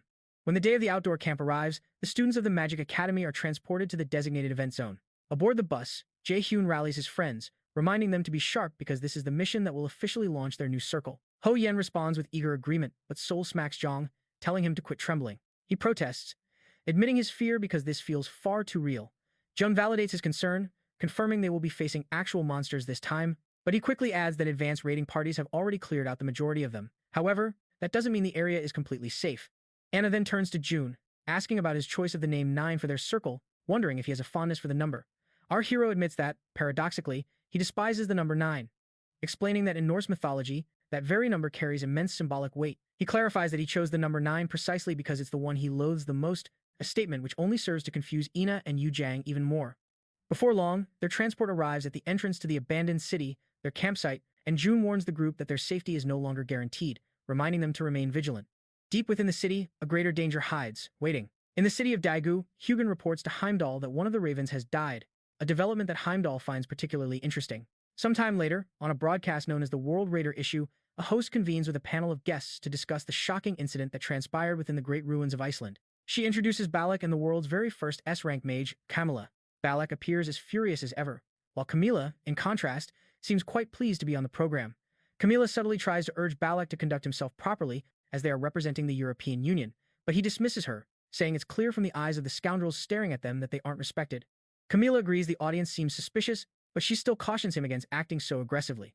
Balak suspects that these people believe the European Union was the one responsible for the ruins robbery, which makes sense given they held the rights over the ruins when the event took place.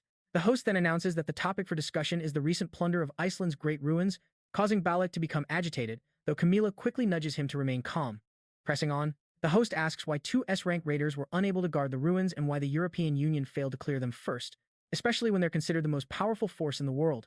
She notes that these two questions are on everyone's mind and asks for their thoughts on the matter. Ultimately, Camilla concedes that they simply weren't skilled enough, and says nothing more. The host then probes further, asking what went wrong, since they had been so confident about succeeding in the raid after acquiring the rights to the ruins. This time, Balak responds. He asks the host if she has heard of the invader, and she smugly confirms that this is the individual said to have passed the proof of qualification where the Union had failed and subsequently raided the ruins. However, she adds that the public wants the truth, a comment that annoys Balak, who asks if she is implying that he is being dishonest. As his expression darkens, the host grows fearful, but Camilla chides Balak to stop fooling around. Ignoring her, Balak walks directly to the camera and tells the entire world to listen carefully. He explains that the invader, whom they've nicknamed the Black Robe, was incredibly strong, so powerful that he emerged victorious even when he and Camilla attacked him simultaneously. Instead of tearing them down for their failure, he tells the viewers to do something about the invader instead, who he knows for a fact will emerge from wherever he hides again. Meanwhile, at an outdoor event, an instructor informs the students that this event will shape what their future at the Mills Magic Academy will be like. He explains that this field trip will last for 1 week, and they must cooperate with the members of their circle, but they will only be provided with the survival kits that are being handed out to each circle. They are tasked with hunting monsters using what they have learned, but they are forbidden from leaving the 50-kilometer radius of the base, or they risk being disqualified. The instructor adds that their first objective is to survive, proving they possess the potential to become a great raider, and the second objective is to hunt as many monsters as they can within the time limit and collect the tokens they drop. The higher the monster's rank, the more points they will receive, but they are warned not to be so careless that they get injured while hunting. In case of an emergency, they are told not to worry, because an instructor will always be on standby, stationed nearby at all times. The instructor explicitly warns them not to conceal any emergencies, but to report to them immediately. With the briefing concluded, each student receives a ring symbolizing their solidarity, and Jay Hyun promptly directs his circle members to execute their prearranged plan. While they maneuver through the city, Hyun observes them from a distance, ominously declaring that the game has officially begun. Shortly after, they secure a prime location for their base, a strategic spot that hides their presence and should help them avoid winged high-ranking monsters. However, Soil voices her concern about potential insectoid monsters in the area, admitting she has a strong aversion to this kind of environment. John tries to reason with her, suggesting she not be so quick to dismiss the location, but Soil sharply tells him to be quiet, exclaiming that bugs are the absolute worst. Their bickering escalates once more, forcing Jung to retreat behind Jay Hyun for cover. Finally, our hero steps in, silencing them both. He commands them to remain vigilant, reminding them they're inside a city completely sealed off after a devastating monster invasion. Yujin, on the other hand, is optimistically hoping they'll score a mountain of points, dreaming about all the ice cream they could buy and that restaurant they've been dying to try. As she fantasizes about their future feast, she notices Jay Hyun's grim expression, a stark contrast to her own excitement, which quickly silences her. Jay Hyun's mind is elsewhere, contemplating how this event seems like a game to some, especially since their team is considered the cream of the crop among new students at the Magic Academy. For a top-tier team like theirs, the monsters are a known quantity. However, he knows the most dangerous enemy they'll face is undoubtedly Heimdall.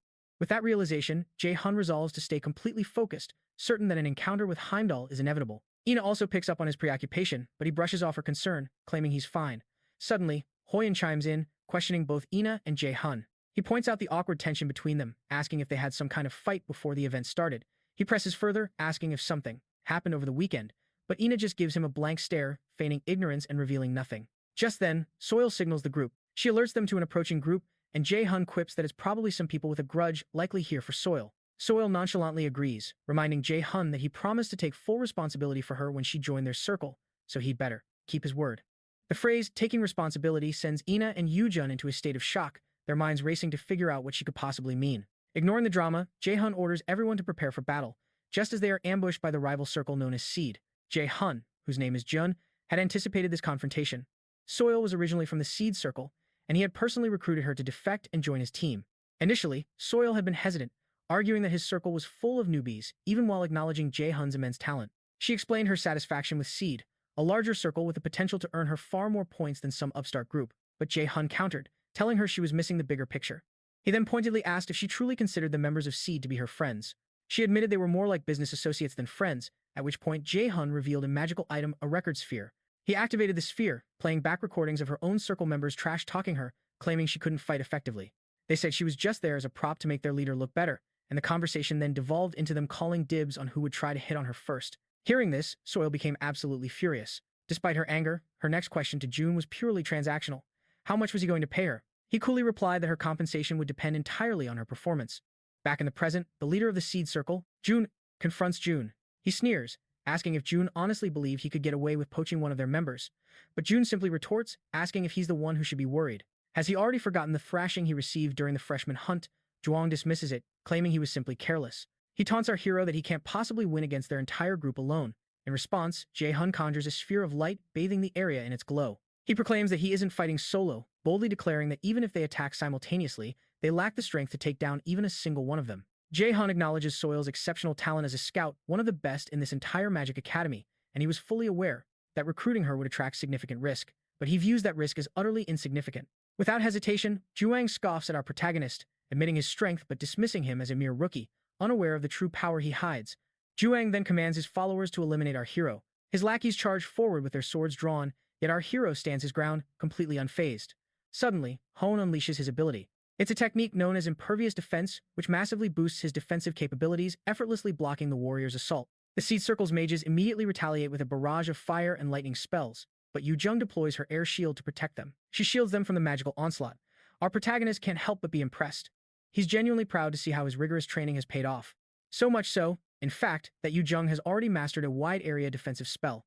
After their failed assault, the members of the Toppity Seed Circle are left stunned, realizing their attacks inflicted zero damage. One of them begins to lament his poor choices. He mutters that he knew this was a terrible idea, questioning Wong's sanity for provoking the disciple of the Lotus Guildmaster, even if it's a new circle. At that moment, Ina steps forward, coolly asking Jay Hyun if she should engage them all. Our hero gladly tells her to show no mercy. She immediately activates her Sword of Oblivion skill, unleashing a volley of blades upon them. Panic-stricken, they attempt a desperate retreat, but it's too late, as the spectral swords pierce them from behind. Zhuang manages to evade the blades, but he slips on a strange blue goo, which instantly immobilizes him, sticking him to the ground. Jay Hyun commends the liquid's impressive effectiveness. The other Seed Circle members are also trapped, completely unable to move. Zhang then explains his concoction, a mixture of slime and paralysis mushroom spores.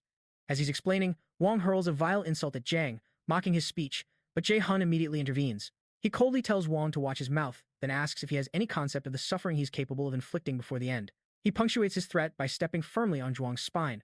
Eventually, he allows the rest of the teammates to go but keeps Zhuang behind. Zhuang desperately begs his circle not to abandon him, but they just curse him, calling him a lunatic and questioning why they would ever wait for him. Once they're gone, Jay Hyun informs Soil of his decision. He's going to ensure Zhuang fails this event. Soil scoffs, calling Zhuang a worthless piece of trash. Zhuang, ever the manipulator, tries to claim he did all of this for her sake, but she tells him to drop the act. She coldly reminds him of his own words, how he called her a parasite useful only for her scouting abilities. With that, she draws her knife. She proceeds to methodically carve into Zhuang until he is officially eliminated from the event. Shortly after, an instructor arrives on the scene, shocked to learn that the Nine Circle has completely dismantled the team from the Seed Circle. Wong and the others, felled by Ina's blades, lay unconscious on the ground. The instructor is baffled, wondering how a well-established, upper-middle-tier circle with so many members was defeated by this circle of newcomers. Jay Hyun casually asks the instructor to ensure none of them kick the bucket, adding that they don't deserve such an early exit from life. The instructor, clearly exasperated, simply tells him to avoid picking fights with senior classes in the future before departing. With the instructor gone, our boy turns to Suyuk, who's been lingering nearby, demanding to know why he stepped in. This goes back to when Suyuk approached Jay Hyun, warning him that the entire Seed Circle was hunting them down. Jay Hyun had merely scoffed, calling the Seed Circle a bunch of idiots, which left Suyuk walking away and questioning why he was even considering siding with him. As Suyuk was leaving, Jay Hyun casually advised him to bail on the event entirely, especially since he was playing solo. So when Suyuk decided to stick around the area, Jay Hyun admitted he was surprised by the assist, considering he thought Suyuk was only good for picking fights. Back in the present, Jay Hyun adds insult to injury by asking for Suyuk's name again. The girls are equally clueless, which just infuriates Suyuk. He can't believe these fools haven't even bothered to remember his name. We then flash back to a Seed Circle meeting, where Suyuk voiced his dissent against ganging up on Minj Hun, especially within the walls of this esteemed magic academy. He argued it was cowardly, particularly since she was on her own. Soo-hyuk proposed they make a more compelling offer, but Won was adamant he wanted Jay Hyun to become a compliant underclassman. This made Soo-hyuk question when Millas became so political, wondering why they resort to beating someone up, just because of a personal grudge. He found the whole thing insane, and that was the moment he decided he was done with the Seed Circle. Returning to the present, Soo-hyuk parts ways with Jay Hyun's group, but not before issuing a stark warning. The next time they meet, he'll be coming for revenge. So our boy better be ready. Once he's gone, Jay Hyun, ever the pragmatist, suggests they get back to work, but Seal immediately protests. She points out they just finished a fight, but our boy launches into his classic "with great power comes great responsibility" speech, prompting her to ask what she gets in return. On that note, the real reason Milla's Magic Academy chose Daegu as its location, despite the city being under a complete lockdown, is their ambition to reclaim it. Daegu hides a dark history. It's where the very first gate in the world ripped open. It was also the first city to fall following the appearance of Yggdrasil. Therefore, the official purpose of Milla's camping field trip is to lay the groundwork for the area's reconstruction. This is personal for Jay Hyun, who recalls the Daegu disaster as a true calamity, a calamity that struck close to home because his mother was there. Ina's voice pulls Jay Hyun from his dark memories, informing him that dinner is ready. She gently notes that he seems to have a lot on his mind and asks if it's because of the unique skill he had mentioned to her. He confirms it's something along those lines, as his thoughts drift back to Hawa's stark warning that he could never hope to defeat Heimdall in his current state. His only chance was to awaken his unique skill and transcend his limits. Apparently, a unique skill is something that manifests directly from the user's will, and Hawa had urged him to look inward and think about what he truly desires and the real reason he needs such power. He's still struggling to grasp the true meaning behind her words. Ina admits she might not fully understand it either, but she expresses her unwavering faith that he can do it. Moved by her support, Jay Hyun assures her he'll give it his all. Sometime later, the scene shifts to Hoyan, who is expertly dispatching a grotesque, worm-like monster elsewhere. Just as he finishes off the worm, a vicious, bird-like creature swoops down on Seal, who skillfully defends herself with her blade. After she fells the beast, Yoojung remarks on how starkly different this place is from Milla's, and agrees, noting that the difference in the mana density in the air is staggering, feeling even more oppressive than the 10th level of the mana room test. They're currently in a place known as a field, a term for territories overrun by monsters from a dungeon outbreak, where corrupt energy constantly seeps into the land, which allows even more dangerous monsters to break through. It turns out Soil has no idea what a field is, and when Jong teases her about sleeping through her lectures at the Magic Academy, she literally tries to end him. Jay Hyun steps in, explaining that a field is an area saturated with mana, making it completely uninhabitable for regular humans. While they, as raiders, can withstand it, ordinary people are in grave danger from even the slightest exposure to such potent mana. He cautions the group to stay alert, as this place hides many unforeseen threats, and just as he says that, a massive monster materializes before them, prompting Soil to ask if he genuinely intends to fight it. He confidently confirms he will, but reminds her that she has a job to do as the team's scout. She then bargains with him, asking for a promise to help her escape if things go south, confessing that she has no intention of meeting an early grave. Jay Hyun just offers her a cryptic smile, which earns him the title of piece of crap for not giving her a straight answer. So, our protagonist suggests she can just hang back while they scout on their own, even if it means it'll take longer and net them fewer points from weaker monsters. At this, Soil immediately switches tunes, calling him master and declaring that he has the final authority. As they scout the treacherous landscape, Yoojung marvels at how much of this once sealed-off territory has been reclaimed for humanity, guessing it must be the work of a legendary figure. Ina, however, is clueless about who she's referring to, which earns her a jab from Soil for also dozing off in class, who then oddly suggests they become friends. Hoenn clarifies for everyone, stating that Yoojung was talking about the very first awakened Wan. Jong adds that even his own father admitted Wan was someone he could never hope to defeat. Do was the epicenter, the place where the first gate ripped open and unleashed hordes of monsters. Amidst the endless screams of despair that filled the air as humans were crushed like insects, a single individual with extraordinary powers emerged. That person was Wan, the very first awakened being in all of Korea. While June effortlessly dispatches the formidable monster that terrified Soil, he reflects on how Wan achieved legendary status, becoming famous worldwide, and how no one of his caliber has ever appeared since. Yet, Wan suddenly vanished without a trace not long after. As he finishes the monster, Yoojung remarks to Jay Hyun that she knows he chose this life because he was inspired by Juwon. Juwon's disappearance was so sudden that the prevailing theory is he was overwhelmed by monsters. He was also the pioneer who first harnessed the power of the Asir system.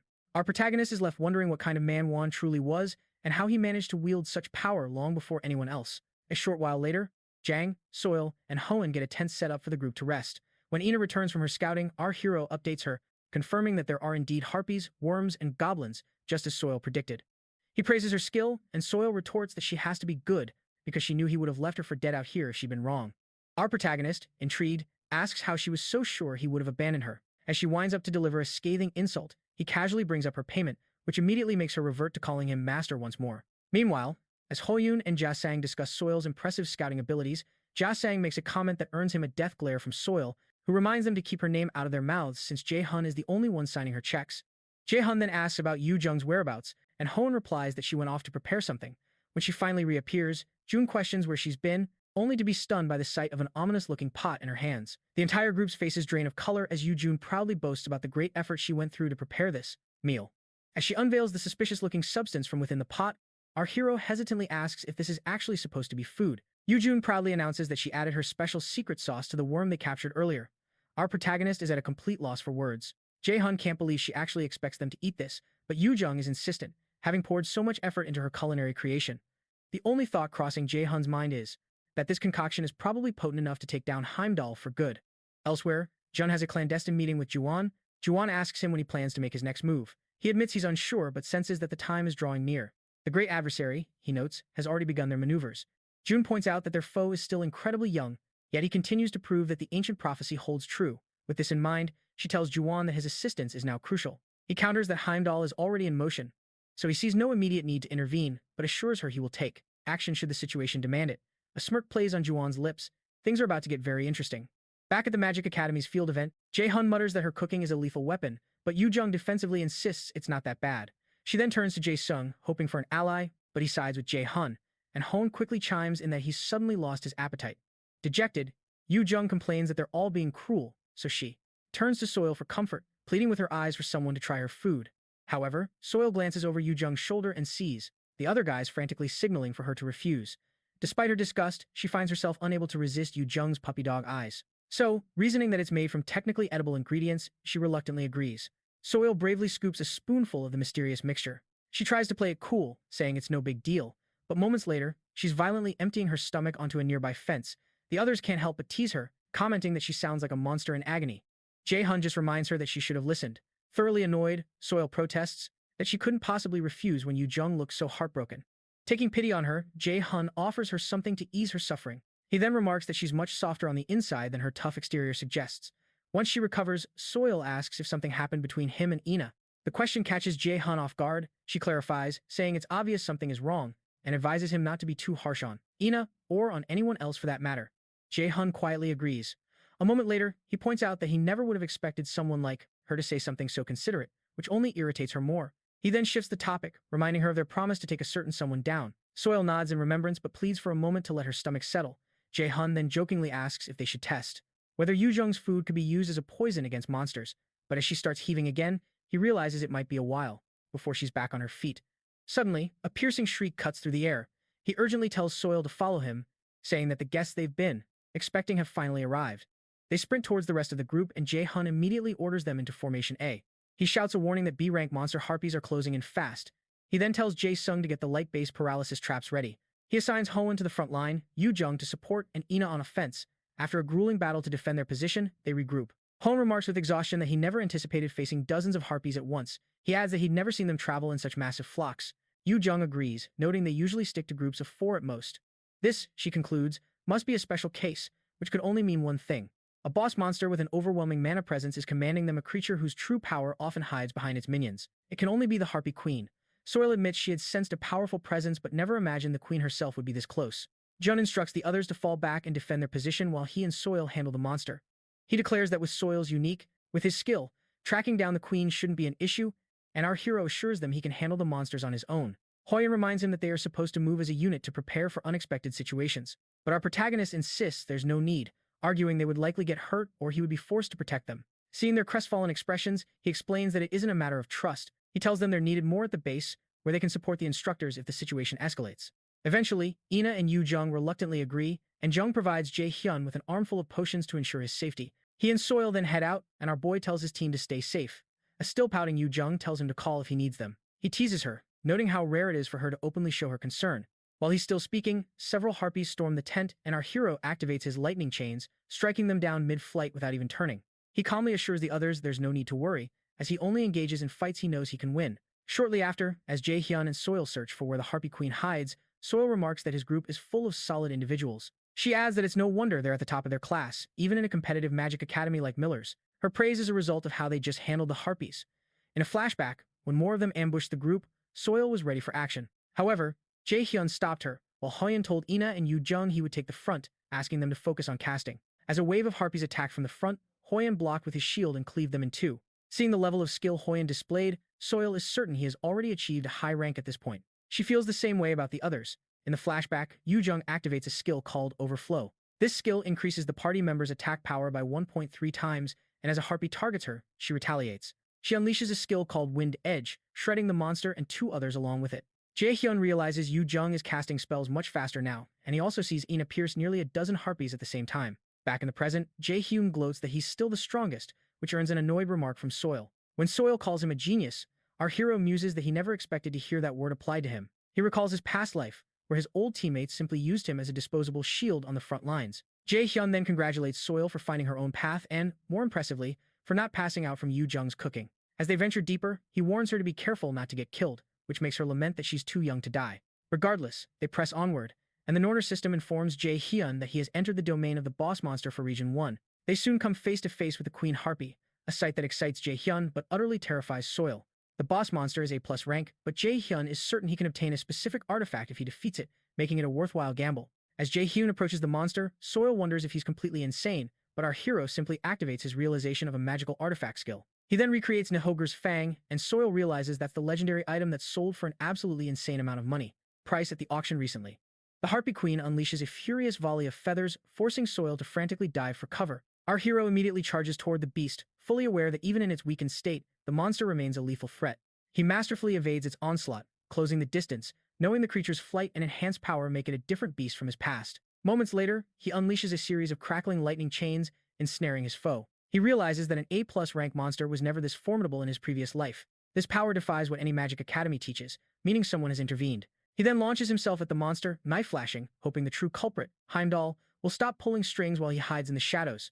All the while, Hugin observes from a hidden vantage point, remarking that his prediction was accurate and a major event is about to unfold. He is, however, concerned about whether Heimdall possesses the competence to see his part of the plan through. Shortly after, our protagonist successfully vanquishes the Harpy Queen, the regional boss of Lockdown City's first zone. He discovers his reward waiting for him within the Harpy Queen's nest. Jae Hyun is thrilled to have finally acquired the item known as the Tempest Wings. But as he glances back at Soil, who is struggling to process the battle, she can only remark that Yu Jun was right about him. She mutters that our hero is completely out of his mind. At last, our protagonist locates the Harpy Queen's nest and claims the S-rank Tempest Wing item. This artifact grants Jae Hyun the skill Midair Leap, along with a significant boost to his agility and strength. The Midair Leap is an A+ rank skill that materializes a temporary platform of wind, allowing the user to jump a second time, a technique usable twice in succession. Abruptly, their attention is drawn to a pair of gloves lying on the ground. Upon inspection, they discover a mysterious artifact. They are identified as the Drying Gloves, and just then, the system announces it is updating information on the very first awakened individual in the Norner system. Sometime later, after clearing out a few more harpies, Hone notes that their pace is getting remarkably close to the top-ranking record. He exclaims that they're performing exceptionally well, to which Yujun smugly agrees, stating it's only natural since she's on the team. Jae Hyun, standing nearby, silently recalls the new information he just gained on Juwon, the first person to ever awaken in the entire world. He's left wondering why the Norner system is suddenly updating its files on him and what connection he hides to all of this. It dawns on him that Juwon must have a deeper connection to the system itself, and he knows he must uncover the reason those gloves appeared there. Suddenly, Yujun lets out a cry of despair, realizing she left her precious imbued necklace behind, a truly disastrous mistake for her. As she's on the verge of tears, Jae Hyun casually presents her with the very same necklace, leaving her stunned. She demands to know how he knew, calling him a creep. Our hero calmly explains that being forgetful is one of her defining habits, and besides, her mother asked him to look after her. Jae Hyun then tells Yujun to start acting her age and stop losing things, but she immediately fires back that he needs to stop lecturing her like a child. As they fall into another one of their typical arguments, Hone innocently asks if the two of them are dating. Jun flatly denies it, while Yu-jun glares at Hone, asking if he has a death wish. Strangely, Ina places a hand on Hone, her expression unsettlingly dark, and tells him to just drop the subject, as they've already given their answer. Meanwhile, in the grand halls of Valhalla, the Great Palace of Aesir, also known as the Great House of Warriors and the House of Joy, a divine feast is underway. The Aesir gods gather in celebration. Thor is in high spirits, pleased that the preparations for the coming war are proceeding without a hitch. He boasts that Heimdall has promised to eliminate the great adversary, confident that his schemes are more brilliant than any strategy taught in a mortal magic academy, and that Aesir will soon rule the 9 realms. Realms, a feat sure to please the great Odin. However, another god, Tyr, accuses Thor of being an insincere scoundrel for hosting a banquet, while Odin is away, questioning if the prophecy of Ragnarok means nothing to him. Thor is utterly astonished that he would even bring that up, and quickly reminds Tyr how Fenrir devoured his right arm during that fateful conflict. Tyr fires back, reminding Thor of the shard of coal lodged in his forehead by a foul giant, sneering that he would have ended it all if he were in Thor's place. Infuriated, Thor challenges him to a duel to settle who is stronger, but Freya intervenes, warning them to stop unless they want to be placed on probation. Moments later, Frey notes that Valhalla's forces have dwindled significantly, and their soul-gathering efforts are not proceeding as planned. Freya cuts in, blaming their predicament on Ragnarok's heavy toll, declaring it's undoubtedly Odin's blunder. Annoyed, Frey rebukes her for speaking so disrespectfully of the master of Asgard, but Freya explains that she has no intention of groveling. He may wield immense power, but she knows what he hides behind that facade, and in her eyes, he's nothing but garbage. When Frey demands to know how she could dare utter such words, Freya's demeanor turns hostile as she reminds Frey of what Odin did to her. Freya finally announces that all preparations for the second end are complete. In Valhalla, the souls of the departed, now ready to battle for Asgard, are fully assembled. Meanwhile, in the field event, June deduces that Heimdall will soon reveal himself, given his intervention with the Harpy Queen, and he knows he must awaken the inherent skill that hides within him as soon as he can. His mind drifts back to a conversation with his teacher. She had teased him for being greedy, pointing out that he's already incredibly strong, yet now he desires an inherent skill as well. In the flashback, she admits that she might not be of much help with this, because her own awakening was completely unexpected. Apparently, despair reigned the day a gate opened near the local magic academy, right in the middle of the road, and people began to fall like flies. Amidst the pandemonium, a single child was fleeing for her life, and Xiangen felt utterly powerless. She rushed to the child's aid, but despite being an awakened one, she couldn't save her, because her power was simply insufficient. Yet, in the moment following the child's death, she acquired a new skill called sacrifice, but it couldn't resurrect someone who was already gone.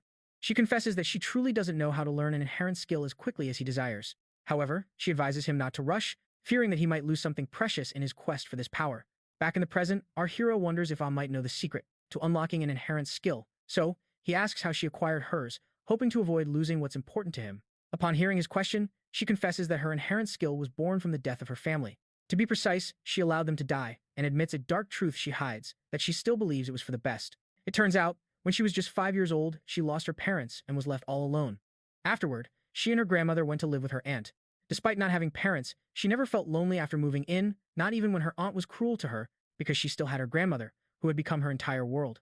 But that happiness was short-lived, as she overheard a conversation where her grandmother confessed to her aunt that she didn't have much time left and pleaded with her to look after the girl when she was gone. She realized then that her only family, the one person she could truly depend on, was about to be taken from her, casting a long, dark shadow over her days.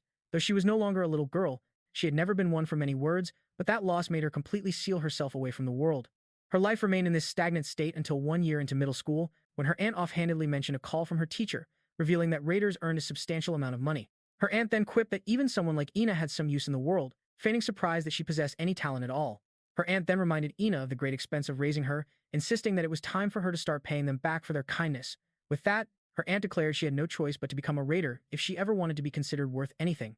Ina's heart filled with hatred for the woman, who had already greedily taken the life insurance money from her parents' tragic death and was now scheming to exploit Ina for her own financial gain. She despised how her aunt had always treated her parents and even her grandmother like inconvenient burdens she couldn't wait to cast aside. But what truly disgusted her the most was her own powerlessness, the fact that she couldn't utter a single word in her own defense. Resigned, she later applied for a raider training program as her teacher had previously noted her aptitude for it. Upon submitting her application, however, her teacher looked at her with concern and asked if she was absolutely certain. While Ina was a perfect candidate and raiders were held in high regard by society, the path itself held a darker side. A truth that every top-tier magic academy hides from the public. Her teacher confessed she didn't want to see her student face such dangerous work, but Ina insisted, for she knew intimately that some fates were far worse than death itself.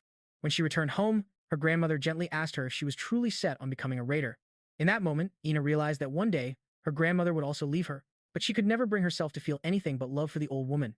She resigned herself to the idea that this was all just fate, an unstoppable current that could not be diverted, no matter how desperately she struggled. Tears suddenly streamed down her face as she choked out the words, telling her grandma that she was fine. But her grandmother saw through the lie, telling her she didn't have to force herself because she couldn't bear the thought of her precious granddaughter getting hurt. After finally choosing the path of a raider, Ina's life transformed entirely.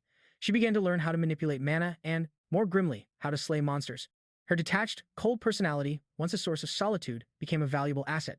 Just as she had grown accustomed to this new life, the inevitable occurred. Her grandmother passed away. The most painful part was learning she might have survived if she had only received proper treatment. But Ina was stunned to discover that her grandmother had actively refused it. She couldn't help but wonder if her grandmother had simply given up on life, and a colder thought followed. Had her grandmother abandoned her too? She couldn't be sure of anything at all, but the crushing weight of her absence was undeniable. She fell into a deep despair, wondering if her grandmother had left because she was a foolish girl, and she wished with all her heart that her grandmother had taken her along. Shortly after, her aunt called her to inform her that the sponsorship contract was finalized and the guild was ready to take her in. All that was left was for Ina to come and sign the papers. The realization that her aunt was still pulling the strings of her life, even in her grief, ignited a rage in Ina, and for the first time in her life, she screamed at her. When her aunt shot back that she should be grateful she wasn't sold off to some unsavory character, Ina made a decision: she would run away. from that wretched house. She waited for the faint light of dawn before sneaking back to retrieve her belongings. But as she approached, a horrifying sight met her eyes. Her aunt's house was engulfed in flames, with grotesque monsters pouring out of a shimmering open gate. From within the burning rubble, her aunt's desperate voice called out to her, begging her to help. And in that moment, Ina's only thought was a cold, hard question. Why should she save the very woman who had stolen everything from her? As Ina's eyes began to well up with tears, our hero gently told her not to push herself if the memories were too difficult to bear. At that moment, Yu Jong heard a sound and assumed Jay Hyun was back, only to freeze in shock as Heimdall loomed over her. The level of mana this strange person was emitting was far beyond anything from the Magic Academy ***. It felt more like the oppressive aura of a monster. In the next moment, Heimdall descended to speak to the others, demanding to know if they were friends of the great adversary, leaving them all staring in confusion. When Yu Jong asked him what he was talking about, he unleashed another explosive burst of mana that sent them staggering backward. As they collapsed to the ground, he commanded them to answer his questions, while Soil attempted to use telepathy to send a signal. She tried to warn Jay Hyun to return immediately, explaining there was an enemy who possessed the mana of a true monster, but Heimdall sensed her. He approached her in an instant, lifting her by her throat the moment he detected her mental communication. He declared that they were all going to perish there, forming a devastating attack in his other hand and telling them to blame the great adversary for their fate. However, Jay Hyun arrived just in time, vowing he wouldn't let him do anything as he activated his absolute calculation skill. With a flicker of thought, he completely deactivated Heimdall's attack. Meanwhile, one instructor was lamenting to his colleague about their current duty. Having to babysit students from the ***Magic Academy after already clearing the monsters in the event area was a chore, but their complaints were cut short when they noticed a massive purple monocloud that startled them. Before they could even comprehend the situation, a gargantuan monster appeared behind them and devoured the complaining instructor in one gulp. The horrifying sight immediately gave the other man a severe case of post-traumatic stress. Before he could even grab his walkie-talkie, the monster impaled him with its menacing, scorpion-like tail, but he managed to scream a warning about the danger. He sent the alert just before the creature completely drained the life force from his body. In an instant, ridiculously huge monsters swarmed the entire area, and the situation looked grim. At the same time, Heimdall dropped Soil when he saw Jay Hyun. He turned to face Jay Hyun, unleashing his mana storm once more as he demanded to know how he had obtained Odin's eye. Heimdall finally realized the incredible secret Jay Hyun hides It was the only way a mere human could have achieved such an impossible rate of growth, but our hero simply challenged him, telling him to come and take the eye if it bothered him so much. Soil warned Han that even he wouldn't be able to handle it. She insisted he couldn't take on someone so immensely strong by himself, but Jay Hyun told them to escape because this was his fight alone. Yu Jung refused, reminding him that they were a team, but Jay Hyun bluntly ordered them to get away. Heimdall, now armed with his sword, taunted him, asking if he genuinely planned to protect his friends while he was present. With a single swing of his blade, Heimdall shattered the ground before them, but our hero activated his windstorm skill, blowing his friends away to get them out of harm's way. Eugene cried out to Jay Hyun, questioning his actions, but he retorted that they would all perish if he did anything else. Despite his words, she still refused to leave, but Ina stopped her, insisting that Jay Hyun was right. She argued that they didn't stand a chance against someone that powerful, but Yu Jung countered that this was exactly why they should stay and help. But Ina told her she was certain Jay Hyun could handle it, proposing they head to the entrance and inform the instructors about the situation. Yu Jung, though still not fully convinced, yelled at Jay Hyun to stay alive before finally leaving with the others. The moment his friends were clear, Jay Hyun activated his frozen earth skill, instantly freezing the entire area around him. Heimdall was intrigued by the skill, yet he scoffed, reminding Jay Hyun that it took dozens of seconds to fully activate. He then taunted him, asking if he truly thought he could hold out for that long. Jay Hyun retorted that there was no reason he couldn't. This was, after all, the very strategy he had prepared for his inevitable clash with Heimdall. With a roar, Heimdall launched himself forward to strike. He dared our hero to play his little games, but a chilling realization struck Jay Hyun. If he failed to block this attack, his friends would be in the blast zone. Without a second's hesitation, he activated the realization of his magical artifact, summoning the Balmung sword to intercept the blow.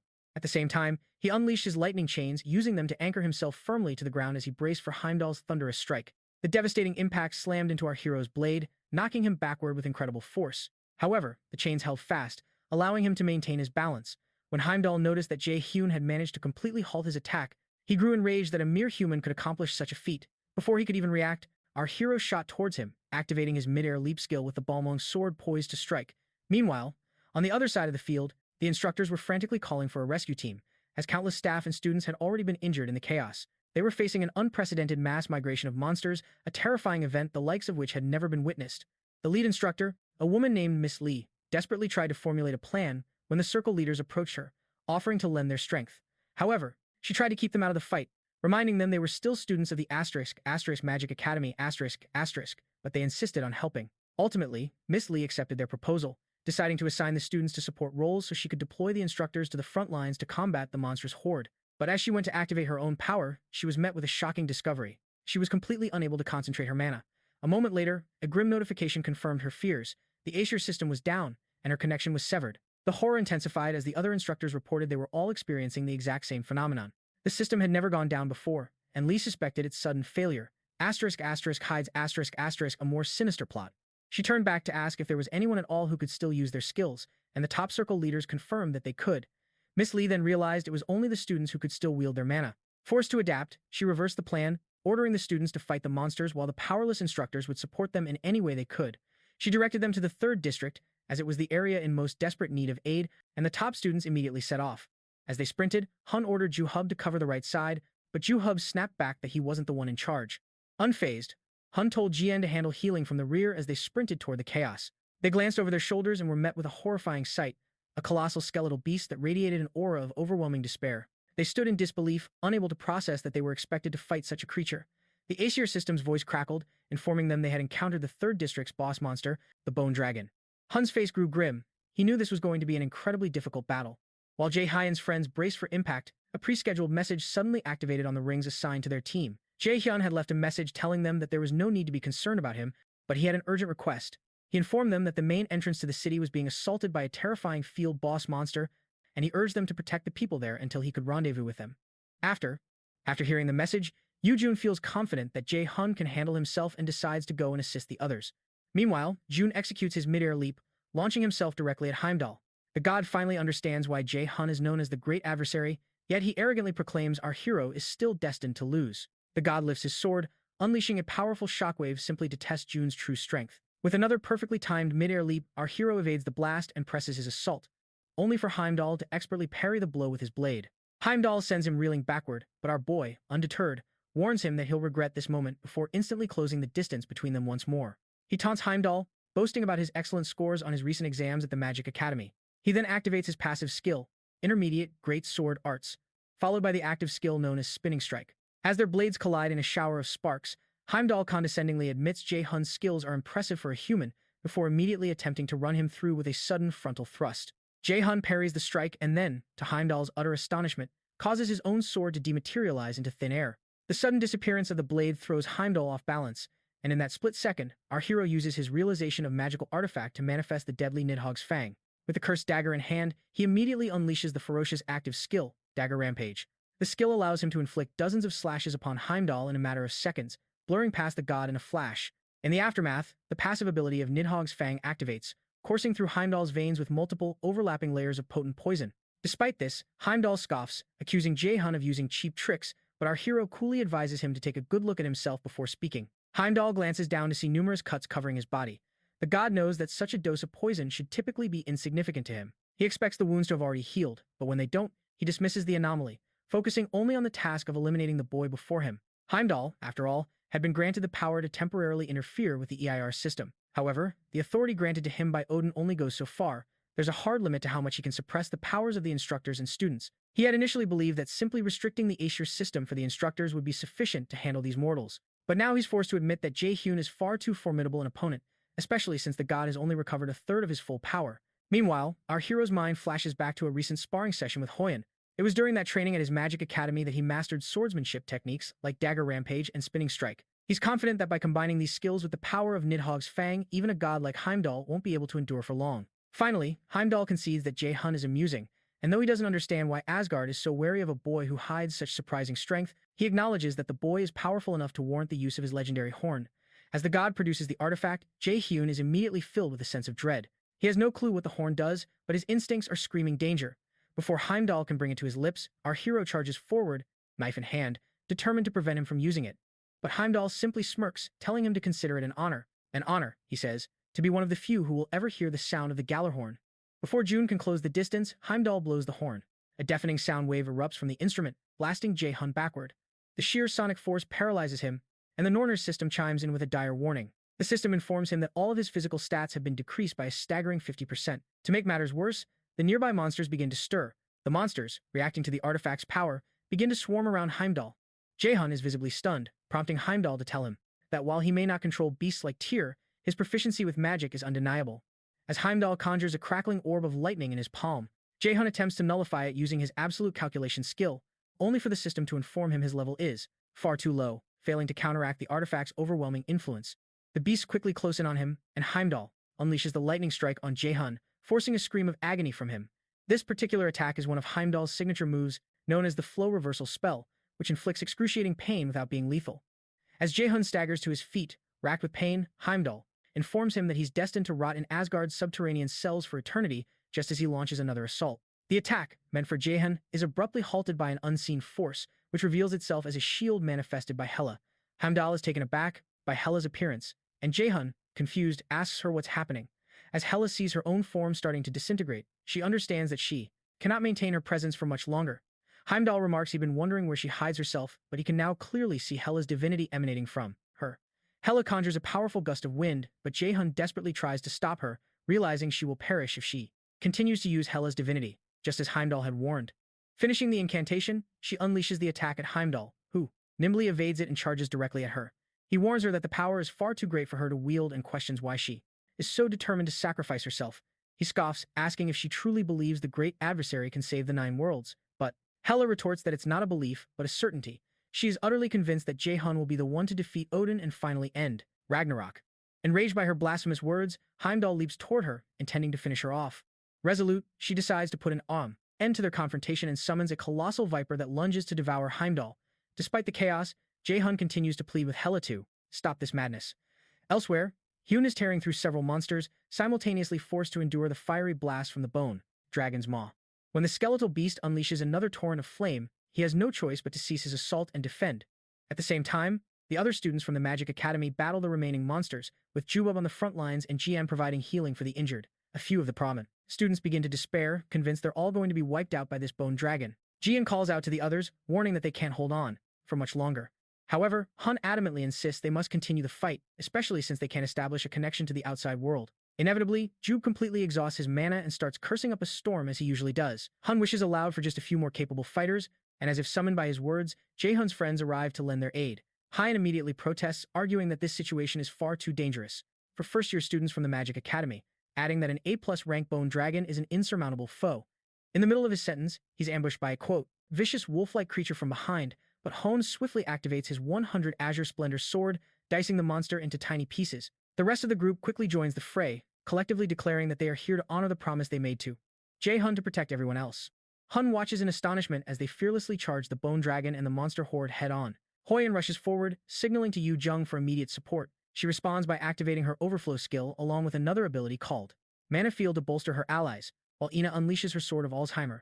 Simultaneously, Holen activates his 100 Azure Splendor sword. They immediately begin dismembering the beasts, and the other upperclassmen quickly join the fray. It dawns on Hun that he had mistakenly believed only Jay Hyun possessed such insane talent, but it's clear his friends, products of this elite magic academy, are on another level entirely. When Hone runs into a charging Taurus monster that tries to crush him, he expertly parries its massive axe with his shield, while Ina relentlessly strikes the creature's limbs, creating an opening for Hyun to land a decisive blow to its head. With this new support, the job of eliminating these monsters finally seems manageable. Meanwhile, some students are thanking Jong for his life-saving potions as Soil attempts to guide the remaining students toward the exit. Before long, only one obstacle remains: the formidable A+ rank boss monster. Hyun and Hia charge forward, striking the monster's leg to restrict its movement, as he orders the others to aim for its core and end it. Hoyen immediately calls on Yu Jong to cast debuffs and diminish the dragon's strength. Responding instantly, she leaps into the air and casts a debilitating spell on the dragon. Elsewhere, Jube complains that the first years are on track to become the heroes of this battle. Hyun counters that there's no helping it, since Circle 9's destructive capabilities are far superior to their own. Annoyed by this, Jube activates his wheeling skill, viciously breaking the bones in one of the monster's legs. This confirms Hyun's suspicion. Jube hides his selfish nature behind a powerful facade, attacking with no regard for his allies' safety. So, he activates his Deadly Pierce skill and carves through the monster's bones. Once the path is clear, he signals to the other team to make their move. So, Ina summons her Sword of Alzheimer, and Hoyen unleashes his 100 Azure Splendor sword to strike the monster's exposed core.